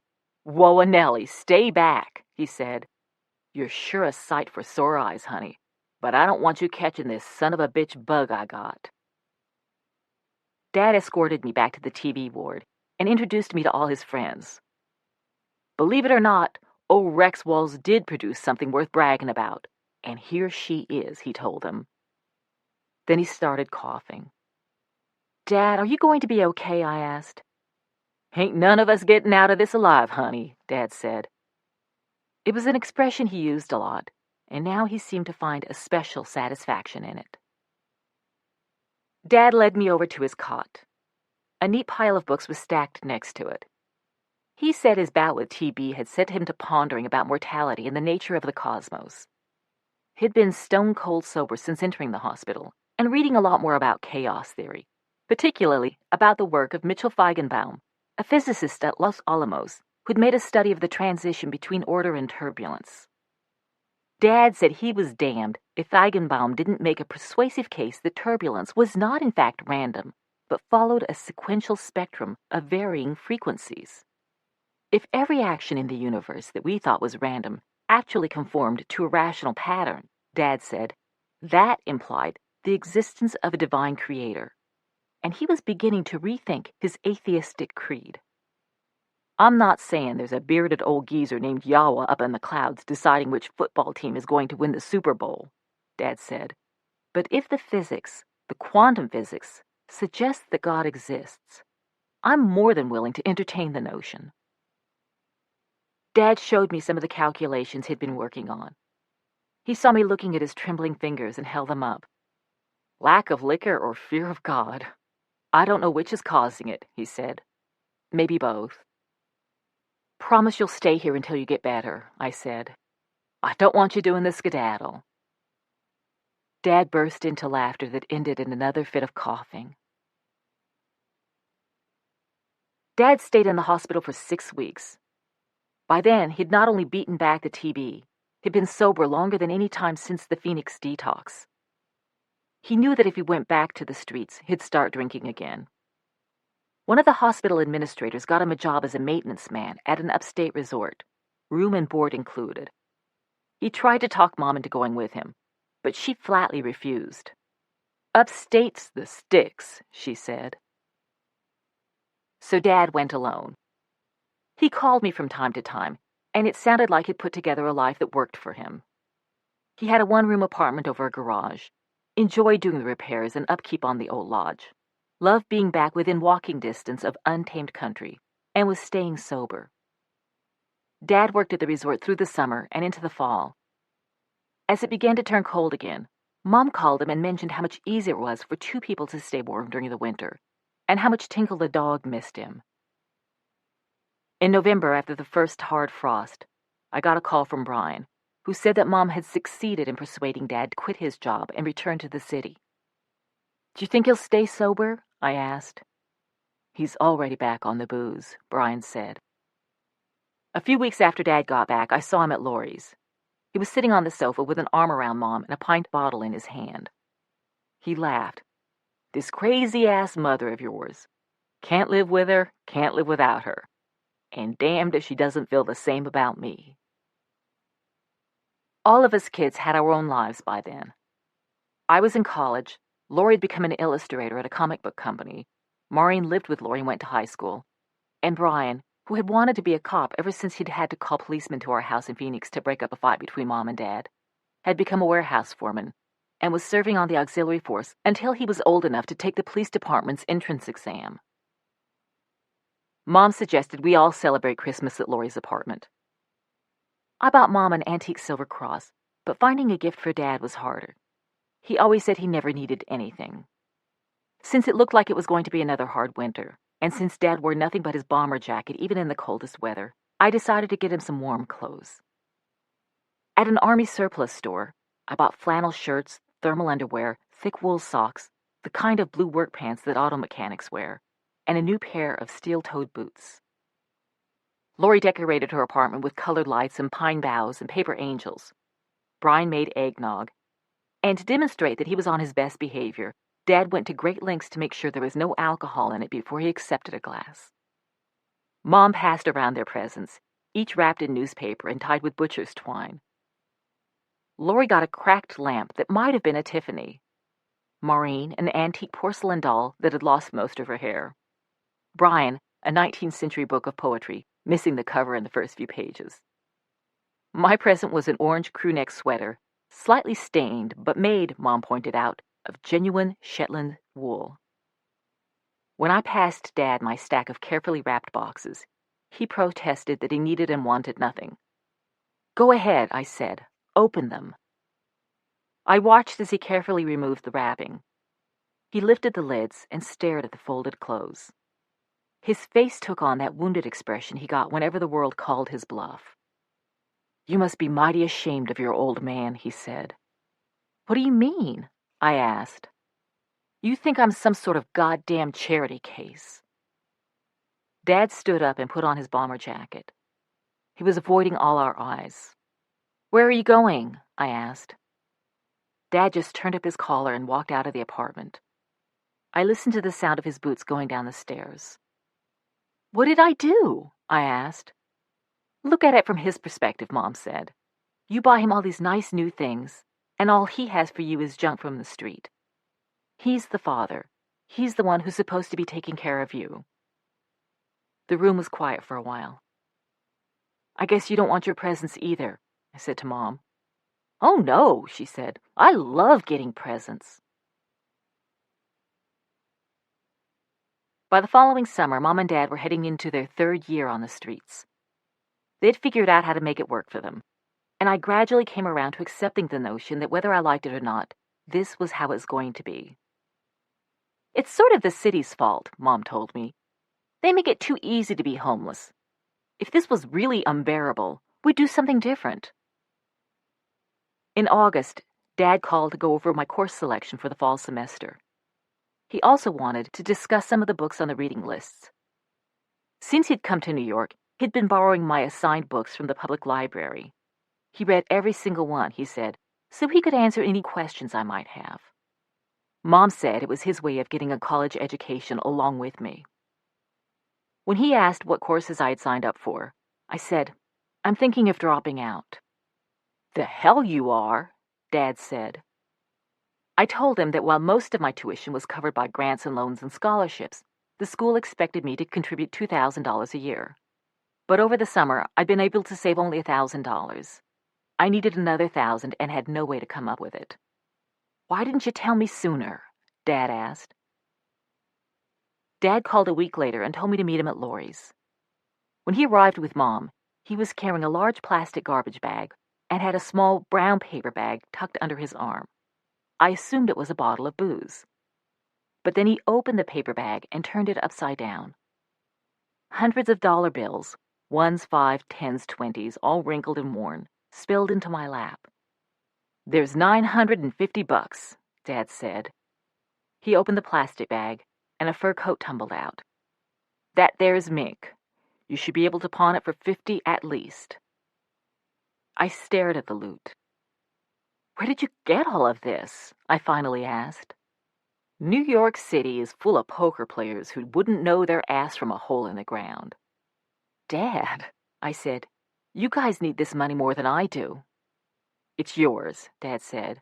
Since when is it wrong for a father to take care of his little girl? But I can't.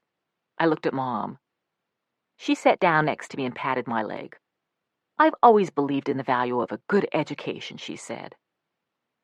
So, when I enrolled for my final year at Barnard, I paid what I owed on my tuition with Dad's wadded, crumpled bills. A month later, I got a call from Mom. She was so excited she was tripping over her own words. She and Dad had found a place to live.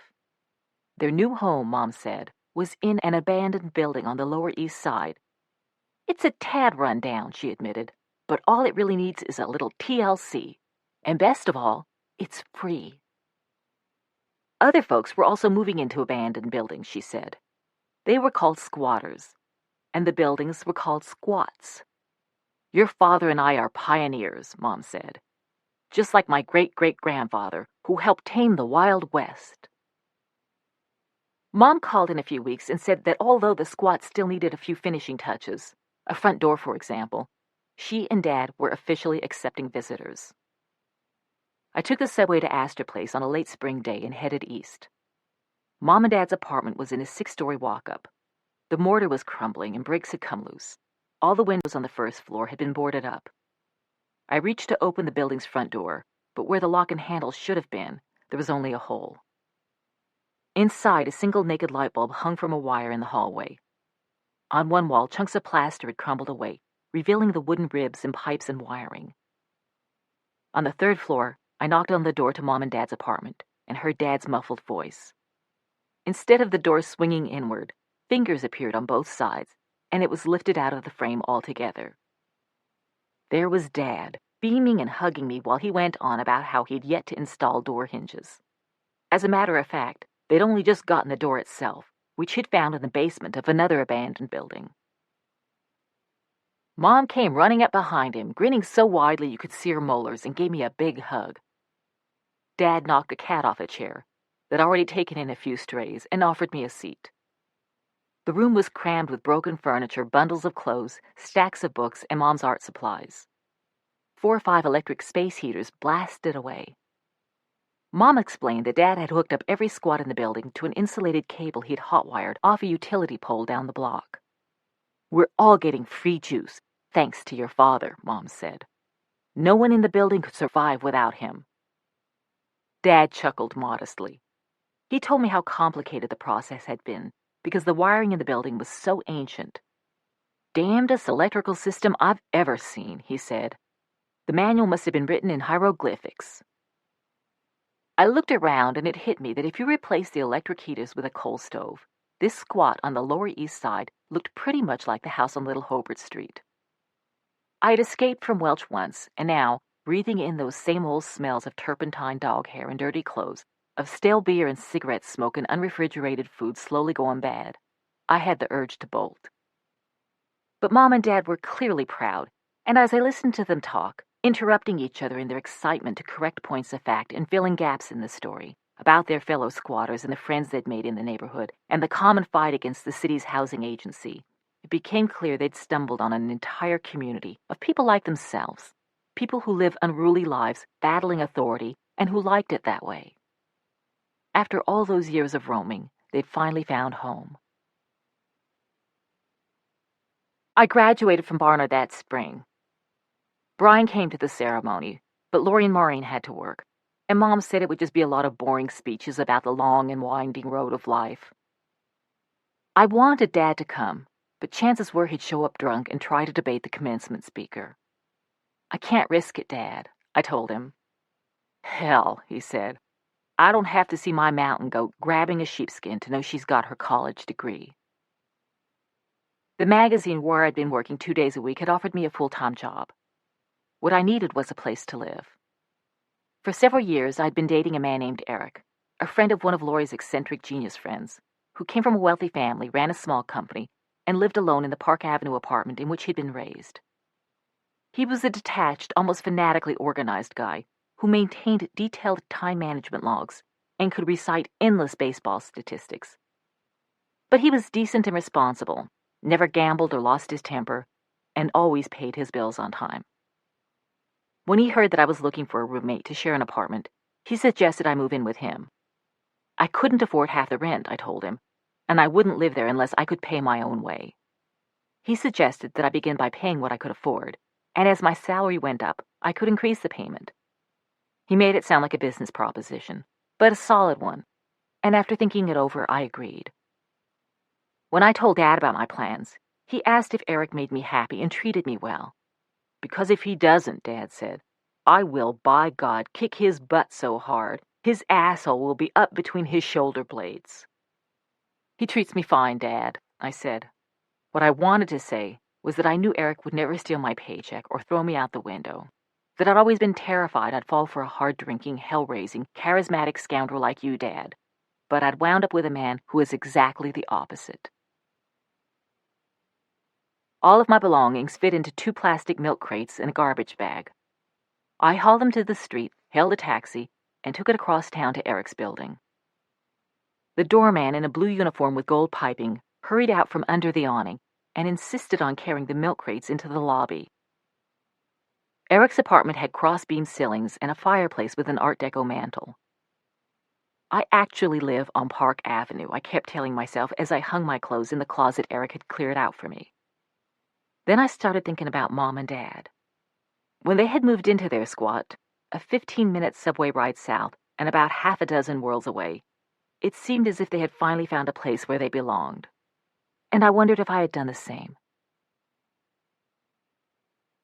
I invited Mom and Dad up to the apartment. Dad said he'd feel out of place and never did come, but Mom visited almost immediately.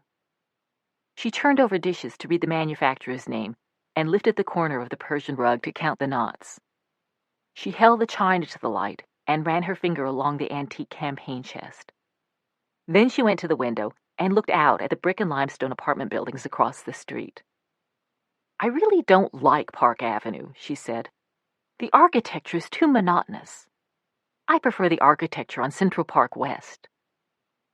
I told Mom she was the snootiest squatter I'd ever met, and that made her laugh. We sat down on the living room couch.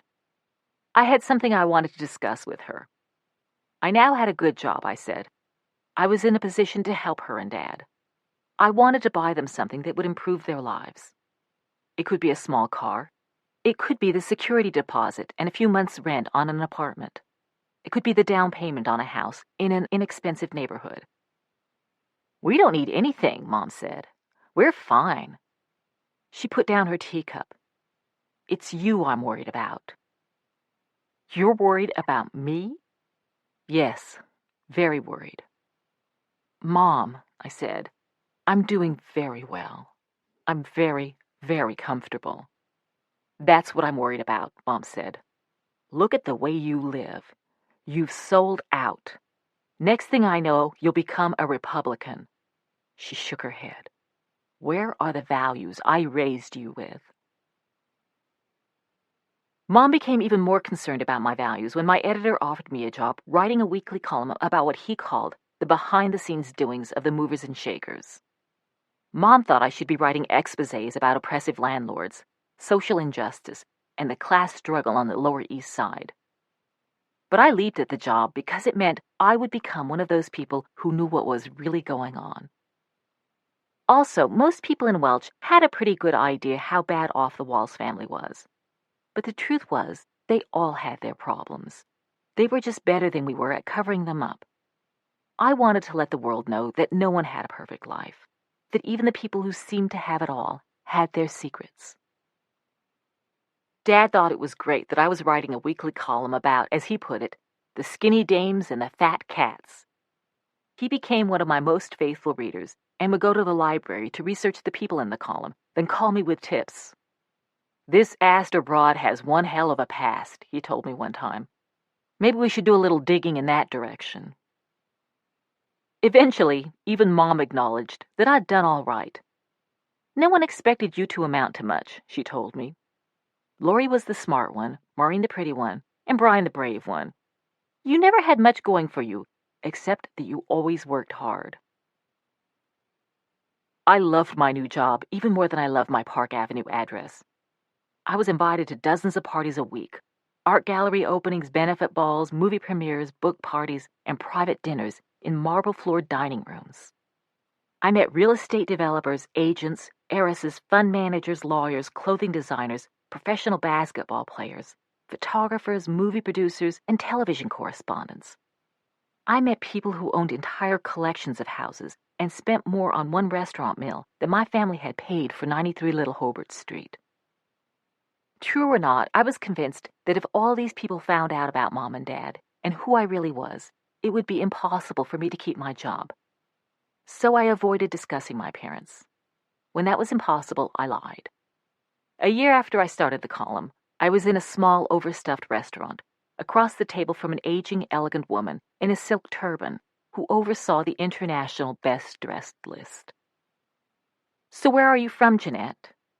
"West Virginia." "Where?" "Welch." "How lovely. What's the main industry in Welch?" "Coal mining." As she questioned me, she studied what I wore, assessing the fabric and appraising the cost of each item and making a judgment about my taste in general. "And does your family own coal mines?" "No." "What do your parents do?" "Mom's an artist." "And your father?" "He's an entrepreneur." "Doing what?" I took a breath. "He's developing a technology to burn low-grade bituminous coal more efficiently." "And they're still in West Virginia?" she asked. I decided I might as well go all out. "They love it there," I said. "They have this great old house on a hill overlooking a beautiful river. They spent years restoring it." My life with Eric was calm and predictable. I liked it that way. And 4 years after I moved into his apartment, we got married. Shortly after the wedding, Mom's brother, my Uncle Jim, died in Arizona. Mom came to the apartment to give me the news and to ask a favor. "We need to buy Jim's land," she said. Mom and her brother had each inherited half the West Texas land that had been owned by their father. The whole time we kids were growing up, Mom had been mysteriously vague about how big and how valuable this land was. But I had the impression that it was a few hundred acres of more or less uninhabitable desert, miles from any road. "We need to keep that land in the family," Mom told me. "It's important for sentimental reasons." "Let's see if we can buy it then," I said. "How much will it cost?" "You can borrow the money from Eric now that he's your husband," Mom said. "I've got a little money," I said. "How much will it cost?" I'd read somewhere that off-road land in parched West Texas sold for as little as $100 an acre. "You can borrow from Eric," Mom said again. "Well, how much?" $1 million. "What?" $1 million. "But Uncle Jim's land is the same size as your land," I said. I was speaking slowly because I wanted to make sure I understood the implications of what Mom had just told me. "You each inherited half of Grandpa Smith's land." "More or less," Mom said. "So, if Uncle Jim's land is worth $1 million, that means your land is worth $1 million. "I don't know." "What do you mean you don't know? It's the same size as his." "I don't know how much it's worth because I never had it appraised. I was never going to sell it. My father taught me you never sell land. That's why we have to buy Uncle Jim's land. We have to keep it in the family." "You mean you own land worth $1 million? I was thunderstruck. All those years in Welch with no food, no coal, no plumbing, and Mom had been sitting on land worth $1 million? Had all those years, as well as Mom and Dad's time on the street, not to mention their current life in an abandoned tenement, been a caprice inflicted on us by Mom? Could she have solved our financial problems by selling this land she never even saw? But she avoided my questions, and it became clear that to Mom, holding on to land was not so much an investment strategy as it was an article of faith. A revealed truth as deeply felt and incontestable to her as Catholicism. And for the life of me, I could not get her to tell me how much that land was worth. "I told you I don't know," she said. "Then tell me how many acres it is, and where exactly it is, and I'll find out how much an acre of land is going for in that area." I wasn't interested in her money. I just needed to know, the answer to my question. How much was that freaking land worth? Maybe she truly didn't know. Maybe she was afraid to find out.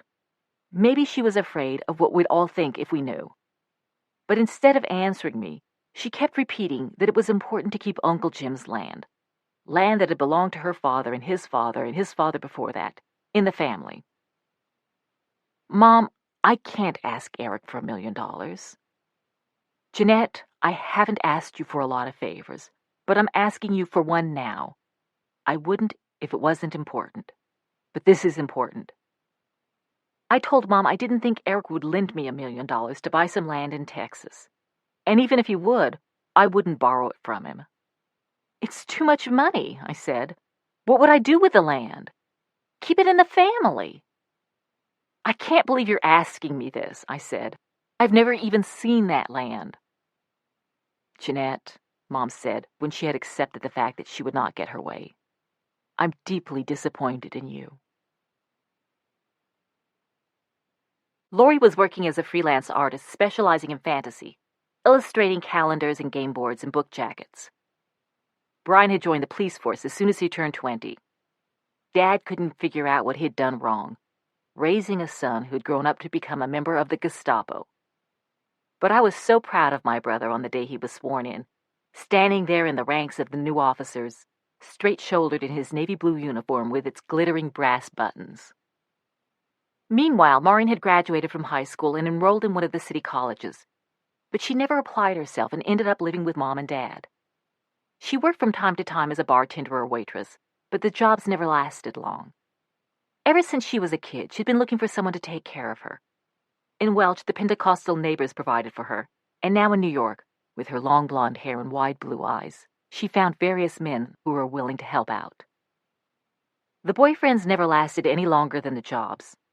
She talked about finishing college and going to law school, but distractions kept cropping up.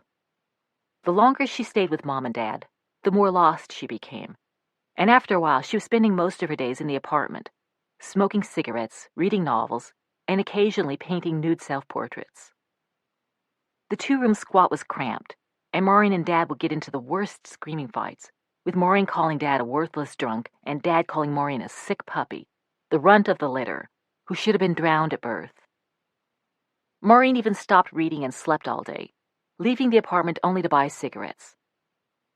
I called and persuaded her to come see me and discuss her future. When she arrived, I scarcely recognized her. She'd bleached her hair and eyebrows platinum and was wearing dark makeup as thick as a kabuki dancer's. She lit one cigarette after another and kept glancing around the room. When I brought up some career possibilities, she told me the only thing she wanted to do was help fight the Mormon cults that had kidnapped thousands of people in Utah. What cults? I asked. Don't pretend you don't know, she said. That just means you're one of them. Afterward, I called Brian. Do you think Maureen's on drugs? I asked. If she's not, she should be, he said. She's gone nuts. I told Mom that Maureen should get professional help, but Mom kept insisting that all Maureen needed was fresh air and sunshine. I talked to several doctors, but they told me that since it sounded like Maureen would refuse to seek help on her own, she could be treated only on the order of a court if she proved she was a danger to herself or others.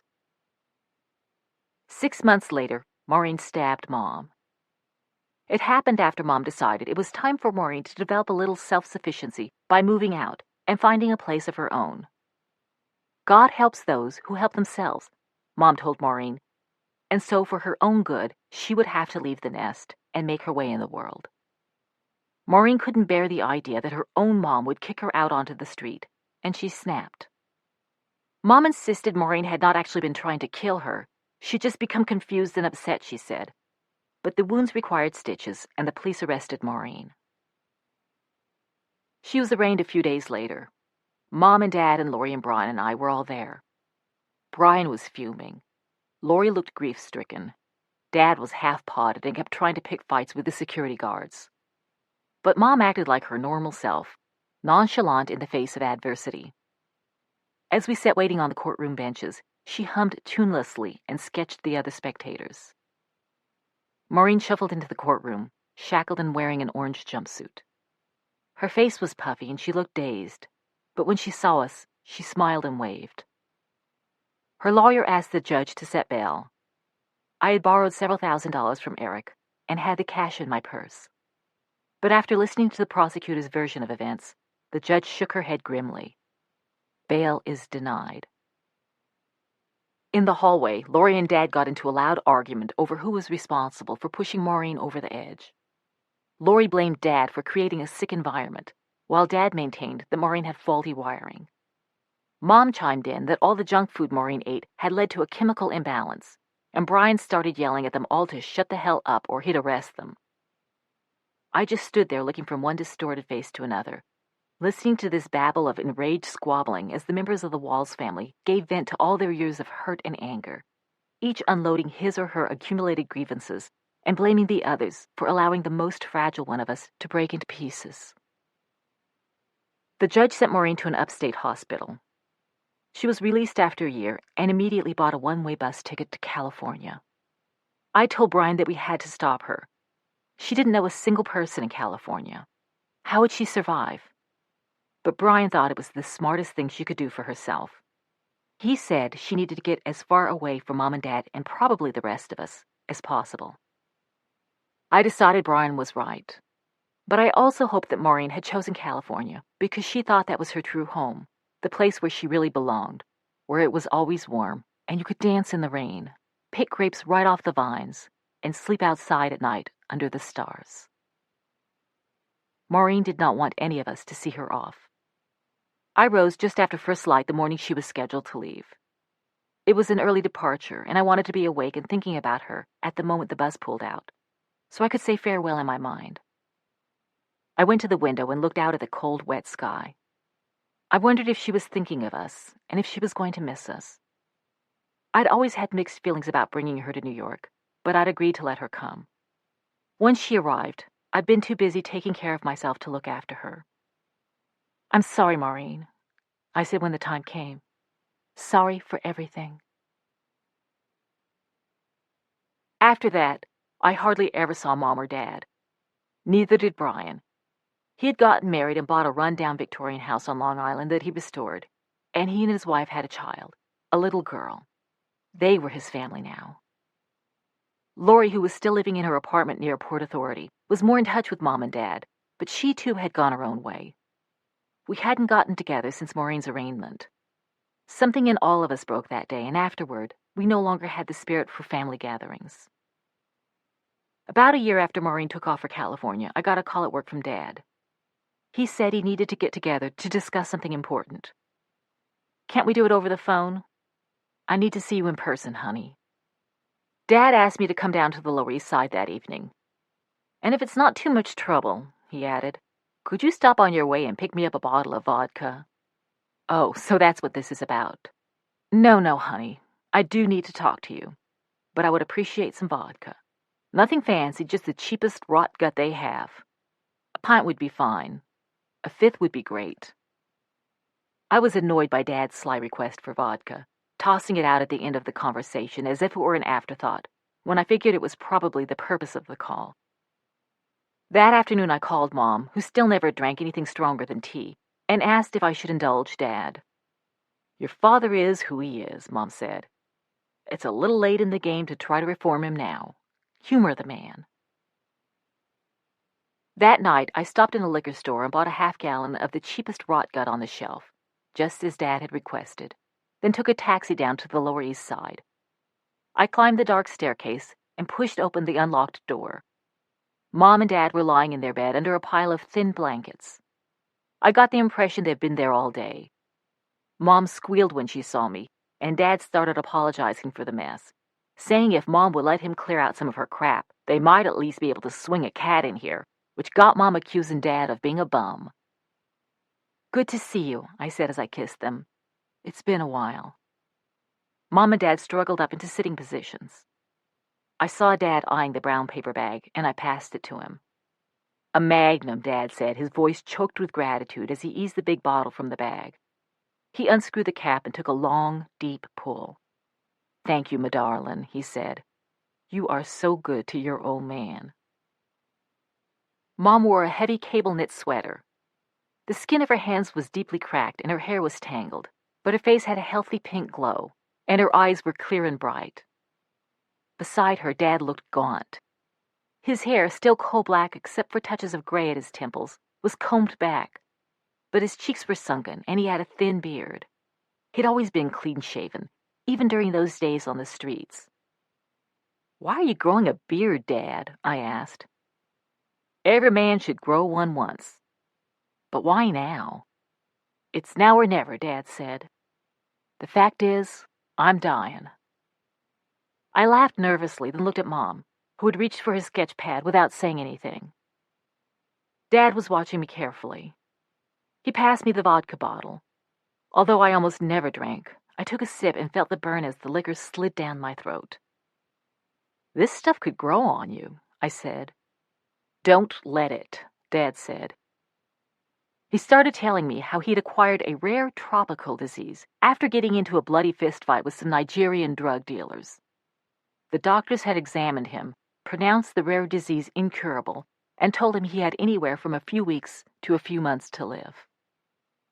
It was a ridiculous yarn. The fact was that, although Dad was only 59, he had been smoking 4 packs of cigarettes a day since he was 13, and by this time he was also putting away a good 2 quarts of booze daily. He was, as he put it many a time, completely pickled. But despite all the hell-raising and destruction and chaos he had created in our lives, I could not imagine what my life would be like, what the world would be like, without him in it. As awful as he could be, I always knew he loved me in a way no one else ever had. I looked out the window. "Now, no snot-slinging or boo-hooing about poor old Rex," Dad said. "I don't want any of that, either now or when I'm gone." I nodded. "But you always loved your old man, didn't you?" "I did, Dad," I said. "And you loved me." "Now that's the God-honest truth," Dad chuckled. "We had some times, didn't we?" "We did. Never did build that glass castle." "No, but we had fun planning it. Those were some damn fine plans." Mom stayed out of the conversation, sketching quietly. "Dad," I said, "I'm sorry. I really should have asked you to my graduation."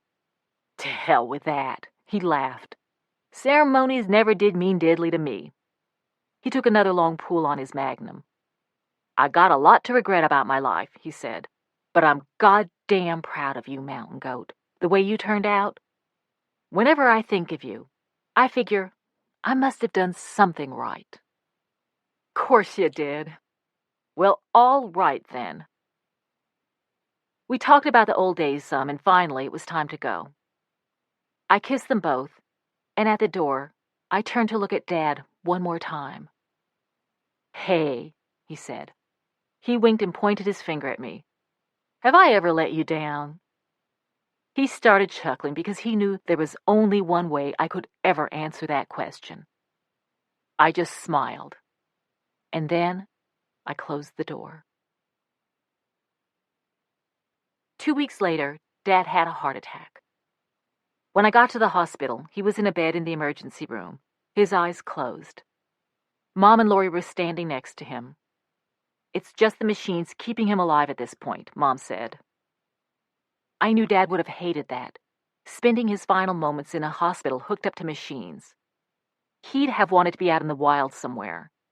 He always said that when he died, we should put him on a mountaintop and let the buzzards and coyotes tear his body apart. I had this crazy urge to scoop him up in my arms and charge through the doors to check out Rex Walls style one last time. Instead, I took his hand. It was warm and heavy. An hour later, they turned the machines off. In the months that followed, I found myself always wanting to be somewhere other than where I was. If I was at work, I'd wished I were at home. If I was in the apartment, I couldn't wait to get out of it. If a taxi I had hailed was stuck in traffic for over a minute, I got out and walked.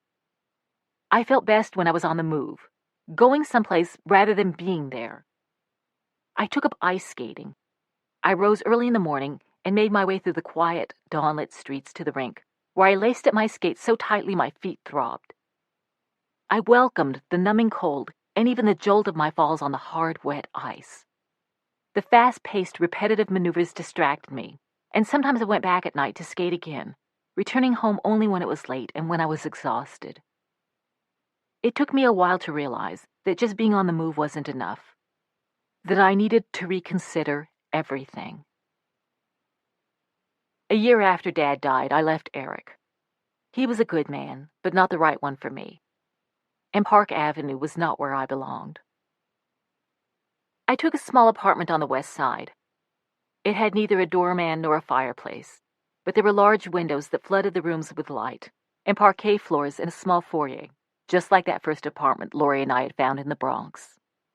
It felt right. I went ice skating less often, and when my skates were stolen, I never replaced them. My compulsion to be always on the move began to fade, but I liked to go for long walks at night. I often walked west toward the river. The city lights obscured the stars, but on clear nights, I could see Venus on the horizon, up over the dark water, glowing steadily. Chapter 5. Thanksgiving. I was standing on the platform with my second husband, John. A whistle sounded in the distance. Red lights flashed, and a bell clanged as the gates were lowered across the roadway. The whistle sounded again, and then the train appeared around the bend through the trees and rumbled toward the station, its massive twin headlights pale in the bright November afternoon. The train eased to a stop. The electric engines hummed and vibrated, and after a long pause, the doors opened. Passengers spilled out, carrying their folded newspapers and canvas weekend bags and brightly colored coats. Through the crowd, I saw Lori and Mom getting out at the back of the train, and I waved. It had been 5 years since Dad died. I had seen Mom only sporadically since then, and she'd never met John nor been to the old country farmhouse we'd bought the year before. It had been John's idea to invite her and Lori and Brian out to the house for Thanksgiving, the first Walls family get-together since Dad's funeral. Mom broke into a huge smile and started hurrying toward us. Instead of an overcoat, she was wearing what looked to be about 4 sweaters and a shawl, a pair of corduroy trousers, and some old sneakers. She carried bulky shopping bags in both hands. Lori, behind her, wore a black cape and a black fedora. They made quite a pair. Mom hugged me. Her long hair was mostly gray, but her cheeks were rosy and her eyes as bright as ever. Then Lori hugged me, and I introduced John. "Excuse my attire," Mom said, "but I plan to change out of my comfy shoes into some dress shoes for dinner." She reached into one of her shopping bags and pulled out a pair of banged-up penny loafers. The winding road back to the house led under stone bridges through woods and villages and past marsh ponds where swans floated on mirror-like water. Most of the leaves had fallen, and gusts of wind sent them spiraling along the roadside. Through the thickets of bare trees, you could see houses that were invisible during the summer. As he drove, John told Mom and Lori about the area, about the duck farms and flower farms, and the Indian origin of our town's name. Sitting beside him, I studied his profile and couldn't help smiling. John wrote books and magazine articles. Like me, he had moved around a lot while growing up, but his mother had been raised in an Appalachian village in Tennessee, about 100 miles southwest of Welch, so you could say our families hailed from the same neck of the woods. I'd never met a man I'd rather spend time with. I loved him for all sorts of reasons. He cooked without recipes. He wrote nonsense poems for his nieces. His large, warm family had accepted me as one of their own. And when I first showed him my scar, he said it was interesting. He used the word textured. He said smooth was boring, but textured was interesting. And the scar meant that I was stronger than whatever it was that had tried to hurt me. We pulled into the drive. Jessica, John's 15-year-old daughter from his first marriage, came out of the house along with Brian and his 8-year-old daughter Veronica and their bull mastiff Charlie. Brian hadn't seen much of Mom since Dad's funeral either. He hugged her and immediately started ribbing her about the plucked from the dumpster presents she'd brought for everyone in the shopping bags. Rusting silverware, old books and magazines, a few pieces of fine bone china from the 20s with only minor chips. Brian had become a decorated sergeant detective, supervising a special unit that investigated organized crime. He and his wife had split up around the time Eric and I did, but he had consoled himself by buying and renovating a wreck of a townhouse in Brooklyn. He put in new wiring and plumbing, a new firebox, reinforced floor joists, and a new porch all on his own. It was the second time he'd taken a true dump and restored it to perfection. Also, at least 2 women were after him to marry them. He was doing pretty darn well. We showed Mom and Lori the gardens, which were ready for winter. John and I had done all the work ourselves, raked the leaves and shredded them in the chipper, cut back the dead perennials and mulched the beds, shoveled compost onto the vegetable garden and tilled it, and dug up the dahlia buds and stored them in a bucket of sand in the basement.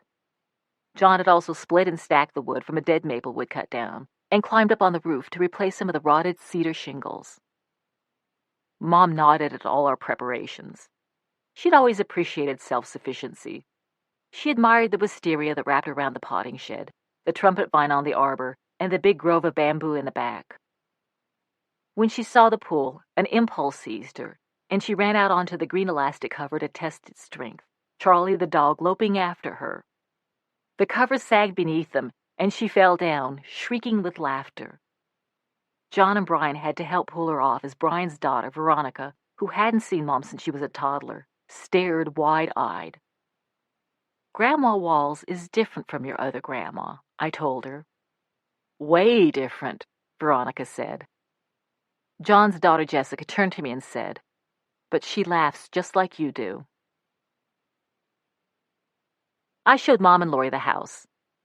I still went into the office in the city once a week, but this is where John and I lived and worked, our home, the first house I'd ever owned. Mom and Lori admired the wide planked floorboards, the big fireplaces, and the ceiling beams made from locust posts, with gouge marks from the axe that had felled them. Mom's eyes settled on an Egyptian couch we'd bought at a flea market. It had carved legs and a wooden backrest inlaid with mother-of-pearl triangles.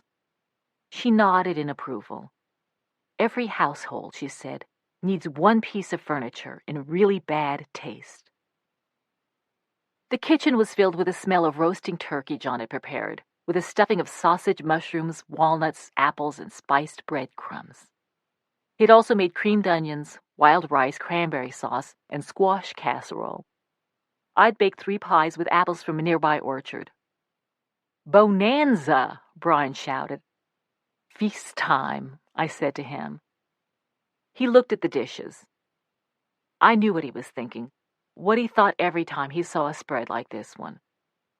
He shook his head and said, "You know, it's really not that hard to put food on the table if that's what you decide to do." "Now, no recriminations," Lori told him. After we sat down for dinner, Mom told us her good news. She had been a squatter for almost 15 years, and the city had finally decided to sell the apartments to her and the other squatters for $1 apiece. She couldn't accept our invitation to stay a while, she said, because she had to get back for a board meeting of the squatters. Mom also said she'd been in touch with Maureen, who was still living in California, and that our kid sister, whom I hadn't spoken to since she left New York, was thinking of coming back for a visit.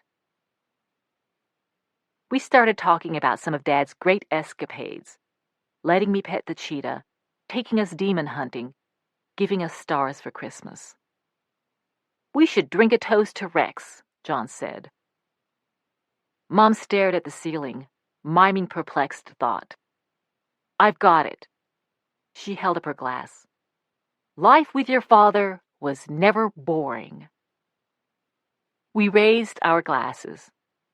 I could almost hear Dad chuckling at Mom's comment in the way he always did when he was truly enjoying something. It had grown dark outside. A wind picked up, rattling the windows, and the candle flames suddenly shifted, dancing along the border between turbulence and order.